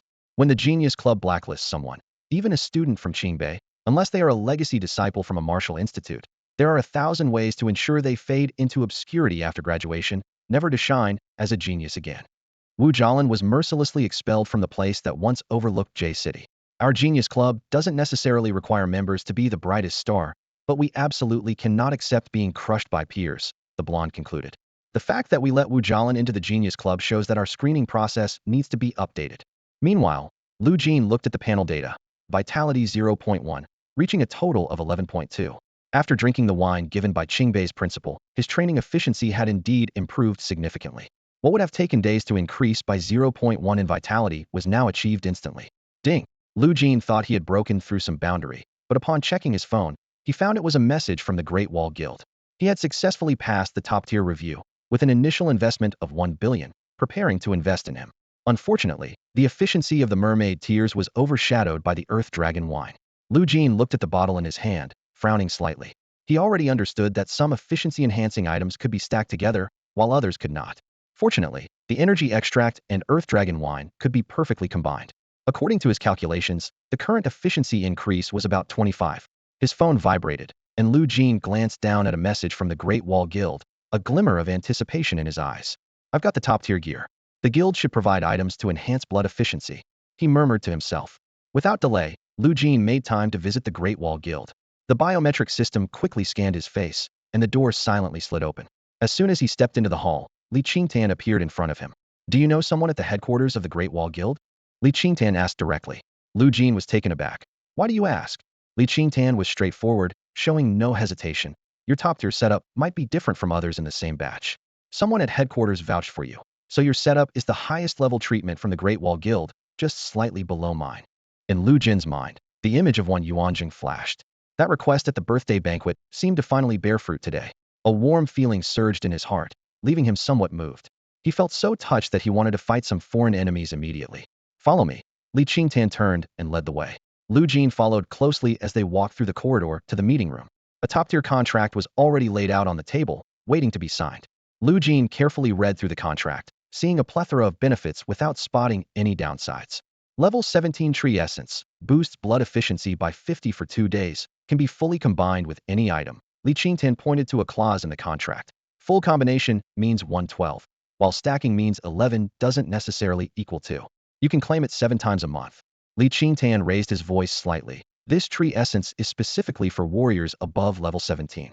Our Great Wall Guild is fortunate to have acquired a large supply, but it is still limited and usually not given to newcomers. But you are different. The headquarters has high expectations for you. Lu Jin didn't need to calculate to understand its value. Tree Essence Energy Extract Earth Dragon Wine would increase blood efficiency by an astonishing 75, almost doubling it. Sequence 001 Great Wall Custom Combat Suit, 1 piece.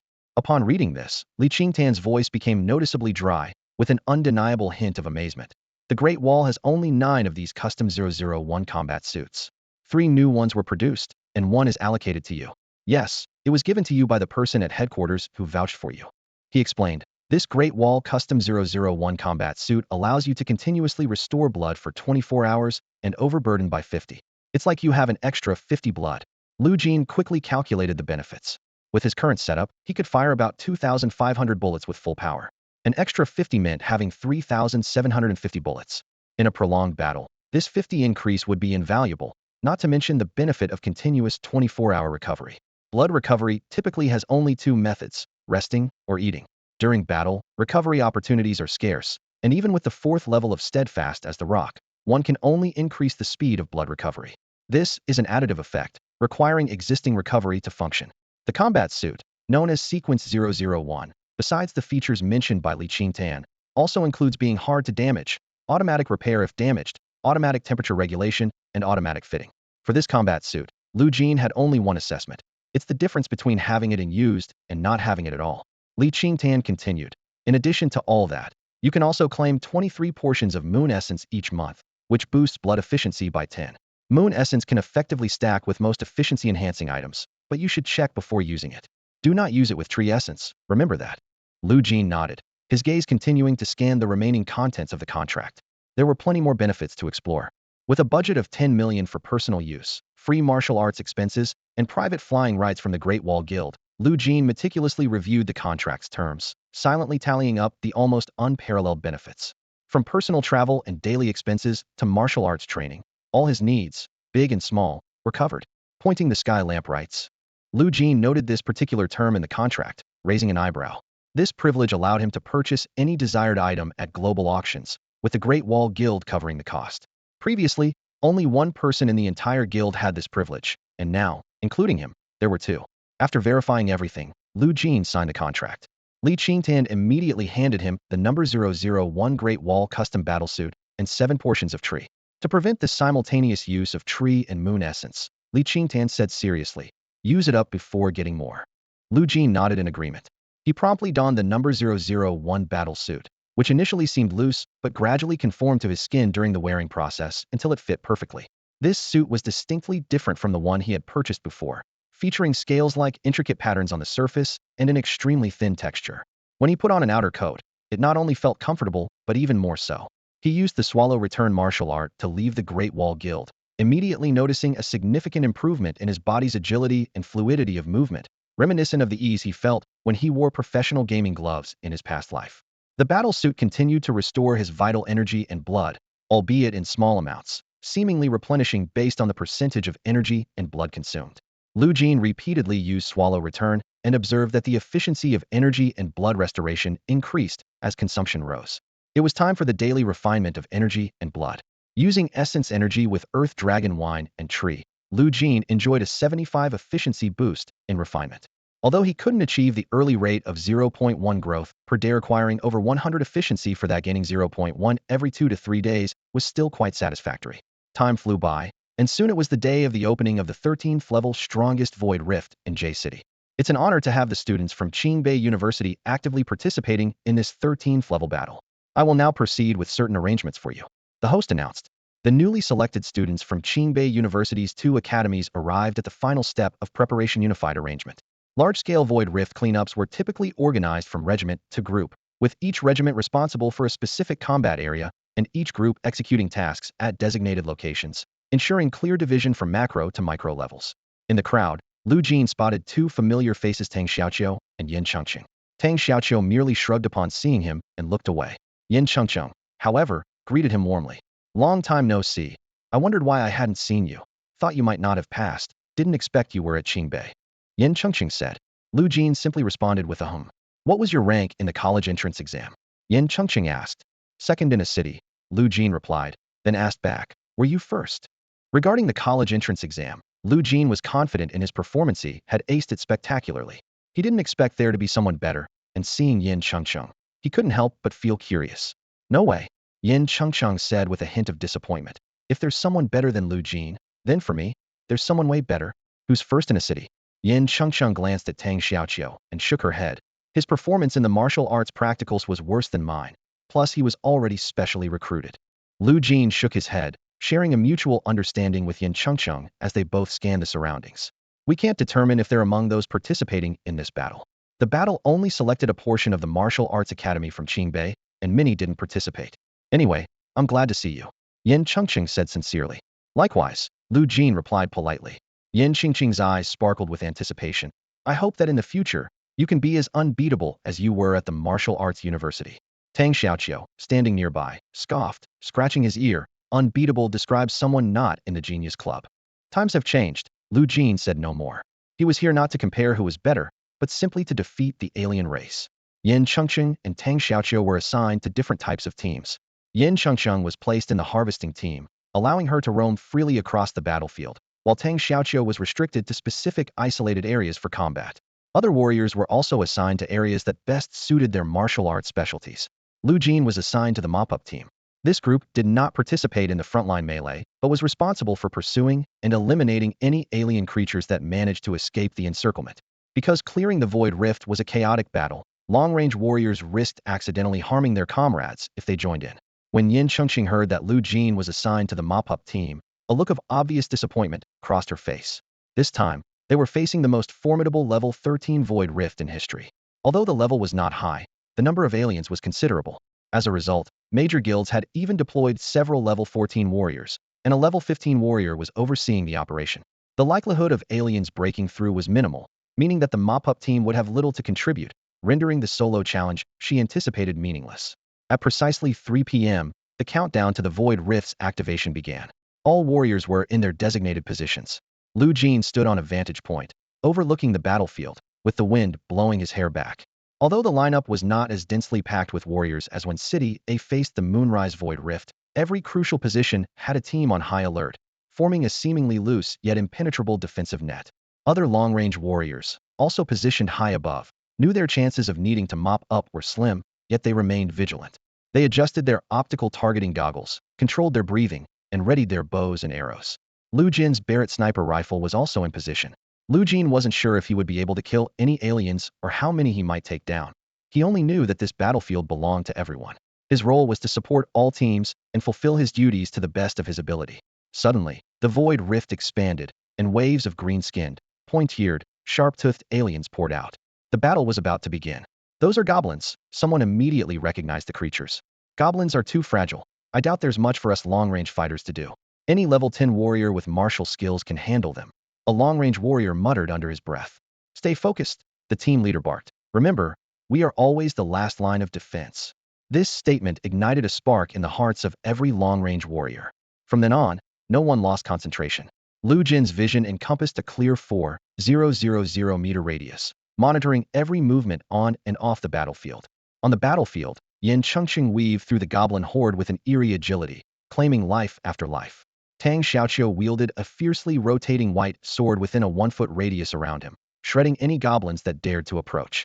Other warriors unleashed martial skills they had learned at Qingbei University, combining them with their innate talents to sweep through the goblins charging at them like lunatics. The battle unfolded as a massacre of the goblin race that dared to set foot in China. This isn't Japan, someone shouted, eyes ablaze with fury. Staring at the grotesque faces of the goblins, some warriors crushed their heads in rage.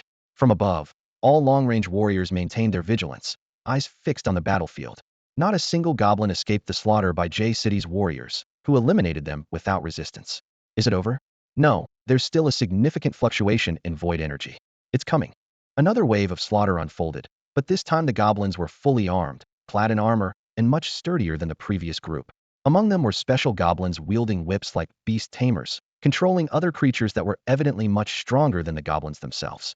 These driven creatures, resembling massive balls of flesh, charged across the battlefield. They were indeed bulky, but that was their only advantage. The massacre progressed with unstoppable momentum. However, a level 13 threat was just Theta level 13. It paled in comparison to the threat posed by the Moonrise Void Rift. No wonder the mentor once said participation in this Void Rift was optional. Yin Chengqing felt a twinge of disappointment. She alone could match the entire team's clearing speed. The battle soon hit a lull. Deep within the inscrutable darkness of the Void Rift, the goblins seemed too frightened by the earlier slaughter to show themselves. A minute passed. In the distance, ranged fighters adjusted their stances, ready to strike.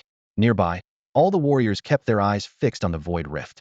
There was no such thing as retreat when it came to a Void Rift. Any creatures attempting to invade through it faced only two outcomes: death or the fall of Huaxia. The Void Rift flickered, turning a shade of gray. The warriors' energy surged once more. Just one more wave of slaughter, and the history of clearing a level 13 Void Rift would come to a perfect close. Tang Xiaoqiu, what are you doing? It's too dull. Why don't I just wipe them all out? Tang Xiaoqiu broke away from the group, charging directly towards the center of the Void Rift, with sword energy whirling rapidly around him, expanding swiftly to envelop the entire Void Rift. Leaving the team without permission?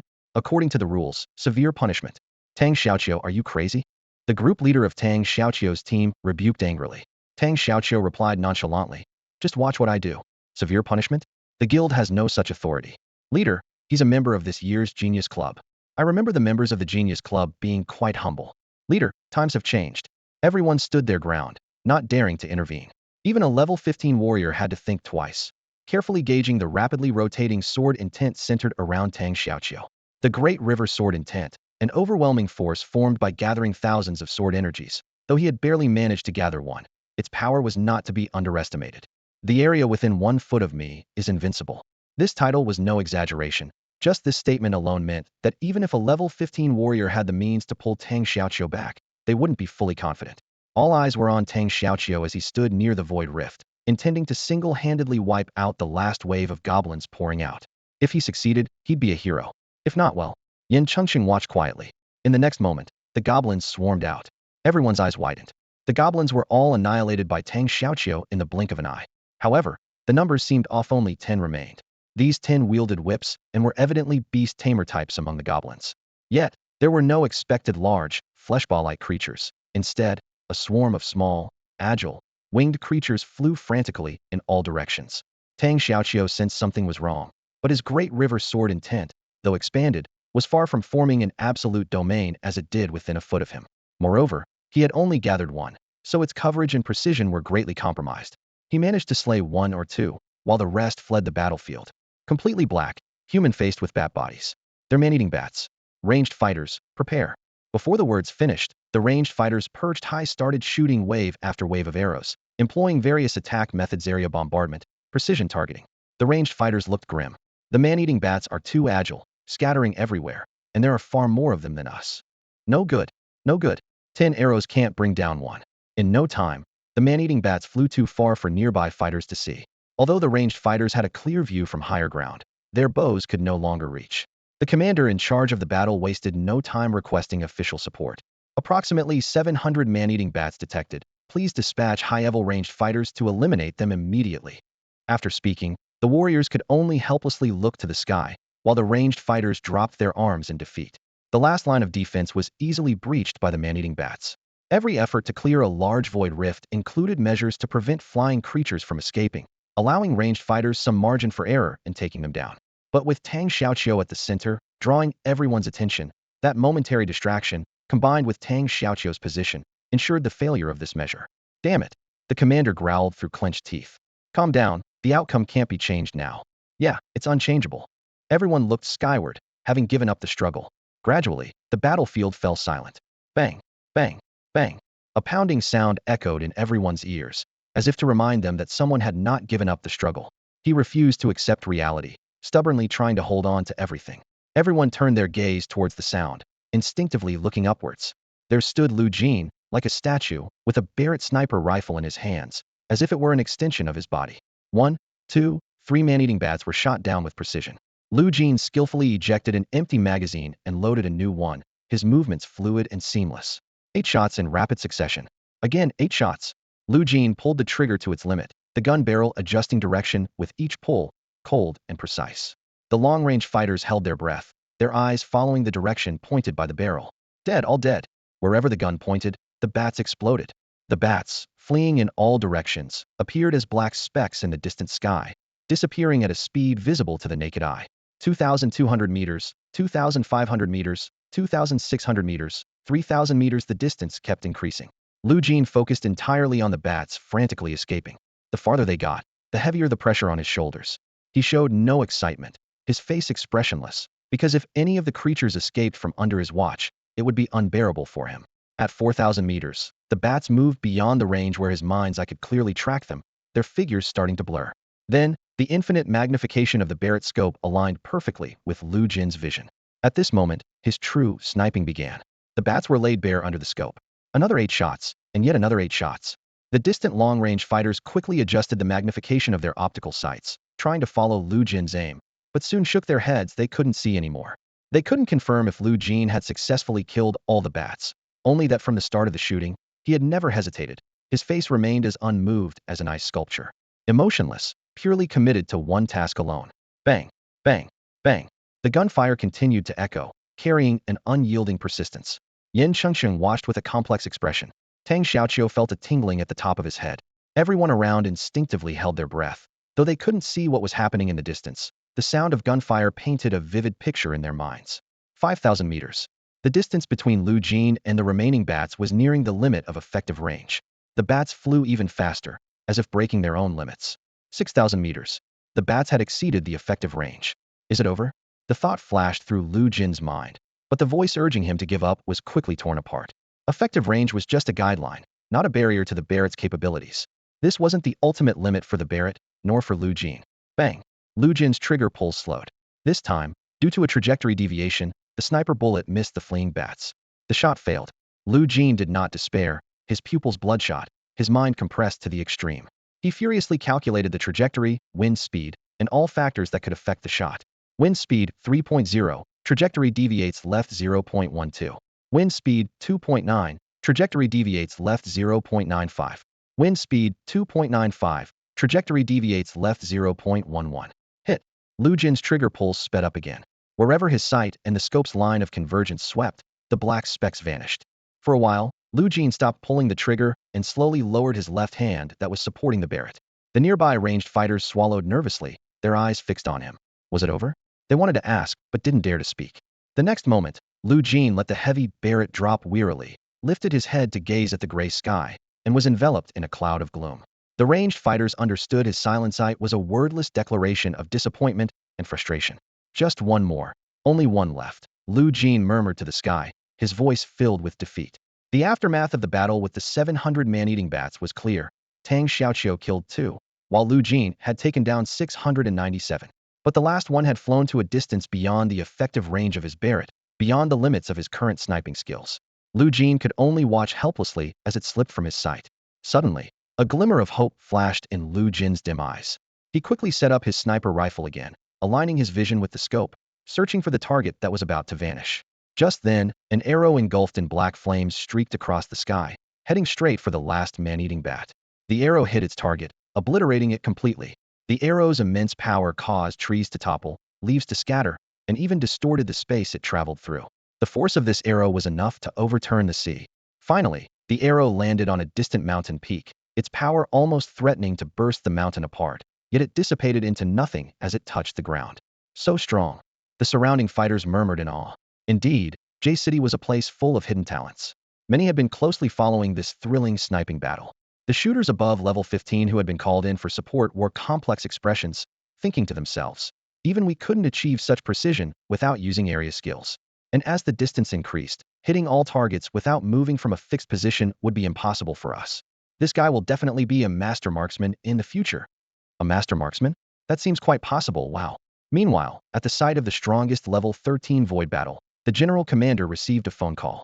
After listening, he stood in a daze for a moment before announcing to everyone, the man-eating bats have been completely eradicated. And so, the Void Rift incident in J City came to an end. Lu Jin recalled the black flame arrow that killed the last man-eating bat. The only black flame characteristic he knew of was from the underworld lament. Was it Zhong Dingping who intervened? No, Zhong Dingping's power wouldn't be that high. If it was indeed the underworld lament, it must have been someone even stronger from the Underworld Lament Institute. Lu Jin had a theory, but regardless of the outcome, it couldn't change the fact that the alien species had slipped past him. This time, he had indeed reached his limits. It seems my skills are still far from enough, way off, Lu Jin pondered. At least I need an effective range of over 10,000 meters, along with the technique to snipe at that distance to be secure. Techniques could be improved through continuous practice, evolving from basic sniping skills to heart's eye, with each breakthrough bringing a qualitative leap. The range could be extended by enhancing sniping power. To achieve the goal of 10,000 meters, Lu Jin knew there was a long way to go. But he wasn't discouraged. Any growth was already a good thing. Besides, if he truly reached 10,000 meters and had the technique to snipe at that range, who would he target? 10,000 meters was a distance between two different worlds, where both sides could hardly react to each other. Only if Lu Jin took the initiative could he affect objects 10,000 meters away. And the only thing that would make Lu Jin take the initiative was the alien races. Thinking of this, Lu Jin felt optimistic about the future, though he knew such things couldn't be rushed. He opened his panel, and his pupils suddenly contracted. Sniping power 10. Hearts ILV 3-5. This battle against the fleeing man-eating bat had directly brought him 3 times the usual day's gain. How can it be this high? Is it really pushing the limit? Lu Jin suddenly realized. At that moment, he was completely immersed in a combat state, a sense of urgency washing over him like a tide, with the pressure of racing against time weighing on his shoulders. He couldn't help but think how great it would be if he could reach this state during regular training. Unfortunately, despite numerous attempts, Lu Jin had never been able to genuinely replicate this feeling. If only he could enter this state at will. Lu Jin shook his head, pressing his lips together. He was constantly searching for a method, though he didn't know when he would find a breakthrough. Back at his dorm in Qingbei, Lu Jin collapsed onto his bed, exhaustion washing over him. All he wanted was to rest. and he quickly closed his eyes and fell into a deep sleep. 2 hours later, feeling refreshed, Lu Jin got up and headed to the cafeteria. Along the way, people kept turning their heads to look at him, eyes filled with curiosity and surprise. Lu Jin paid little attention, simply sitting in the cafeteria, absent-mindedly scrolling through his phone as he ate. It wasn't until a trending news alert popped up on his short video feed that he realized why he was getting so much attention today. Amazing shooter in J City. Hitting targets from 5 kilometers away, every shot on point. A student from Qingbei Mingtan Institute in J City has proven that long-range fighters are the most terrifying. 1,000 vampire bats. He killed 999. Is a legendary shooter being born? I dare say, the legendary shooter is every fighter's nightmare. Next, let me analyze why legendary shooters have always been a nightmare for fighters throughout history. A member of the Genius Club broke away from the team to show off, failed, leading to a swarm of vampire bats, but the legendary shooter emerged, turning the tide, a godlike figure descending to slaughter them all. The comments section below the video was bustling, with exaggerated claims like single-handedly killing 10,000 vampire bats, becoming increasingly common. The crucial part was that people actually believed it, with likes surpassing 1 million. Lu Jin's side Softfly wasn't that impressive. In reality, he had only killed 697. Lu Jin stopped watching the short videos and didn't check the latest messages in the 1001 squad group. He just wanted to focus on finishing his meal, refining his energy and blood, and then resting well to prepare for progress tomorrow. Meanwhile, the atmosphere in the Genius Club meeting room was tense. Why did you leave the team without permission? Lin Qingxue stared directly at Tang Xiaoqiu, her voice calm, yet questioning. Tang Xiaoqiu coughed lightly. I didn't expect flying-type aliens. If they were all goblins, I would have killed them all. Huang Mao and Hong Mao, sitting nearby, chuckled simultaneously, their eyes full of mockery. Lin Qingxue didn't continue blaming Tang Xiaoqiu. This incident indeed had some unexpected events. But the unexpected turn revealed something more valuable to her. What do you think about the legendary shooter? Lin Qingxue looked around the room. I believe Lu Jin is qualified to join the Genius Club. Historically, no one at Qingbei has been qualified to bear such a title, but now Lu Jin from Qingbei Mingtan Institute can. Hong Mao immediately retorted. Impressive as he is, he's still just in a grade. Our Genius Club requires top-tier qualifications. He doesn't meet that standard. Huang Mao agreed. Indeed, that a grade really stands out. Seeing this, Lin Qingxue suggested a vote. She didn't have veto power, and the only ones who could lead the entire Genius Club were the mysterious upper echelons. Currently, the Genius Club was just a group of students at Qingbei University.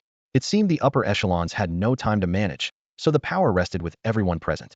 In the end, the majority overruled the minority, and the meeting concluded with the decision that Lu Jin didn't qualify to join the Genius Club. Meeting adjourned. Hello, Shunfeng Express. Just as Lu Jin was walking back to his dorm, a courier precisely intercepted him. The package handed to him was thin, seemingly just a document. Lu Jin opened the package and found an invitation inside. From the Genius Club, the club that could attract Wu Jialan and Tang Xiaoqiu. Lu Jin could easily guess that it was just a group of arrogant individuals, not true geniuses. A real genius should be pure. Lu Jin tossed the invitation straight into the trash bin and turned to head towards his dormitory. Before he could step inside, someone blocked his path. Expecting a delivery person, he looked up and saw Zhong Dingping standing there with a frown. Did you join the Genius Club? Zhong Dingping's voice was tense. I just threw it away, Lu Jin replied tersely. Come with me, I need to talk to you. Okay.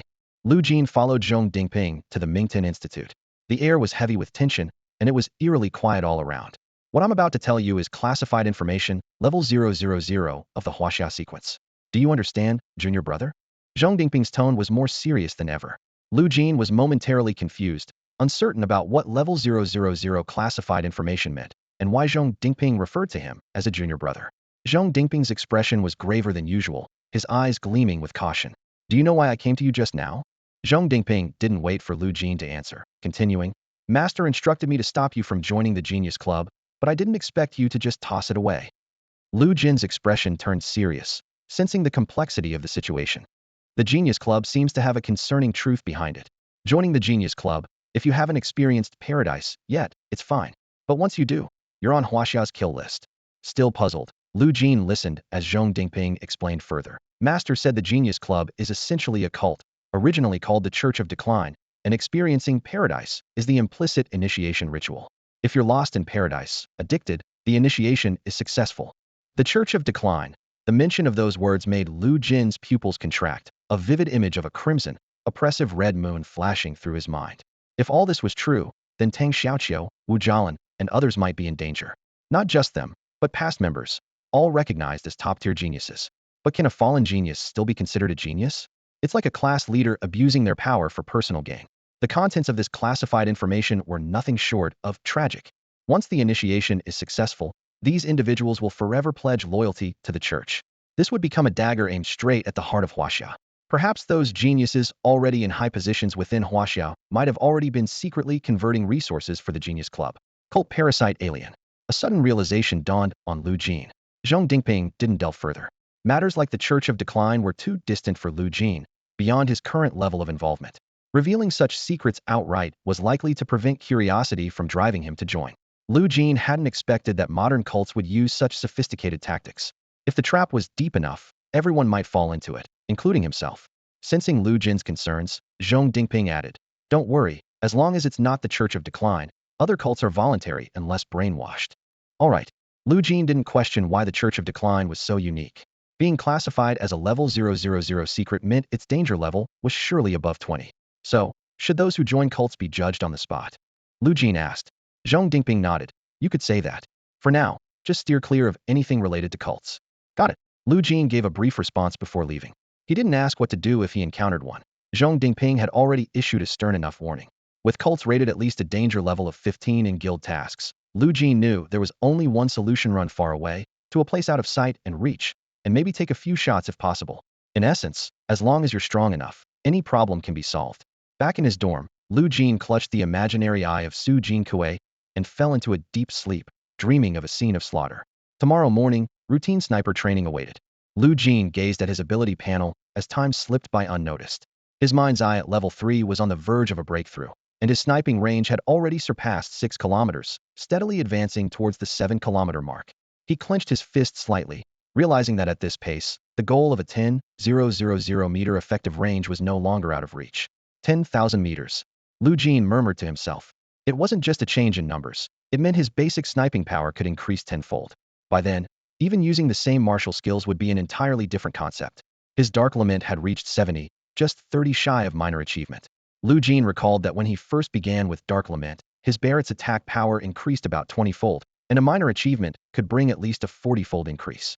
The power after a major achievement was unimaginable.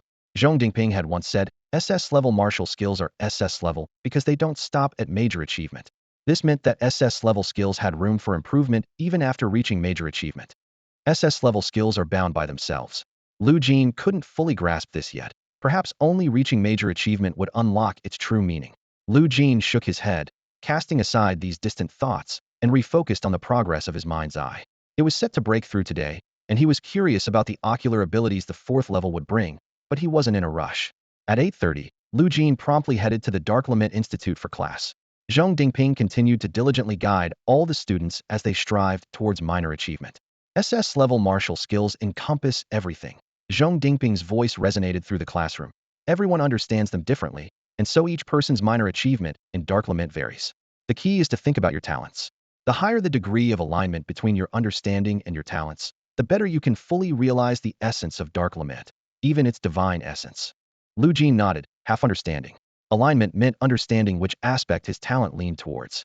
He could only think of 3 words: destruction, judgment, and absolute.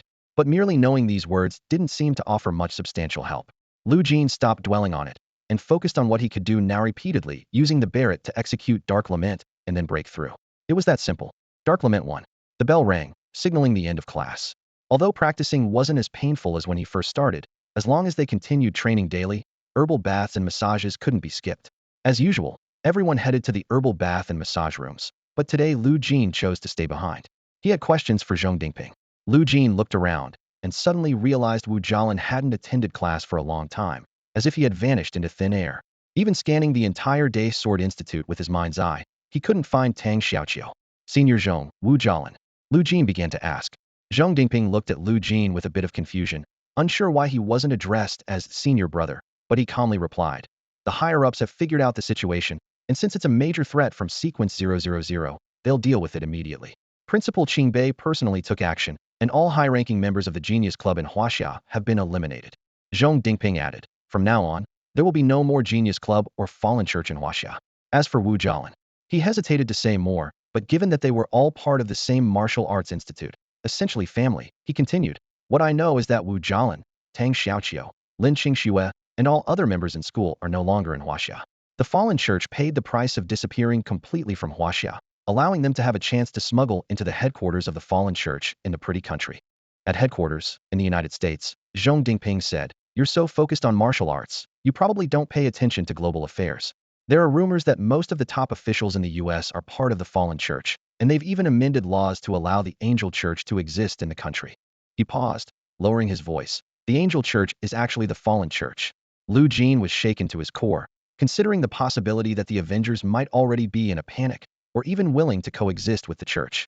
History had taught them a painful lesson: the church had once enslaved the entire region, where a loaf of bread cost 1,000 yuan. Now, having finally broken free, were they really going to repeat the same mistakes? With a strong sense of empathy, Lu Jin felt a flicker of anger from a historical perspective. All right, enough about that. Zhong Dingping changed the subject. You should focus on practicing the dark chant and not slack off. Got it. Thanks, Lu Jin replied. Have you forgotten something? Zhong Dingping frowned. Shouldn't you call me senior brother? Lu Jin shook his head. It's a new era, and we're not particularly close, so calling you that feels awkward. Heh, Zhong Dingping chuckled. But in my heart, Lu Jin pointed to his chest. Some words are more sincere when left unsaid. Heh. After leaving, Lu Jin decided to cut back on time spent increasing his sniping power and instead focus on completing the last one of his mind's eye level 3 to achieve a breakthrough. He found a high vantage point and began practicing sniping from 6 kilometers away. Bang! 6 kilometers away was another small world. The bullet flew unannounced to the distance, precisely shattering its target, a single green leaf. As the weather cooled, Lu Jin rarely spotted mosquitoes under the mind's eye, and even when he did, the terrain and buildings offered no sniping conditions. Unless a shot could pierce through all obstacles. Immersed in his sniping state, Lu Jin felt as if he were the only person left in the world. However, before he could truly get into rhythm, the ringing phone pulled him back to reality. The screen displayed a video call from his uncle. Upon connecting, both his uncle and pregnant aunt squeezed into the narrow video frame. How are things over there? His uncle asked. Everything's going well, Lu Jin replied briefly. We saw you on the news, saying you single-handedly took on 100,000 vampire bats and came out unscathed, his aunt chimed in. Really unscathed? His uncle and aunt looked worried. As workers dealing with void rifts, they knew even a level 11 void rift was dangerous and often resulted in injuries, let alone taking on 100,000 vampire bats. Even though the news was exaggerated, the fact he fought them wasn't. Seeing Lu Jin's healthy complexion and good spirits, their expressions relaxed somewhat. You look more mature now. Surely there are many girls adding you on WeChat. Have you been socializing? His aunt teased. Lu Jin chuckled. So far, apart from some interaction with Yin Chengcheng, he hadn't really connected with any girls. But he wasn't intentionally avoiding it. There just hadn't been any opportunities. How's everything in City A? Lu Jin changed the subject. Nothing much, just the usual. Lu Jin nodded. He occasionally followed news from City A, and since the Void Rift and Rat incidents, nothing significant had happened there. Aunt must be close to giving birth. Uncle, make sure everything is ready, especially in terms of safety, Lu Jin advised. Don't worry, we'll be staying at the hospital in a few days, his uncle assured him. All right. Hearing they'd be staying at the hospital eased Lu Jin's mind, as the chances of an accident there were minimal. After chatting for a while, they finally hung up. Lu Jin felt uplifted and continued his sniping training. This time, with no interruptions, the world returned to calm. Mind's Eye Level 3 Breakthrough. Marked Eye Level 4-1. The Marked Eye grants a 5.3 grade ordinary vision within the marked object's surrounding area. Lu Jin's vision didn't change instantly like the Eye of the Eagle or the Mind's Eye. Instead, he felt as if a shackle within him had been unlocked, and a new ability was ready to emerge, as if he could manipulate everything with a mere gesture. He decided to try using the Marked Eye, but first, he activated the Mind's Eye, making the surrounding environment appear transparent. Since the Marked Eye required marking a target, this transparent world should allow for more precise marking. On the street, there were various pedestrians, speeding cars, and a soaring eagle in the sky. Lu Jin focused his attention on the eagle. Instantly, a vibrant, flowing scene appeared in the transparent world, the eagle's surrounding vision. These two visions overlapped seamlessly, creating an unexpectedly harmonious view. After deactivating the Mind's Eye, only the world flowing with the eagle's flight remained before him. Looking down, he could see the entirety of City J. Looking forward, he saw the vast, rolling mountains and rivers. Although the distance allowed only the outlines to be visible, preventing the capture of details like the Eye of the Eagle, Lu Jin was still delighted. The Marked Eye's ability was quite impressive. He withdrew the Marked Eye's ability. Then with a thought, he regained the eagle's surrounding vision. This meant that once he marked something, he could access the marked target's vision anytime, anywhere. Next, Lu Jin consciously erased the mark, and this time, he truly couldn't retrieve the views centered on the eagle again. Continuing his tests, Lu Jin chose to mark a leaf about 4 kilometers away. Bang! He decisively targeted this leaf as a sniping objective.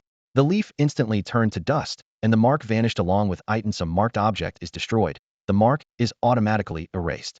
Lu Jin had another question. Could the marked eye simultaneously mark multiple targets and acquire multiple views? To solve this, he focused on the various pedestrians in the transparent world and marked all of them in an instant. He hoped to obtain multiple views simultaneously, which would be even more powerful. However, his hope quickly turned to disappointment.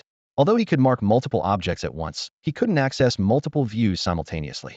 He could only acquire one view at most, and his mind was blank, as if he had marked them, but not fully.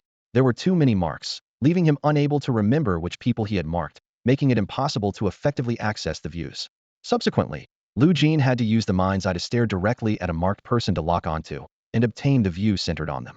This experience differed from marking the eagle. After marking the eagle, he could directly access the vision with a mere thought, even without the mind's eye. With this outcome, Lu Jin decisively erased all marks. He understood that the marked eye shouldn't mark too many targets and should focus on specific ones he truly wanted to mark. Randomly marking would prevent the ability from being used properly. In conclusion, Lu Jin had mostly grasped the usage and limitations of the marked eye. This ability requires focusing on locking onto a target. Unless actively erased or if the target is destroyed, the mark will never disappear as long as it's remembered. Lu Jin's pupils suddenly narrowed, as if he had thought of a more powerful way to use this ability, which made him excited in advance. He quickly opened WeChat and made a video call to his uncle. Uncle quickly answered the call, and his face appeared on the video screen. "What's up? Is something wrong?" Uncle asked, his brow slightly furrowed. "You guys are at home, right?" Lu Jin glanced at the corner of the video, and from the background, he confirmed that Uncle was indeed at home. "Yeah, are you coming back now?" "No, it's fine. I was just checking," Lu Jin replied before swiftly ending the call. He then opened Gouda Maps, swiping his finger across the screen to locate the direction of Furong Community in City A. Following the map's arrow for navigation, he positioned himself almost face-to-face with Furong Community. "With the mind's eye and scope, my vision can pierce through 10,000 kilometers," Lu Jin murmured to himself, his eyes gleaming with an unusual light. "If I use the marking eye, can I mark something 10,000 kilometers away?" The thought made his heart race. Lu Jin set up his Barrett sniper rifle, aligning his sight with the scope. He continuously adjusted the magnification, extending his view to the point where even he didn't know where it reached. The outlines of everything grew increasingly complex with depth, countless images overlapping and flooding his mind. Lu Jin's head grew heavy, his thoughts muddled and indistinct, unable to discern anything before him. He decided to activate the marking eye, placing a mark at the farthest point of his vision, and then retrieved his sight. The effect was immediate, like a dense fog lifting. A mysterious veil was pulled back, revealing a clear scene in front of Lu Jin, which helped his mind regain clarity. What he saw wasn't Furong Community, but an unfamiliar street. Using the restaurant signs and street names in the image, Lu Jin matched them on Gouda Maps. He quickly identified it as Impending Street in City B. The distance from Impending Street in City B to City A was just a line apart on Gouda Maps. Lu Jin continued adjusting the scope. In no time, City A's scene appeared clearly before him. His vision advanced step by step, skimming over Chuanchi Road in City A, passing through Longquan District in City A. Finally, through a series of sequential markings, he reached the street where Furong Community was located. The familiar place made everything easier.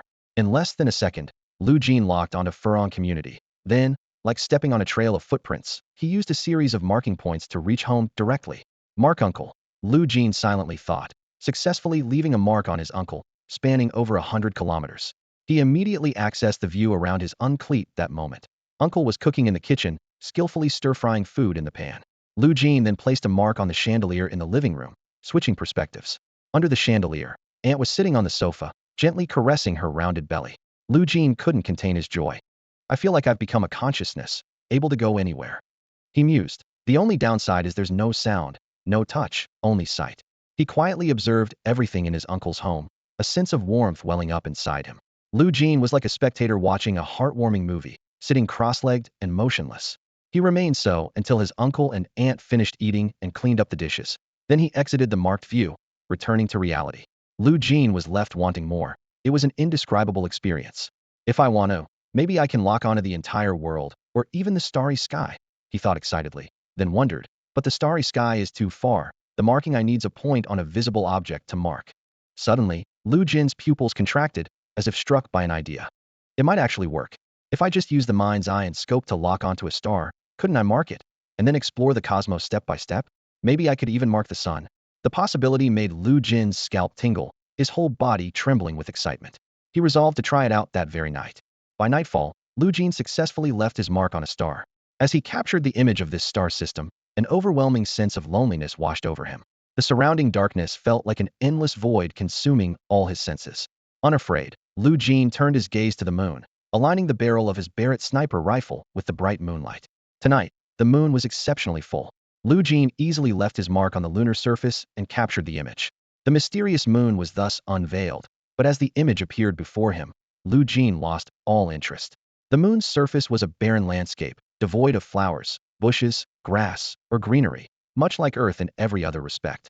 A sudden anxiety surged through Lu Jin. He glanced towards Earth, the blue planet far more magnificent than scientists of his previous life had described. Even from the moon, his outstretched hand couldn't cover Earth's outline, as it floated in the pitch-black universe, radiating the light of life. Lu Jin didn't linger, continuing his exploration of the cosmos, extending his gaze deeper into space, searching for new targets to mark. Oops! Lu Jin suddenly jolted awake, nearly forgetting today's blood and energy refinement. It's a daily exercise, and with a 70 efficiency boost, skipping a day would be a real loss. He immediately retracted all his scattered focus and deleted all marks except for important star systems like Polaris and the Moon. This was necessary, otherwise he'd forget the marks, losing them like a coin on a busy street, never to be found again. This seemingly redundant clearing process actually restored clarity and order to Lu Jin's mind. Back in reality, Lu Jin began refining his energy. Energy 0.1. The system prompt sounded in his mind. Just then, Dong Jiwei's call came, urging Lu Jin to eat. Unlike previous interruptions from urgent tasks, today Team 1001 enjoyed a perfect meal from start to finish. Taking the opportunity, Lu Jin marked Dong Jiwei, so that during future voice chats, he could hear his teammates' mission sounds and see the corresponding visuals. It was getting late, and Lu Jin had tried all the uses of his marking eye. In summary, the marking eye was like an out-of-body experience. Wherever he marked, his vision extended there. But unlike true consciousness, it was merely an extension of sight, not consciousness itself. Lu Jin thought, if the marking eye were to face an attack like Tianku that could hit all consciousness forms, it likely wouldn't affect his physical body. Back in his Qingbei dorm, Lu Jin once again grasped the mark on Su Jingwei, starting his slight sniper power enhancement training. As he virtually slaughtered, he pondered, should he switch targets? Ideally, someone much stronger than Su Jingwei, but not as overwhelmingly powerful as Zhong Dingping. Only then could he efficiently enhance his sniping power in his imaginary eye. But Lu Jin couldn't act immediately, time constraints didn't allow it. With limited free time each day, he could only hope to encounter a suitable target by chance. His sniping skills had indeed improved, but the mosquitoes were all swept away by the immense power, even without Lu Jin using any martial techniques. In the early hours, Lu Jin felt a bit disheartened. The mosquitoes preferred to be swept away by the powerful force rather than be precisely shot by him. All along, Lu Jin never managed to kill a mosquito with a single shot, always requiring multiple rounds. Sometimes, with even more agile mosquitoes, he'd have to empty an entire magazine to hit them fatally. This means I need to push my shooting skills to the limit. Lu Jin practiced relentlessly through the early morning hours, his shirt soaked with sweat. Each shot consumed a tiny bit of his base potential, which had not increased since level 1. Now at level 4, he needed to expend 4 times the base potential to improve slightly. To break through the initial limitations, he had to intensify his training. However, more than numerical growth, Lu Jin was focused on enhancing his shooting technique. His effective sniping range was approaching 7 kilometers, and rather than deteriorating, his skills had become more instinctive. A slight smile appeared on his lips. If I encounter 700 man-eating bats again, I'm confident I can take them all down. At 8:30, Lu Jin began practicing his meditation technique, Ming Tan. With his heightened perception, the progress of Ming Tan had reached 70, making it the most advanced of all his skills. He decided to focus his future training on Ming Tan, hoping to trigger an epiphany. Lu Jin knew well that such breakthroughs require repeated practice and deep understanding. To achieve an epiphany, it's best to integrate Zhong Dingping's advice, otherwise I'll have to rely on incremental improvements. The SS-level martial arts encompass everything, but what does he mean to me in Ming Tan? The school bell jolted Lu Jin back to reality. While his classmates were attentive, Lu Jin couldn't make a breakthrough. No, I'll have to stick to incremental gains, Lu Jin frowned.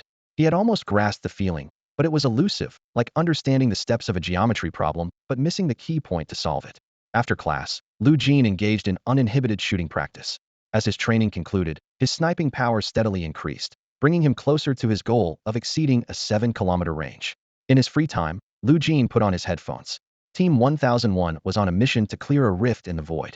He also activated the mark of the eye left on Dongji Wei, allowing him to not only hear, but also see clearly. On the screen, the team faced off against a dozen alien creatures.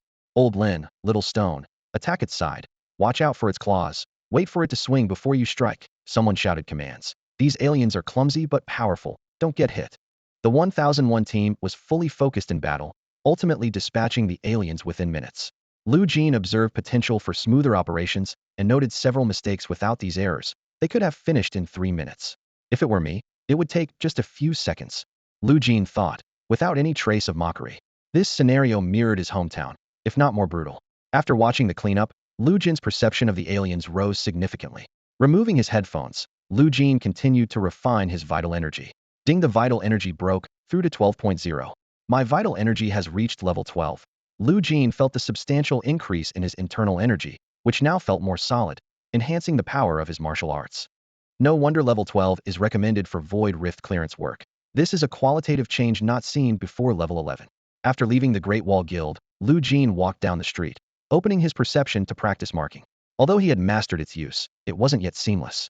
The mark of the eye, unlike his perception, wasn't suitable for all situations. However, at that moment, Lu Jin noticed something alarming in his transparent world. A mutated rat had appeared. In the sewers, a rat the size of an adult was roaming, seemingly debating which gap to enter J City through.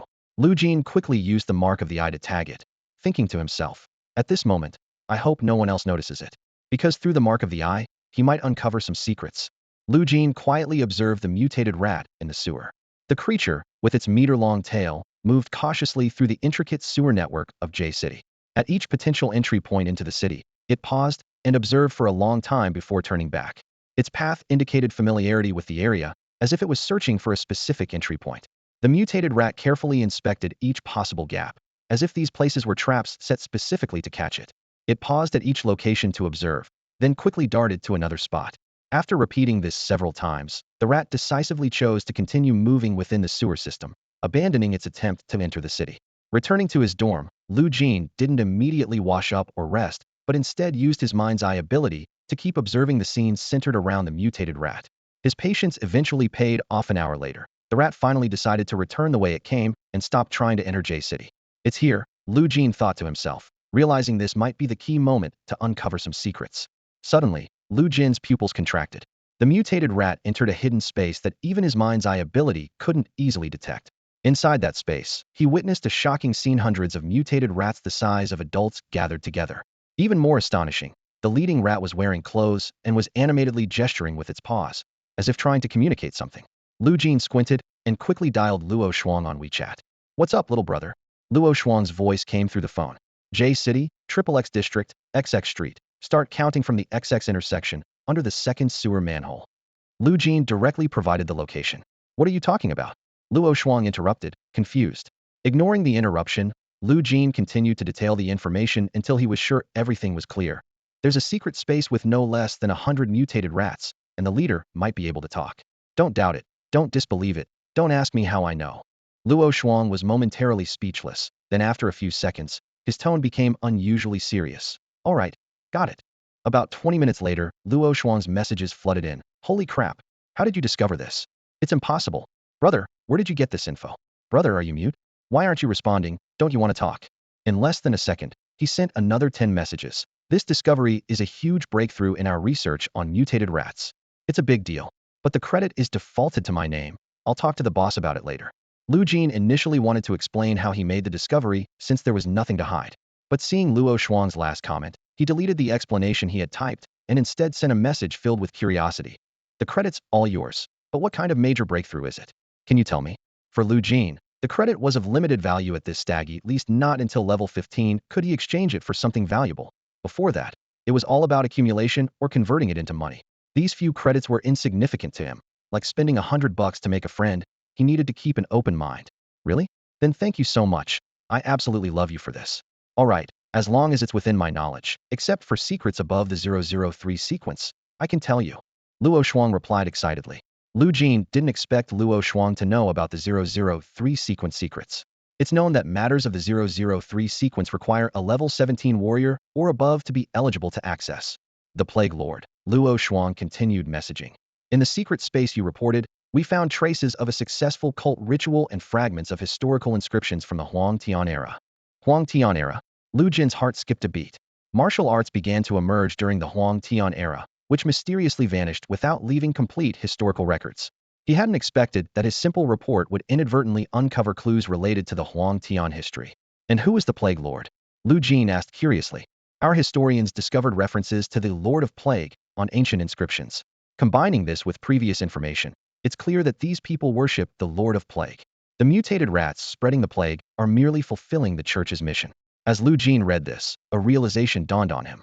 The rats' willingness to sacrifice themselves to spread the plague all comes down to faith. The mystery has been solved, and now only one task remains: to address the source, the ultimate leader of the mutated rats and the church. Only by eliminating this leader will the mutated rats cease to exist. Lu Jin felt an inexplicable sense of relief, as if a burden had been lifted from his chest. Knowing a truth unknown to most felt like having absorbed vast knowledge, leaving his mind enriched. A system notification flashed before him. Dark Lament LV-180. Day after day, Lu Jin noticed his proficiency in Dark Lament had reached 80% and sighed softly. Although he had grasped the solution, he still couldn't put pen to paper, realizing he would have to progress slowly. With only 20 remaining, he was close to the end, yet felt unsatisfied. It was like lending money to buy an iPhone for a girlfriend, only to never even hold her hand. Despite his frustration, Lu Jin remained calm. He headed to the cafeteria to replenish his energy, ordering the most expensive meal, the 888 set, while gathering information in the 1001 squad group chat. He noticed a significant reduction in cult-related tasks, with no new cult missions appearing, indicating effective suppression. However, a few stubborn ones linger: the Raven Church and the Earth Calamity Church. Since joining the 1001 squad, these two churches had never been fully eradicated, becoming recurring tasks that would occasionally be cleared only to resurface, much like the mutated rats. Without eliminating the source, they were merely temporarily diverted. After eating, Lu Jin made his way to the Great Wall Guild, remaining vigilant and observing his surroundings for any suspicious signs. Suddenly, he halted, having seemingly discovered something. The marked eye. Almost simultaneously, he quickly cast a mark, capturing an image from a specific location. In the scene, several people were consuming rotten meat, maggots wriggling on it. They swallowed the maggots along with the meat, then elegantly wiped the filth from their lips with their thumbs. Lu Jin shivered slightly, considering reporting them, but realized he needed to restrict their movements first. He quickly repositioned himself to a vantage point for sniping, his Barrett sniper rifle ready. Just as Lu Jin was about to pull the trigger, the individuals seemed to sense something, hastily discarding the rotten meat and swiftly fleeing in a particular direction. They don't seem to have noticed me, Lu Jin thought, choosing not to approach the targets as he usually would. Instead, he increased the distance between them, as he was now 7 kilometers away from the targets. Lu Jin didn't know why they suddenly needed to leave, but it seemed like something urgent had happened. His hunter instincts kicked in completely, and a thread of curiosity pulled him to follow the figures ahead. As a sniper, locking onto a target only to suddenly abandon it always left an indescribable discomfort, like watching prey escape from the barrel of his Barrett. The Eye of Mark granted him an extraordinary level of observation, and his effective range of 7 kilometers allowed him to monitor targets from a safe distance. The lesson from being struck by lightning was still fresh in his mind, and this time he wouldn't be careless. Driven by these factors, Lu Jin quietly followed. They quickly left the bustling city center of J City, passing through dense forests and scattered mountain villages, eventually reaching a secluded area. An incongruous, spacious Western-style courtyard stood abruptly in this serene setting, clashing with the surrounding environment. Inside the courtyard, dozens of figures cloaked in black and wearing crow masks were besieging a person dressed with the insignia of the Great Wall Guild. Scattered around were shapeless bodies, with tattered clothing clearly bearing the guild's distinctive marks. Blood stained the ground, creating a scene reminiscent of hell on earth. Through the Eye of Mark, Lu Jin took in everything.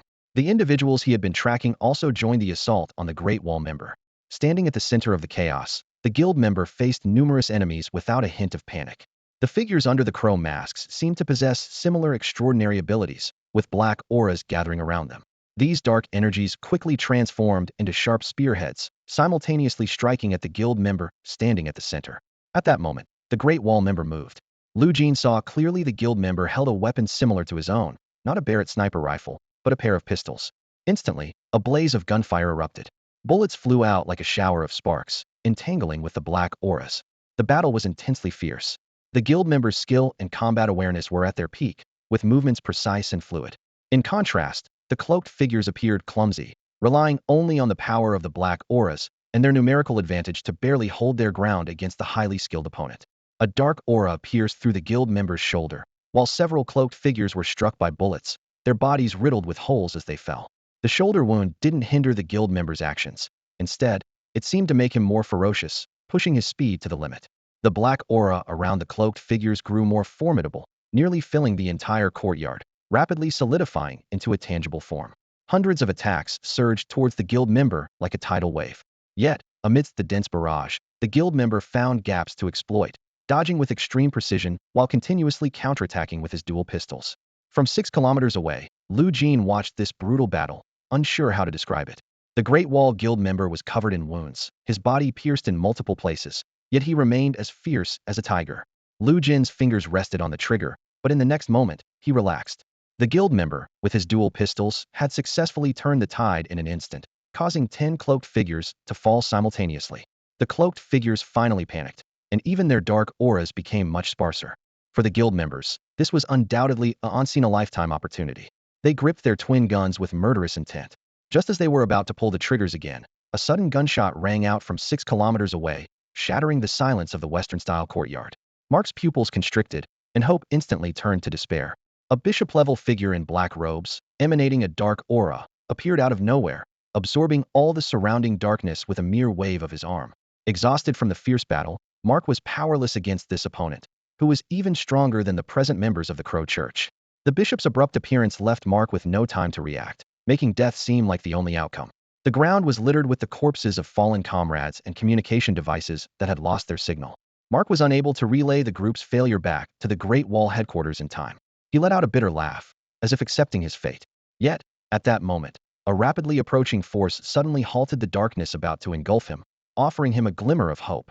The Crow Bishop looked towards the distance in surprise. In the blink of an eye, 8 more forces attacked. The 8 black-robed members present couldn't defend themselves with dark energy in time, and their heads exploded instantly. The faces beneath the masks of the other black-robed members twisted as they quickly gathered dark energy, but it was futile.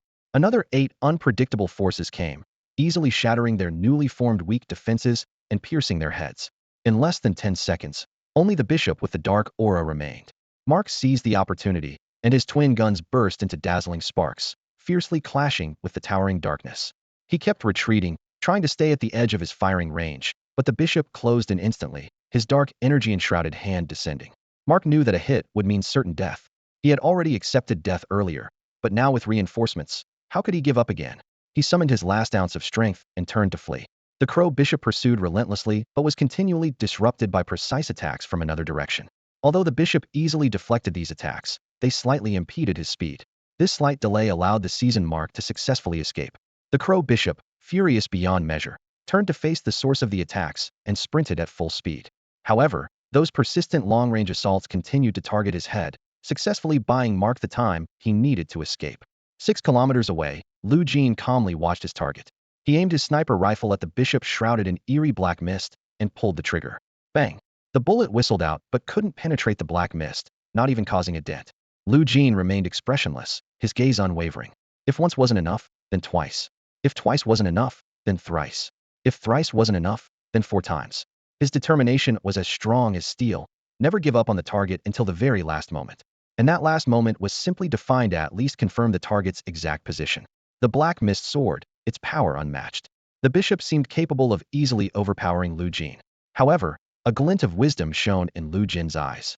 He knew the bishop was merely tracing the bullet's trajectory to find him. Come find me, Lu Jin thought, as he continued to pull the trigger. Bang, bang, bang, bang. The gunfire was relentless in Lu Jin's ears. He lost count of how many bullets he had fired, only knowing that when the target neared a specific position, he quickly retreated to another spot 6 kilometers away. Meanwhile, the target pursued along his previous shooting path. Suddenly, Lu Jin fired the first shot from a new sniper point. This shot was like a guiding rope, leading the target in a new direction. The bishop's face, hidden behind a mask, seemed twisted. He couldn't comprehend why the shots were coming from a completely different location when the distance should have been closing. Another barrage of shots landed on the bishop's head. Though the damage was minimal, it was like an annoying stone in a toilet, irritating and incessant. The bishop's speed slightly faltered, no longer as smooth as before. At some point, the bishop seemed to have made a vow, relentlessly pursuing the source of the attacks. Lu Jin still didn't give up trying to pierce the strange black mist, yearning to truly hit the bishop's head. Despite his efforts, the black mist remained an insurmountable barrier. Yet, Lu Jin felt as if a shackle was loosening. He pursued this shackle, attempting to grasp it, unravel it, or at least see its true nature. The gunfire continued, the booming unceasing. Was it destruction? Judgment? Absolute. Lu Jin wasn't sure of his feelings at that moment, only knowing what he was doing, continuously firing. Bang, bang, bang, bang. When the target reached the right position again, Lu Jin had already moved to another excellent sniper point. This time, it was not 6 kilometers but 4. But even 3 kilometers was enough, as the target clearly couldn't detect his exact location. I am the endpoint he cannot see, Lu Jin thought to himself. Thus, Lu Jin continued to snipe at the target, shot after shot, causing almost zero damage. After an unknown amount of time, the target finally stopped, no longer advancing, allowing Lu Jin to shoot at will. Lu Jin still aimed at the target's face, pulling the trigger without hesitation. He had unwavering faith in his Barrett sniper rifle, even if the target remained unscathed. To him, holding the Barrett was akin to controlling the laws of the world. Suddenly, Lu Jin felt a surge of power within him. He had broken through to the second level of meditation. He pulled the trigger once more, and this shot was unlike any before. The muzzle flashed not with a fleeting flame, but with a jet black light. The silence erupted violently, pure and overwhelming. Boom. The pupils hidden beneath the raven mask contracted slightly as the dark aura shielding his forehead trembled violently, sending a chill across his brow. This strike was significantly stronger than before. At this moment, the bishop lost even the courage to stand his ground and immediately sprinted back in the original direction. From the start of this chase, he had no chance of winning. Now, he had become nothing more than a source of experience for his opponent.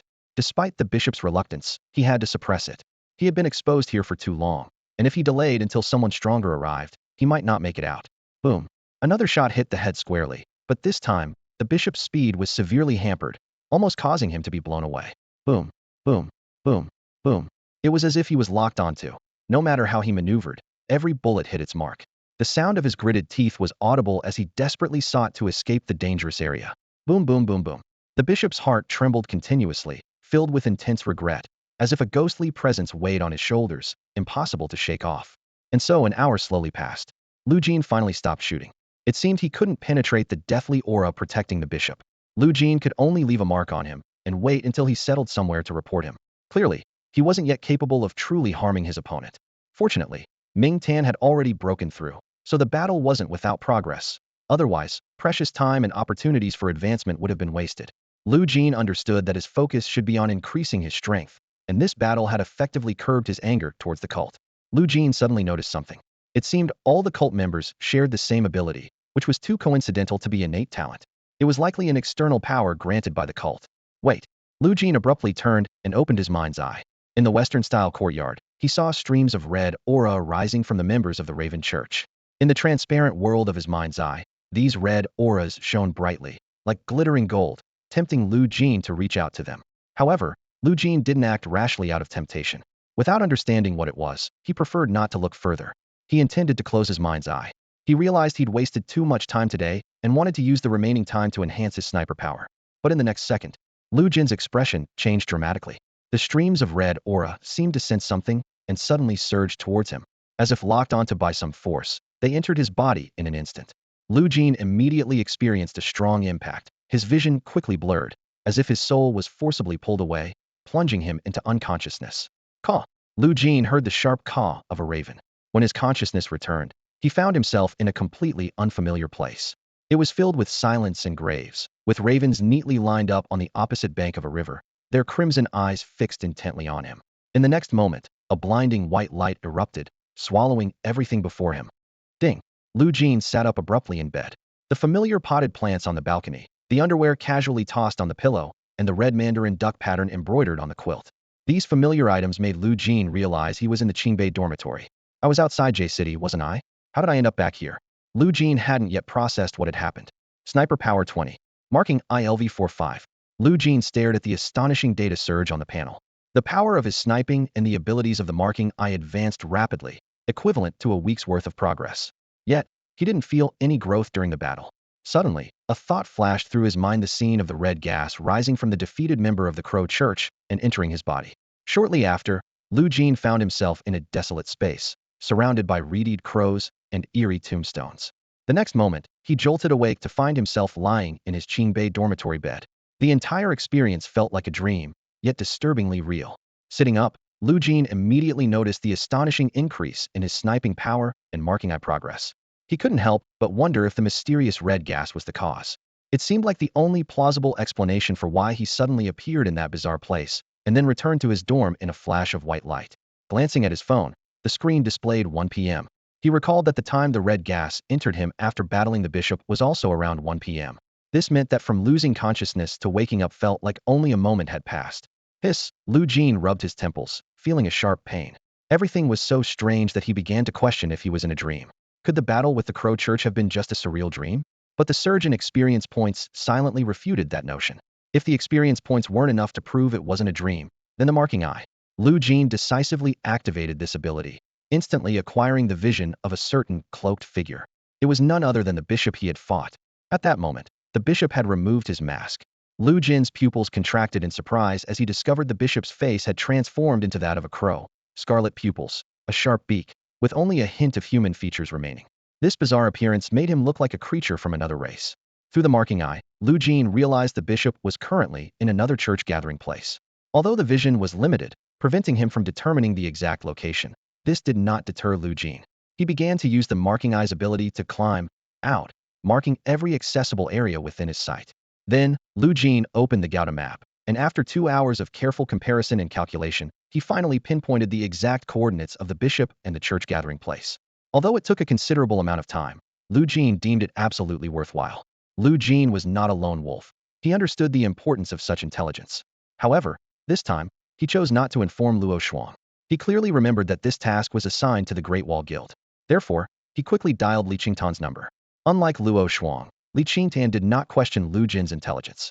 Upon receiving the precise coordinates from Lu Jin, he immediately reported this significant discovery to headquarters. Upon receiving the message, headquarters sprang into action, understanding the seriousness of the situation. They had learned that it was Lu Jin who had saved Mark. By 4 in the afternoon, Lu Jin suddenly noticed one of his marked eyes had been erased. He tried to gather information, but found nothing. Just then, a call from Li Qingtan informed him that he had received 500 task points. Although Lu Jin was unsure of the exact value of these points, he couldn't use them yet, because he was below level 15. He didn't complain about the rules. After all, he wasn't the only one striving in all of China. Higher-level martial artists needed resources to elevate the sky and create better opportunities for those below. At the Ming Tan Institute, students were discussing the difficulties of cultivation. In high school, the principal said I was a martial arts prodigy with unparalleled talent and comprehension. But now at Beijing University, learning Ming Tan is so tough. One student complained. Man, I feel the same. I've been training but still can't grasp the essence of Ming Tan. I'm about to give up, another student agreed. You're lucky if you have good comprehension. I'm considering applying for a stable mastery method. It costs more and takes time, but it's better than making no progress all day, a third student said helplessly. Someone consoled. Don't give up, everyone. If SS-level martial skills were easy to master, everyone would have them, and there'd be no need for distinctions like 985, 211. Even vocational schools could teach them. Vocational schools at most teach up to S-level martial arts. As for SS level, even if available, few choose to train in them. There's no end to it.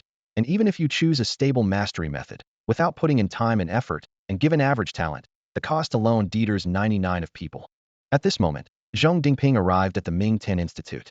Listening to the discussion, he said, I was just like you when I started training, often wanting to give up. Most of you are not worse than me. And even if you are, it's not by much. With daily diligence, there will be a day of minor success. You're not even at the stage I was a month before my small accomplishment. Do you think you can master it a month faster than me? Wishful thinking. Zhong Dingping crossed his arms. Let's start training. His words acted like a calming pill, dispelling thoughts of giving up. It was normal to question one's efforts when unsure of progress. Seeing these younger students, Zhong Dingping reminisced about the past, feeling a bit nostalgic. History often repeats itself. Suddenly, Zhong Dingping sensed something, his eyes widening as he locked onto a direction. You've reached a minor success? He asked Lu Jin. Just yesterday, Lu Jin replied. During energy circulation or combat, some keen martial artists can sense the nearby aura through certain techniques. At that moment, Zhong Dingping felt a pure, yet fierce intent, containing the aura of death and Ming Tan. That's why he couldn't help but exclaim. All the students, just getting into the zone, were jolted back to attention by Zhong Dingping's shout, as if forcibly stopped. Zhong Dingping said, Come, let's go outside, hit me and see. But then he reconsidered. Actually, let's just use the combat power tester. Lu Jin felt a bit apprehensive. He thought to himself, with Ming Tan's shot at Zhong Dingping, could his frame withstand it? Outside the Ming Tan Institute, Zhong Dingping and his 43 classmates stared intently at the flickering numbers on the power level tester. The air seemed to freeze, and the expressions on their faces were a colorful mix of shock, awe, and a hint of barely concealed fear. Lu Jin, has he already reached the level where he can challenge a level 15 warrior? Someone murmured softly. Is this the minor success of Ming Tan? Another swallowed hard. Such a violent sense of deathly stillness. Everyone couldn't help but recall the Ming Tan that Zhong Dingping had demonstrated before. Back then, his Ming Tan was cold and starkly different from what Lu Jin was displaying now. Yet, on reflection, Senior Zhong's Ming Tan seemed purer and more intense. As students of Beijing University, they knew what this meant. However, Zhong Dingping's expression remained as still as ice. After a long pause, he finally spoke.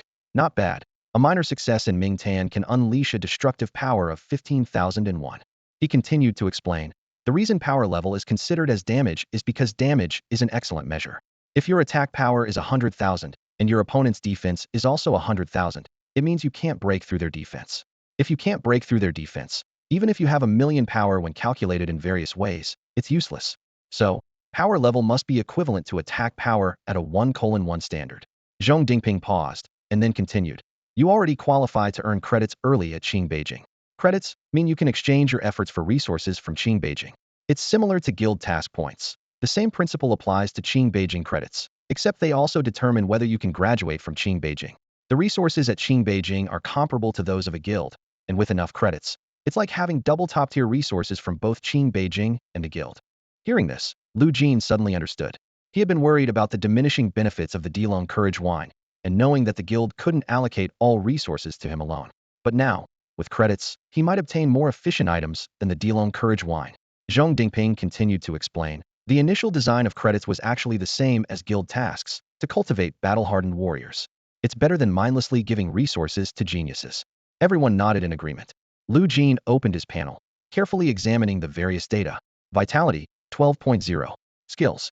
Marking ILV 48. Sniping power 650. Solid as a rock cultivation method LV 355. Ming Tan LV 21. Looking at the progress on the panel, Lu Jin murmured to himself. Ming Tan has broken through. The cultivation method is now at its highest progress. The progress of marking eye and sniping power is also a week ahead. He recalled the bizarre dream and inexplicable teleportation when that red energy entered his body. Despite these strange occurrences, Lu Jin hadn't felt any discomfort. Instead, the red energy from the Crow Church members seemed to have only brought him benefits, and quite significant ones at that. Lu Jin pondered to himself. Even if he trained with all his might, it couldn't compare to the progress made by defeating members of the Crow Church. However, he still couldn't be sure if all members of the Crow Church had this red energy, or perhaps all churches in the world possessed this mysterious power. However, Lu Jin had previously killed mutated rats, and if these rats were to have faith in a certain term, they should also be members of the church. Yet, when killing these mutated rats, there was no trace of the red aura that appeared when members of the Crow Church were killed. Lu Jin frowned in thought, wondering if it was due to the small number of kills, the aura on the mutated rats being too faint, or if this characteristic was unique to the Crow Church. This question lingered in Lu Jin's mind, but he couldn't verify it immediately. He silently decided that if given the chance, he would personally test it out no matter what. Vitality 0.1, total 12.1. Lu Jin felt the changes within his body. After completing his training with the rock-solid cultivation method, his vitality had successfully taken its first step into level 12. Time was of the essence, and Lu Jin calculated that the benefits of the Earth Dragon Gall wine would vanish in just 3 days. After that, he would only have 14 days left to use the Tree Spirit Vein, which could perfectly stack with most other efficiency-boosting items. Lu Jin didn't want to miss this stacking opportunity. The higher the efficiency, the better. Holding the imaginary eye from Su Jingui, Lu Jin continued his daily combat training. As he swung his blade, he pondered, should I go find Zhong Dingping for another imaginary eye? With my current strength, I should be able to go a few rounds with him, right? As the ability of the marked eye improved, Lu Jin realized that the imaginary eye's version of Su Jingui could no longer meet his training needs. He suddenly understood that the Su Jingui in the imaginary eye was forever stuck at the level he was recorded at, with no progress. Meanwhile, the real Su Jingui was continually getting stronger. I need to update the data with him, Lu Jin decided to himself. The next day, Lu Jin went to Qingbei, heading straight to a place he rarely visited, the Criminal Domain Registration Office. It was neither the meditation hall, nor the dormitory or cafeteria.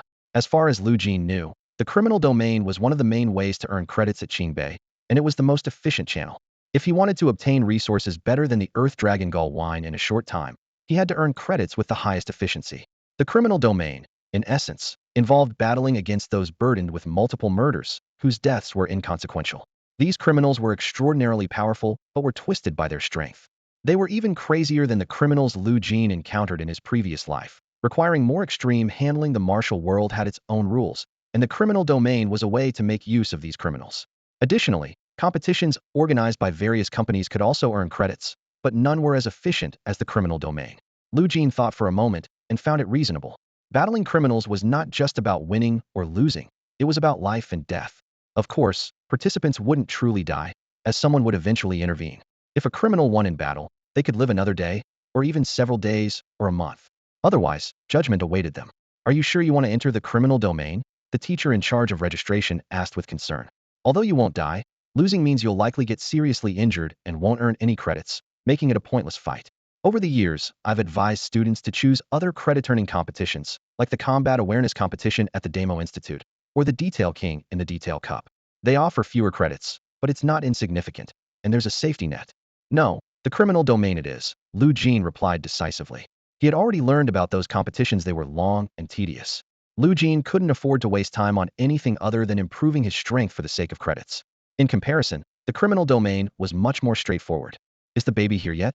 Once you're registered for the Sin domain, you can sign up for the competition this afternoon. They're really efficient. Lu Jin, wearing headphones, heard Dong Jiwei's excited voice. Xiao Shizi's response, however, was tinged with nervousness. Not yet. My wife is in the hospital giving birth, and I'm waiting outside. Just then, Team 1001 received an urgent mission. Xiao Shizi's voice turned anxious. Oh no, there's an urgent mission. Dong Jiwei quickly suggested. How about this, Xiao Shizi? You stay at the hospital, and the four of us will handle the mission. But Xiao Shizi insisted. No way. I have to be there. Missing a team member means missing a part of our strength. We can't let that happen. He explained that members below level 15 usually execute missions as a complete team, and all missions carry some risk. This one being urgent, the difficulty was undoubtedly higher. Dong Jiwei apologized. Sorry, Xiao Shizi, for having to pull you away at such a time. Xiao Shizi was unfazed. It's nothing. My wife is just having a baby at the hospital. It's a minor procedure unless there are complications. Waiting outside the hospital is just a father's wish to hear his newborn's first cry and know that mother and child are safe. Between urgency and family, as a professional, I have to prioritize the urgent task. A slight delay could ruin a family. At that moment, a voice broke the tense atmosphere. It's done. Everyone was stunned, realizing it was Lu Jin's voice. Done. They were incredulous. While urgent missions prioritized nearby guild members, it seemed impossible for Lu Jin to be conveniently close by. Solving it almost instantly defied logic. Yes, Lu Jin confirmed, standing 7 kilometers away, lowering his Barrett rifle, his hair tousled by the wind. It was within my shooting range, 7 kilometers. Just then, Xiao Shizi's joyful voice echoed in Lu Jin's ears. The baby's born. Lu Jin activated his mark of sight, gazing towards City A, and that announcement sounded especially sweet to him. After completing Team 1001's urgent mission, Lu Jin headed to the Sin domain. Located on the easternmost edge of City J, a towering, wide iron wall stood there, so high that even Lu Jin's full-strength leap couldn't reach halfway. Each entrance to the iron wall was guarded by warriors. Lu Jin scanned his face to enter, immediately greeted by a staff member. Welcome, contestant of the Sin domain. Please follow me. Through a deep, dark, silent corridor, Lu Jin arrived at a luxurious hall inside the iron wall. It was filled with many teenagers around his age, all wearing masks, but their trendy outfits made it easy for Lu Jin to discern their identities. The Sin domain isn't limited to students from prestigious universities. Students from all over the country, including those from 985 and 211 universities, and even vocational colleges, could register to participate. Although each school didn't have many participants, collectively, the number was considerable. Lu Jin observed these seemingly strong contestants, who in turn were discreetly watching him. Suddenly, a familiar female voice called out. Lu Jin, what a coincidence. Are you here for the Sin domain too? Lu Jin turned to see a woman wearing a fox mask, with a curvy figure, and immediately recognized her as Yin Chengqing. Lu Jin politely responded, and the two didn't have much interaction after that. The hall manager, dressed in uniform, gave Lu Jin a scrutinizing look and spoke in an official tone. When fighting with the thugs in the Sin domain, it's generally advised to wear a mask and not use your real name. You can choose a mask you like here and a nickname to report when you go on stage. Lu Jin nodded in agreement, and picked up a menacing demon mask from the display, softly saying, "Let's go with Judgment" as the nickname. This wasn't due to some adolescent fantasy, but rather because he noticed the names other participants chose: Night Hunter, Ruthless Iron Hand, Light of Judgment, each more flamboyant than the last. Lu Jin understood that blending in with the mainstream wouldn't make him stand out, and he didn't want to waste time on naming, so he blurted out the first thing that came to mind. With registration complete and mask chosen, Lu Jin received the sixth contestant badge, meaning he would be the sixth to go on. A man dressed in black then led him to an elevator, taking him directly to the 23rd floor contestants' viewing room. Through the wide glass, Lu Jin looked down at the vast arena enclosed by iron walls. The open-air stands at the same height were packed, accommodating 3,000 to 4,000 people, with not a single seat vacant. Some people squeezed into the aisles, and even 2 people shared a single seat. This kind of bare-knuckle fighting event was evidently very popular, especially among middle-aged crowds, and the thrill of legal betting attracted numerous gamblers. Yin Chengcheng, wearing a fox mask, leaned closer to Lu Jin and whispered, "From what I know, the taxes paid by the Sin domain every year are the highest in the whole J City, even more than the stock market. You know a lot." "Yeah, I seem to have a natural knack for money." Just as she finished speaking, the host's booming voice echoed over the Sin domain, announcing the start of the first match. Beneath the towering iron walls, the first to enter wasn't a masked contestant, but a muscular man with a bare torso. His body was covered in menacing tattoos, crisscrossed with countless scars, exuding an aura of brutality. He waved his hands at the audience above the iron walls, his twisted smile accompanied by a deranged, throat-slitting gesture, drawing roars of approval from the crowd. "Now entering, our contestant number 1, Ruthless Iron Hand," the host announced with enthusiasm. "He's already achieved a 6-win streak. Can he continue against Rinya this time? Let's wait and see." Listening to these commercialized words, Lu Jin understood. Since it generates high taxes, even criminals with multiple murders are treated leniently, focusing instead on the combat itself. Most spectators are there for the fights, with few genuinely hoping to judge the criminals this way. If anyone does, it must be families once harmed by these criminals, yet powerless to exact personal revenge. Lu Jin pondered for a moment. This is indeed unfair to the victimized families, where the perpetrator doesn't immediately pay with their life, but instead entertains the masses. Yet, just like not everyone agrees that tomato and egg stir-fry tastes good, rules cannot be perfectly fair to everyone. Ruthless Iron Hand leaped down from a height, raising a cloud of dust as he landed. Rinya's eyes flashed with disdain. In an instant, the battle erupted. Both fighters used their bare fists, each collision producing a solid thud, akin to a rousing rhythm that excited the spectators. Ruthless Iron Hand landed a punch on Rinya's forehead, and Rinya retaliated with a roundhouse kick to his opponent's side. Bang! Bang! The air vibrated with intense shockwaves, proving their blows could crush an armored vehicle. The 2 fighters pulled back to catch their breath briefly, soon launching into another round of bone-crunching clashes. In the shadowy depths of the arena, a man with a chained neck watched the battle unfold on a holographic screen. His face was twisted, and his eyes gleamed with madness. "Yongtze, your son Rinya is too weak. That kick should have shattered his ribs." He leaned closer to the screen, his fingertips nearly touching the image. "Blood. I want to see blood." A nearby person responded coolly. "A fighter of that strength isn't likely to draw blood." "No matter, the next one, the one after that. Then it's my turn." He rubbed his hands together with excitement, his eyes bulging. "Why not gouge his eyes out? I'd love to see eyes explode." Hearing this, Yongtze's expression turned manic, and he casually shoved a nearby thug down. Boom. The entire venue was stunned by a deafening crash, and everyone fell silent as if the air had frozen. In the center, the fight between Rinya and the merciless Iron Hand continued. Both fighters had honed their skills to perfection, each move precise and ferocious. They were like 2 beasts in a duel, waiting for one to show a weakness or succumb to the other's onslaught. As the audience held their breath in anticipation, a smile suddenly appeared on Rinya's lips. His body flickered, and his hand struck out like lightning, delivering a precise double ear slap to Iron Hand. Instantly, the battlefield seemed to fall under a silent spell, a vacuum wave enveloping the area.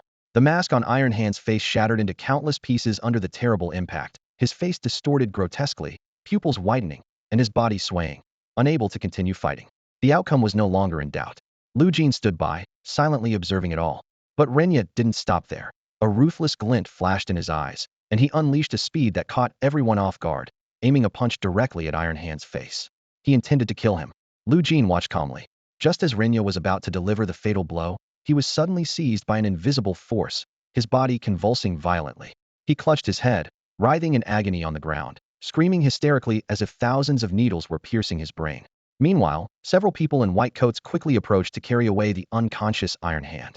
Lu Jin watched coldly, marking Iron Hand in his mind. Soon, Iron Hand was taken somewhere to receive extraordinary treatment. Within minutes, he regained consciousness, and even his disfigured head began to return to normal. Seeing this, Lu Jin understood why the arena existed. The life-and-death combat was an unparalleled way to hone a fighter's skills. The second match began promptly. Another thug stepped into the ring, his expression even more deranged than Renya's, eyes alight with indescribable fervor. Lu Jin remained calm, quietly observing the situation. The second contestant and opponent fought fiercely, exchanging powerful blows in a dangerous spectacle. But the opponent was too strong for the contestant, and after about 50 exchanges, the contestant's chest was pierced by a single strike. This thug also wore a bloodthirsty grin, still intent on killing his opponent. He gathered his strength for a final, deadly blow, hoping to end the contestant's life. But like Renya, he suddenly collapsed, writhing in agony, unable to deliver the fatal strike. The third and fourth matches followed suit. The thugs were filled with twisted intent to kill, yet at the last moment, some force restrained them. In the fifth match, it was Yin Qingqing's turn. The thug opposite her looked at her as if she were a delectable dish, extending his tongue past his chin to lick the air, his eyes shining with a nauseating light. Yin Qingqing's battle with the thug was exceedingly difficult. Despite her elusive movements that kept her opponent guessing, the thug's keen combat instincts allowed him to fend her off and launch fierce counterattacks. During the fight, Yin Qingqing broke several ribs, and her right hand was fractured, but she narrowly secured a victory. Finally, in the sixth match, it was Lu Jin's turn. In the stands, someone had bet everything. Please, kill him, contestant.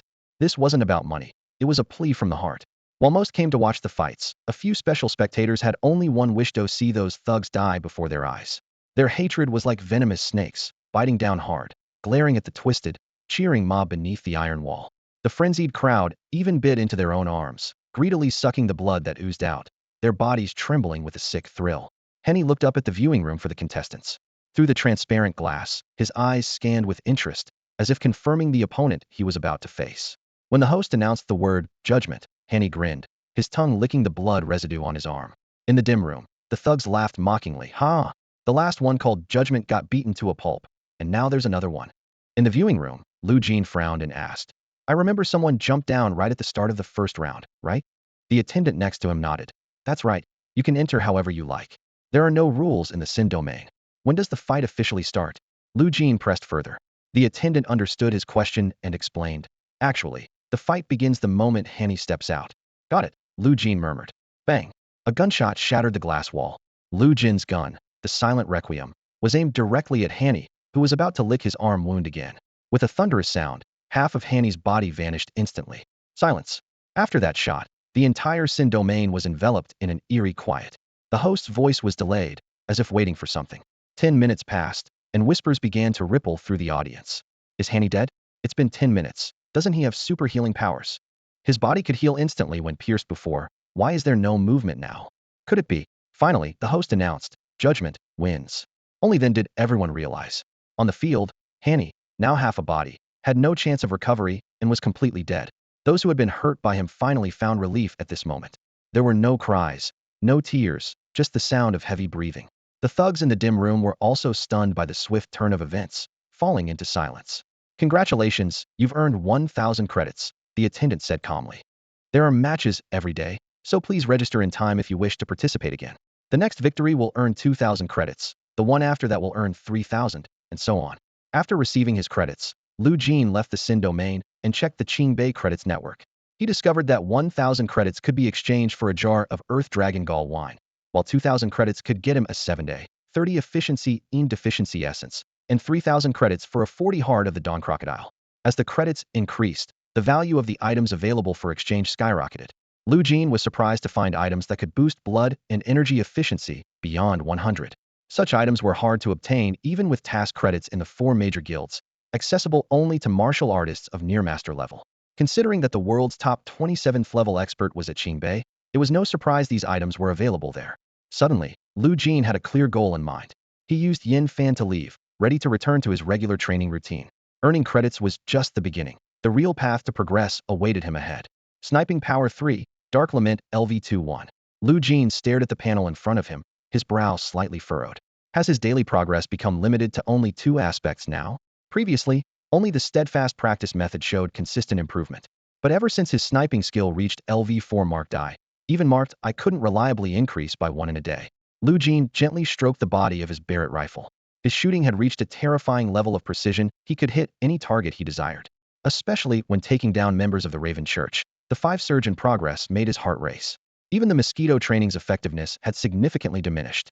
Whenever he recalled the red energy that could dramatically boost his sniping power and skill progress, a trace of longing flashed in Lu Jin's eyes. He was eager to find out, does the red energy only appear with the Raven Church? Does it have any side effects? Strangely, since absorbing the red energy, Lu Jin hadn't felt any discomfort. Instead, he felt increasingly at ease. He even considered using this red energy as an experience pack. Despite this, Lu Jin was not discouraged. He had long understood that his seemingly slow safeguard mechanism was, in fact, always at the forefront of growth efficiency. There might be others who grew faster, but he would never fall behind. Moreover, he had now discovered this red energy that could directly enhance progress. Still, a lingering concern remained in Lu Jin's heart. What did those images of ravens and graves mean when the red energy entered his body? Why was he directly transported back to his dormitory? Lu Jin decided that the next time he encountered the raven and grave scene, he would use the marked eye to confirm whether it was a real scene, a journey to an unfamiliar world, or just a dream. As for the teleportation phenomenon, Lu Jin currently had no means to verify anything. Returning to Tsinghua University, Lu Jin sought out Senior Zhong Dingping. Senior Zhong, could you give me a few more doses of qi and blood for the Eye of Imagination? Lu Jin straightforwardly took out 5 Eye of Imagination, recalling the lesson from last time when he was defeated in seconds. Zhong Dingping crossed his arms, a slight smile on his lips. Of course, no problem. You can have as much as you want. I fully support any junior who challenges me. It's a process of self-discovery, and if you gain something from the battle, even better. All right, thanks, Lu Jin responded briefly. No need. Zhong Dingping shook his head. You're a junior of the Dark Lament Institute. The words, thank you, shouldn't appear in the Dark Lament Institute. Lu Jin nodded, skipping further pleasantries, and turned to leave. Watching his departing figure, Zhong Dingping felt a mix of discomfort and admiration for the junior's attitude. There weren't many who maintained such dedication to martial arts, and he was one of them. As he watched Lu Jin's figure grow distant, complex emotions stirred within him. Even I can't achieve that. After obtaining the 5 Eye of Imagination, Lu Jin directly entered the imaginary space to battle Zhong Dingping. He had attempted to battle himself, but a single Eye of Imagination couldn't be infused with 2 identical qi and blood, so he could only battle others. The opponent could never be himself. Facing Zhong Dingping once more, Lu Jin's pupils contracted sharply, his muscles tensed, instantly entering combat mode. Almost simultaneously, he executed a 0-frame shot. However, Zhong Dingping's speed was faster. Without any drawing motion, the radiant bow suspended in front of him fired directly, with no build-up process. Fortunately, with his current sniping skills, Lu Jin no longer needed to aim. The moment the Barrett was in position, he pulled the trigger, achieving a 0-frame shot. But it was still a bit too slow. Boom. The radiant arrow collided with the bullet about 10 steps away from Lu Jin, easily destroying it. Lu Jin successfully evaded Zhong Dingping's near-instantaneous shot. Lu Jin's entire body trembled with excitement, his blood racing through his veins, and his heart pounding. There's a chance, he thought, feeling as though he was walking the line between life and death, like facing off against a true opponent in a life-or-death struggle. If he could persevere in this battle, the rewards would be immense. However, as these thoughts raced through his mind, his pupils suddenly contracted. A barrage of radiant arrows was heading straight for him, leaving no room for escape. Lu Jin fell. He suddenly opened his eyes, inwardly sighing. Impressive. Such precise firepower coverage. Zhong Dingping's attack style was like Lu Jin swatting a mosquito. No matter how the opponent moved, he could block all possible escape routes, creating an inescapable deadly trap. Clearly, Zhong Dingping's calculations were more meticulous, and his firepower coverage was more extensive. Lu Jin realized that with his current skill level, defeating Zhong Dingping was nearly impossible. To have a chance of winning, I can't be confined to close-quarters combat in this virtual space. I must fully utilize my range advantage. Otherwise, the gap in martial skills is too great, and there's no way to hold my ground against Zhong Dingping. He understood that all innate talents ultimately serve martial skills. Without achieving the same level in martial skills, it essentially becomes a battle of unequal forces. In the limited virtual space, Lu Jin's maximum range advantage could not be utilized, severely limiting his strength. Lu Jin set aside the now dull virtual eye and picked up the one newly updated by Su Jingui, preparing to continue the battle. However, Zhong Dingping's near 0-frame attack speed was beyond Su Jingui's ability to respond. Another massacre ensued. The next day at 11:50, after finishing his morning meditation class, Lu Jin sat in the cafeteria, enjoying the most expensive and nutritious meal while consistently receiving updates in the 1001 squad group chat. The Void Rift clearing tasks were still strictly controlled, with no signs of increase. Lu Jin frowned, noticing a new category of tasks avoid rift, at least a century old, had been discovered in another ancient tomb. Why are they always found in tombs? He pondered for a moment, but decided not to dwell on it. He then turned his attention to the cult-related tasks, which were the most numerous outside of the rifts and posed significant potential threats to societal stability. Lu Jin noticed an update on an incident he had been involved in. The train explosion terrorist attack had been linked to a specific church. The records now identified the incident from an unknown cult to the Fire Bell Church. After finishing his meal and seeing this information, Lu Jin put away his phone. Since undertaking these tasks, he rarely browsed short videos or other trivial content, only occasionally keeping up with events in City A. Although City A had some incidents, none compared to the severity of the Moonrise Void Rift. His uncle and aunt had long been settled in the hospital, stable as ever. How many matches can one participate in a day? Lu Jin asked as he registered at the arena. Hello, participant. You can compete multiple times a day, but a maximum of 2 matches, the staff replied. Okay, sign me up for 2 matches, Lu Jin decided. Are you sure? If you sign up for 2 matches, consecutive wins will earn you 2,000 plus 3,000, totaling 5,000 credits. But if you lose one, you'll earn no credits, and your next participation will start from 1,000 credits. I understand, Lu Jin replied, still opting for 2 matches. The staff processed his request accordingly. Once registered, Lu Jin headed to the spectator room. The previously shattered glass wall had been completely restored. This time, Lu Jin's matches were scheduled as the second and third of the day. Next up, it's the top record holder of 10 consecutive victories, Light of Judgment, versus the so-called 10-streak Terminator, Youngs. As the announcer's booming voice echoed across the arena, all eyes were drawn to the central stage. The first match was about to begin. In the observation room, several contestants were quietly exchanging predictions about the outcome. Light of Judgment is probably going to lose this one. One participant shook their head. Why do you say that? Someone nearby asked. I've watched Young's historical videos. Although he's only level 14, his actual combat power is far beyond that level. I estimate he's reached a power level of 15,500. Level 15? That's intense, gasped the others. Another contestant was less impressed.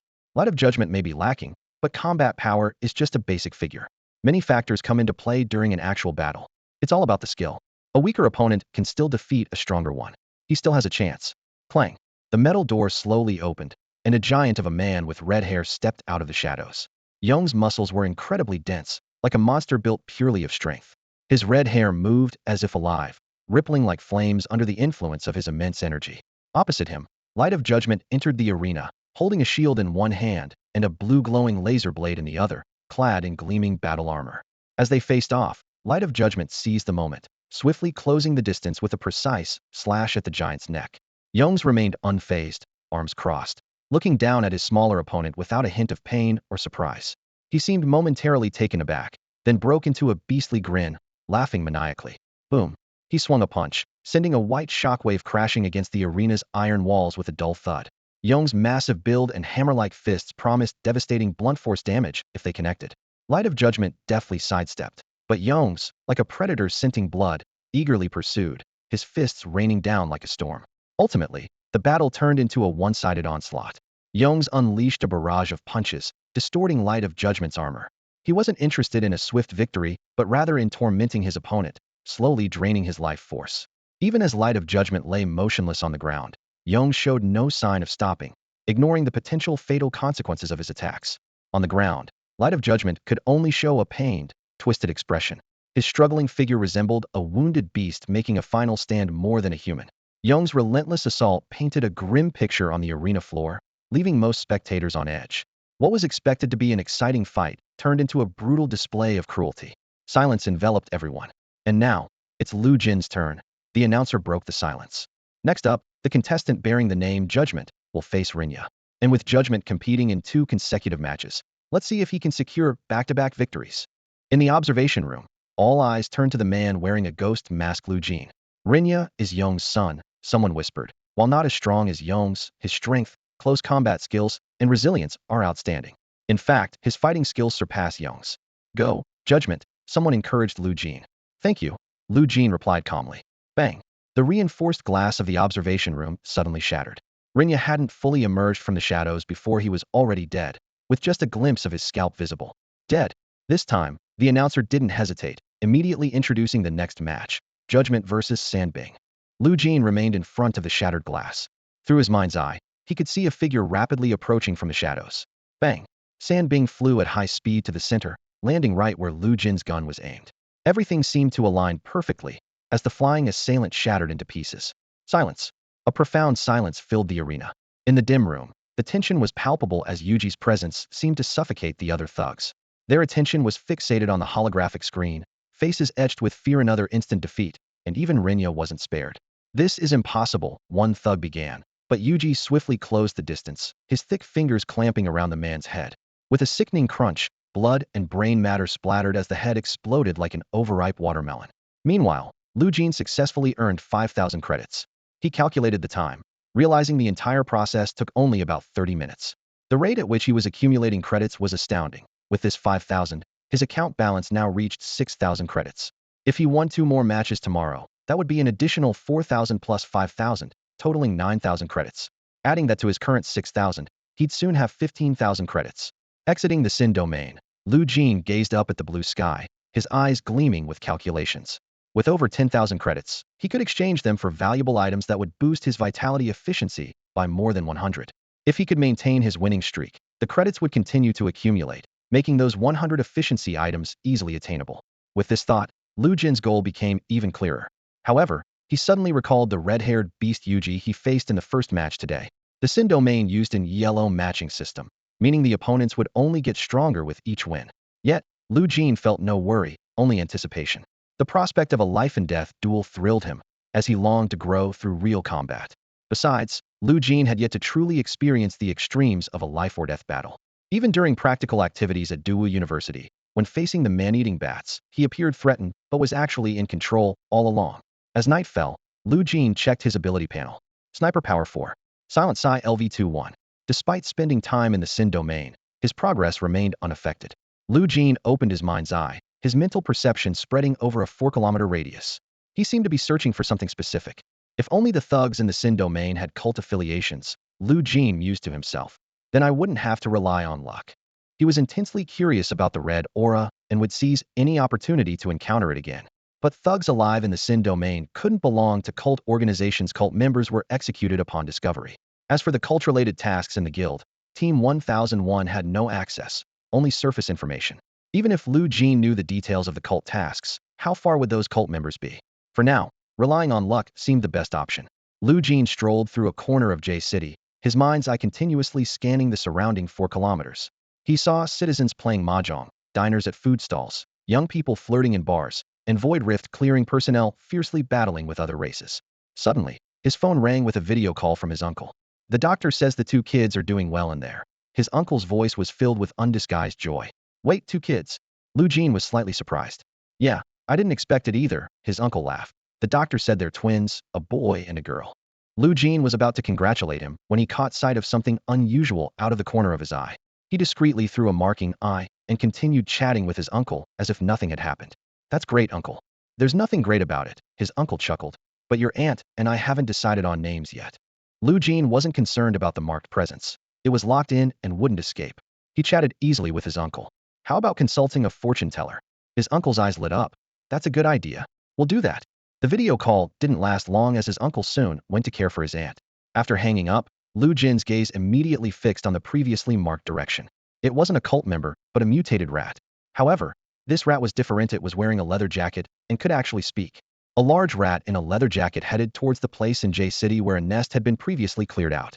Upon reaching its destination, it scanned the surroundings with sharp eyes, seemingly searching for something important. After a long while, it slowly turned its head and decided to leave. Lu Jin remained in a position where he could precisely snipe, adjusting his aim with every movement of the rat. His breathing was steady, his finger lightly touching the trigger, ready to shoot at any moment. However, the surrounding buildings and obstacles obstructed his view, preventing him from firing immediately. This did not affect his patience in the slightest. He quietly kept the target in his sights, waiting for the perfect moment to strike. Once the target showed any vulnerability, Lu Jin's 9mm trigger would be pulled without hesitation. Lu Jin did not report the rat's movements to anyone. He needed to resolve this issue himself, to verify those unproven facts in his own way. These mutated rats worshipped a mysterious plague lord, and although they belonged to a different race, they were essentially part of a cult-like organization. Lu Jin had a question. If the ordinary rats that couldn't speak didn't have the red aura, would these talking mutated rats have it?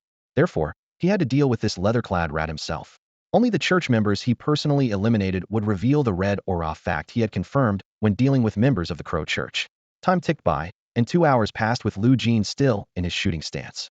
His breaths and exhales were almost a straight line, his heartbeat slow and powerful. His eyes never left the target, waiting calmly and focused. The rat remained hidden in the shadows of the sewer. Another hour went by. Even though the rat could have long escaped J City, it was still waiting for a particular moment.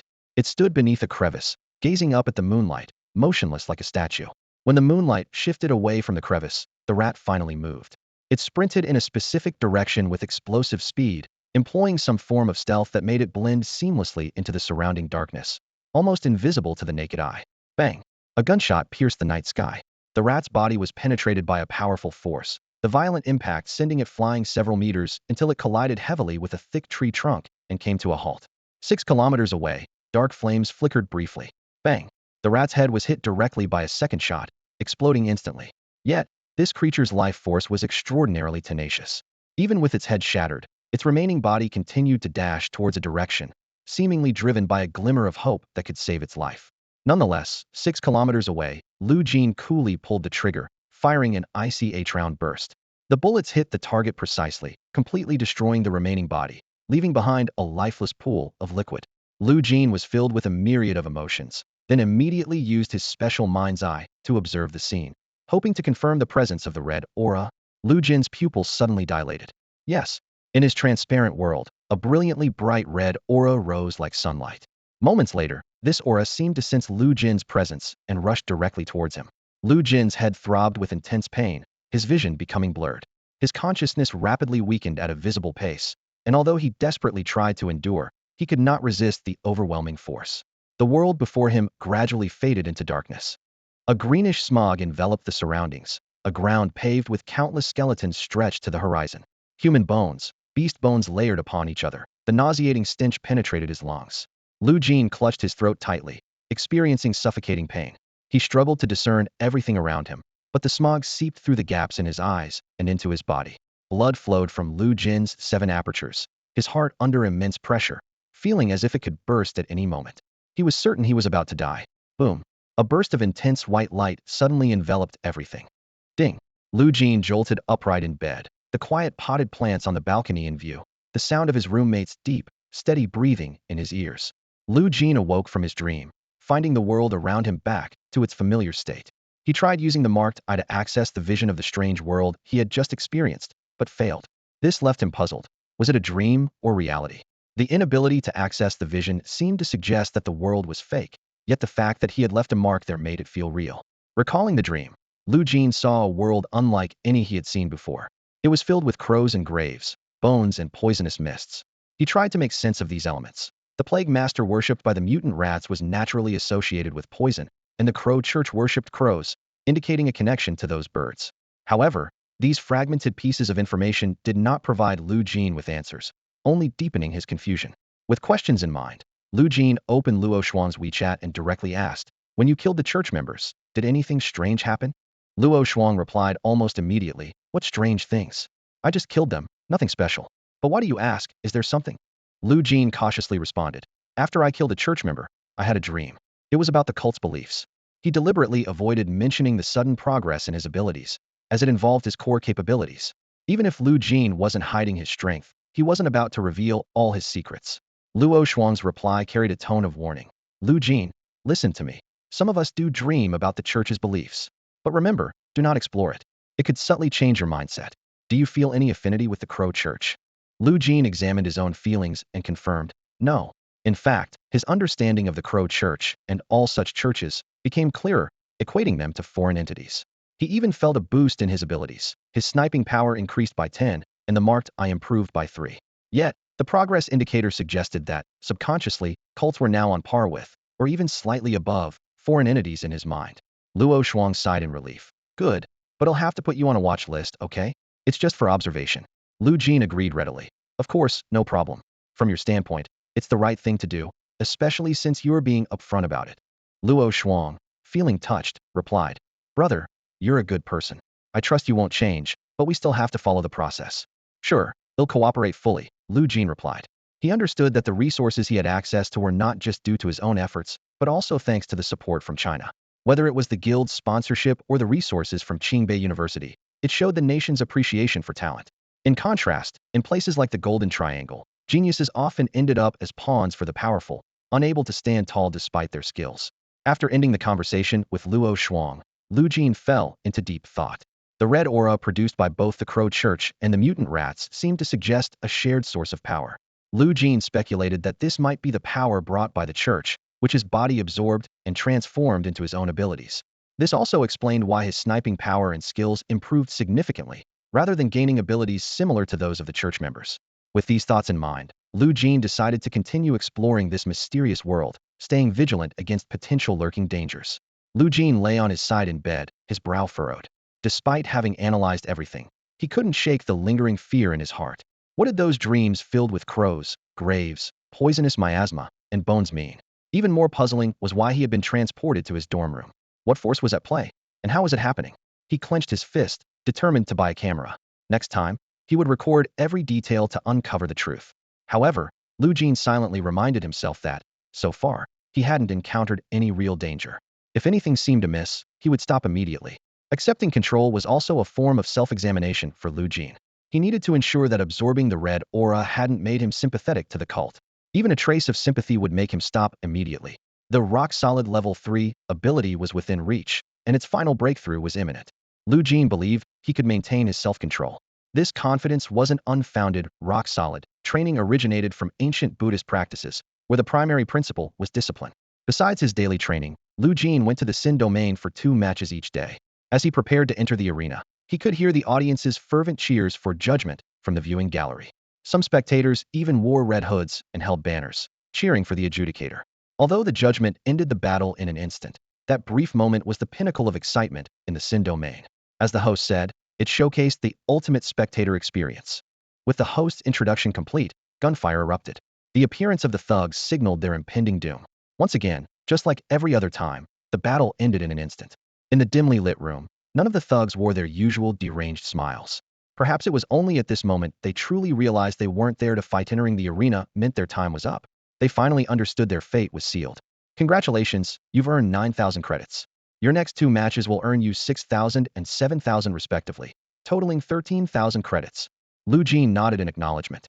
With 9,000 credits in hand, his total credits now amounted to 24,000. The effect of the Earth Dragon's gall wine had ended. It was time to exchange his credits. Returning to Qingbei University, Lu Jin had long been interested in items that offered over 100 blood efficiency boosts. With 24,000 credits earned this time, it would have taken 2 to 3 months to accumulate such an amount in other competitions. Shouldn't my credits be 5,000? Lu Jin asked in confusion. Apologies, your final consciousness competition at the Dharma Institute was deemed negative upon review, so you didn't receive credits for the last match. You only have 4,000 credits, the staff explained. At the Credit Exchange Center, which resembled a bank, Lu Jin took a number and waited to be called. We can offer you a loan of 1,000 credits, which you can repay in future competitions, the staff suggested. All right, thank you, Lu Jin replied, then inquired. I only have 9,000 credits. I want to borrow 12,000 credits to purchase the 9-tail flower dew. Sorry, you can only exceed by 2,000 credits. Please consider other redeemable items, the staff responded. When it was Lu Jin's turn, the woman at the window initially registered his information with a neutral expression. However, after registering, her mouth formed a surprised "oh." Hello, what would you like to exchange for? She asked. Lu Jin scanned the list of items, his gaze settling on the top-tier options. I'll take the 15,000 credit 5-clawed wyvern essence, please. He noticed that none of the top-tier items exceeded 15,000 credits in price. Among them, the 5-clawed wyvern essence offered the highest boost at an impressive 200, with a duration of 1 day. Lu Jin pondered for a moment, weighing his decision. If I can keep winning in the domain of sin, the benefits of the 5-clawed wyvern's essence will be maximized. Lu Jin pondered, a calculating glint in his eyes. He mentally calculated, exchanging 1 portion per day, or even more as time goes on, and combining it with other items would boost efficiency to unprecedented heights. Of course, all of this is based on the premise of consecutive victories. Lu Jin frowned slightly, aware that he couldn't predict when he might taste defeat in the domain of sin. Perhaps it would be after 10 consecutive wins, or maybe not. This was a variable beyond his control. Hey man, you're being foolish. A voice interrupted his thoughts. The 5-clawed wyvern's essence boosts your vitality efficiency by 200, but it only lasts for 1 day. If you ask me, you should exchange it for a year-long supply of dragon gall. Lu Jin responded politely. I understand your point. I'll consider it next time. All right, do what suits you best. After the other person left, Lu Jin took out the five-clawed wyvern essence he had exchanged with academic credits. As he consumed it, a fishy taste spread through his mouth, making him gag. But once the essence reached his stomach, a warm current spread throughout his body. Vitality 0.1. This paired perfectly with his tree, and the energy-extracting potion also stacked with a 3 boost. Lu Jin calculated a total vitality efficiency increase of 233. His vitality level rose visibly, reaching 12.2. Although a 233 efficiency increase didn't equate to a 0.1 daily increase, it was close. At this rate, Lu Jin estimated he could reach level 13 within half a month. After level 12, each point of vitality would enhance his robustness, and the power of his martial skills would increase accordingly. Even at a minor accomplishment stage, the Dark Sai at level 13 would be qualitatively different from now. At 8:30 in the morning, Lu Jin began his routine training of the Dark Sai. Dark Sai LV2-1. Dark Sai LV2, 5 progress. Compared to other skills, the progress of Dark Sai was already far ahead. The marking eye and sniping power had the red energy boost to surge, and vitality had various efficiency-boosting items to aid its rapid increase. But the unique advantage of martial skills was that, regardless of their level, they had a guaranteed minimum of 1 efficiency per day. Additionally, martial skills didn't necessarily need to reach 100 to break through. Lu Jin mused, maybe I can achieve mastery at 59, 60, 70, or 80 progress. He recalled how Flick Finger Force and Swallow Return skipped some progress in their mastery stages. As long as I can achieve a moment of enlightenment, I can step directly into the mastery realm. With this in mind, Lu Jin decided to focus his training on martial skills.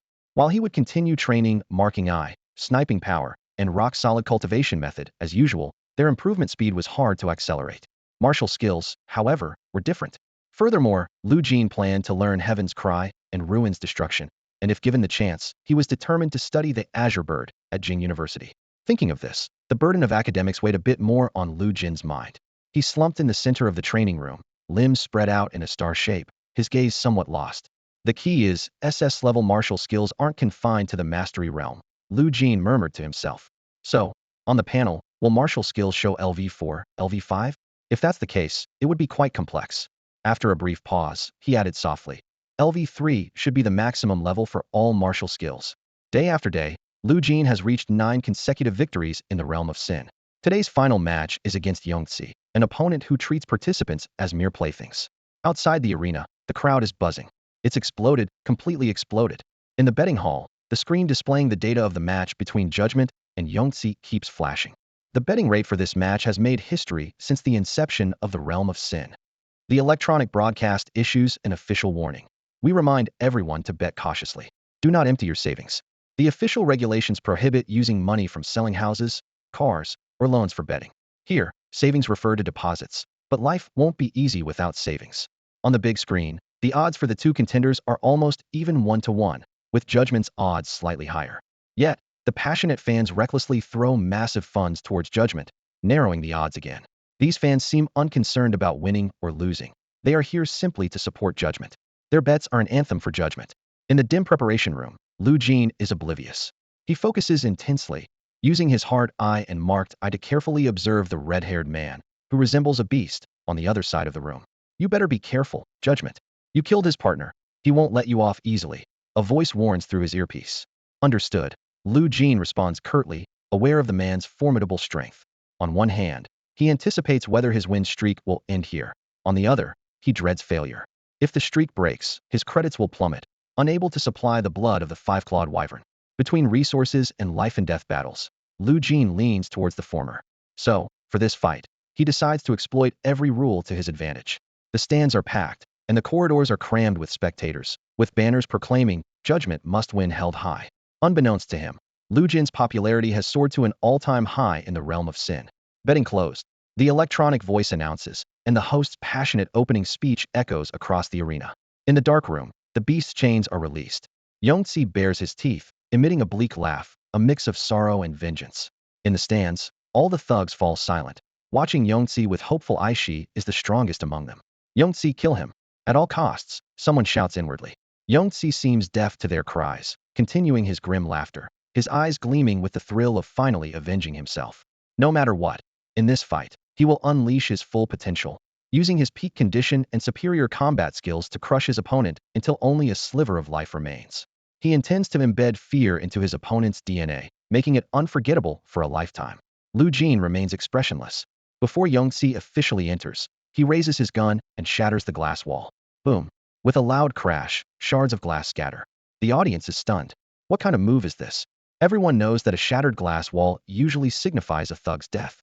But this time, Lu Jin simply broke the glass wall. In the next instant, Lu Jin's figure flickers, and he leaps to the top of the towering iron wall. I get it. Contestants in the viewing room instantly grasp Lu Jin's intention. He wants to fight Yongzi on top of the iron wall. The pupils behind their masks contract sharply, clearly understanding the implications. Finally, Yongzi enters. Bang! A bullet hits Yongzi's head. Yet his extraordinary physique means the bullet only embeds in his flesh, failing to be lethal. Blood gushes from the wound, trickling down his forehead in red streams, soaking his face. However, this only makes his grin more menacing. The thugs observe everything through the holographic screen. Making Yongzi bleed is merely the threshold of fearing him. The thugs shiver, finally sensing the excitement. Despite the towering iron wall reaching into the clouds, Lu Jin's almost unfair long-range skills dominated. From the top of the iron wall, he gazed coldly at the ground where Yongzi stood, his judgment gun glinting with a chilling metallic sheen. Everyone seemed to forget a simple fact: the bullet might pierce flesh, but it couldn't instantly penetrate the skull. Lu Jin stared emotionlessly at his opponent below. A single shot could kill, but if it failed to be fatal, Yongzi would face a true hell. Yongzi wore a mocking smile as he looked up at the sniper on the iron wall. In the next moment, he vanished from sight. Bang! As expected, the judgment bullet hit Yongzi with precision. This shot destroyed any chance he had of using his explosive power to leap onto the wall. Yongzi crashed heavily to the ground, the immense force preventing him from adjusting his posture midair. It was as if an invisible giant hand pressed him harshly onto the ground, splitting his head open and causing blood to gush out. Inside the dim room, the onlookers were shocked. In just a split second, even the holographic screen couldn't capture Yongzi's lightning-fast movements. Yet Lu Jin's judgment shot landed directly on target. This brief moment was enough to prove that Yongzi's prized speed was insignificant before Lu Jin. The bystanders recently relaxed, nerves tensed once more, and they collectively held their breath. One shot to the knee, one to the groin, one to the ankle, one to the neck, one to the left chest, one to the left eye, one to the right eye. Lu Jin silently surveyed his handiwork, the gun muzzle still smoking. Judgment! Amazing! Someone shouted from the stands, hands cupped around their mouth. It was clear from the voice that it was someone who had once battled Yongzi, known as the Light of Judgment. At this moment, Yongzi was drenched in blood, unrecognizable. The Light of Judgment felt an unusual satisfaction, as if the boomerang Yongzi once wielded had finally come back to him. Lu Jin's judgment not only severely limited Yongzi's combat abilities, but also returned his past torments to him, blow by blow. Beneath the iron wall, the blood-soaked Yongzi continued to laugh grimly, arms crossed, accepting all of Lu Jin's attacks. From the moment his eyes were shot blind, he understood he would fall to this opponent. No, to be precise, from the moment his explosive speed was locked onto, Yongzi realized this person's marksmanship surpassed all combat skills. Yet, Yongzi showed no fear, facing his impending death with a smile. Lu Jin couldn't help but admire Yongzi's fearless spirit. But that was all. Unable to deliver a single fatal blow, Lu Jin repeatedly pulled the trigger. Then, one shot after another, he would completely break him, just like dealing with those mutant rats. 10 minutes. Lu Jin pulled the trigger for a full 10 minutes. Throughout, Yongzi kept his arms crossed. Even as his knees were shattered beyond recognition, he didn't fall. Beneath his bloodied face, a smile persisted, silently taunting. Come on, come on, come on. Bang. Finally, after 10 minutes, Yongzi's willpower could no longer support his body. Thud. The entire realm of Sin fell into a deathly silence. Everyone present heard that sound of kneeling clearly. Yongzi knelt on the ground, but did not completely collapse. He thought he was demonstrating a stubborn, admirable spirit. But in the eyes of the crowd, it was merely him undergoing a baptism of sin, ultimately repenting to those he had hurt. In the audience, a girl couldn't control her tears. She was from a victim's family. A boy's eyes reddened with tears. She was also from a victim's family. Seeing Yongzi battered and forced to kneel, these people felt an indescribable relief. And there were many more, countless others. Bang! Judgment fired again, the black flames seemingly devoid of warmth. But in some eyes, it was as if they were bathed in the first ray of summer sunlight, warm and liberating. Yongzi's smile remained defiant. Lu Jin decided to shatter his mouth directly. Brutal, brutally shocking. Do the strong truly need such dignity? Lu Jin pondered, then decided to grant him that. Bit by bit, time after time. Another 10 minutes. Thud. The beast finally fell. Lu Jin achieved a remarkable 10 consecutive victories, earning 9,000 plus 10,000 credits, totaling 19,000 points. This accomplishment not only brought a substantial credit reward, but also allowed him to exchange for a rare 5-clawed pterosaur essence daily. If he could reach 15 consecutive wins, his daily exchange limit would increase to 2, meaning he could acquire both the pterosaur essence and other top-tier items simultaneously. Using 2 top-tier items together, along with the tree and energy extraction liquid, would undoubtedly surpass the 233 efficiency in enhancing his vitality. Gazing at the azure sky, Lu Jin was filled with emotions outside the Sin domain. The world's colors are indeed vastly different. Day by day, Lu Jin trained methodically. His martial arts practice time slightly increased, while the rest of his training regimen remained largely unchanged. Amidst this seemingly mundane routine, Lu Jin's vitality quietly broke through to 13.0, officially advancing him to a level 13 martial artist. This breakthrough brought more than just a numerical increase. Now, when he used the minor form of Ming Tan, he gained at least a 10 damage boost. This 10 increase was already significant, and it would only continue to grow in the future. Additionally, Lu Jin's steadfast cultivation technique reached LV 389, just 11 away from breaking through to the 4th level. During his focused training days, Lu Jin concentrated on mastering Ming Tan. Each training session was a blend of deep thought and relentless practice, exhausting all his energy to complete one set after another of Ming Tan exercises. Finally, when his progress reached 75, Lu Jin grasped the essence of Ming Tan. Bang! A shot was fired, and Ming Tan was achieved. Almost at the moment of firing, Lu Jin's hair flew upward. Although using martial arts would not cause significant recoil to the weapon under his talent, mastering the martial arts power allowed the talent to naturally manifest, with only a negligible impact. The shot under the mastery of Ming Tan unleashed a wild aura around Lu Jin, as if tearing apart the surrounding colors and turning everything into a somber gray. This feeling had a hint of Zhong Dingping's presence. Lu Jin carefully sensed this power, but refrained from shooting directly at the mountain. Even with the minor form of Ming Tan, he had the ability to slice through mountains. Now, with the mastery of Ming Tan, cutting through mountains would be even easier, and any slight misstep could devastate the entire mountain. Currently, Lu Jin was not yet capable of precisely controlling the arrow's power to shatter a mountain like the strongest level 13 Void Rift in J City. However, without destroying the mountain, how else could he measure his current strength? As time passed, Lu Jin's hair gradually fell back. The shot, enhanced by the essence of Ming Tan, amplified his power by more than 80 times. Even Lu Jin himself felt a sense of awe after firing this shot, as if holding a formidable weapon in his hands. Lu Jin decided to test his current combat strength and headed towards Qingbei University. On the way, he passed by Demo Academy.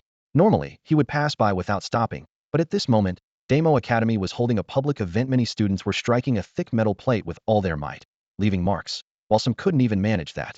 Is it just leaving a mark? Leaving a mark is impressive. It indicates your combat strength has reached the late stage of level 14, nearing level 15 strength. Do you think level 15 strength is as common as cabbage, easy to achieve? The metal plate was exquisitely smooth, resembling one of Chang'an City's tourist attractions, the bowl smashing, stirring a destructive urge within people. Lu Jin gave it a try, and instantly, his clothes billowed upwards violently, as a sense of deathly silence enveloped the surroundings. With a resounding clang, the heavy metal wall emitted a piercing noise and visibly vibrated. A clear bullet hole was indented into the wall, with the metal texture twisting and deforming outward. That's the dark side, someone nearby exclaimed in surprise. Impressive. Level 15 power, another person marveled. Judging by that dent, could it be in the latter half of level 15? The latter half refers to the range between 15,500 and 15,999. Lu Jin listened to the surrounding discussions, silently calculating his own power level. A minor achievement in Dark Side starts at 15,001, while a major achievement jumps by at least 500 points. The 500-point increase at level 15 is not on the same scale as that at level 14, making it as easy as slicing through mountains for Lu Jin now. You've mastered Dark Side. Upon reaching Qingbei, Zhong Dingping's expression finally changed as his gaze landed on the number displayed on the power tester 15,650. Zhong quickly regained his composure. Mastery doesn't mean you can be complacent. You need to keep improving. Just like the Great River Sword intent, reaching mastery with 1,000 swords is one level, and 100 swords is another, but the damage, power, range, and perfection are completely different. He paused and continued. However, the martial skills of our Dark Side Institute, including Heavenly Cry and Ruins, aren't as straightforward as the Great River Sword intent. The Great River Sword intent is the signature skill of the Sword Dao Institute and one of the flagship skills of Qingbei University, with a reputation that surpasses the 3 signature skills of the Dark Side Institute. Simply maintaining consistent sword formation already surpasses 99 of martial skills out there. Understood. Lu Jin replied outwardly, though he remained puzzled inside. The panel indeed showed as he expected. No hidden layers. The skill reached level 3 and displayed as max. Can it really improve any further? In Lu Jin's understanding, the panel represents absolute data. When it shows max, it means no further improvement is possible. Yet, Zhang Dingping's demeanor didn't suggest deceit. He wasn't the type to lie. Lu Jin didn't press on with this question, but instead asked, "Can I learn Heavenly Cry now?"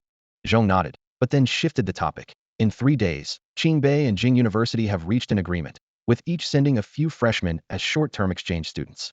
Are you interested in going? Lu Jin's eyes lit up. Yes. Well, this is a rare opportunity, and who knows when the next one will come. Zhang pondered for a moment. But do you want to be a disciple of the Dark Sai Institute? Previously, it was just your master's wishful thinking. If you go there, the Martial Dao Institute will definitely try to recruit you. Lu Jin didn't hesitate. Haven't I already become the junior disciple of the Dark Sai Institute? There's a principle of giving precedence to those who come first. Since Lu Jin came here first, this place became his place of enlightenment. As for going to Jing University, it was merely to learn from their strengths. Zhang seemed pleased. I'll convey your intention to your master, and when he has time, you can formally become his disciple. Okay. By the way, have you decided what martial skill you want to study at Jing University? Bluebird. Lu Jin answered without hesitation. It seems you've prepared well. Really? Is that not possible? Back at his residence, Lu Jin attempted to further refine the already maxed out Dark Sai. An hour passed, and he didn't sense any improvement. This situation had never occurred before. Only when a skill reached max mastery did such a phenomenon arise. Yet Dark Sai indeed displayed as max, as if an invisible wall blocked Lu Jin's progress. Zhang Dingping said it could be improved. Can it really be improved? Why is it like this? After another hour of trying to master his ultimate technique, Lu Jin reluctantly stopped, his brow furrowed as he stared at his hands. He felt no progress. Unlike ordinary cultivators, Lu Jin could sense his own improvements without needing to check any stats, a special ability granted by his unique panel. Yet, despite 2 hours of rigorous training, he detected no change. Relentless persistence isn't always the best strategy, Lu Jin sighed, turning his gaze to the exchange student application form on the table. In 3 days, he would head to Jing University as an exchange student to study the Qingyao curriculum. Time flew by. 3 days later, all 43 of his classmates at the Mingtan Institute had heard the news of Lu Jin becoming an exchange student. Though they were regretful, no one questioned his qualifications. He had defeated all 44 of them. If Lu Jin wasn't qualified, then who else in the entire Mingtan Institute could be? Everyone accepted this without dispute. Lu Jin, along with a few other selected students, packed their daily essentials and set off for Jing University. Meanwhile, exchange students from Jing University were heading to Qingbei. Around noon, Lu Jin and his group arrived at the Jing University cafeteria for lunch. The cafeteria buzzed with noise and was filled with delightful aromas. I still think Qingbei's food suits my taste better, one exchange student commented while eating. Yeah, I think so too. Others chimed in, discussing the differences between the two schools' cuisines. Only Lu Jin and a chubby guy with glasses remained silent, focusing on their meals. Their quietness didn't affect the lively atmosphere, as the other exchange students continued chatting about various topics. The chubby guy finished his rice and stood up to get more. Just then, a sharp accusation cut through the cafeteria's noise. "Did you touch my butt?" A girl suddenly turned around, glaring at him with anger and disgust. The chubby guy adjusted his glasses and calmly replied, "I didn't." "You did. Don't deny it." The girl raised her voice. "I'm going to expose you online, so everyone can see what kind of student Jing University has. Morally corrupt, taking advantage of standing up to touch me." As her voice grew louder, students in the cafeteria turned their attention to the commotion, whispering among themselves. The chubby guy looked around, seeing the situation escalate, and tried to explain, "It was just my backpack brushing against you. I didn't do it." However, to the onlookers, his explanation seemed more like an excuse. People started pointing and discussing him. The girl raised her phone, aiming to capture his face. The chubby guy clenched his fists, his expression darkening. Suddenly, Lu Jin stood up. With his rock-solid third level of composure, he easily pushed past the chubby guy standing in the aisle. The chubby guy staggered, not realizing how he was moved aside. Then boom, Lu Jin moved forward with lightning speed. People around widened their eyes in shock, and the chubby guy was dumbfounded. The girl, along with her phone, flew 3 meters away like a kite with a broken string, landing heavily on a dining table. Bowls, chopsticks, and food scattered everywhere, creating a cacophony of clattering sounds. This wasn't Lu Jin trying to defend the chubby guy. He simply couldn't stand false accusations. The last time was on a train, and this time, he had just finished his rice and was about to get more. Coincidentally, the girl trying to slander someone was blocking the aisle. Lu Jin wanted to bump into her, so he did. Which martial arts institute is he from? He sent someone flying without saying a word. someone exclaimed. I think that's just so cool, a male student applauded.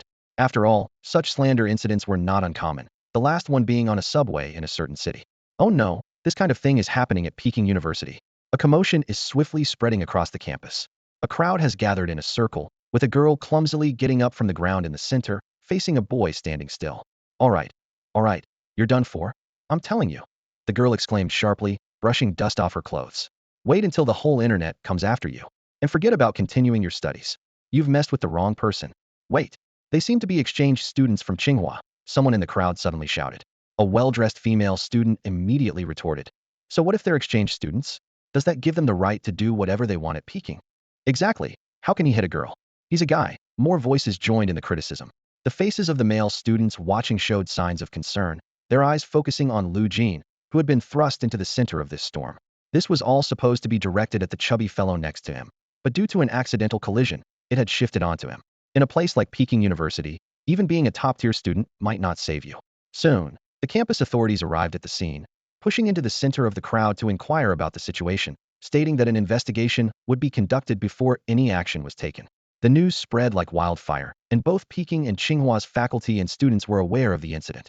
In the Mingtan Institute, Zhang Dingping stood with his arms crossed, looking calm. No one can handle Lu Jin, he stated with a hint of certainty. His classmates exchanged glances. No need to guess, it must be that top-tier student causing trouble again. Quickly, new information surfaced. The girl had only been admitted to Peking University's Martial Arts Institute through a special talent in martial arts. This department focuses on the aesthetic aspects of martial arts, training performers who will one day wield weapons gracefully on stage. Actors in martial arts films and TV dramas often come from such performance departments. Compared to the prodigious students who are accepted into top universities like Tsinghua and Peking through regular exams, these students are seen as having a showbiz distinction. Generally, graduates from Peking's Martial Arts Institute aren't considered true Peking alumni. If they end up punishing the guy and the girl gets a direct pass to graduate school, I can only say, thank goodness we're at Tsinghua, someone commented. Meanwhile, tension was high in Peking University's Tsinghua Institute.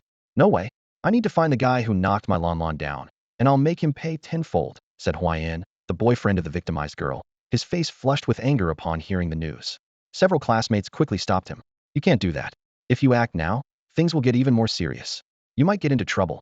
The head of Tsinghua Institute is about to return, and you're the one the mentor said has the best chance of becoming a disciple here.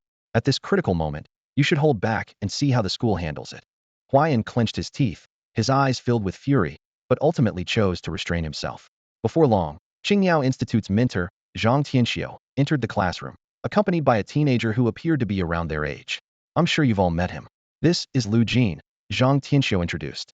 As an exchange student from Tsinghua, he's chosen to study Tsinghua martial arts with us. Huayan's eyes widened as he stared intently at the new exchange student. Zhang Tianxiu continued. There was an unpleasant incident just now, but things are still being assessed, so don't let it bother you. Lu Jin, why don't you introduce yourself? Teacher, there's no need, you've explained it clearly, Lu Jin replied calmly. All right then, you can sit in on this class, and afterward, you can pay your tuition and for the secret medicine package. I'll give you a set of videos to follow for your training, Zhang Tianxiu said, not indicating any intention to personally guide him. This was typical for exchange students. The martial arts and secret medicines were provided, but they had to train themselves. Unless a student was socially adept and got along well with the teachers, it was rare for a mentor to offer personal guidance. No problem, Lu Jin answered briefly. During the break between classes, Lu Jin sat in the training room of the Bluebird Academy, fully engrossed in watching a video on the Bluebird stance technique.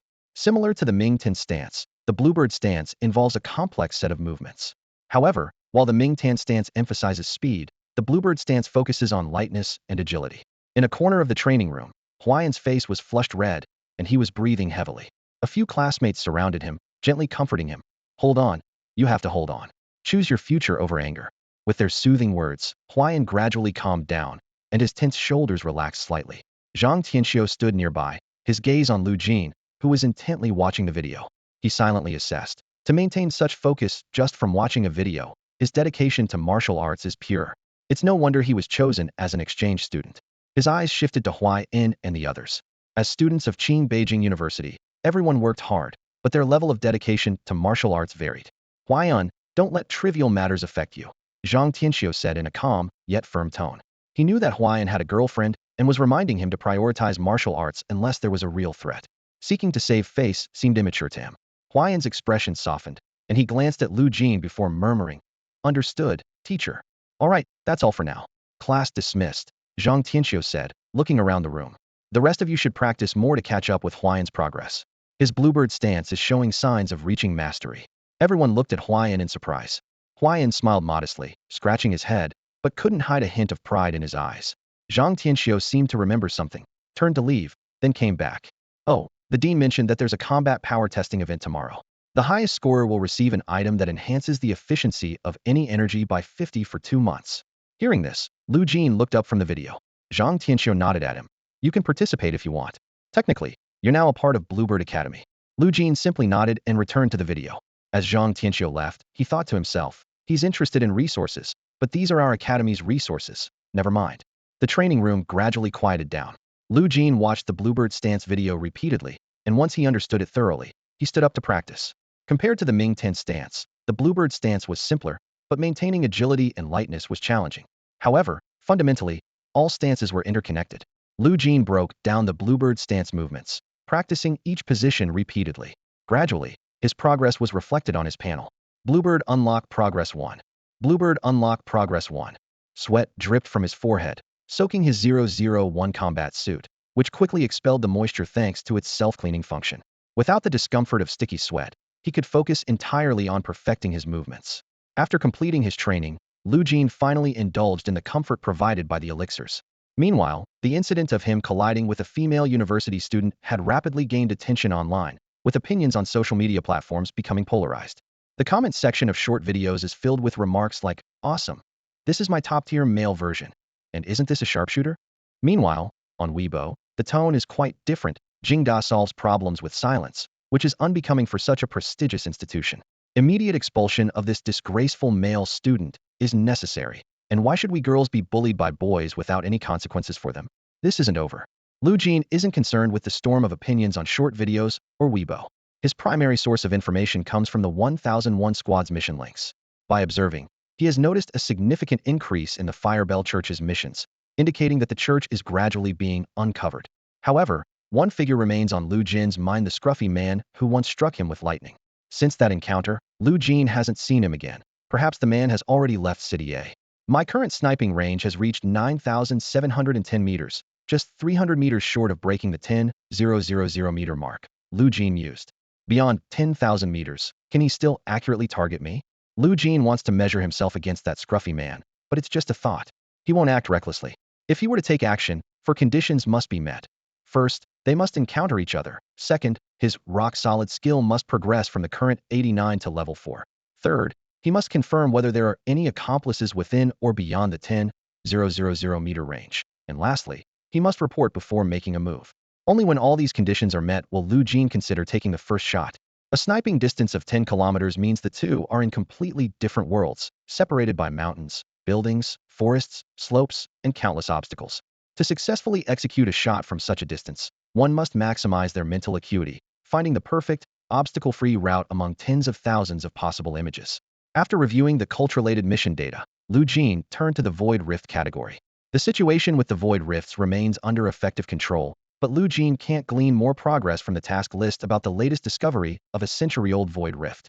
Such an ancient rift might be like a mutated rat, rarely or never appearing in society. Do they also belong to a cult nature? How many are there? Lu Jin put away his phone, realizing that an entire day had passed without him noticing. At exactly 7 in the morning, all 53 students of the Qingmiao Institute, including Lu Jin, had gathered. At 7:01, Zhang Tianxiu arrived on the scene, scanning the crowd. "Everyone's here, so let's start the testing according to student numbers," Zhang Tianxiu announced. First, Wang Xiaowen. Combat power 13,555. With your talent, such a moderate power indicates that your intent hasn't yet fully aligned with your talent. Keep exploring. Lu Jin listened, feeling as if he were back in a high school monthly exam. At top universities like Jingda, students are generally double SS-level geniuses. If not, they must be even more extraordinary anomalies. Wang Xiaowen's combat power was evidently on the low side. Second, Li Qiao. Combat power 14,300. Very good, you're qualified. Zhang Tianxiu continued calling names for testing, offering encouragement rather than criticism, unlike traditional teachers. Your turn, Huayan. Combat power 14,800. Zhang Tianxiu's eyes flashed with surprise at this number. A combat power of 14,800 is exceptional, indicating that Huayan's Qingyao intent is well practiced, aligning almost perfectly with his talent. This means he can achieve mastery faster and more efficiently than others, saving decades of effort. Zhang Tianxiu proceeded with testing the remaining students, but the highest combat power reached was 14,700, leaving Huayan's 14,800 unchallenged. Your turn, Lu Jin. All eyes immediately focused on the exchange student. Huayan stared coldly at Lu Jin. Although his anger had subsided somewhat over the day, it didn't mean he would be friendly. Bang! A powerful aura suddenly spread. This aura is... Zhang Tianxiu's eyes widened in shock. Wow, your Mingtan has reached mastery. Combat power is... Zhang Tianxiu's voice paused for a moment before continuing. 15,650. Level 15, second half combat power. Gasps echoed through the classroom. Everyone's eyes were fixed on the combat power display, the glaring number leaving them breathless. Don't be fooled by Huayan's combat power of 14,800, seemingly just 200 points shy of reaching level 15. Those final 200 points are harder to achieve than all the previous points combined. Perhaps only with the mastery of the Qingyao technique could one break through the level 15 threshold, but even then, reaching the second half of level 15 would be unimaginable. The way the classmates looked at Lu Jin instantly changed. Huayan's aloofness was now seen in a new light, not as arrogance, but as a natural disdain for the weak. And when someone begins to disdain the strong, even if they remain outwardly calm, their true emotions have fundamentally shifted. Zhang Tianxiu had to reassess Lu Jin, who stood on the testing platform, his eyes filled with uncontainable shock. This person, even I find him astonishing, he thought to himself. In my understanding, there hasn't been such a strong talent at this stage. And has he already mastered it so quickly? Other students of the same year were still struggling in the early stages, with only a few reaching mastery. To achieve mastery and have one's combat power soar to the second half of level 15 was unheard of. Zhang Tianxiu even speculated internally. If it were Lu Jin, he would definitely be qualified to be accepted as a disciple by the Qingyao Academy. But that was just his guess, and he thought, let's see how well he learns the Qingyao technique. If he excels, my master will surely notice him without my recommendation. Zhang Tianxiu saw Lu Jin as a rising star in the Qingyao Academy, whose brilliance could not be matched by Huayan, including his rare purity in martial arts. Huayan stood aside, his expression complex. Does this mean Lan Lan deserves to be hit? Must I be helpless? Despite his unwillingness, Huayan understood that if Lu Jin's shooting skills and combat performance were as the test suggested, then he could easily defeat 10 of him. Huayan could only feel helpless and place his hopes in the school's decision, believing they would be fair. However, after a thorough investigation and discussion, the school's conclusion was unexpected. After verification, it was indeed Wang's backpack that brushed against the girl, so Wang is not held responsible. Meanwhile, the girl needs to publicly apologize and delete all false statements online. The announcement continued. However, Lu, the exchange student from Qingyao Academy, displayed extremely poor behavior. After intense discussion, we have decided to give him a 1-year probation. If such an incident happens again, our university reserves the right to decide Lu's status. The announcement was quickly posted on the university's website and broadcasted throughout the campus. In the Mingtan Academy office, Zhong Dingping's temples furrowed tightly. This is shameless of Jing University, putting the blame directly on Mingtan Academy. The right to decide Lu Jin's status, it's obvious they want to keep him at Jing University. Otherwise, why mention his status? Expulsion isn't even up to them. In contrast, within Jing University's campus, students were well aware of the almost blatant conspiracy. Huayan clenched his fists upon hearing the broadcast. This isn't a punishment, it's clearly an attempt to develop Lu Jin further at Jing University. He felt an inexplicable sense of crisis. Is this the intention of Qingyao Academy? So far, Lu Jin's moment of showcasing his talent was during the combat power test. At that moment, he had already surpassed everyone at Qingyao Academy. From Zhang Tianxiu's gaze, Huayan saw a recognition brighter than the one he received. Meanwhile, Lu Jin was steadily advancing towards mastering the Qingyao entry-level technique. Upon hearing the broadcast about his probation, he wondered, can they really keep me for a year? The exchange program is only for a month. Although Lu Jin understood that this was Jing University's way of trying to retain him, he didn't dwell on it. His decision had long been made and would not change. Whether it's a year at Kyoto University, 3 years at Qingbei, or anywhere else, none of it could significantly influence his martial arts journey now. Lu Jin had already moved past the stage where he needed financial assistance. Free from economic constraints, he could focus solely on his current training. Sweat dripped from Lu Jin's forehead onto his great wall-designed combat suit, evaporating almost instantly. He realized, somewhat thoughtfully, that training in the combat suit was an incredibly effective method. A system notification sounded in his mind. Bluebird, unlock progress 1. 100 consecutive victories. Is the Sin domain unable to withstand the judgment's sanction anymore? The audience erupted in fervent chatter. The thug was taken down in an instant. Is this for real? Lu Jin methodically headed to the Sin domain to compete. Since defeating Yongzi, he hadn't encountered a rival who matched his prowess. The so-called yellow rating system was practically meaningless. 100 victories meant Lu Jin had sent 100 thugs to their final judgment. It said that winning thugs enjoyed food, drink, and entertainment in a small dark room. No wonder they appeared so jubilant entering the field before. However, since defeating Yongzi, Lu Jin hadn't witnessed such scenes. The participants seemed to return to normalcy. With 100 victories, Lu Jin was now able to enjoy all the top-tier resources of Qingbei University. 5-clawed pterosaur essence, tree, energy extraction liquids, dragon gall, stone soul. He acquired and stacked all possible resources. My current qi and blood enhancement efficiency exceeds 400, Lu Jin calculated internally. And with an additional 2-month 50 efficiency perfect stack, the total efficiency reaches 450. His qi and blood levels were rising at an astonishing rate. But even with a 4-fold increase in efficiency, perhaps levels 11 and 12 could see a 0.1 increase in a day. Level 13 was no longer possible. He opened his personal panel. Lu Jin Qi and Blood, 13.5. Skills. Marking I-45, Sniping Power 890, Steadfast Cultivation Method LV 391, Bluebird not unlocked. If only there were more church-type opportunities, Lu Jin pondered. The current progress of Marking I and Sniping Power, without the red Qi, would take at least another week. If I could acquire more red Qi now, the progress would significantly improve. Yet, he hadn't found the opportunity. Lu Jin had once waited at the place where the talking rat died, hoping to see its kin come searching. When a rat encounters misfortune, another usually comes to investigate. Yet, this time, the situation differed greatly from Lu Jin's expectations. He found it reasonable if, even in moonlit areas, mutated rats remained still, how much more so for something as dangerous as searching for a fellow's trail. Lu Jin reviewed the task list in Squad 1001 again, noting that participating in cult-clearing missions required a minimum level of 15.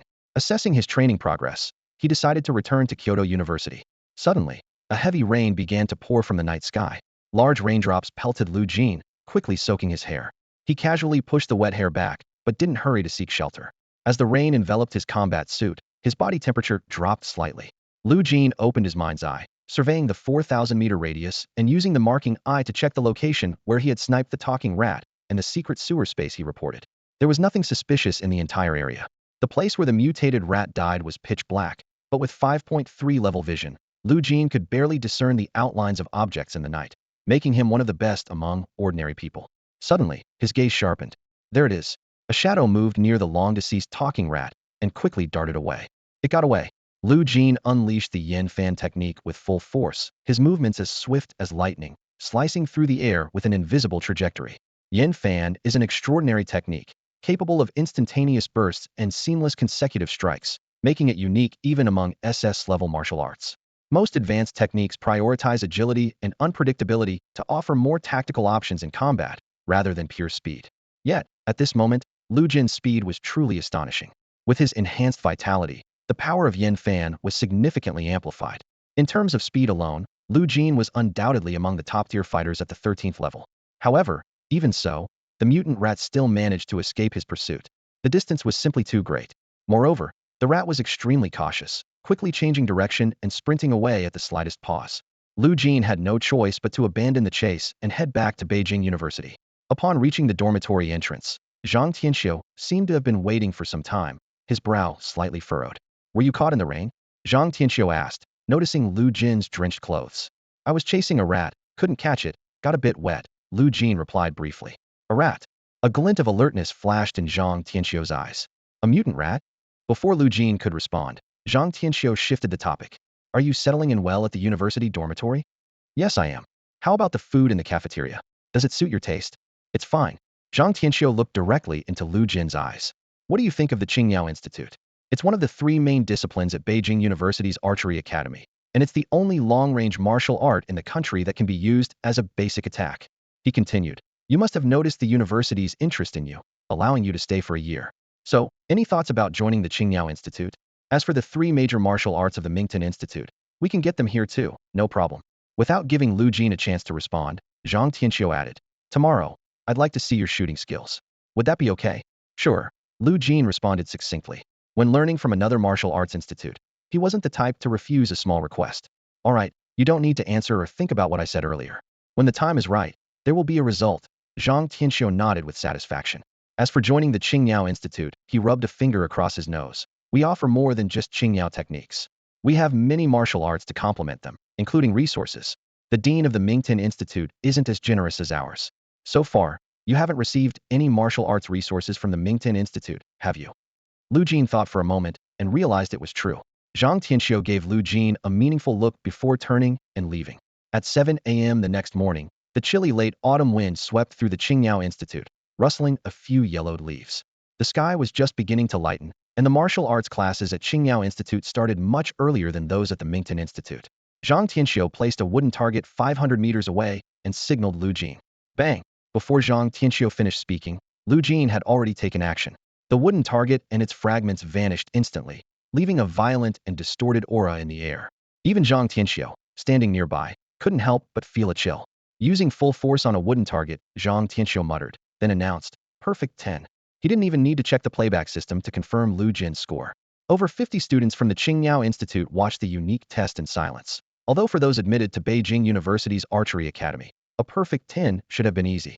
500 meters isn't enough, Zhang Tianxiu decided, moving the target to a distance of 1,000 meters.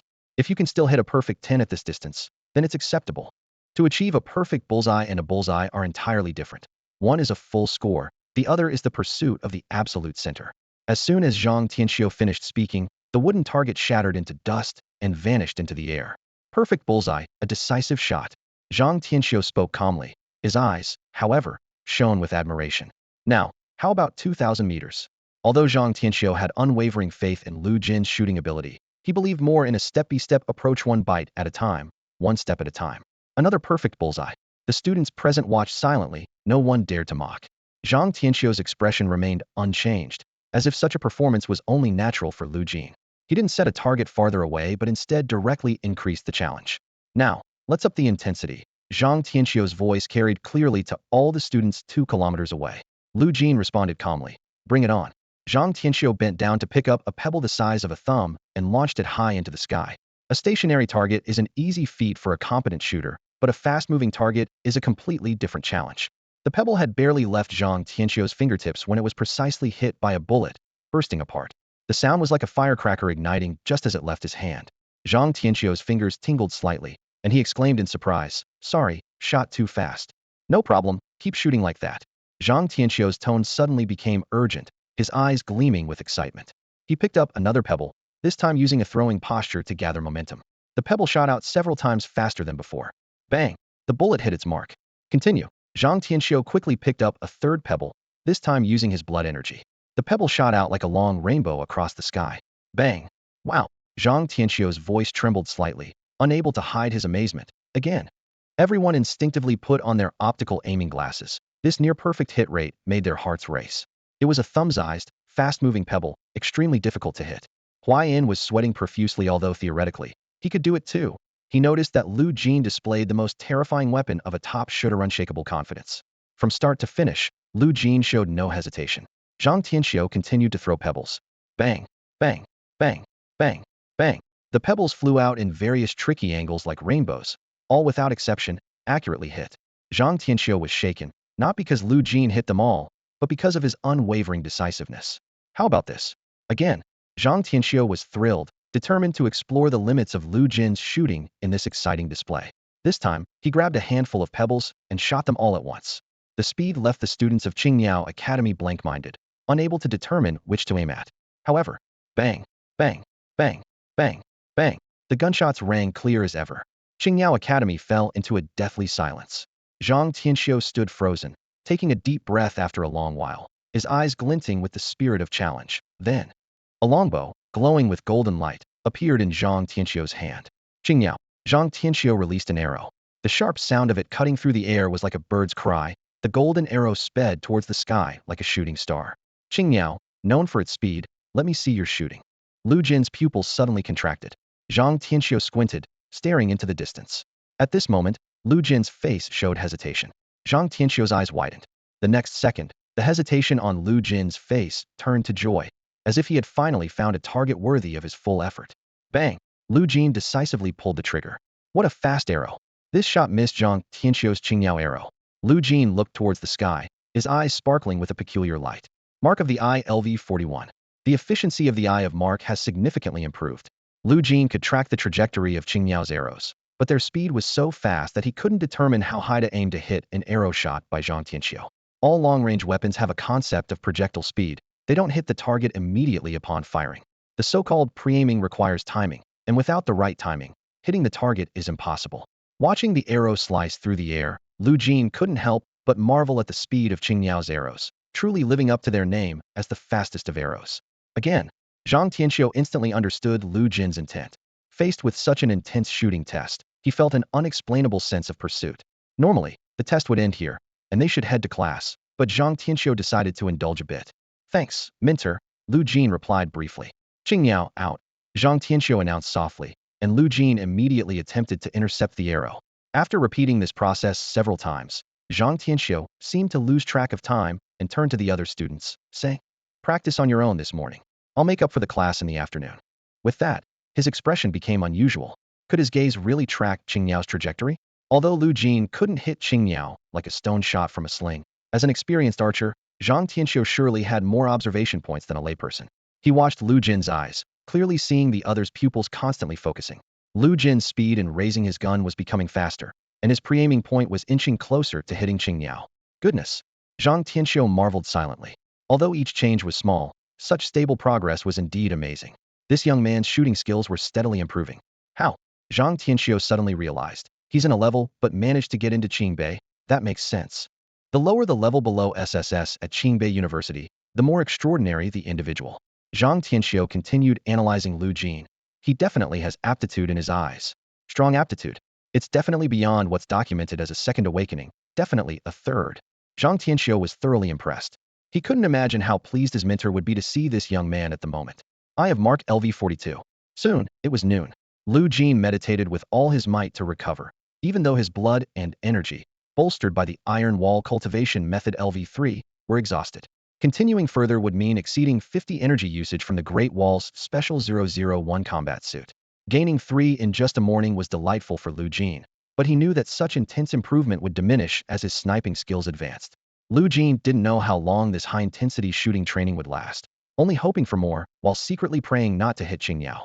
But this wasn't something he could control subjectively. Every bit of Lu Jin's improvement required full concentration, not a superficial attempt. Seriousness was the prerequisite for advancement. Hungry? Come on, I'll take you to get something delicious. Zhang Tianxiu's face lit up with a bright smile. This smile wasn't for Lu Jin himself, but from the satisfaction of a shooter who had witnessed an exceptional shooting performance. It's like when you love a game and watch a favorite streamer perform brilliantly, making you hold your breath in admiration. There's no need. Lu Jin had already received too many benefits. Continuing like this, although his resolve was strong, he felt overwhelmed. It's as if you have 2 wealthy women willing to support you, but you can only marry one. No matter whom you choose, the other's efforts will be in vain. Zhang Tianxiu smiled slightly, his eyes calm. Don't worry, no matter the outcome, it'll be fine. This invitation is just my personal wish, whether you get accepted or not. That's up to the head of Qingyao Academy. All right, Lu Jin replied briefly. Not far away, Huayan watched the scene with a mix of emotions. Zhang Tianxiu personally inviting someone to a meal showed his high regard for Lu Jin. And himself? He was merely favored by Zhang Tianxiu, never having had the privilege of dining together. Huayan's eyes reddened with a sense of grievance. From his perspective, not only was his girlfriend hit, but now he seemed to be getting a figurative slap in the face. After a nutritious lunch, Lu Jin quickly regained his energy. In the afternoon, he continued to diligently practice Qingyao, executing one move after another without any slack. Zhang Tianxiu didn't question why Lu Jin trained so rigorously. As a grade student from Qingbei, his learning method must suit him best. No one could assert which method was optimal for him. Zhang Tianxiu was only curious about when Lu Jin would master Qingyao. 20 days? Or 2 weeks? He looked forward to Lu Jin reaching a sufficient level and returning to regular courses. A week and a half later, Zhang Tianxiu stood stunned, a look of shock in his eyes. Such a lively Qingyao stance. This guy mastered it in just 10 days. Lu Jin completed the last move of the Qingyao stance and seamlessly started over, his energy circulating within. From the first move, each step was imbued with a graceful and lively spirit, showcasing the entire Qingyao stance with fluidity. Witnessing this, Huayan's initial resentment gradually turned to acceptance. Regarding his girlfriend, reason told him that she was just the top choice, and it wasn't Lu Jin's fault.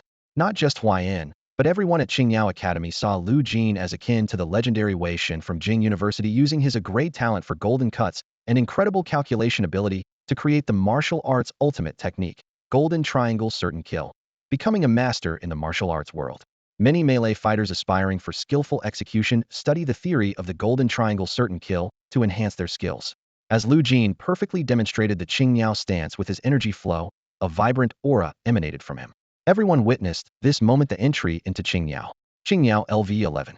Lu Jin gazed into the void, noticing a new skill entry on his panel. Qingyao. Only 10 days. Zhang Tianxiu murmured, then asked, Lu Jin, how long did it take you to learn Ming Tan? Ming Tan took 20 days, Lu Jin replied, adding, Qingyao stance is somewhat simpler than Ming Tan's stance. That's true, Zhang Tianxiu acknowledged. Every martial technique has its own stances. Simplicity or complexity doesn't represent the technique's strength. But achieving mastery in Qingyao and grasping its essence might be more challenging than Ming Tan. Remember the extreme in extreme speed. Understood. Lu Jin glanced at the calendar. It was the 10th day, with 20 days left before returning to Qingbei. Achieving mastery in that time was unlikely. Fortunately, having entered the basics, the need for secret medicine to progress to mastery wouldn't be as pressing. Lu Jin went outside Qingyao Academy, raised his Barrett, and fired after infusing it with Qingyao energy. The gunshot changed.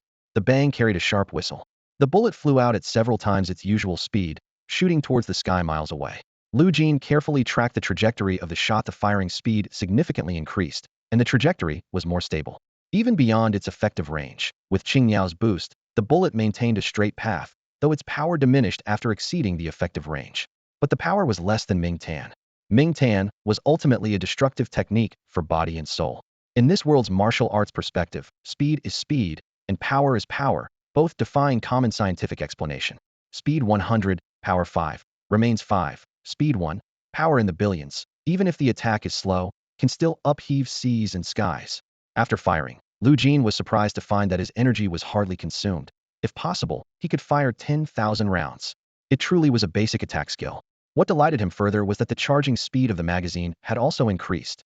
The charging speed had always been a significant drawback of the Barrett sniper rifle, regardless of whether charging a single bullet or an entire magazine. Now, with Qingyao energy flow, the charging was noticeably faster. My current charging speed is 1.5s. Lu Jin continued testing the Qingyao. The speed of the recharging magazine had noticeably increased, though the firing interval remained unchanged after all. The Barrett is a semi-automatic sniper rifle, and even fully automatic weapons or Gatling guns cannot escape the inherent firing interval limits of firearms. After a short while, Lu Jin had essentially mastered the characteristics of the Qingyao, an extremely fast and stable rate of fire, along with a quicker magazine recharge speed. This improvement in recharge speed might seem insignificant, but in extreme challenges, it means an additional 1.5 seconds of output frequency, leaving no extra breathing room for opponents. After operating the Qingyao for some time, Lu Jin switched to manipulating the Ming Tan, and 10 minutes passed quickly. He frowned at it still couldn't be improved. Max, is there really no potential for further enhancement? Lu Jin pondered. Although the panel displayed Max, he still believed in Zhong Dingping's words and was reluctant to conclude that the Ming Tan couldn't be further improved. However, so far, he hadn't found a feasible path for enhancement. It seems that when it comes to improvement, I can only rely on myself. Lu Jin didn't give up and continued practicing for a while, then moved on to the next training project. As for participating in the Zuyu competition, Lu Jin chose not to. He had already accumulated enough credits for 100 consecutive wins to support him until graduation, achieving what could be called credit freedom. The Zuyu competition could wait until he had more time. Since learning that the strongest thug in Zuyu was only at the level of Yongzi, participating didn't hold much significance for him. Unless he wanted to unilaterally decide someone's fate, such combat opportunities were more valuable for other students. Despite the fact that winners would receive food and drink rewards, Lu Jin was unwilling to sacrifice a day of improvement. The stronger he became, the more he could accomplish and the broader his influence would be. Compared to this, killing foreigners or sentencing thugs seemed trivial. There was a week left before leaving Jingda. Steadfast Cultivation Method LV3 Breakthrough. Steadfast Extreme 40. The Steadfast Cultivation Method successfully broke through to the 4th level, and Lu Jin's internal vitality surged. If his previous vitality was compared to a shallow stream, now it was like an inexhaustible deep water. How am I supposed to use up all this vitality? Lu Jin murmured to himself, his gaze falling on the extreme word after the steadfast breakthrough. After reaching the 4th level of the cultivation method, further practice would yield no new effects, only enhancing all effects of the steadfast as vitality increased. 40 meant his current 13th level vitality was boosted by 40. The 4th level self-regenerating flesh, 3rd level control immunity, damage reduction, 2nd level body strength, vitality amount, vitality consumption, and so on, were all enhanced. The 4th level also meant Lu Jin had unlocked the constraints of breaking through the 17th level of vitality, preventing any bottleneck at that level. As for the 18th, 20th, or even 27th levels, it would depend on the degree of enhancement. Lu Jin picked up a fruit knife to test his flesh regeneration ability. He widened his eyes and forcefully changed the cut to a stab, then thrust the knife into his arm. With a clang, the tip of the knife broke. With my current body strength, ordinary blades can't harm me. Lu Jin found a sharper object and covered it with flicking force.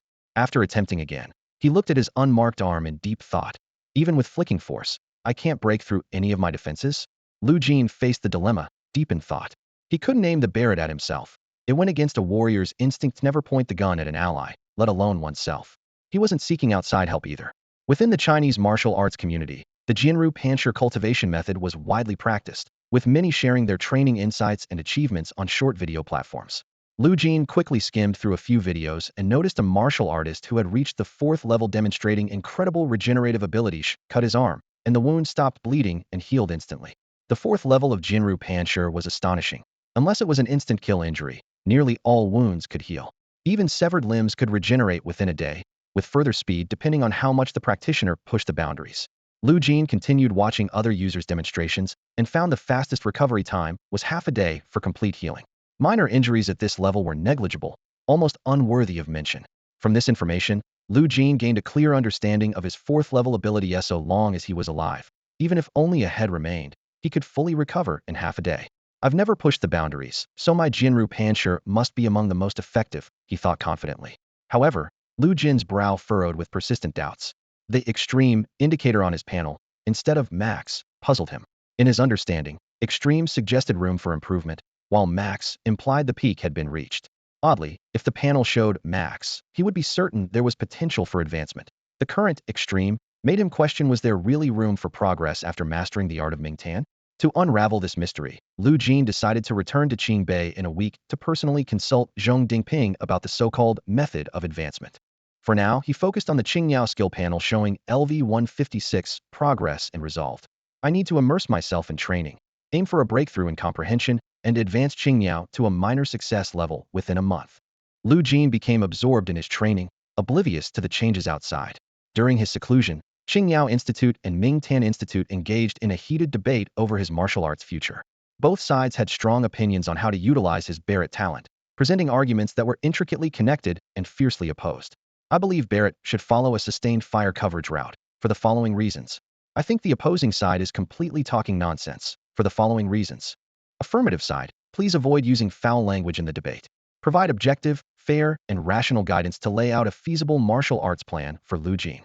Opposing side, did you only hear the word nonsense and miss the straightforward analysis? If so, this debate was pointless from the start. The argument intensified, with neither side willing to concede. After intense debate, the dispute over Lu Jin's martial arts path ended without a clear winner. For instance, the SS-level Luotian sword naturally aligns with the Dai Sword Academy, the Qinglian sword aligns with the Qinglian sword song, and the sun-shooting bow suits the sunburn and dawn techniques. These have historical precedence.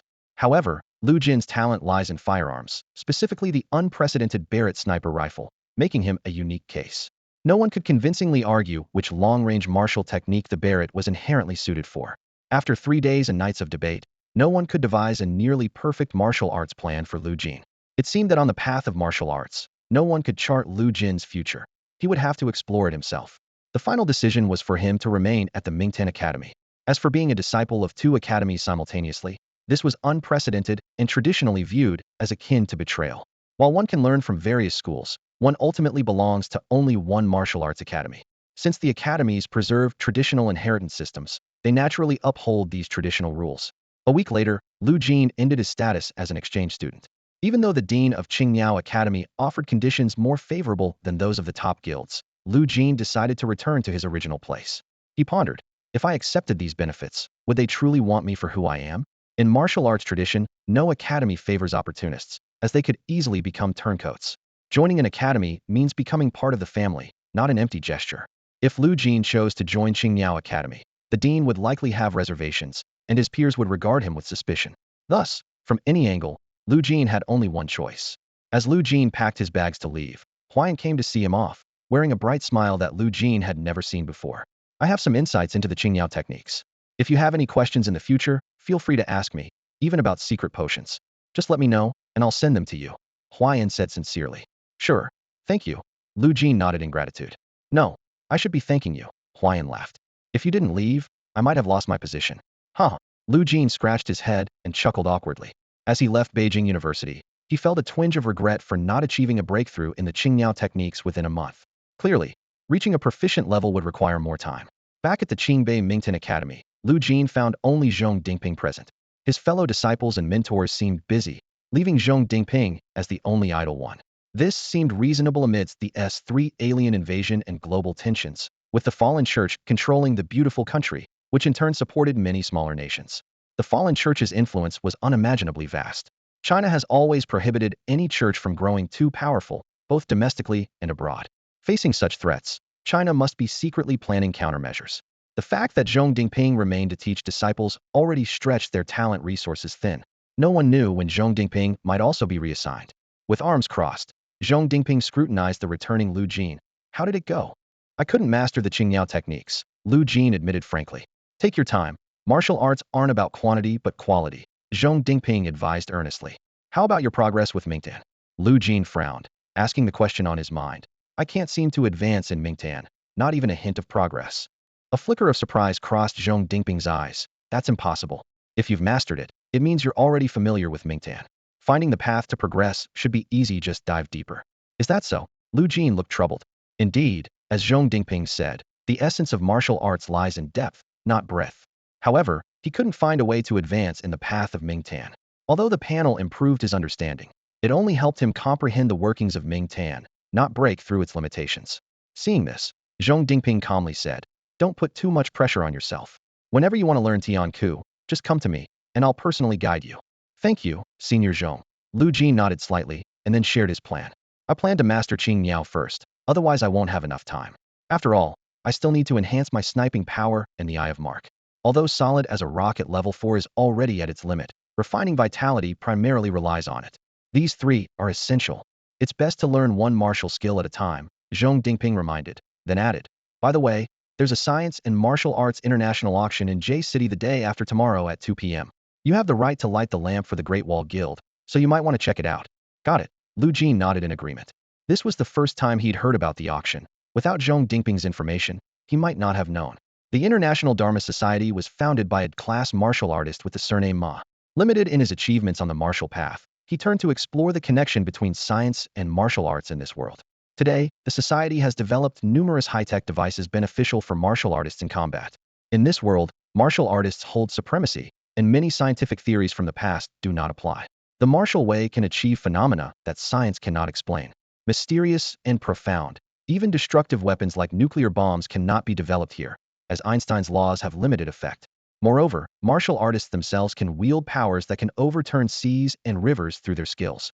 Despite this, scientific research still holds unparalleled allure, along with the mysterious history, especially the Huang Tian era. Lu Jin knew little about this. He returned to his dormitory, organized himself briefly, and began his essential daily training. Ding! The system notification sounded. Done. Qingyao level 2-1. Lu Jin murmured to himself. Bang! He pulled the trigger, and the bullet shot out. So fast. This shot speed has already surpassed Zhang Tianxiu's Qingyao arrow. Lu Jin aimed at a leaf about 8,000 meters away, and the shot hit in the blink of an eye. Normally, it would take an instant for the bullet to reach the target at regular speed. As Lu Jin's sniping power increased, his range and speed also improved proportionally. If the initial speed at 1,800 meters was an instant, then 10,000 meters or 20,000 meters would still be an instant, not exceeding that limit. But the enhancement from Qingyao broke this proportional rule. This meant that Barrett and Qingyao had a high degree of compatibility. Otherwise, just a minor achievement in Qingyao wouldn't surpass Zhang Tianxiu's major achievement in Qingyao arrow in terms of speed alone. After a simple test, Lu Jin found that the power was clearly not as strong as Zhang Tianxiu's.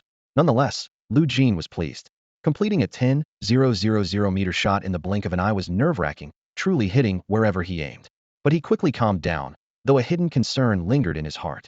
Qingyao will definitely reach its limit like Ming Tan after major achievement. I need to find my own path to progress.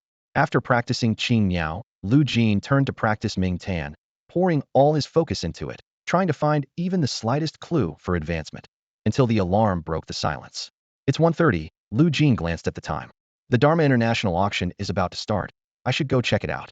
He stopped his training, packed his gear, and headed towards the auction venue.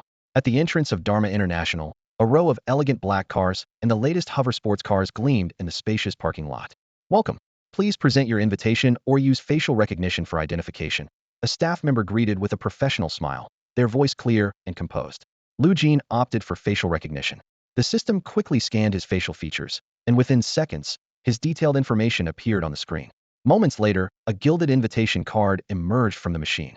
Soon after, a woman in a meticulously tailored black suit with a perfectly styled updo approached briskly and bowed slightly. Please follow me, she said in a low, elegant voice. Welcome to the special members of the Great Wall Guild. The items at this Dharma International auction will not disappoint. As the manager led Lu Jin through the red-carpeted corridor, she introduced the history and reputation of Dharma International, eventually guiding him into the spacious auction venue. Inside, the lighting was soft yet bright, with seats arranged in an orderly fashion. A diverse group of adults, all dressed in high-end custom attire, sat gracefully. Lu Jin scanned the room and noticed only a handful of young people, like himself, scattered throughout. Finding an empty seat, Lu Jin sat down slowly, placing his hands on his knees as he awaited the start of the auction. Around him, people engaged in quiet conversations, paying him no attention, as if an invisible barrier separated him from the world. A sharp bang from the gavel broke the sense of isolation, signaling the official start of the auction. The auctioneer stood on stage, his voice booming. Welcome to the Dharma International Auction. Allow us to introduce today's highlights. Due to the extreme rarity of the materials, even with a complete research and development plan, mass production of these high-tech products is challenging. The materials for auction high-tech products are even scarcer, possibly taking decades or centuries to produce another piece. This is why Dharma International's auction was established. Lu Jin listened quietly, his eyes slightly narrowed, waiting for the first auction item to be unveiled. The first item, power fist bracers. The auctioneer gestured elegantly towards the assistant displaying the item. With just a small amount of energy, these bracers can enhance punch force by 50 and have an auto-repair feature, eliminating concerns about damage. Starting bid, 50 million. Hearing this, Lu Jin raised an eyebrow. This was an astronomical price, far beyond an ordinary person's lifetime savings.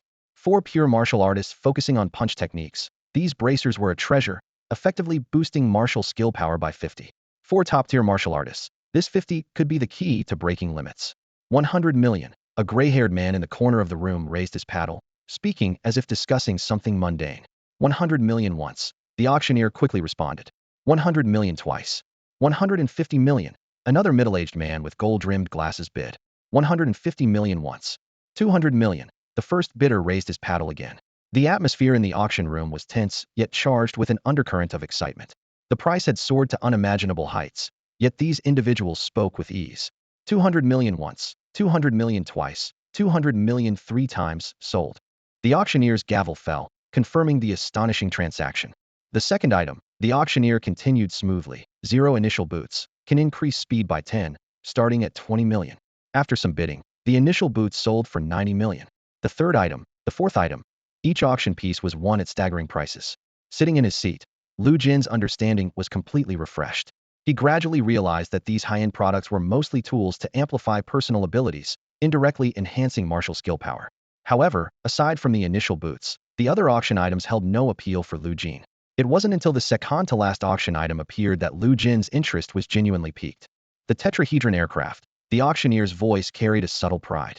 The assistant displayed a delicate triangular board, slightly larger than an adult's outstretched feet, and about the thickness of a finger joint. Light flowed over its surface, outlining intricate patterns. The tetrahedron aircraft allows a person to stand on it, and with some energy input, it can hover up to 2,000 meters above ground. You can use any martial movement skills on it, but mastering it is challenging, akin to using movement skills on a skateboard. If one loses balance and falls off the triangular aircraft, it could be fatal for those with less strength. These warnings flashed on the display screens at the auction, catching the attention of all participants. The starting bid is 50 million. The auctioneer's voice echoed through the hall. Lu Jin's gaze was fixed on the triangular aircraft, calculating its worth in his mind. This aircraft could maintain stable flight at an altitude of 2,000 meters, a height from which falling would be unbearable for most martial artists. Clearly, this equipment was designed for high-level or physically robust warriors. maintaining a maximum altitude of 2,000 meters. Lu Jin murmured to himself, his eyes gleaming with desire. 70 million. A booming voice interrupted his thoughts. Quickly, someone in the crowd raised their bidding paddle. 80 million. The bidding escalated rapidly, illustrating the scarcity of this aircraft in the market. Lu Jin glanced around, noting the eager expressions on the faces of the bidders. After all, ordinary hover cars could only maintain a distance of 30 centimeters from the ground and required specific fuel. This triangular aircraft not only reached 2,000 meters, but could also be powered by the martial artist's energy, highlighting its extraordinary value. 90 million. 100 million. The price swiftly surpassed the 100 million mark. 100 million once, the auctioneer announced loudly. 200 million. 200 million once. 300 million. 300 million once. 1 billion. At this moment, Lu Jin noticed a teenager slowly raising a bidding number. This young man wore the insignia of the Iron Tower Guild, immediately drawing unusual looks from the adults present. Oh no, the one with the sky lantern authority has acted. Lu Jin heard someone nearby whisper. 10 billion was already the limit for most adults present. All right, 10 billion, the auctioneer confirmed, while receiving instructions through his earpiece from the Iron Tower Guild. Although the Sky Lantern had unlimited bidding rights, it still required guild approval, similar to how unlimited data plans often have hidden limits. 10 billion once. The auctioneer surveyed the room, and the adult participants fell silent. No one dared to challenge the guilds lightly. In the face of guild power, even martial arts families had to bow down. The power of guilds generally exceeded that of martial arts families. 10 billion THR. 10.1 billion. Lu Jin interrupted with a clear voice. The auctioneer paused, frowning slightly. 10.1 billion, once. 12 billion. The teenager immediately countered. 12.1 billion. Lu Jin persisted. 13 billion. 13.1 billion. Lu Jin was determined to acquire this aircraft. To him, the higher the flight altitude, the wider the sniping range, meaning he could easily target enemies from tens of thousands of meters away. The teenager glared at Lu Jin. Can't you bid in increments of a billion? You're making it hard to respect you. Lu Jin ignored the provocation, continuing to focus intently on the triangular aircraft on the auction stage. The teenager rolled his eyes. I'll bid. 15 billion. 15.1 billion. Lu Jin responded immediately. The auctioneer's expression turned grim as the two young men fiercely competed, while his earpiece buzzed with arguments. Great Wall Guild, stop your contracted youth from bidding further. Why don't you stop then? If this continues, it'll be difficult for both of us. Difficult? I get your point, but the Great Wall headquarters has indicated that Lu Jin must win at any cost. Is Lu Jin really worth such a high price? The ongoing dispute through the earpiece left the auctioneer unable to continue hosting effectively. Are they going to raise the bid or not? He thought, frustrated. The teenager competing with Lu Jin boldly extended 2 fingers. 20 billion. The crowd was stunned by the astronomical price. 20 billion for a unique aircraft was far beyond its actual value.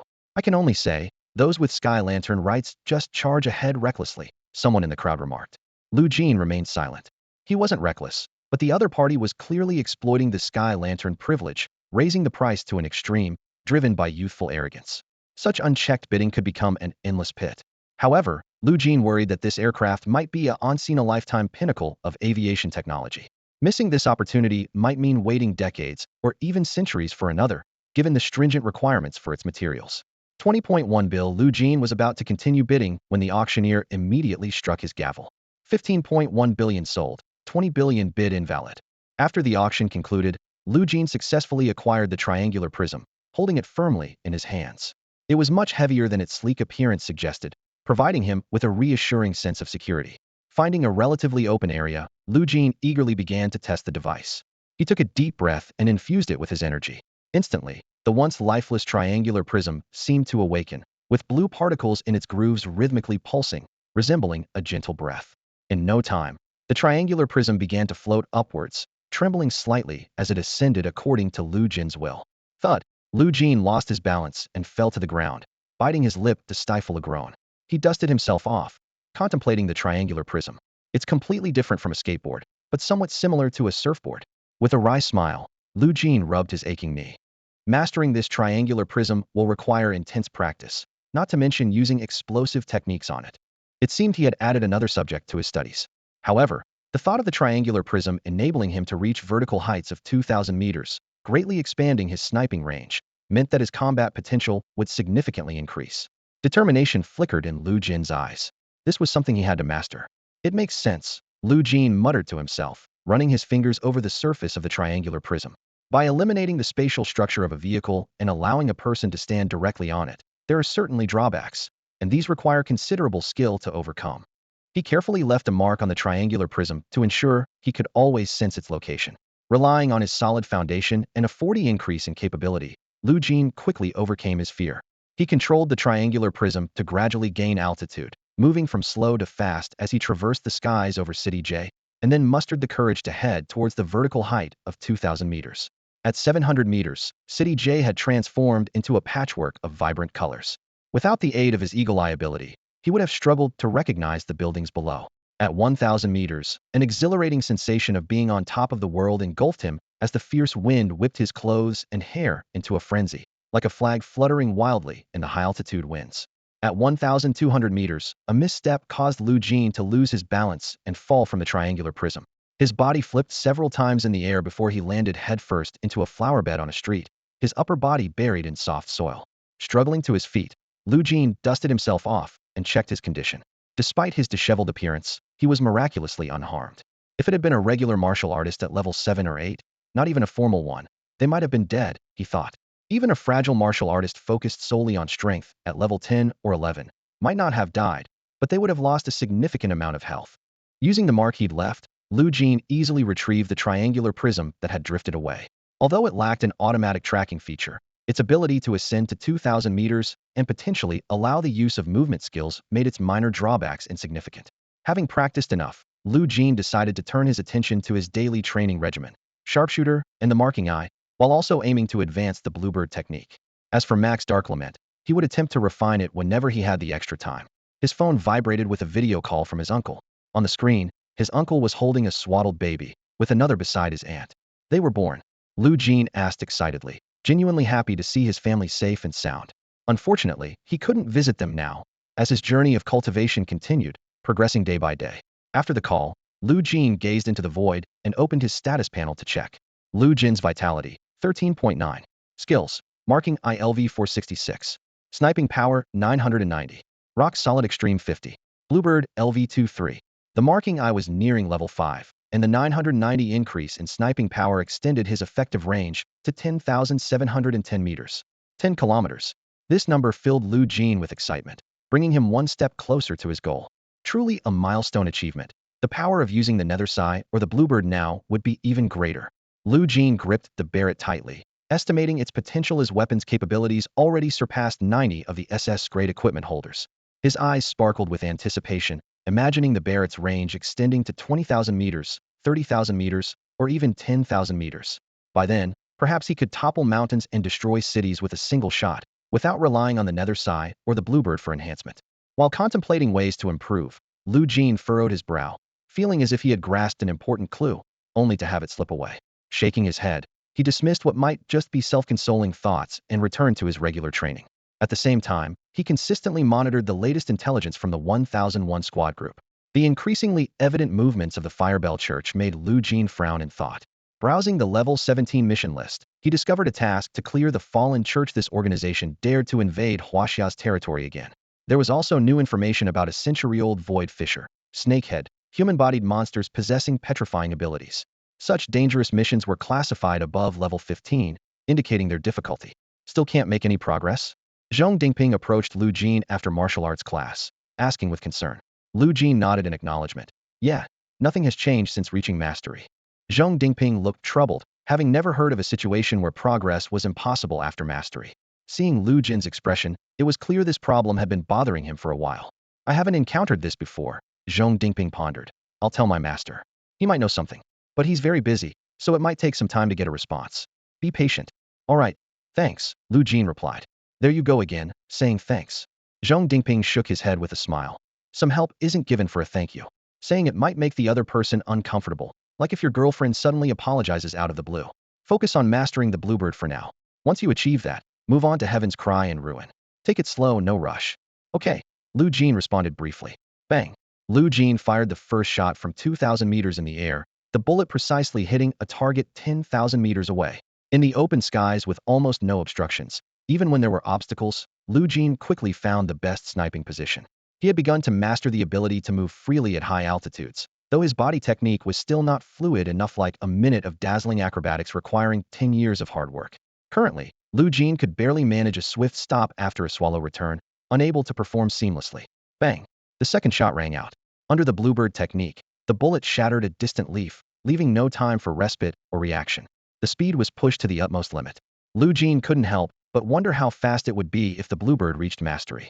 In this world, there was no concept of light speed, but by his past life's understanding, this shot was nearing light speed, truly beyond imagination. Of course, Lu Jin didn't know exactly how fast light speed was, so this comparison might be exaggerated. But one thing was certain: when he pulled the trigger and the bullet left the chamber, the target was already hit. The speed was immeasurable. Even if the eagle eye could capture the trajectory of a bluebird shot, the brain couldn't process the information quickly enough. A sudden idea struck Lu Jin. Wait, if Zhang Tianxiu's bluebird isn't up to par, can I practice against myself to enhance my sniping training? He immediately put the thought into action. Lu Jin adopted a flick shot technique, deliberately disrupting his shooting points. He fired the first bluebird shot, then tried to find the angle and path during the flick shot before firing a second shot. However, the result left Lu Jin somewhat disappointed. Easily completed a perfect follow-up shot. After all, it's my own shot, so I have the angle and path from the previous shot in mind. After a day of training, Lu Jin bought some spicy grilled skewers from a food street in a corner of J City. The cumin and chili powder blended with oil and fire, releasing the distinctive aroma of a city's flavors, filling the air with a spicy scent. The autumn wind blew, making the colorful flags of the roadside stalls flutter noisily. As the red light turned green, the long line of vehicles came to a halt, and Lu Jin joined the crowd crossing the zebra line. In that ordinary moment, the surroundings suddenly fell into an eerie silence, and time seemed to stretch, each second dragging on. Lu Jin's heart raced, blood pounding in his ears. A vague figure in his mind perfectly overlapped with a silhouette in the crowd, instantly putting him on high alert. Lu Jin forced himself to remain absolutely calm, his facial expression unchanged, breathing steady. He passed by the overlapping figure in his mind, keeping a distance of no more than 30 centimeters. He then continued onward, pretending nothing had happened, heading back in the direction of Qingbei. However, just as he reached the gates of Qingbei, Lu Jin suddenly stepped on a triangular board, and under the astonished gazes of dozens of Qingbei students, he dashed in a certain direction, the soles of his shoes screeching against the ground. Finally, he confirmed the figure overlapping in his mind was indeed the scruffy man he couldn't forget, the mysterious person who once struck him with lightning and took away his sniping target. Lu Jin was sure he hadn't mistaken, as the impression of that man was deeply ingrained in his mind, down to the number and distribution of leg hairs, not to mention the unique height and body outline. Lu Jin quickly ascended to 2,000 meters, his form blending completely with the starry sky. Unless someone deliberately looked up and searched carefully, he would be undetectable from the ground. He then carefully set up his Barrett sniper rifle, activating the targeting eye function. Lu Jin immediately acquired a clear view of the area around the scruffy man, the crosshairs of the sniper scope firmly locking onto the target. As Lu Jin had anticipated, despite his outward calm, the scruffy man sensed his presence. At this moment, the man was sprinting away with astonishing speed. Lu Jin silently estimated that even with consecutive bursts of his yen return skill, he might not keep up with him. This was the fastest person he had ever seen. In the blink of an eye, the scruffy man had already left the neon-lit expanse of J City. He glanced back, a faint smile playing on his lips, then pulled out a mask that Lu Jin found quite familiar and put it on. Turning around, he leisurely walked down a dim alley with his hands in his pockets. By now, Lu Jin was completely certain it was him, the mysterious scruffy man. Lu Jin immediately used his naughty yet fluent yen return skill to close in on him. Although the perfected yen return was still a backward explosive move, he had managed to incorporate a backflip variation, making his actions less awkward. Meanwhile, he quickly opened his communicator to contact Luo Shuang. Luo Shuang, I found the Firebell church member who struck me with lightning before. Luo Shuang's voice immediately came through the communicator. Lu Gu, big brother, don't act rashly yet. Wait for us to arrive.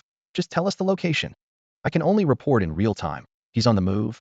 I don't know where he's heading. Lu Jin replied while tracking. All right, I'll report to the Iron Tower Guild right away for an emergency assembly. Luo Shuang had complete faith in the information Lu Jin provided. Ever since the rat reporting incident, Luo Shuang had considered Lu Jin, aside from being a sharpshooter, to be a natural detective. The combination of these identities made his value undeniable. Unfortunately, the Iron Tower Guild had several chances to recruit Lu Jin, but a certain arrogant woman had spoiled them. Now, that woman had been dismissed from her position as the tower master of a city and was scolded by a big shot for 3 days straight. Soon, in Lu Jin's field of vision, Luo Shuang and other members of the Iron Tower Guild appeared. Lu Jin also detailed his location. The two parties exchanged brief greetings from a distance, and, following Lu Jin's real-time guidance, stealthily approached the direction where the scruffy man was heading. Everyone, please be extra cautious. Our target this time is extremely perceptive. Even from 2 kilometers away, any hint of our presence might alert them. Understood, came the brief response from the other end of the communicator. Report, we've located the flying thunder god from the Firebell sect through satellite surveillance, as per the coordinates provided by Lu Jin, a team member quickly reported. A sharp glint flashed in Luo Shuang's eyes. Excellent, they can't escape our grasp now. Let's capture him this time. If he gets away, who knows when we'll find him again. It's just, the team member hesitated. Speak, Luo Shuang's voice was icy. Our emergency assembled team might not have warriors agile enough to match the flying thunder god. He's too fast. There's a high chance he could slip through our fingers. We need to set a trap or request support from suitable warriors. The team member's words left the scene in silence. Luo Shuang frowned, tapping his fingers on the communication device, and said in a deep voice, currently, the most agile warrior in City A's Iron Tower is present. Although City J is teeming with hidden talents, contacting them is troublesome. By the time we reach them, will the flying thunder god still be around? Moreover, those experts might have their own important matters and can't easily be detached. As for freelance experts who can certainly defeat the flying thunder god, even Luo Shuang couldn't think of any at the moment. Should we ask other guilds? Or set an ambush? A team member tentatively suggested. But what's the probability of the flying thunder god falling into it? Lu Jin, listening to the communication with Luo Shuang, sensed their anxiety. After all, if they fail and the target escapes, they'll never find him again.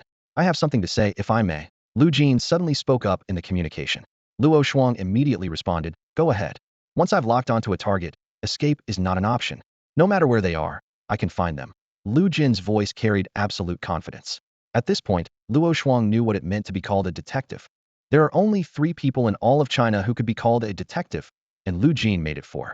His words represented a high level of professionalism. So, if you don't have a definite plan, should I take a shot first? Lu Jin proposed. Luo Shuang didn't answer immediately.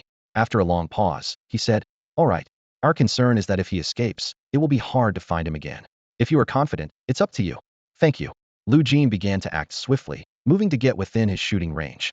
15 kilometers, 14 kilometers, 11 kilometers, 10 kilometers. At this distance, Lu Jin stopped. Luo Shuang put on optical glasses, straining his vision to see Lu Jin's position, though it was just a tiny black dot. Luo Shuang was stunned. How far was this shooting range? Lu Jin, are you sure you want to snipe the flying thunder god from several kilometers farther than us? Luo Shuang couldn't help but ask. Yes, Lu Jin replied briefly. Luo Shuang trusted his ability but felt compelled to remind him. But the flying thunder god is very perceptive. Your shot might be sensed within a certain range, and he could escape. In Luo Shuang's view, Lu Jin's chance of hitting the target was less than 50, even though he was a sharpshooter. Understood, Lu Jin simply responded. So, he chose to stay here, 10 kilometers away. Lu Jin's gaze became calm and focused, the wind at 2,000 meters high flowing along the Barrett gun's body. Bang! Lu Jin pulled the trigger without hesitation. A shot rang out. Bluebird. The second gunshot rang out immediately. Ming Tan sighed. Lu Jin wasn't sure if this shot would kill the target, but he knew for certain it was a shot that couldn't miss. Even if Qing Yao's opponent was known as the Flying Thunder Deity, with extraordinary speed, once locked on, there was no escaping this fatal blow. Qing Yao's task was simply to make the target hesitate for a moment, even just a fraction of a second, and Ming Tan's bullet would hit its mark with precision. 10 kilometers away, at the moment Lu Jin pulled the trigger, the masked man suddenly froze in place. He sensed something rapidly approaching him, yet strangely found himself unable to move, as if an invisible force was holding him in place.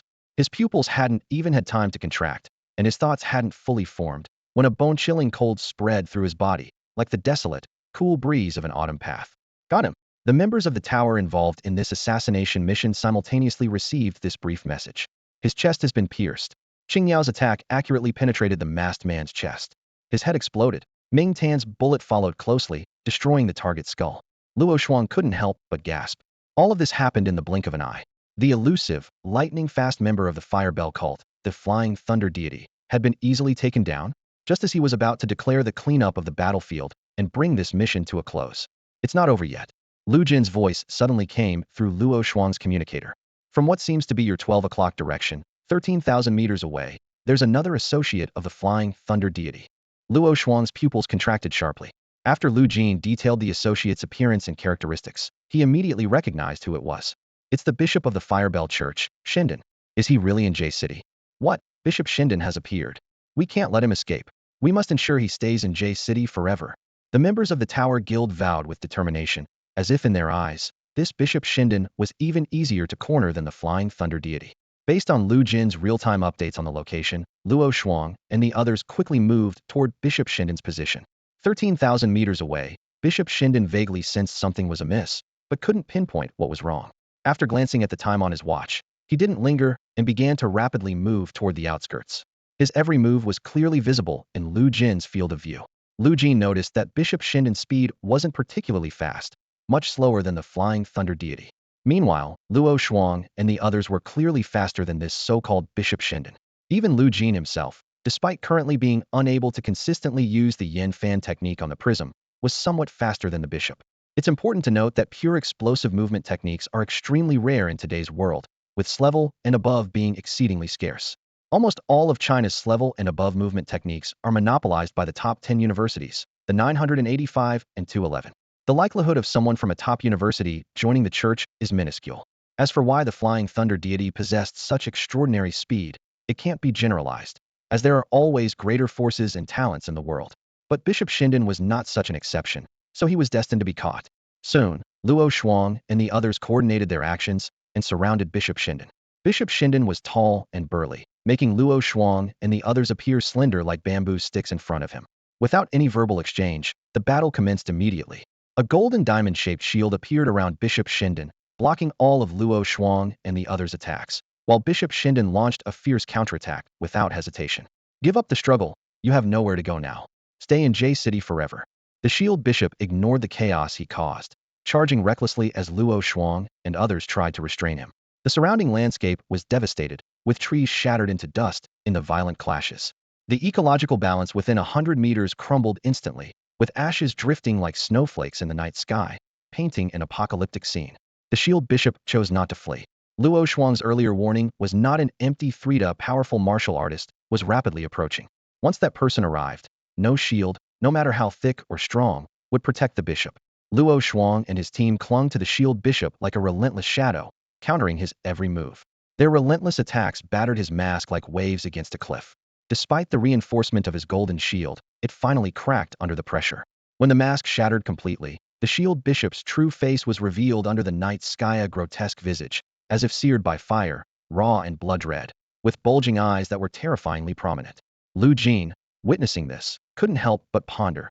Is this what a cult does, turning people into monstrous beings? I want to join the fight, Lu Jin requested over the communicator. The more firepower, the better our chances. Go ahead, Luo Shuang responded, his voice crackling through the communicator. Lu Jin immediately pulled the trigger.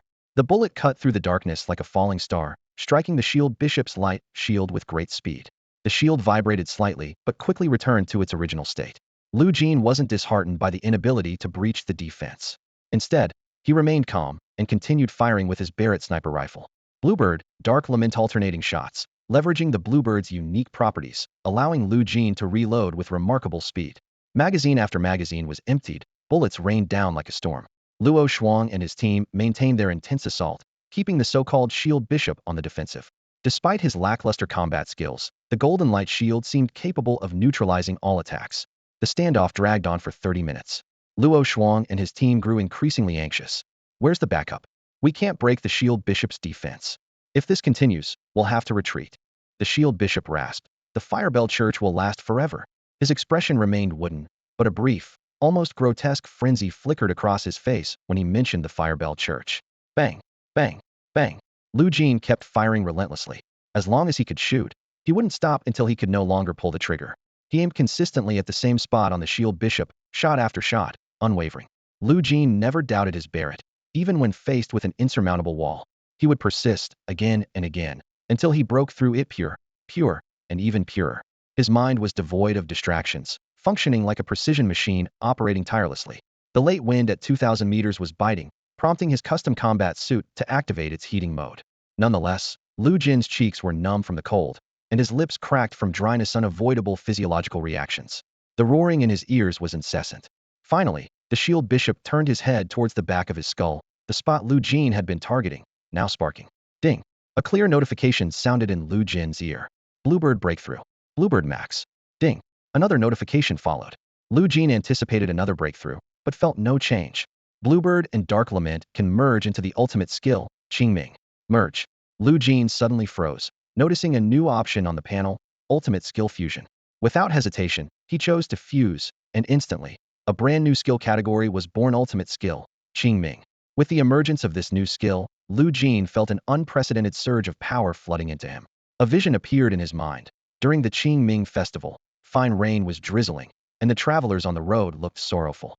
He clenched the gun in his hand and murmured, "This shot represents the Qingming festivalet has arrived." Bang!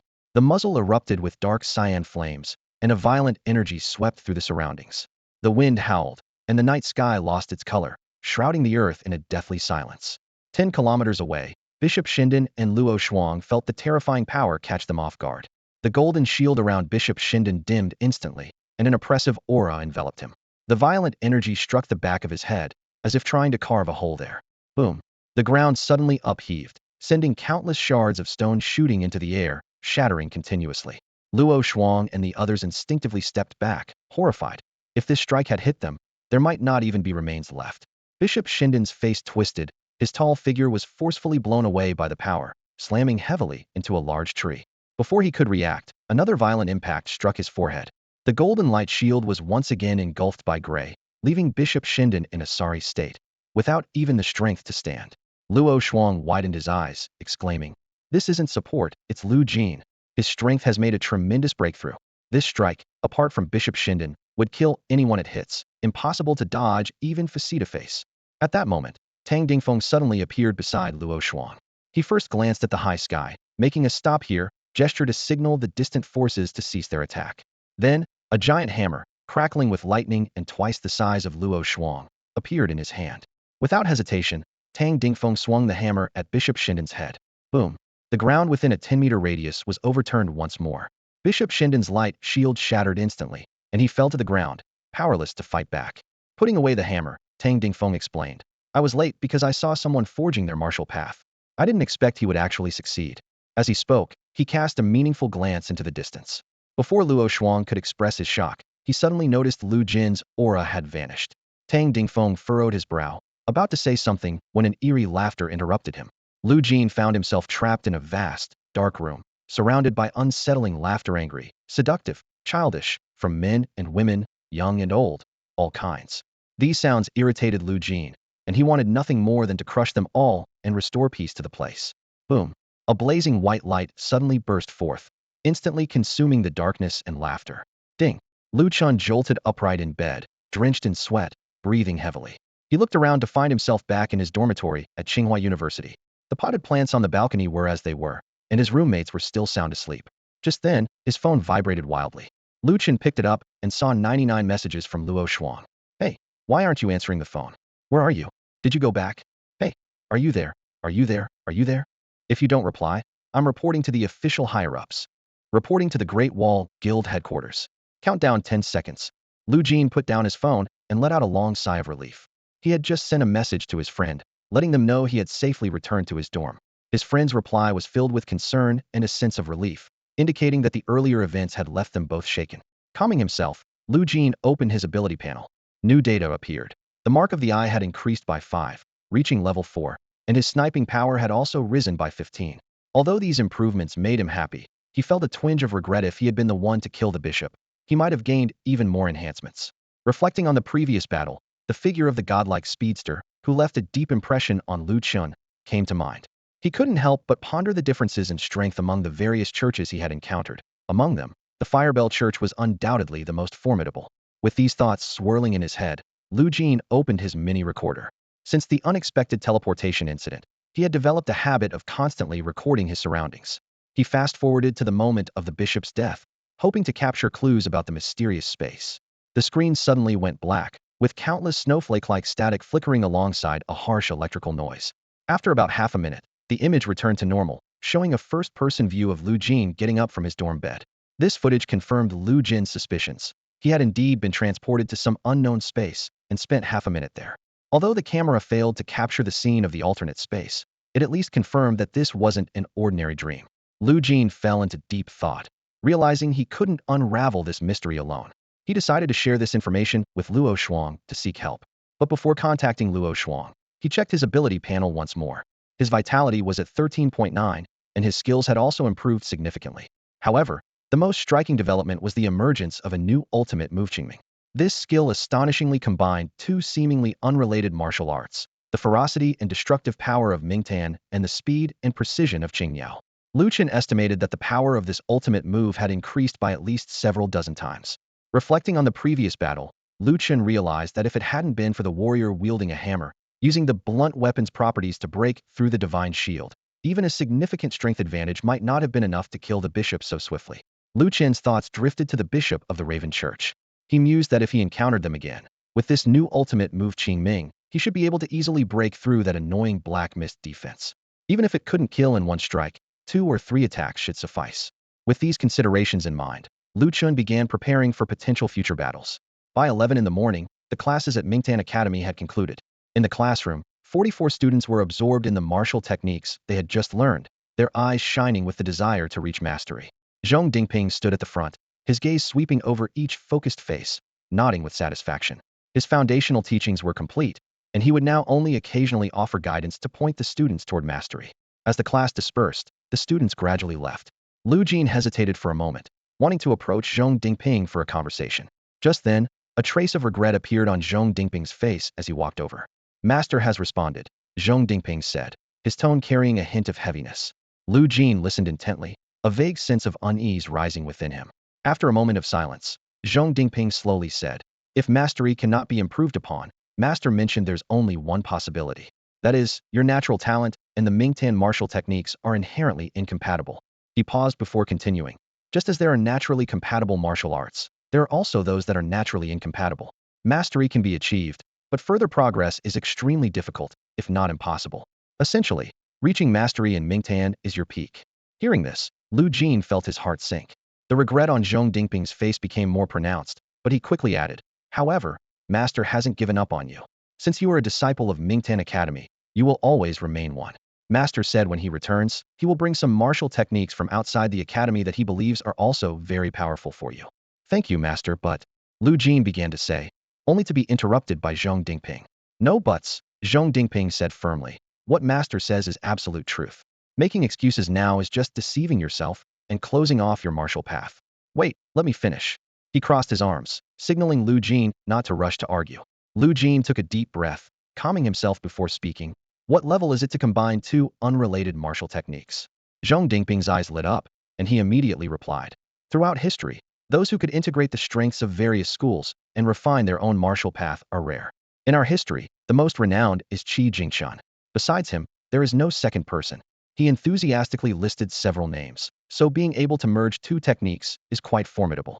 Now, there's Wei Shun, the president of Qing Beijing University and the head of the Weapons Master Academy.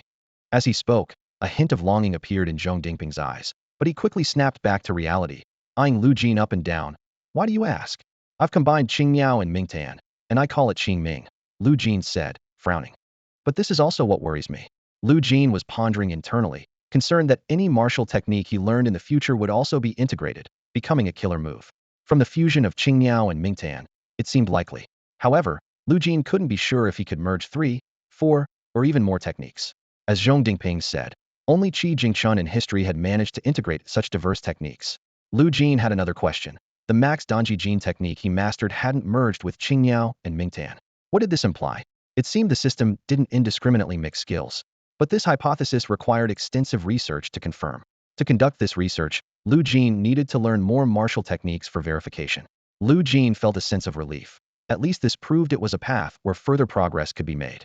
Zhong Dingping, after hearing Lu Jin's words, was momentarily taken aback. Wait, please say that again. I've combined Qingmiao and Mingtan into a new martial technique, Qingming, Lu Jin repeated. Upon hearing this, Zhong Dingping immediately took out his communicator. Let me call Master first. Beep beep. The number you have dialed is temporarily unavailable. Please try again later. Beep beep. The number you have dialed is temporarily unavailable. Please try again later. Beep beep. The number you have dialed is temporarily unavailable. Please try again later. Zhong Dingping anxiously kept dialing the phone, his fingers quickly sliding across the screen. He knew his master was busy, but the news this time was too important. Changing his posture, he placed one hand on his hip and continued to dial persistently. Finally, after about 10 minutes, the call was connected. Zhong Dingping, you better have something important to say, His master's voice came through the receiver, gruff and filled with a menacing tone. Lu Jin stood by, hearing Zhong Dingping's master's voice for the first time, holding his breath unconsciously. Master, Zhong Dingping's voice began to tremble, like a child who had done something wrong. Look at your courage, still like this after so long. How can you be an archer like this?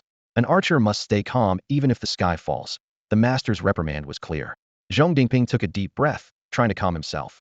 Okay, I wanted to say that junior brother combined Qingniao and Mingtan, forming a brand new martial skill. As soon as he finished speaking, there was a sudden silence on the other end of the line. Then, there were two beeps, and the call was disconnected. Zhong Dingping's face flushed red instantly, but he quickly regained his composure, crossing his arms and saying, Actually, I am calm enough. What you saw just now was just my second personality. Got it. Lu Jin nodded in understanding. Since the master didn't say anything useful, let's leave it at that this time. Yeah. Lu Jin continued. I think it's time for me to learn Tian Ku. Tian Ku can hit all consciousnesses, causing pain to those it hits. Those who don't know what pain is will feel pain, and those who aren't afraid of pain will still feel it. In short, it is a skill that fundamentally makes the target uncomfortable. Zhong Dingping explained. Follow me. Zhong Dingping led Lu Jin to a teaching building he had never set foot in before, heading straight to the top floor, the 31st floor.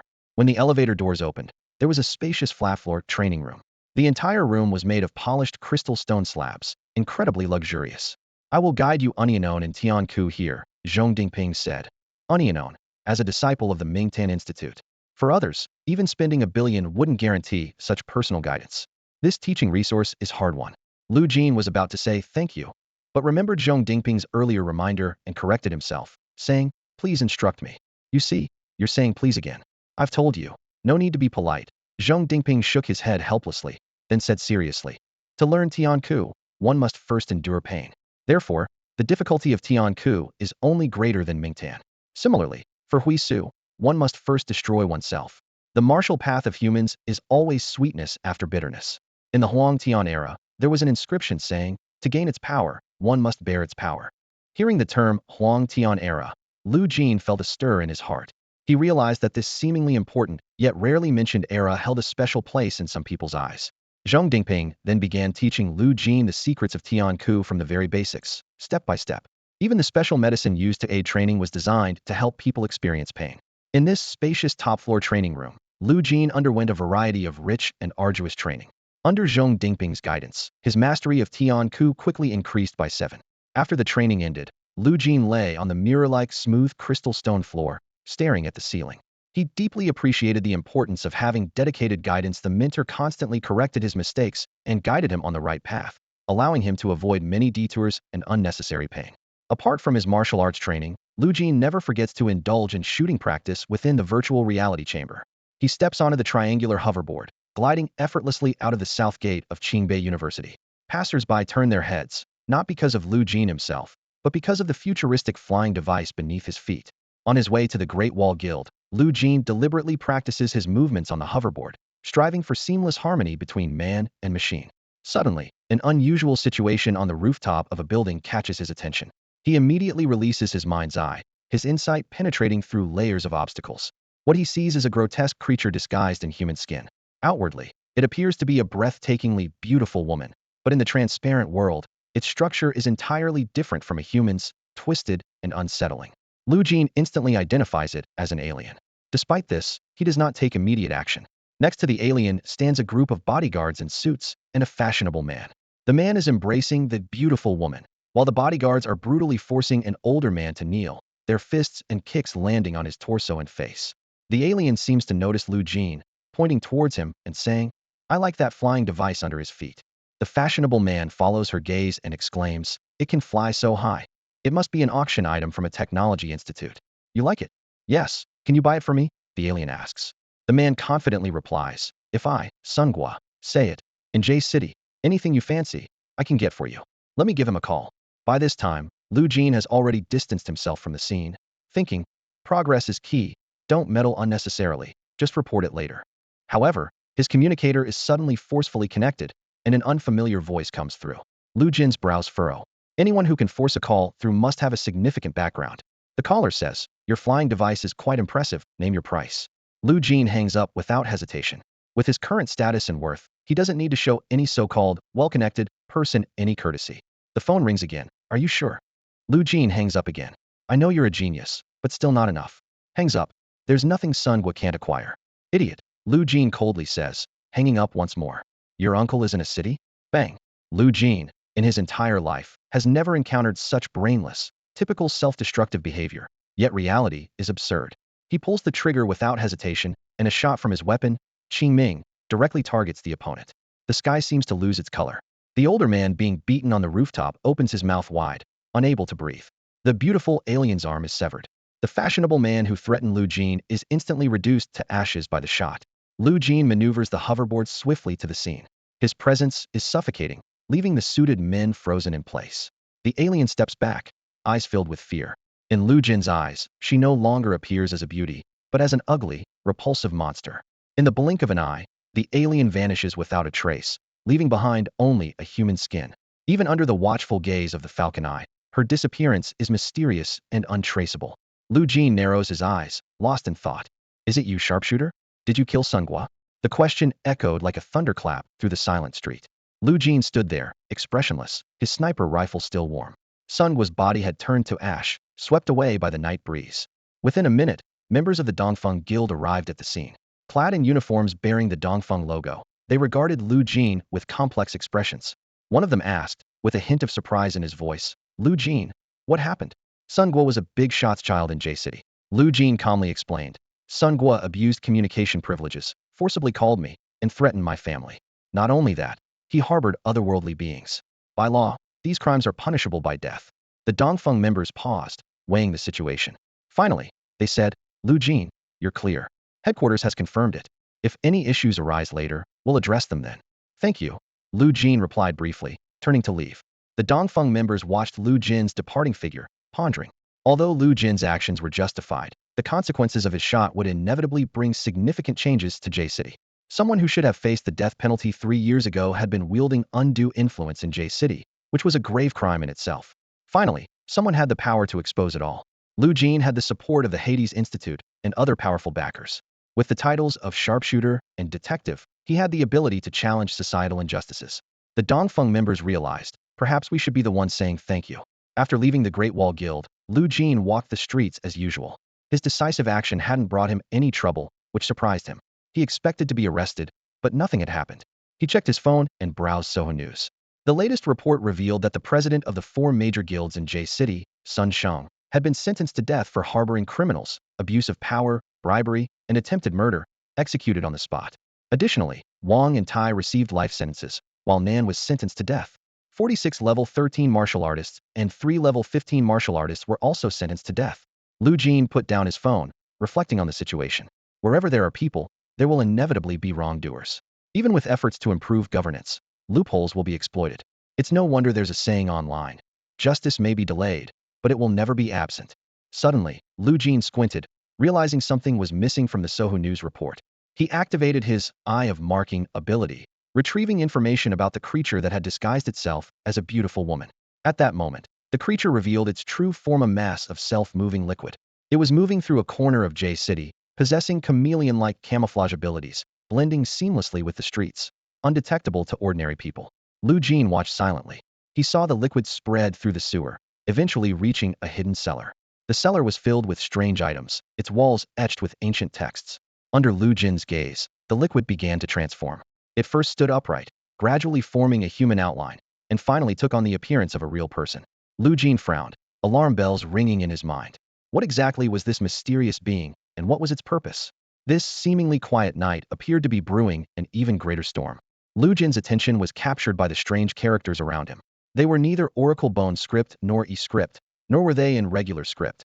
Instead, they were in ancient writing style he had never seen before. He stared at these mysterious symbols, filled with curiosity. Suddenly, a disturbing thought crossed his mind. Why does this liquid have the ability to transform into a human? Lu Jin decided to proceed with caution. He took out his phone and opened Luo Shuang's WeChat. I've discovered something new. Lu Jin sent a brief message. Luo Shuang replied almost instantly. Brother, please tell me. Although Luo Shuang was much older than him, Lu Jin didn't mind being called brother. He quickly activated the Eye of Marking, left the cellar, and looked around. Soon, he pinpointed the location precisely on Gauda map and sent it to Luo Shuang. I found a creature that can transform into a human, Lu Jin explained. and this cellar is filled with ancient bronze artifacts and characters I don't recognize. He carefully sketched one of the unfamiliar characters using his phone's drawing feature and sent the image to Luo Shuang. Luo Shuang immediately replied, "That's Canggu script." Canggu script. Lu Jin was puzzled. "It's the script from the Huang Tian era," Luo Shuang explained. "You probably wouldn't know since you haven't studied it in detail. Let me know if you find anything new." "No problem," Lu Jin responded, ending the conversation. He decided to ignore the creature for now. Lu Jin wasn't the type to meddle in everything unless it involved cults. In his view, the threat of cults far exceeded that of foreign entities, as they could significantly enhance his sniping power and skills. After handling the final details, Lu Jin wandered aimlessly through the streets. This wasn't just to pass the time. He was using his mind's eye to observe the city, trying to detect those subtle anomalies, especially traces of cults. Although he often found nothing, when he did, the rewards were considerable. Suddenly, Lu Jin stopped in his tracks. He activated the eye of marking again, recalling the previous scene where he reported a secret space filled with rats. This time, he saw a giant rat moving around the space, seemingly searching for something. Lu Jin frowned, pondering, this isn't right.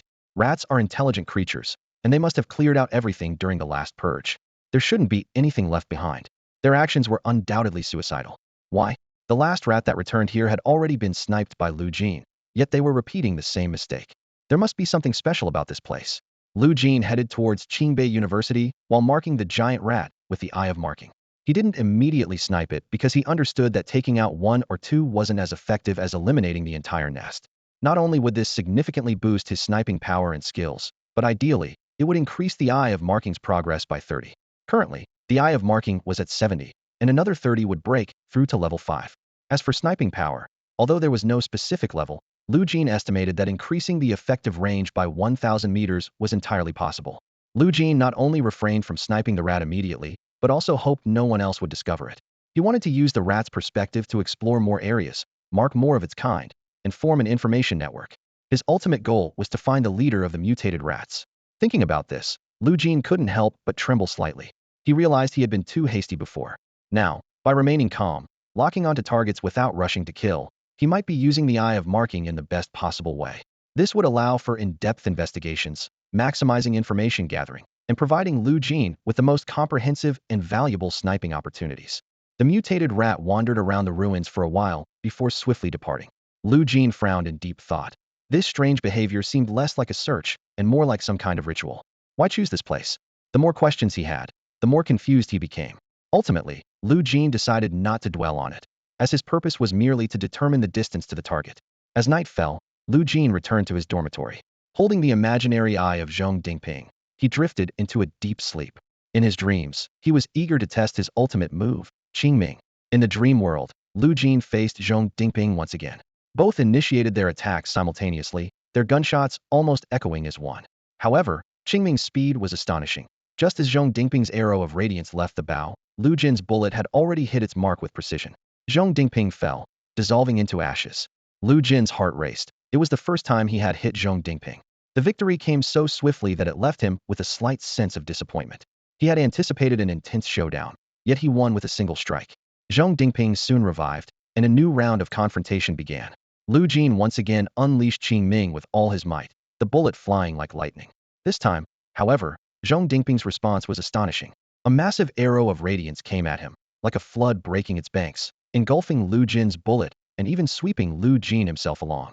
The powerful impact almost tore Lu Jin apart, but he barely withstood it. When the light faded, Lu Jin noticed a large hole in Zhong Dingping's chest. The Qingming bullet had pierced through the radiant torrent and hit the target precisely. In the third round, both perished together. Lu Jin awoke with a start, the imaginary eye in his hand losing its luster once more.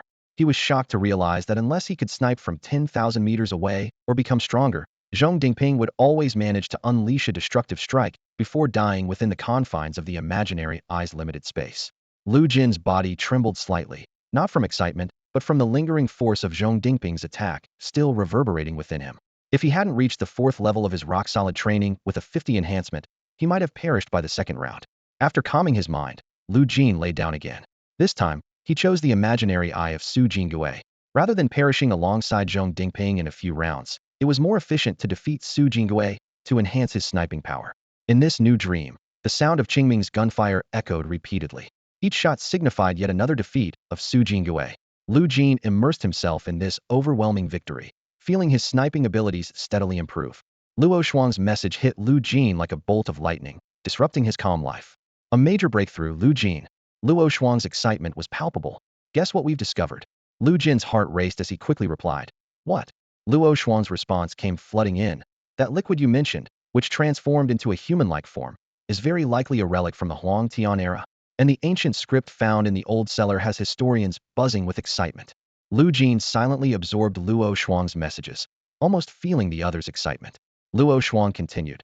Historians admit they've never seen these ancient characters before and are working tirelessly to decode them. As for the human-like entity, the authorities have decided to bring in interrogation experts to extract any information it might have. Is it being tight-lipped? Lu Jin asked, frowning slightly. Yes, Luo Shuang replied. But it seems to know the Huang Tian era inside out.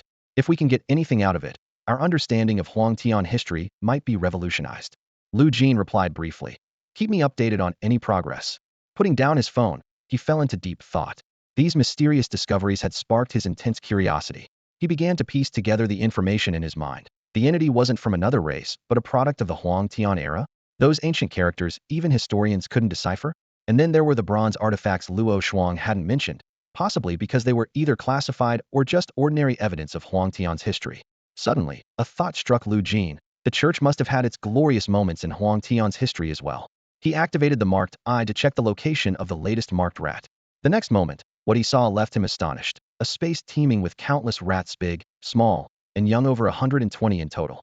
5 of them wore human clothes, some even holding canes, looking quite imposing. Except for the young ones. All the rats seemed to be bowing to them.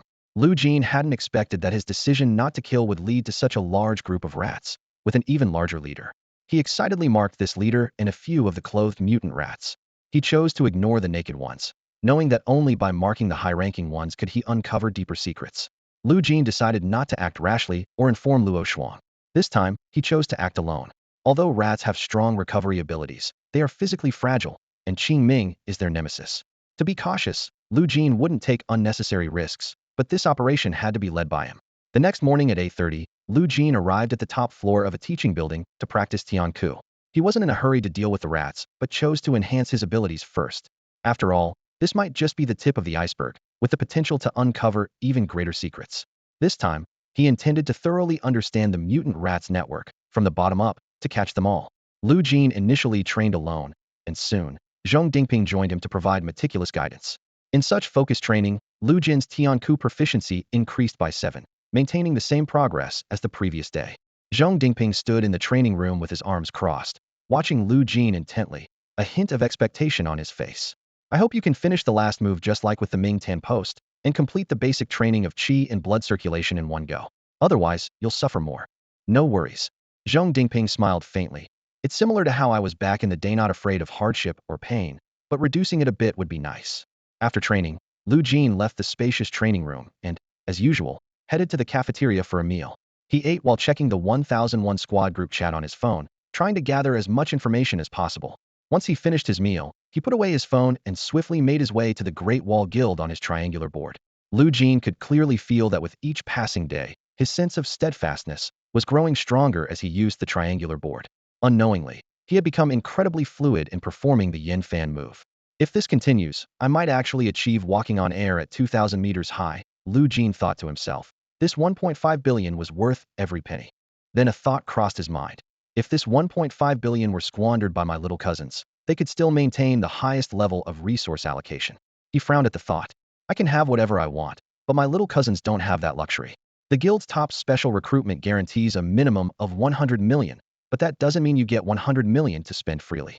It's about providing maximum support on the martial path, Lu Jin calculated in his mind. So far, I haven't earned a cent, and my aunt and uncle have 2 kids. A sense of urgency welled up in Lu Jin. Even though his uncle and aunt never asked for his help, it seemed inevitable. Otherwise, with their mindset, they wouldn't have had 2 children, influenced by the belief that Lu Jin is a genius and can support them. They never really realized why they felt confident enough to have both kids.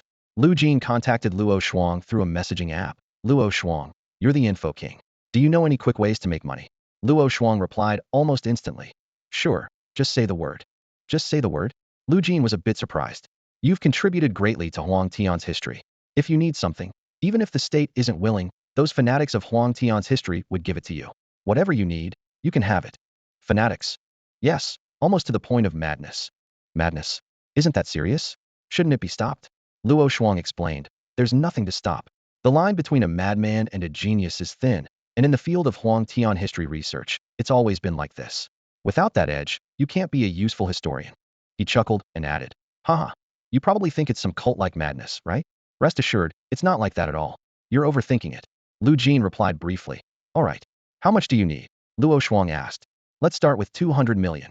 Almost immediately, Lu Jin's phone pinged with a notification. He received a bank deposit message and the corresponding tax information. Given the large amount, Lu Jin simply sent his bank card and password to his uncle. Uncle, please upgrade my little cousin's resources to the highest level, and let me know if you need more funds. Also, you don't need to work in the Void Rift anymore. Being a full-time caregiver isn't bad, considering the pressure on Ant with 2 kids. His uncle replied, I understand what you're saying, and I've been considering it too. The message trailed off, and then fell silent for a long time. Lu Jin didn't say much more. He still had training to complete, so he put away his phone and focused on his training. It wasn't until nightfall, when Lu Jin emerged from the virtual reality pod and checked his phone again, that he saw his uncle's follow-up message. Thank you, Lu Jin. An unusual emotion surged within him. Hearing thank you from family feels so awkward. Lu Jin suddenly realized why Zhong Dingping didn't want him to be polite. With the task complete, Lu Jin felt a surge of energy coursing through him, a warm wave sweeping over his body. A system notification chimed, announcing that his vitality had broken through to 14.0. Along with this breakthrough, the effects of his rock-solid technique instantly increased by 75. Lu Jin was thrilled. He was just a step away from becoming a level 15 warrior. Level 15 was a formidable barrier that required a cultivation method breakthrough to progress further. For ordinary warriors, level 14 was the limit. Crossing into level 15 would transform the density of one's vitality, and the power of martial arts at level 15 would far surpass the combined might of all previous levels. He focused on the data of his rock-solid technique. Breaking through to level 14 directly resulted in a 20 increase. This 20 meant a comprehensive enhancement of all the effects of rock solid. Lu Jin couldn't help but imagine that reaching level 15 would more than double the augmentation of his cultivation technique. Level 15 was not only Lu Jin's aspiration, but also the dream of all warriors who had not yet reached this stage. Lu Jin murmured to himself, once I reach level 15, I can take on missions against cults, maybe even participate in them. Eliminating cult members could earn him experience points, significantly boosting his sniping power and skills. Lu Jin once doubted there was a shortcut, but now he had to believe. As for potential side effects, he hadn't noticed any yet. Perhaps more cult members needed to be defeated to verify this. After refining his vitality, Lu Jin, as usual, held Su Jinggui's imaginary eye. Meanwhile, Zhong Dingping's imaginary eye became the best tool to gauge his own strength. Lu Jin estimated that Zhong Dingping was likely at the extreme of level 15 or the early stage of level 16. If one day he could easily defeat Zhong Dingping, Lu Jin would become a standout among advanced warriors, unmatched by anyone below level 17. Lu Jin activated the marking eye, locking onto each marked mutant rat, expanding his field of vision and marking more high-ranking targets. Back at Qingbei dormitory, he sat at his desk, diligently recording in his notebook. Su Jingui curiously asked, Lu Jin, what are those strange symbols you're drawing? Hit list, Lu Jin replied briefly. Su Jingui didn't press further. He understood that at Qingbei University, besides advancing in martial arts, everyone had their own pursuits. Lu Jin was compiling this hit list because the marked targets were numerous, necessitating a notebook to record their features, lest the marks in his mind become blurred. He carefully calculated 230 clothed rats, 50 cane-holding rats. These were his marked, but not yet defeated targets. Lu Jin began estimating the potential experience points he could gain. The clothed rats could provide a 10 increase in sniping power and a 3 improvement in sniping skills. 230 rats meant a 2,300 boost in sniping power and a dramatic rise of 6 levels in sniping skills. Even more exciting was that, so far, there seemed to be no limit to the experience points gained from defeating cult members. Lu Jin's pupils trembled slightly with excitement. If he could continue like this, his combat power would soar, reaching new heights. Especially when it comes to sniping skills, advancing 6 levels could have a significant impact on his sniping abilities. Lu Jin pondered for a moment, a slight smile playing on his lips. Although sniping skills do not directly enhance power, they can greatly improve his combat effectiveness from a different angle. As his eyes scanned the data in front of him, Lu Jin's heart raced. The 230 mutated rats in this area represented an immeasurable fortune for him. He only needed to kill 30 of them for his marking eye to break through to level 5. The progress was already at 70, just within reach. The operation is tonight. Lu Jin opened the map app and deftly swiped his finger across the screen. He needed not only to mark the positions of the rats, but also to accurately locate each of their secret nests. On the map of Huaxia, he marked coordinates one by one, his brow furrowed in concentration. At 3 a.m., Lu Jin stretched his aching body. It was the first time he had stayed up all night marking coordinates. The map of Huaxiao on his screen was dotted with red marks of varying sizes and shades. The darker the color, the more rats there were in that nest. He squinted at the location of Qinhuangdao, where 31 clothed rats had gathered. More intriguingly, Qinhuangdao was not far from J City, just a short distance to the north. Lu Jin rubbed his chin, contemplating. Should I take the time to eliminate them all? As soon as the question arose, he already knew the answer. If I kill all 31 rats, the marking I will break through immediately, increasing sniping power by 310 and extending the range by 3,100 units. Lu Jin's eyes gleamed with excitement. Such an enhancement was as valuable as months of rigorous training, too tempting to resist. After calculating the distance, he realized that with his vehicle, it would take at most 3 hours to reach Qinhuangdao, possibly even just 1 hour. Lu Jin quickly planned his schedule in his mind, knowing it was best to act within the next few days to avoid any changes. When he finally climbed into bed, Lu Jin realized that his routine was completely disrupted by his focus on the rats. The next day at 8:30 a.m., he resumed his study of the Tianku technique, making rapid progress. By the end of the session, his proficiency had increased by 7, even reaching 8 at times. At this rate, he would master the basics of Tianku within 2 weeks. So this is Tianku. Lu Jin shed tears of blood, his heart inexplicably aching. That's still normal. You haven't experienced the real pain that tears at your soul. Shedding some blood tears is nothing. Zhong Dingping commented calmly with his arms crossed. You're the most relaxed learner of Tianku I've seen so far. It's all thanks to your excellent teaching, Senior Zhong. Lu Jin wiped away the blood tears. Huh, you're starting to talk more now. Zhong Dingping's lips curled slightly, but he quickly regained his aloof demeanor. This must be heartfelt. After drying his blood tears, Lu Jin immediately went to the herbal bath for a full body soak. Practicing Tianku transformed mental power into physical damage, and his lack of intense pain was largely due to reaching the ultimate state of rock solid, which provided a 70 resistance boost. Moreover, he remained consistent, neither arrogant nor indulgent, maximizing the effects of his rock solid training. By the way, I might not practice tomorrow, Lu Jin suddenly said. Why not? I'm going to hunt some mutants, specifically mutated rats. I found a group of them in Qinhuangdao, Lu Jin admitted. Zhong Dingping was silent for a moment, then nodded. All right, your martial progress is fast enough. Missing a day or two won't hurt. Stay safe, and remember to contact me if anything happens. He hesitated. Or, I could go with you. Lu Jin thought for a moment, and shook his head.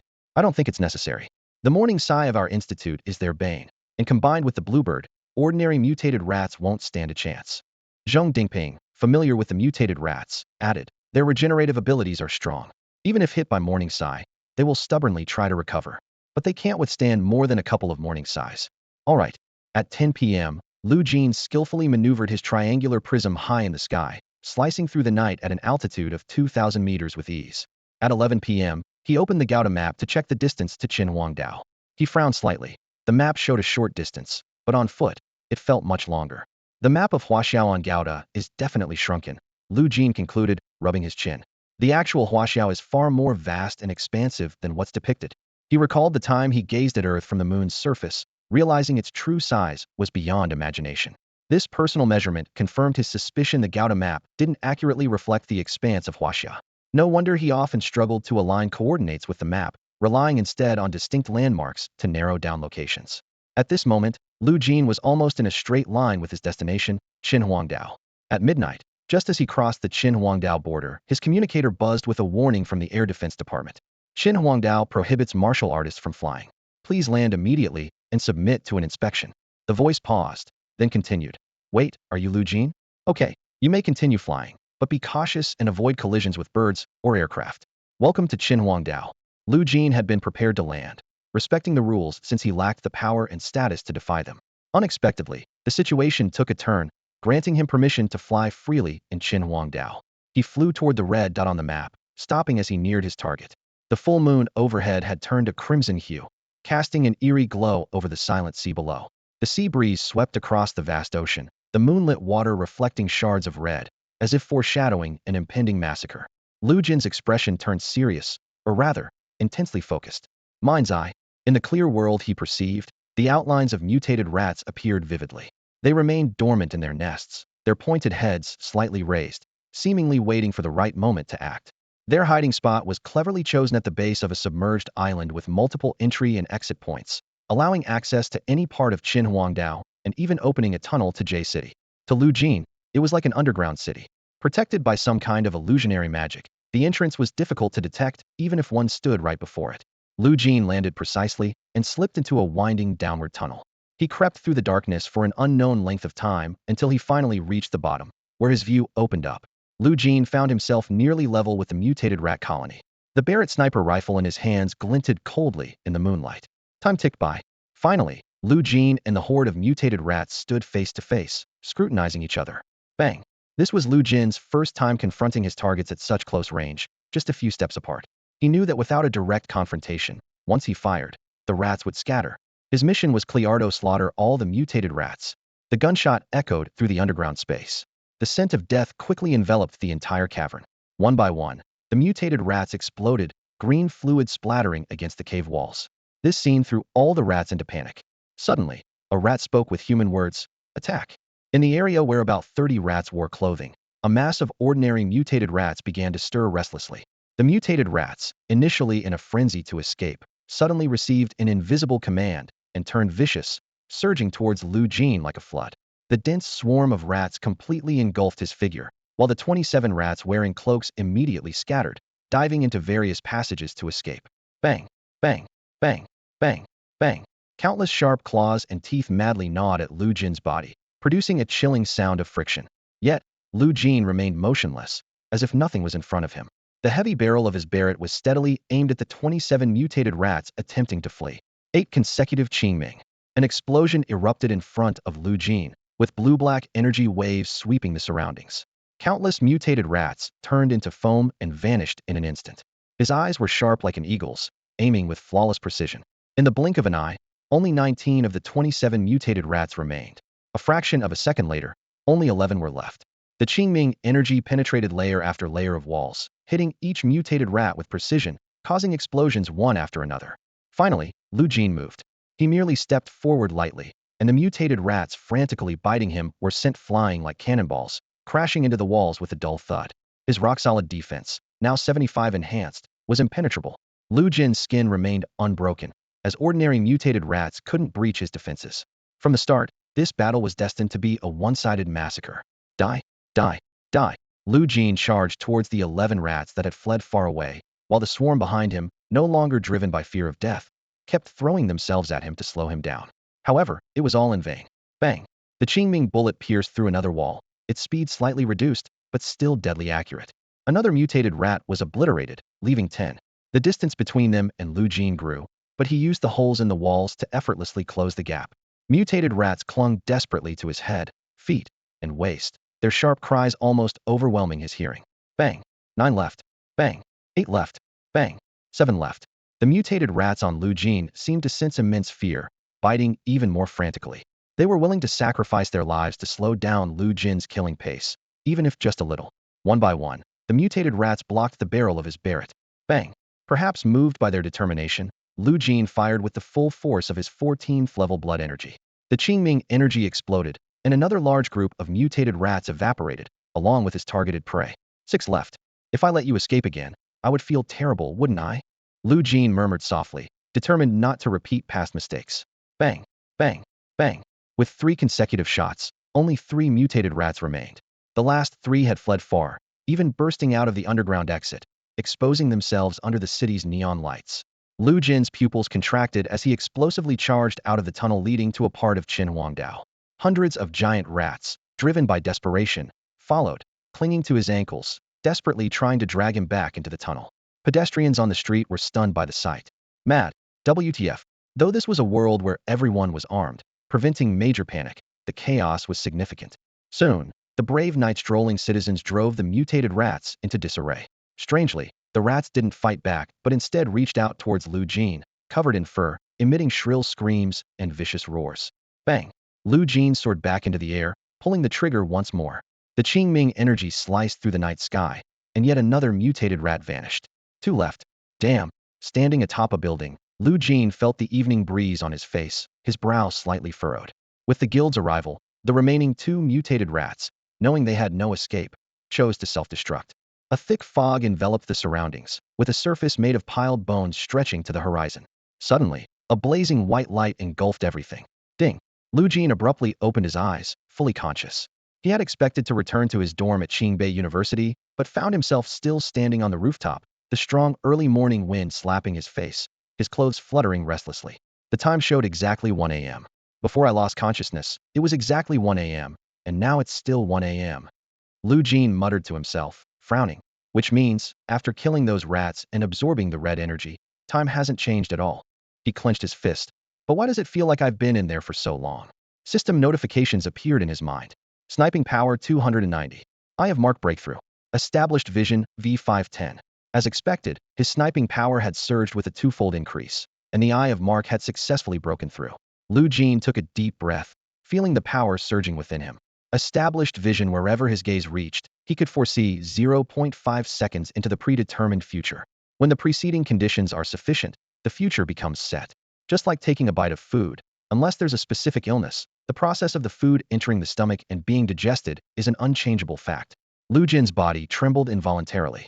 As he looked down at the street below, watching the occasional passing vehicles and night-walking pedestrians, a profound realization dawned on him. He could clearly see which foot each pedestrian would step with next, the length of their stride, and even whether they would speak. He could see whether a moving vehicle would accelerate, if the driver would turn the wheel. All these subtle future changes were laid bare before him.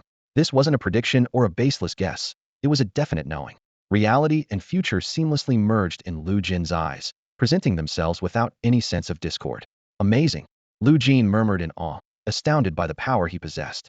As for why he wasn't transported this time, and why time hadn't changed, as long as Lu Jin's mind was clear, cultists equated to outsiders, then it was unlikely anything would go wrong.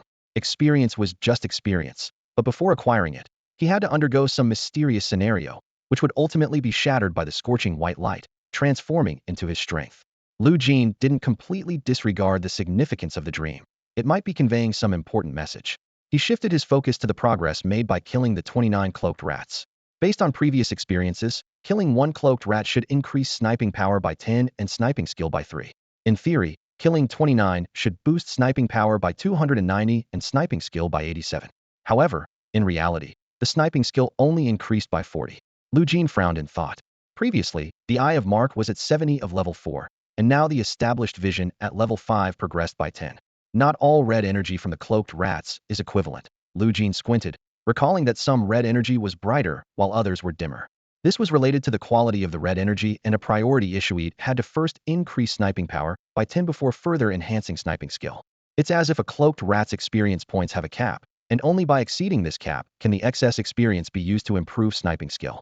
Lu Jin gradually understood that all matter has varying qualities, some good, some bad, and some equal. Lu Jin gazed down at a corner of the streets in Qinhuangdao, feeling completely confident. He knew what the future held, and that was enough for him. I never expected Qinhuangdao to have so many mutated rats. It's our oversight, really. Thank you, Lu Jin. Suddenly, the sound of a forced call being connected interrupted his thoughts. Lu Jin's heart skipped a beat, knowing that forced call privileges were never used for simple gratitude. Something more complex was at play. There's an underground city dug by rats beneath Qinhuangdao, with a route leading to J City, Lu Jin stated calmly. These mutated rats seem to have some strange ability to hide, making them incredibly difficult to detect. He paused for a moment. For now, there are no more mutated rats in Qinhuangdao. I eliminated 29 out of 31 cloaked rats, and the guild took care of the other 2. Over 1,000 ordinary mutated rats tried to block my path, but they have all been dealt with here in Qinhuangdao, with none escaping. There was a moment of silence on the other end of the line. This is unprecedented, so many mutated rats, an underground city. The voice trailed off, and the call abruptly ended. Lu Jin turned and walked back to where he had left his triangular prism. After retrieving it, he swiftly ascended to 2,000 meters and flew towards J City. From this altitude, Lu Jin seemed like a sage, able to perceive everything within his sight across time and space. Bang! Lu Jin chuckled softly. Amazing. I can tell if a shot hits without even pulling the trigger. At the Ming Tang Institute, even before Lu Jin pulled the trigger, he could foresee the outcome, whether or not the shot would hit the target.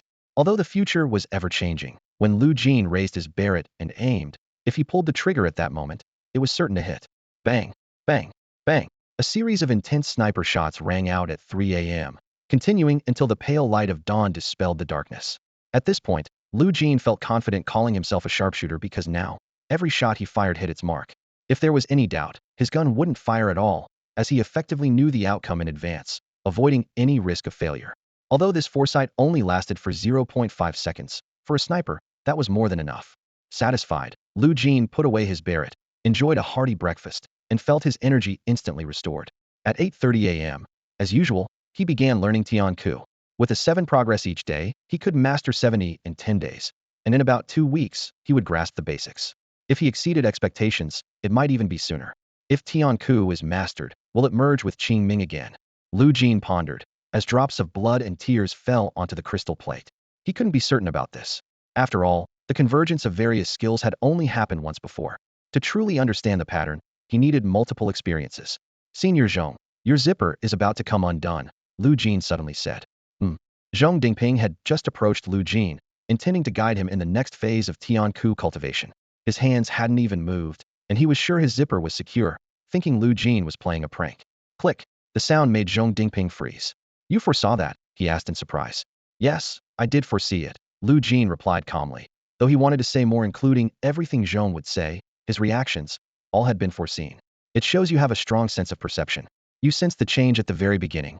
Zhong Dingping nodded. To be called a sharpshooter, you definitely need such talent. Without it, you can't be a sharpshooter, nor can you hit every target from a distance. Lu Jin wanted to argue, wondering if it was possible that he knew 0.5 seconds before the change even started. But he reconsidered, realizing that arguing was pointless and would only yield emotional reactions from Zhong Dingping. Instead, focusing on formal guidance was the right approach. Tianku LV17.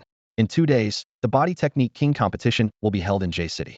As Lu Jin ate in the cafeteria, he was surrounded by the lively discussions of his classmates. Are you joining? I heard the champion's prize is one of the top 3 body technique martial arts ever, the SS level Xiaoyao Yu, one student exclaimed, eyes gleaming with anticipation. No way, no way. Only body technique monsters participate in that. We'd just get crushed, another classmate replied, shaking their head with resignation. Not to mention Xiaoyao Yu. Even if you got it, you probably wouldn't be able to master it. You'd need to have an extremely high level of expertise in body techniques. Lu Jin quietly chewed his food, listening to the conversations around him. He wasn't entirely unfamiliar with Xiaoyao Yu. The Xiaoyao Martial Arts Academy hadn't recruited anyone in over a decade because this technique was so difficult to master that it nearly bankrupted the academy. Even the genius known as Wei Shun only barely managed to get a basic grasp of this body technique. Lu Jin recalled his knowledge of Xiaoyao Yu. This body technique aims for freedom, moving with the wind. Beginners can move gracefully on leaves. Those who achieve moderate success can step on air, achieving an ethereal effect. Masters become like the wind, unrestricted by gravity, moving freely in the world. In modern history class, it was mentioned that a century ago, the Grand Master of the Xiaoyao Martial Arts Academy, Zhuangzai, reached outer space using Xiaoyao Yu. Lu Jin was well versed in the data. Xiaoyao Yu is purely a technique for agility. It doesn't have the explosive speed of Yin Fan, which can cover 300 meters in an instant, but it is the pinnacle of nimble body techniques. If one improves significantly in Xiaoyao Yu, reaching outer space is a minor achievement.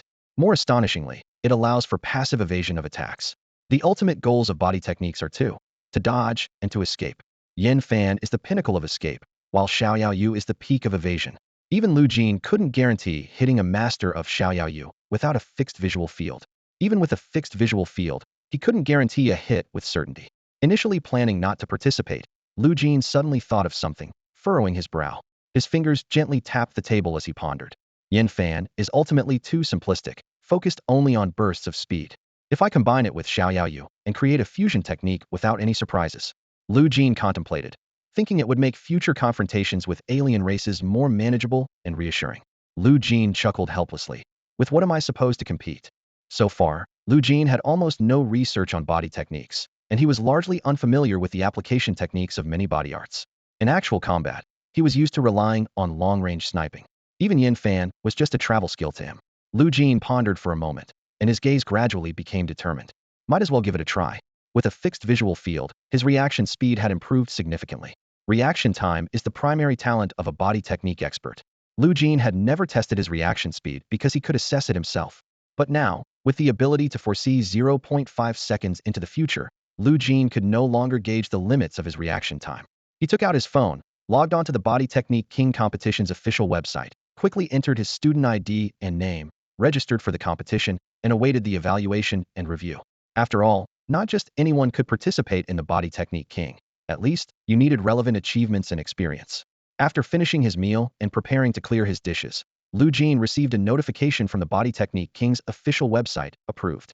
Just as Lu Jin was about to put down his phone, a news alert from Sohu popped up with international news. Normally, Lu Jin would just skim through, but this time, according to reports from media in the beautiful country, there is a divine-level talent above SS-level talent. Once recognized by an angel, an SS-level talent can be purified, further becoming the so-called divine-level talent. The leader of the beautiful country spoke with a powerful and resonant voice. The strength of divine-level talent starts at twice the SSS level and has no upper limit. On the big screen, the formation plan for the second generation of the Avengers was officially announced, featuring the likenesses of figures such as Tankashua, Lucy Zwamali, Emetesi, and Goat Wofu, all recognized by the angels. The familiar faces on the poster made Lu Jin squint slightly. Tankashua was Tang Xiaoqiu, and Lucy Zwamali was Lin Qingxua, both former members of the Genius Club. Lu Jin calmly analyzed the true intention behind this news, to promote the Angel Church worldwide while cloaking it in a grand and glorious facade. He could foresee that geniuses around the globe would flock to this organization in pursuit of so-called divine-level talent. It seemed the beautiful country had forgotten the painful lessons of history. Has the fallen church become so deeply rooted in the beautiful country that it can't be opposed? Lu Jin muttered to himself as he put away his phone and returned to his routine training. 2 days later, at the venue of the Body King competition, a massive wall towered into the clouds, forming a high and wide, cage-like arena with a radius of over 100 meters. Outside the cage, busy staff members tested various equipment, while further out, participants like Lu Jin gathered, each with a focused expression. Lu Jin, I didn't expect to see you at the Body King competition. Yin Chengqing approached with a tone of surprise. Lu Jin responded calmly, I'm here to test my reflexes. Yin Chengqing gave him a complex look. For so long, in any competition Lu Jin participated in, Yin Chengqing had never been able to surpass him. From being undefeated in the Sin domain, to becoming the strongest marksman in the 13th level Void Rift, and even being invited by the archery dean of Duwu University for practical events, only to decline. Could it be that he would claim the Body King title as well? Yin Chengqing was a specialist in agility, after all. Yin Qingqing's eyes turned into crescents as she smiled. Still, it's nice to see you again. Same here, let's do our best. Yes, the Body King competition is open nationwide. Many talented individuals with high agility expertise, even those who have graduated, will participate, Yin Chengqing explained. Even I can't guarantee a top rank. From what you're saying, you're not aiming for first place. Lu Jin felt a slight tension as he had a need for first place. Yin Chengqing glanced at him with slight annoyance. My chances of getting first are negative. Getting a good rank and winning $1 million prize would be great for me. As they conversed, staff began guiding over 100 participants to their designated seats in the spectator area. Lu Jin was placed near the center, which was expected. In Qing Beijing, geniuses were everywhere, and those competing in such events were undoubtedly monstrous in their abilities. Given that the competition was nationwide, it wasn't a fair contest among equals. Influenced by Yin Qingqing's words, Lu Jin also realized his agility wasn't exceptional and no longer aspired for first place. He took a deep breath, relaxing his mind and body. Well then, let's see where my limits lie. It's an honor to have so many outstanding martial artists willing to participate in this year's Agility King competition. The founder of the Agility King stood in the middle of the tall, spacious cage, with spotlights converging on him, highlighting his spirited demeanor. He announced loudly, this year's champion will not only receive the Agility King Honor Trophy and a prize of 10 million, but also an SS-level Xiaoyao as a reward. So, let's see how impressive the agility of this year's contestants truly is. A burst of enthusiastic applause erupted from the audience. The founder was renowned in the agility world, and even without the Xiaoyao, his agility skills were widely recognized as the best of the era. Thanks to his influence, many martial artists were eager to participate, even if the rewards weren't enticing enough for the top talents. Most contestants were newcomers hoping to make a name for themselves in the agility world, while those truly motivated by the rewards were few and far between. Lu Jin sat quietly in the audience, his eyes focused on the arena. Every move, word, and expression of the founder played out precisely in his mind. He casually extended his hand to the left. How did you know I was going to offer you popcorn? Asked the chubby young man seated next to him, surprised as his popcorn seamlessly found its way into Lu Jin's outstretched hand.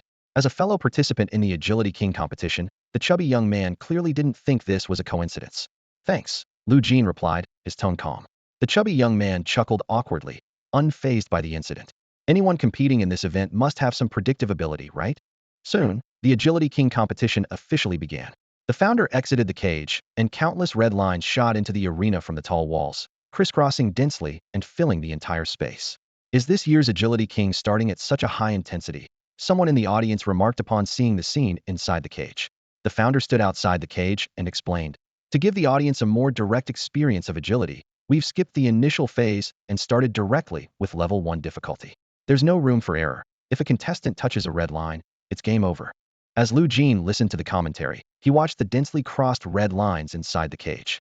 The remaining empty spaces were minimal and constantly shifting and compressing with the swift movement of the red lines.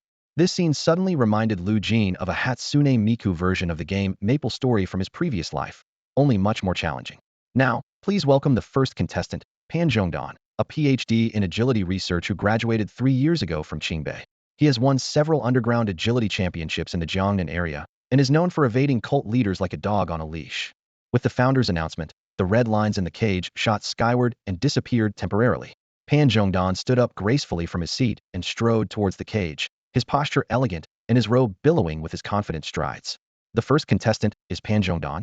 He's an agility research PhD from Qingbei. Some girls in the audience covered their mouths, expressing their admiration to those around them.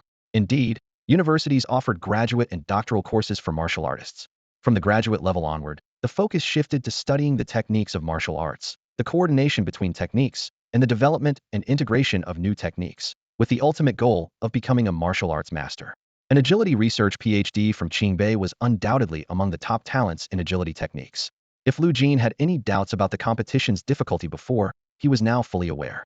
With opponents like Pan Zhongdan, as a university student, Lu Jin had a 98% chance of not being able to match him. Pan Zhongdan reached the center of the cage, and with a roar, the red lines lit up again, as if the prelude to the competition had begun. Countdown. The organizer's voice echoed above the cage. 3.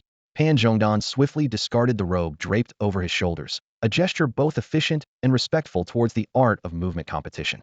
His eyes narrowed slightly as he began to scan the towering walls, his energy already stirring within. 2. The infrared emitters rebooted, countless red beams, like the stingers of hornets, all targeted the center of the arena where Pan Zhongdan stood. The beams crisscrossed, forming a deadly web. 1. Begin. As Pan Zhongdan moved, innumerable red lines immediately shot towards him at a frenzied pace. These beams were so fast that an ordinary person couldn't possibly track their paths, let alone find a foothold in the highly compressed space. Yet, Pan Zhongdan effortlessly navigated through the dense barrage of infrared beams, accurately capturing each trajectory and using his movement skills to pivot, sidestep, and leap gracefully. Every movement was perfectly timed, his body weaving through the red lines like a fish in water, creating a visual feast of agility. On the sidelines, Yin Chengcheng watched in awe, her face full of admiration. No wonder he's the master of movement research who can outmaneuver even the bishop. A chubby boy sitting next to Lu Jin was engrossed, stuffing popcorn into his mouth, as if watching the most thrilling climax of a movie, not daring to blink. Lu Jin observed quietly. With his eagle eye, every trajectory of the infrared beams was crystal clear. He could predict where Pan Zhongdan would move next, what technique he would use, and even the exact width of his steps. To Lu Jin, no technique seemed beyond his observation, and he was learning with intense focus. Level 2 difficulty. With the increase in difficulty, the infrared beams became faster and more numerous, further compressing the available space. Yet this posed no problem for Pan Zhongdan, who continued to evade every beam with precision, his movements calm and unhurried. Level 3. Pan Zhongdan maintained a relaxed demeanor, his movements as fluid as water. Level 4. Level 4 was an ultra-high difficulty, with each infrared emitter capable of projecting multiple beams that could curve and create illusions. It appeared to be a test of physical agility, but it truly challenged the ability to adapt and react spontaneously. Pan Zhongdan finally became serious. Illusions could deceive the eyes and brain, something movement experts feared most. Misjudgment due to illusions could lead to mistakes. Level 5. Everyone stand. Pan Zhongdan's movements became increasingly extreme and breathtaking, his evasions as precise and elegant as a masterful performance. In another viewing box, an elderly man watched the competition with excitement.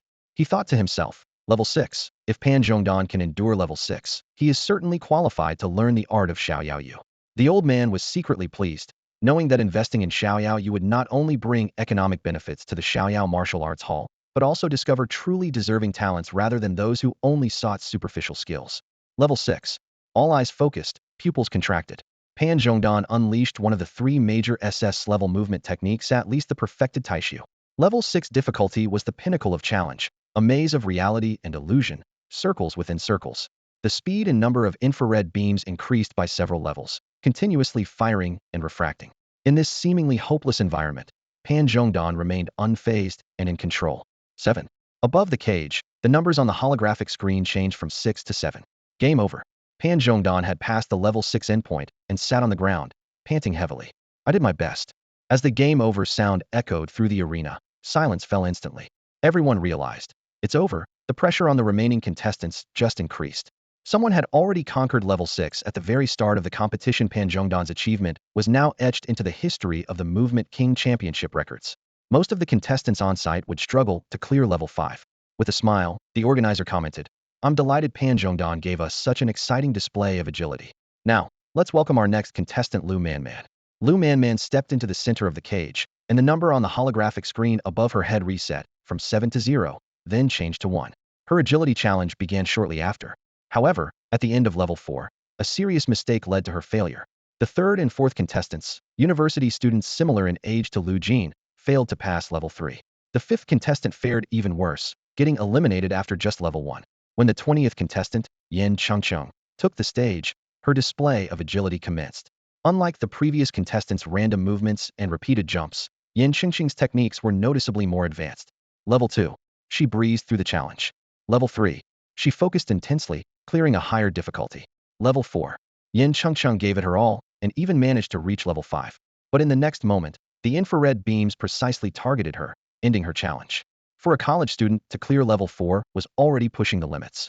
A chubby boy wiped his mouth and continued eating his popcorn. "No need," he said, confused. Were you going to ask if I wanted popcorn or something? Can you read minds?" Lu Jin replied calmly. "Not quite." Contestants 21, 22. The competition continued until the 48th contestant. The chubby boy put down his popcorn and stretched. The host announced loudly, "Please welcome the youngest and most talented disciple of the Divine Step Martial Arts Academy, trained by the headmaster himself. Known for possessing one of the 3 SS-level agility skills, the Divine Step, our little master, Lingxi." The chubby boy seemed relieved. "Finally, it's my turn." The surrounding contestants began whispering. "So he's the talented Lingxi, trained by the headmaster? Didn't expect him to be chubby. Wasn't he supposed to be handsome?" Unfazed by the comments, Lingxi casually walked to the center of the cage. As the match began, the red line immediately scanned his large frame, and the screen displayed "Game Over" instantly. With his hands behind his head, Lingxi left the arena nonchalantly. The contestants exchanged glances, speechless. Isn't he supposed to represent the Divine Step Martial Arts Academy? I heard a rumor that the headmaster forced him to try it. No wonder. Seems carefree, but it's just arrogance. Lingxi's reputation was mixed among the audience. The organizer made no further comments and announced, "Next up, please welcome Lu Jin, who earned the title of sharpshooter in the 13th level Void Rift and achieved an unbeaten record in the Sin domain, creating a historical peak in Sin domain history." As the organizer revealed Lu Jin's impressive background, all eyes turned to him. "Wow," gasped someone in the crowd. "No one comes here without some skill. Let's see how his agility holds up. Since he's participating in the Movement King, his agility must be impressive." Lu Jin walked to the center of the cage, looking up at the towering walls and the countless infrared emitters that seemed like cold eyes staring down at him. While most people would feel immense pressure just standing there, Lu Jin had a simple hope that by giving his all, he could achieve a respectable result in this competition. The countdown began. 3, 2, 1. Embedded in the towering iron walls, infrared emitters swept directly towards Lu Jin. He walked step by step, as if strolling down a street, into the compressed blank space where the infrared beams crossed. From the outset, Lu Jin had realized that these infrared beams did not sweep randomly. Even at level 6 difficulty, there was still a perfect survival path to follow. Each time the beams crossed, their angles and amplitudes changed randomly, forcing him to precisely find that survival path in the moment. The level 1 challenge was exceptionally simple. Lu Jin just walked normally, easily dodging all the infrared beams and quickly advancing. Starting at level 2, Lu Jin's pace quickened slightly, like a casual stroll with a bit of added speed. To the audience, his seemingly ordinary movements appeared to lack any technique, consisting only of abstract motions. "Wow, just like that, he's at level 3, someone murmured in surprise, as the crowd reacted with disbelief. At level 3, the infrared beams moved noticeably faster, yet Lu Jin still didn't use any conventional techniques. With abstract twists, occasional jumps, and crouches, he astonishingly avoided all the beams. It was as absurd and effective as someone comically dodging punches in a boxing match. Level 4. The crowd exclaimed in unison, rising to their feet. If the first 3 levels showcased abstract movements, then the 4th level proved something else. Lu Jin's speed had indeed increased, but it didn't stop him from maintaining those seemingly random jumps, crouches, and twists to effortlessly dodge the beams. He's not using any techniques, just pure skill? Yin Chengcheng remarked, her expression complex. Even with all her technique and effort, she could barely survive level 4. Yet Lu Jin managed it without any techniques, relying solely on skill in the tightly compressed survival space. More astonishingly, he never fell for the false traps of survival space, as if they didn't exist for him. Level 5. By level 5, the speed and number of beams far exceeded what a normal martial artist could handle. Simple twisting and jumping were no longer enough. Speed needed to be elevated. Lu Jin executed Yin Fan, propelling himself explosively into the remaining blank space. The beams relentlessly swept around him, yet he made micro-adjustments and subtle retreats like he was moonwalking, deftly avoiding each slightly off-target beam. Watching this, Pan Zhongdan, a movement technique expert, couldn't remain silent. High-level dodging often uses the simplest movements, he explained seriously. Lu Jin's seemingly abstract movements are precisely calculated, supported by unparalleled reaction speed and decisive judgment. Importantly, there's no wasted movement, it's clean and efficient. Pan Zhongdan took a deep breath and continued. Even as a movement technique researcher, I almost overlooked the fundamental principle: simplification is superior. This young man's reactions, decisiveness, and efficiency are the epitome of supreme movement technique. The audience was left speechless in amazement. He used Yin Fan to dodge the beams? Level 6, someone shouted. What the heck, is there a glitch? Lu Jin continued his fine-tuned moonwalk. The infrared beams now filled the entire cage. The survival space shrank to a mere point, with any misstep meaning elimination. Strangely, the beams seemed to intentionally avoid Lu Jin. In the viewing box, an elderly man was beside himself with excitement. Innate talent. This is absolutely unnatural for mastering the art of Xiao Yao Yu. It's not technique, it's pure talent. Meanwhile, the event organizer explained solemnly. I feel it's necessary to clarify that Lu Jin has mastered an absolute survival path. Our movement master has calculated every angle and number of infrared beams with precise logic. The system always leaves one perfect survival path for participants. Now, based on his performance, he's found that perfect line of survival. As the organizer finished speaking, the announcement came. Level 7. On the holographic screen, the number 6 swiftly changed to 7. The game was over. Lu Jin's pupils suddenly contracted. Level 7. Even though he had seen the perfect survival route, he still couldn't break through. To pass level 7, one must possess a mysterious body movement technique, and his Yinfan skill was clearly insufficient. Yinfan emphasizes straightforwardness, but navigating the countless twists and turns of this labyrinth smoothly and quickly is no easy task. Without using martial techniques, it's impossible to pick up speed, and death would be even more certain. The moment countless red lines swept across Lu Jin's body, the game ended. Below level 7, relying purely on technique was sufficient, but above level 7, one must fully master body movement skills to have any hope. The organizer spoke with respect. Thank you, Lu Jin, for demonstrating what top-tier positioning purely through technique looks like. But technique alone is just technique. Without superior body movement skills to complement it, it's like a deck missing a trump card. A single trump card is strong, but two together is a real game changer. It's said that Pan Zhongdan agrees with this viewpoint. Simplifying is optimal, but sometimes one must complicate things before simplifying again. Pan Zhongdan has studied this endlessly for years, unable to break this seemingly endless cycle. Lu Jin left the cage, and the organizer promptly called the next contestant's name. Lu Jin returned to his seat, waiting patiently for the final results of the body movement expert. The competition ended swiftly. Most contestants failed to surpass level 5, very few reached level 6, and only Pan Zhongdan and Lu Jin managed to cross level 6 to reach level 7. The champion was not announced immediately. After the body movement segment concluded, the crowd dispersed, leaving only Pan Zhongdan and Lu Jin to be informed to stay. Nice to meet you.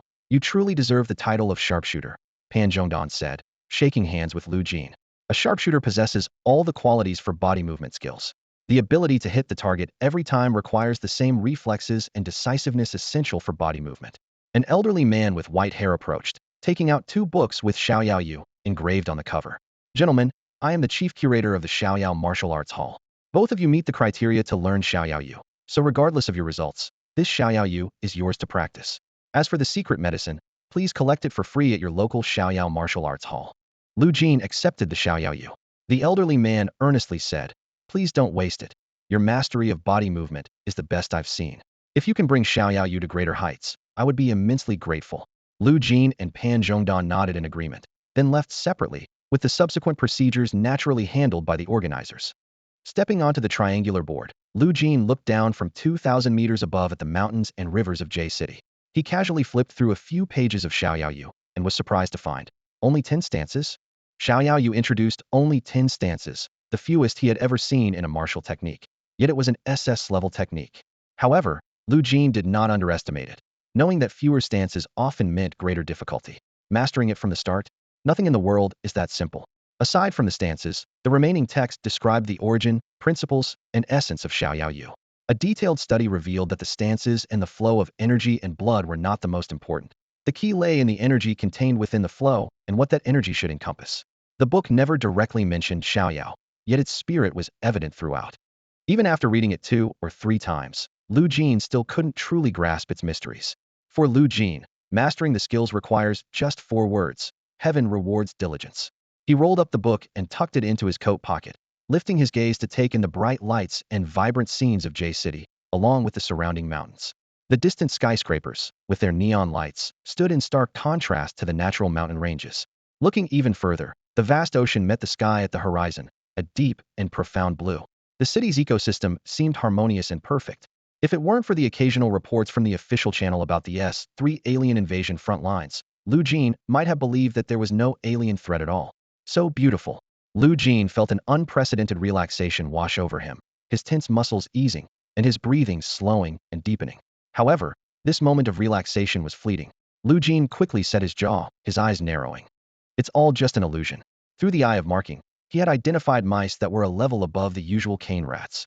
These higher-level mice appeared as wisps of mist, and if not for their occasional emergence from the fog, it would be impossible to discern their true identities. As Lu Jin delved deeper into this world, he became increasingly aware that the surface harmony was merely a fragile facade, with turmoil brewing beneath.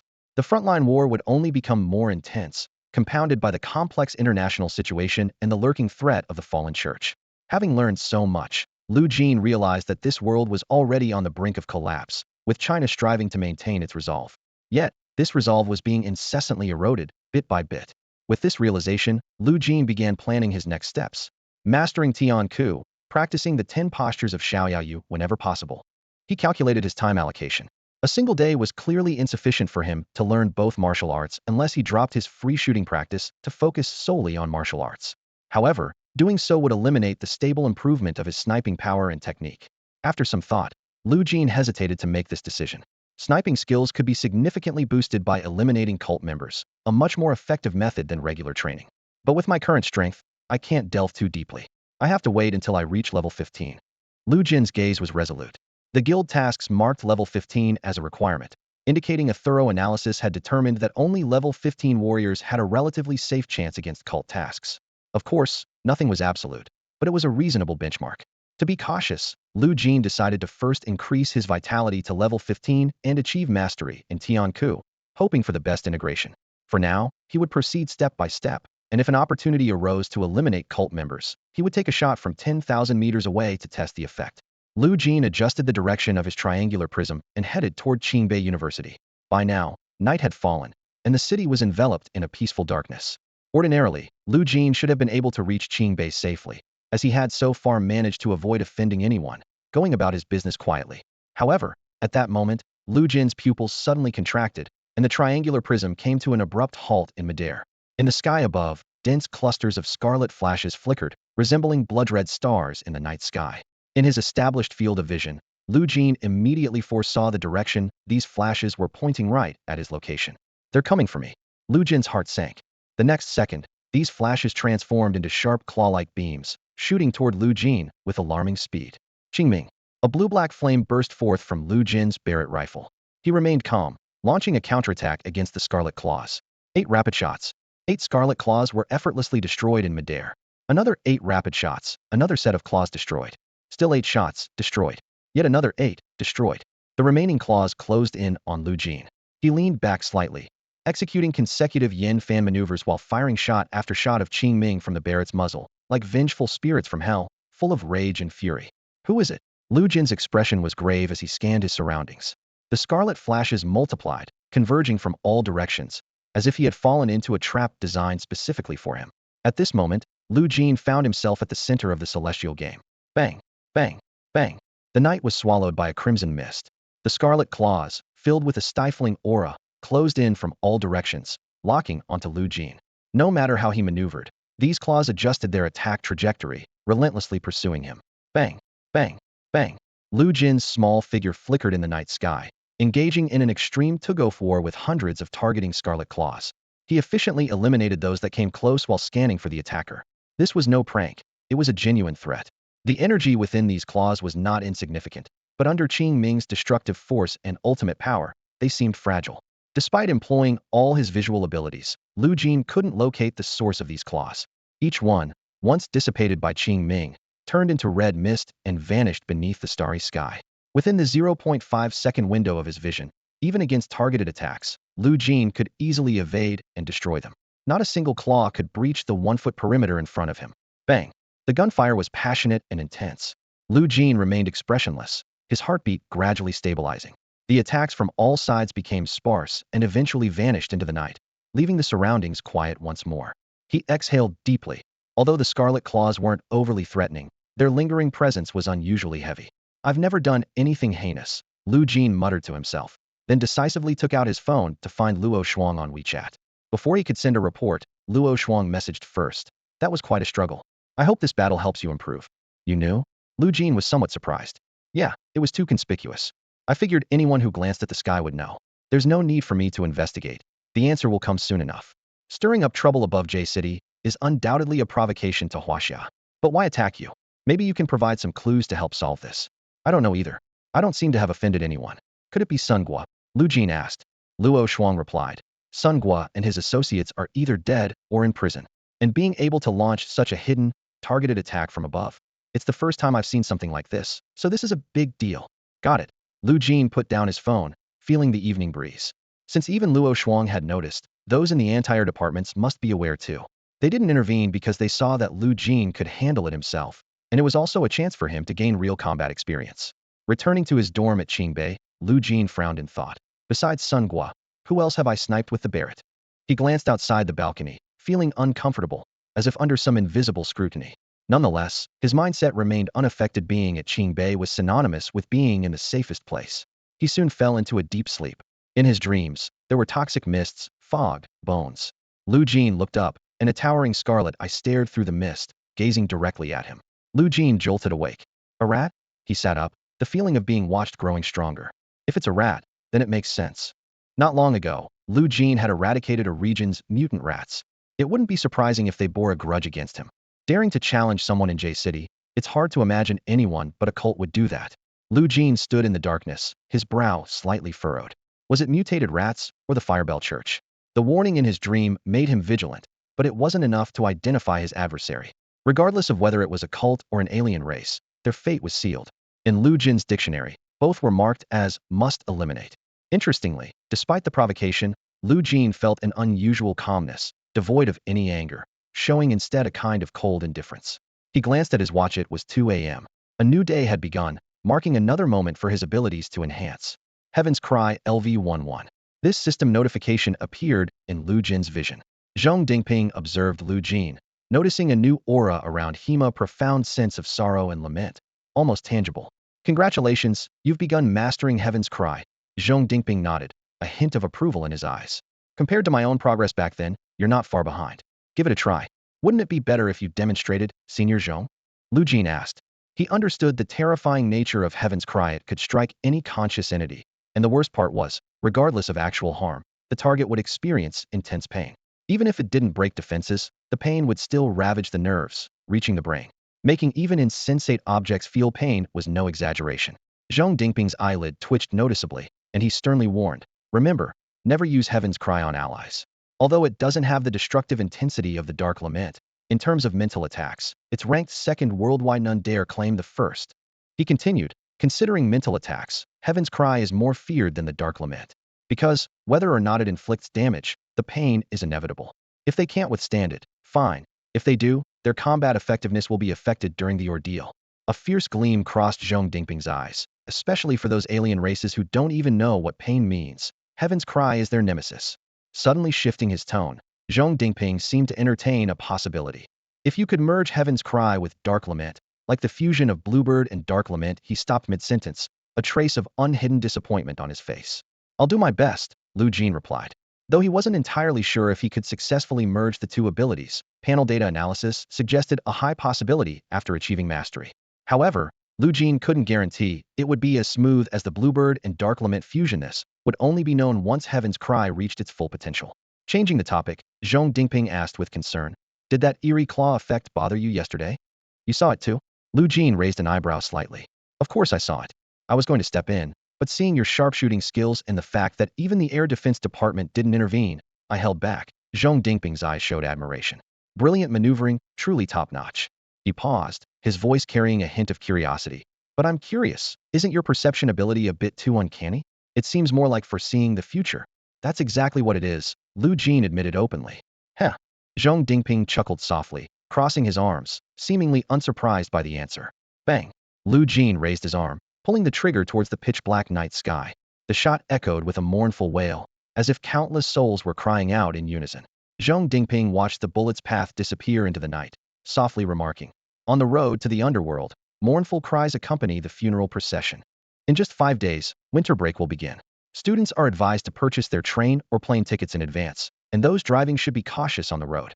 The counselor, who has been almost invisible throughout the university life, has finally gathered everyone for the second-class meeting of the semester. Is it already winter break? Lu Jin thought, marveling at how quickly time had passed. In the classroom, most students wore expressions of surprise, clearly not realizing that the break was so near. Outside, light snowflakes intermittently fell over City J, announcing the arrival of winter. Lu Jin pondered that winter break in this world indeed seemed to come rather early. After studying the arts of Ming Tan and Qing Miao, tackling Tian Ku, and dealing with a mountain of miscellaneous tasks, the semester had flown by without notice. The class had made significant progress. Many had mastered Ming Tan and pursued other martial arts, achieving impressive results. This semester, not only Lu Jin but everyone had seen a notable improvement in their skills, reaching remarkable levels of combat ability. Lu Jin gazed southward, suddenly realizing it had been a long time since he last visited City A. It's a good opportunity to clear out the rats in City A, he resolved. According to his markings, there were several rat nests in City A. Although they didn't have as many talking rats as Qinhuangdao, the number of small rats was substantial. Following the attack of the Scarlet Claw, Lu Jin decided to take action whenever possible, to gain more experience. With the help of markers on the Gouda map, he noticed that the rats were widespread, but most were concentrated on the edges of the Chinese map. Lu Jin deliberately kept his information to himself. He considered the rats to be crucial experience points and the easiest enemies he could handle at the moment. Without uncovering the ultimate leader, he was reluctant to divulge this intelligence. So far, Lu Jin hadn't encountered any higher existence apart from the rats that could turn into mist. Could the mist-forming rat be the ultimate leader? He pondered, then shook his head. No, it doesn't seem right. Drawing on his experience, he quickly dismissed that idea. Given the cautious nature of rats, the true leader would be even more concealed. I suspect they have some form of remote communication. Otherwise, how could they control rats spread so widely? Lu Jin mused, feeling for the first time that even with his marked eye, difficulties remained. That existence never showed itself even among its peers, making it difficult for Lu Jin to find it. However, he wasn't in a rush, confident that one day it would reveal itself. China wasn't panicking either. A strong nation wouldn't be left without a means to respond just because Lu Jin withheld information. At least, it wouldn't let mutant rats wreak havoc unchecked. At 8:30 in the morning, the usual class time, Zhong Dingping handed each student a video tutorial on the Tian Ku stance method. "Next semester, you will begin learning Tian Ku," he stated seriously, "but I hope you will review it before the next semester starts. Otherwise, it will be a nightmare for you." You can refer to Lu Jin, who has already started learning Tian Ku. As soon as Zhong Dingping finished speaking, the classroom buzzed with chatter, and many students cast surprised looks at Lu Jin. Zhong Dingping didn't ask Lu Jin to demonstrate his well-practiced stance in front of everyone, but calmly added, "Of course, don't feel disheartened. Everyone's martial path is different, and so is their method of learning. So next semester, you won't be required to learn Tian Ku. The rest of the martial arts path is up to you to choose, depending on your personal preference." Students at Beijing University have the liberty to explore various martial arts disciplines without being confined to a single academy. The bell rang, signaling the end of class, and students began to pack their books, leaving in small groups to pursue their own goals. As usual, Lu Jin followed his routine, entering his training mode without fail, occasionally pulling out the Xiaoyaoyu manual from his backpack to study. He quietly sat in the corner of the training ground, checking his ability panel. Lu Jin's vitality is at 14.5, His skill, fixed vision, has reached level 517. His sniping power has astonishingly increased by 1420. Range extended to 15,010 meters. Rock Solid has reached its peak at 75. Heaven's Cry is at the beginner level 15, and Xiaoyao Yu remains unlocked. His ultimate move, Qingming. Time flew by swiftly, and 5 days passed in the blink of an eye. In the early morning, Lu Jin boarded an early flight to City A, carrying a simple backpack. The blue sky and white clouds shimmered softly under the sunlight outside the window. Everything operated harmoniously within the ecosystem, with no unexpected events. In the afternoon, the plane landed punctually at Shuangliu Station in City A. Lu Jin returned to his long-lost hometown smoothly, without any incidents. He hadn't informed his uncle and aunt in advance about his return, considering they needed to care for their 2 newborns, and he didn't want to burden them further. As soon as he stepped off the platform, a familiar figure caught his eye. Ma Hongping, the president of the Great Wall Guild in City A, had personally come to greet him. "Hello, President Ma," Lu Jin greeted politely. "Don't call me President Ma," Ma Hongping waved cheerfully. "Just call me Old Ma. With your current status, you're my superior." Lu Jin's lips curled into a slight smile. "Come, let me take you home, and we can have a meal together?" Ma Hongping warmly invited. "No problem." Lu Jin couldn't refuse Ma Hongping's sincerity, especially since the long journey had indeed left him quite hungry. He had planned to treat his family to a sumptuous meal upon returning home. As they were about to get into the car, a familiar voice called out, "Wait, Lu Jin, why not ride with me?" Lu Jin turned to see the principal of Yizhong, accompanied by a tall male teacher and a young, beautiful female teacher. The 2 teachers immediately stepped forward to take the luggage from Ma Hongping, who swiftly retrieved it back with a deft move. This scene left Lu Jin amused. Both the principal and Ma Hongping were good people, showing great enthusiasm, neither willing to give way. As Lu Jin was about to say something to ease the awkwardness, Ma Hongping spoke first. "You see, first come, first served. Of course, Lu Jin should ride with me." "Well, Lu Jin is our top student from Yizhong, and his return is particularly significant. Can you give us the honor, President Ma?" The principal responded, undeterred. "Let's discuss that later. Nothing is more important than eating. Besides, Lu Jin must be hungry after such a long flight. Eating comes first. Is anything at Yizhong more important than eating?" Ma Hongping stood his ground. "You're right, of course, eating is the priority. I've already prepared a banquet and would like to invite you all to join." The principal skillfully resolved the conflict. Ma Hongping paused, clearly weighing his options. Seeing that neither side wanted to back down, Lu Jin smiled and intervened. "All right, let's all eat together. By the way, principal, is teacher Wan still at the shooting range?" The principal's eyes lit up, immediately understanding. While others might not know, as the principal, he certainly understood that Wan Yuanzheng was Lu Jin's first guide and essentially his first true teacher. This banquet naturally included teacher Wan as an honored guest. "He's been waiting for you," the principal replied nonchalantly, subtly reminding Lu Jin not to forget his mentor. Lu Jin understood the principal's intention, but said nothing more. He never rejected the genuine kindness of those who had sincerely supported him during his high school years. Lu Jin wasn't arrogant. He welcomed these sincere invitations.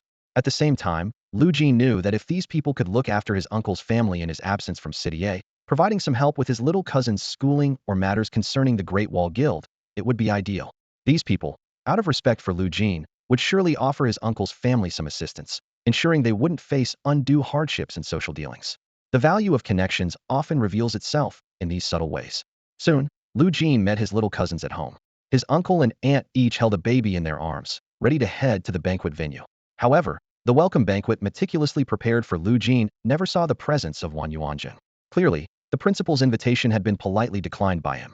After the banquet, Lu Jin didn't linger and immediately took his uncle and aunt to a real estate agency. He bought a large apartment in a well-secured neighborhood backed by the Wuchang Guild, and also bought each of them a luxury hover car. If he had just given them the money, their usual frugality would have prevented them from making such purchases for themselves. After an exhilarating shopping spree in City A, night finally fell. His uncle and aunt settled into their new apartment, while Lu Jin headed alone towards the school's shooting range. "Mr. Wan, smoking?" Lu Jin stood at Wan Yuanzheng's door, watching him lazily recline on the sofa, a thin trail of smoke rising from the cigarette in his fingers. Except during meals, it seemed this teacher never let go of his cigarette. Wan Yuanzheng exhaled a cloud of smoke, glancing up slightly. "I didn't attend the banquet welcoming you. Hope you don't mind. I'm not good with social gatherings." "Understood," Lu Jin replied succinctly. Wan Yuanzheng took the last drag of his cigarette, then finally looked the young man up and down. "So how's your training going?" "Not bad. Really?" Wan Yuanzheng twisted his neck, a hint of excitement gleaming in his eyes. "Then shoot me, and let's see your skills." Lu Jin realized that it seemed all senior martial artists like treating young people as punching bags. "I think I'd better not." Wan Yuanjing chuckled. Afraid of killing me? Don't worry, that's impossible. I'm known for being tough. Even if you've mastered the morning sigh, you can't really hurt me unless you know how to destroy ruins. Lu Jin's eyes lit up. Then how about I try the heavenly cry? He dared not use the lethal Qing Ming, as its power was too great, and he didn't fully understand Wan Yuanjing's strength. Besides, with his current range of 15,000 meters, even a regular shot was several times more powerful than during his high school days, not to mention with a special attack. You know the heavenly cry?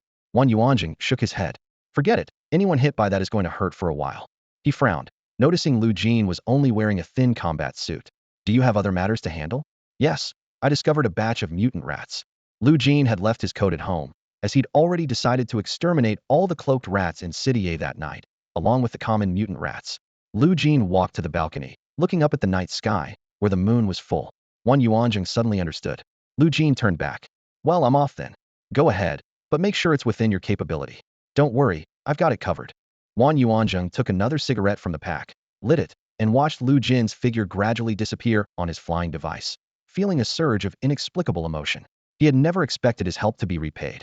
Including this banquet, Wan Yuanjing had intended to disappear from Lu Jin's world forever, for Lu Jin to forget there was ever someone named Wan Yuanjing. But Lu Jin hadn't forgotten, nor had he forgotten the promise made back then.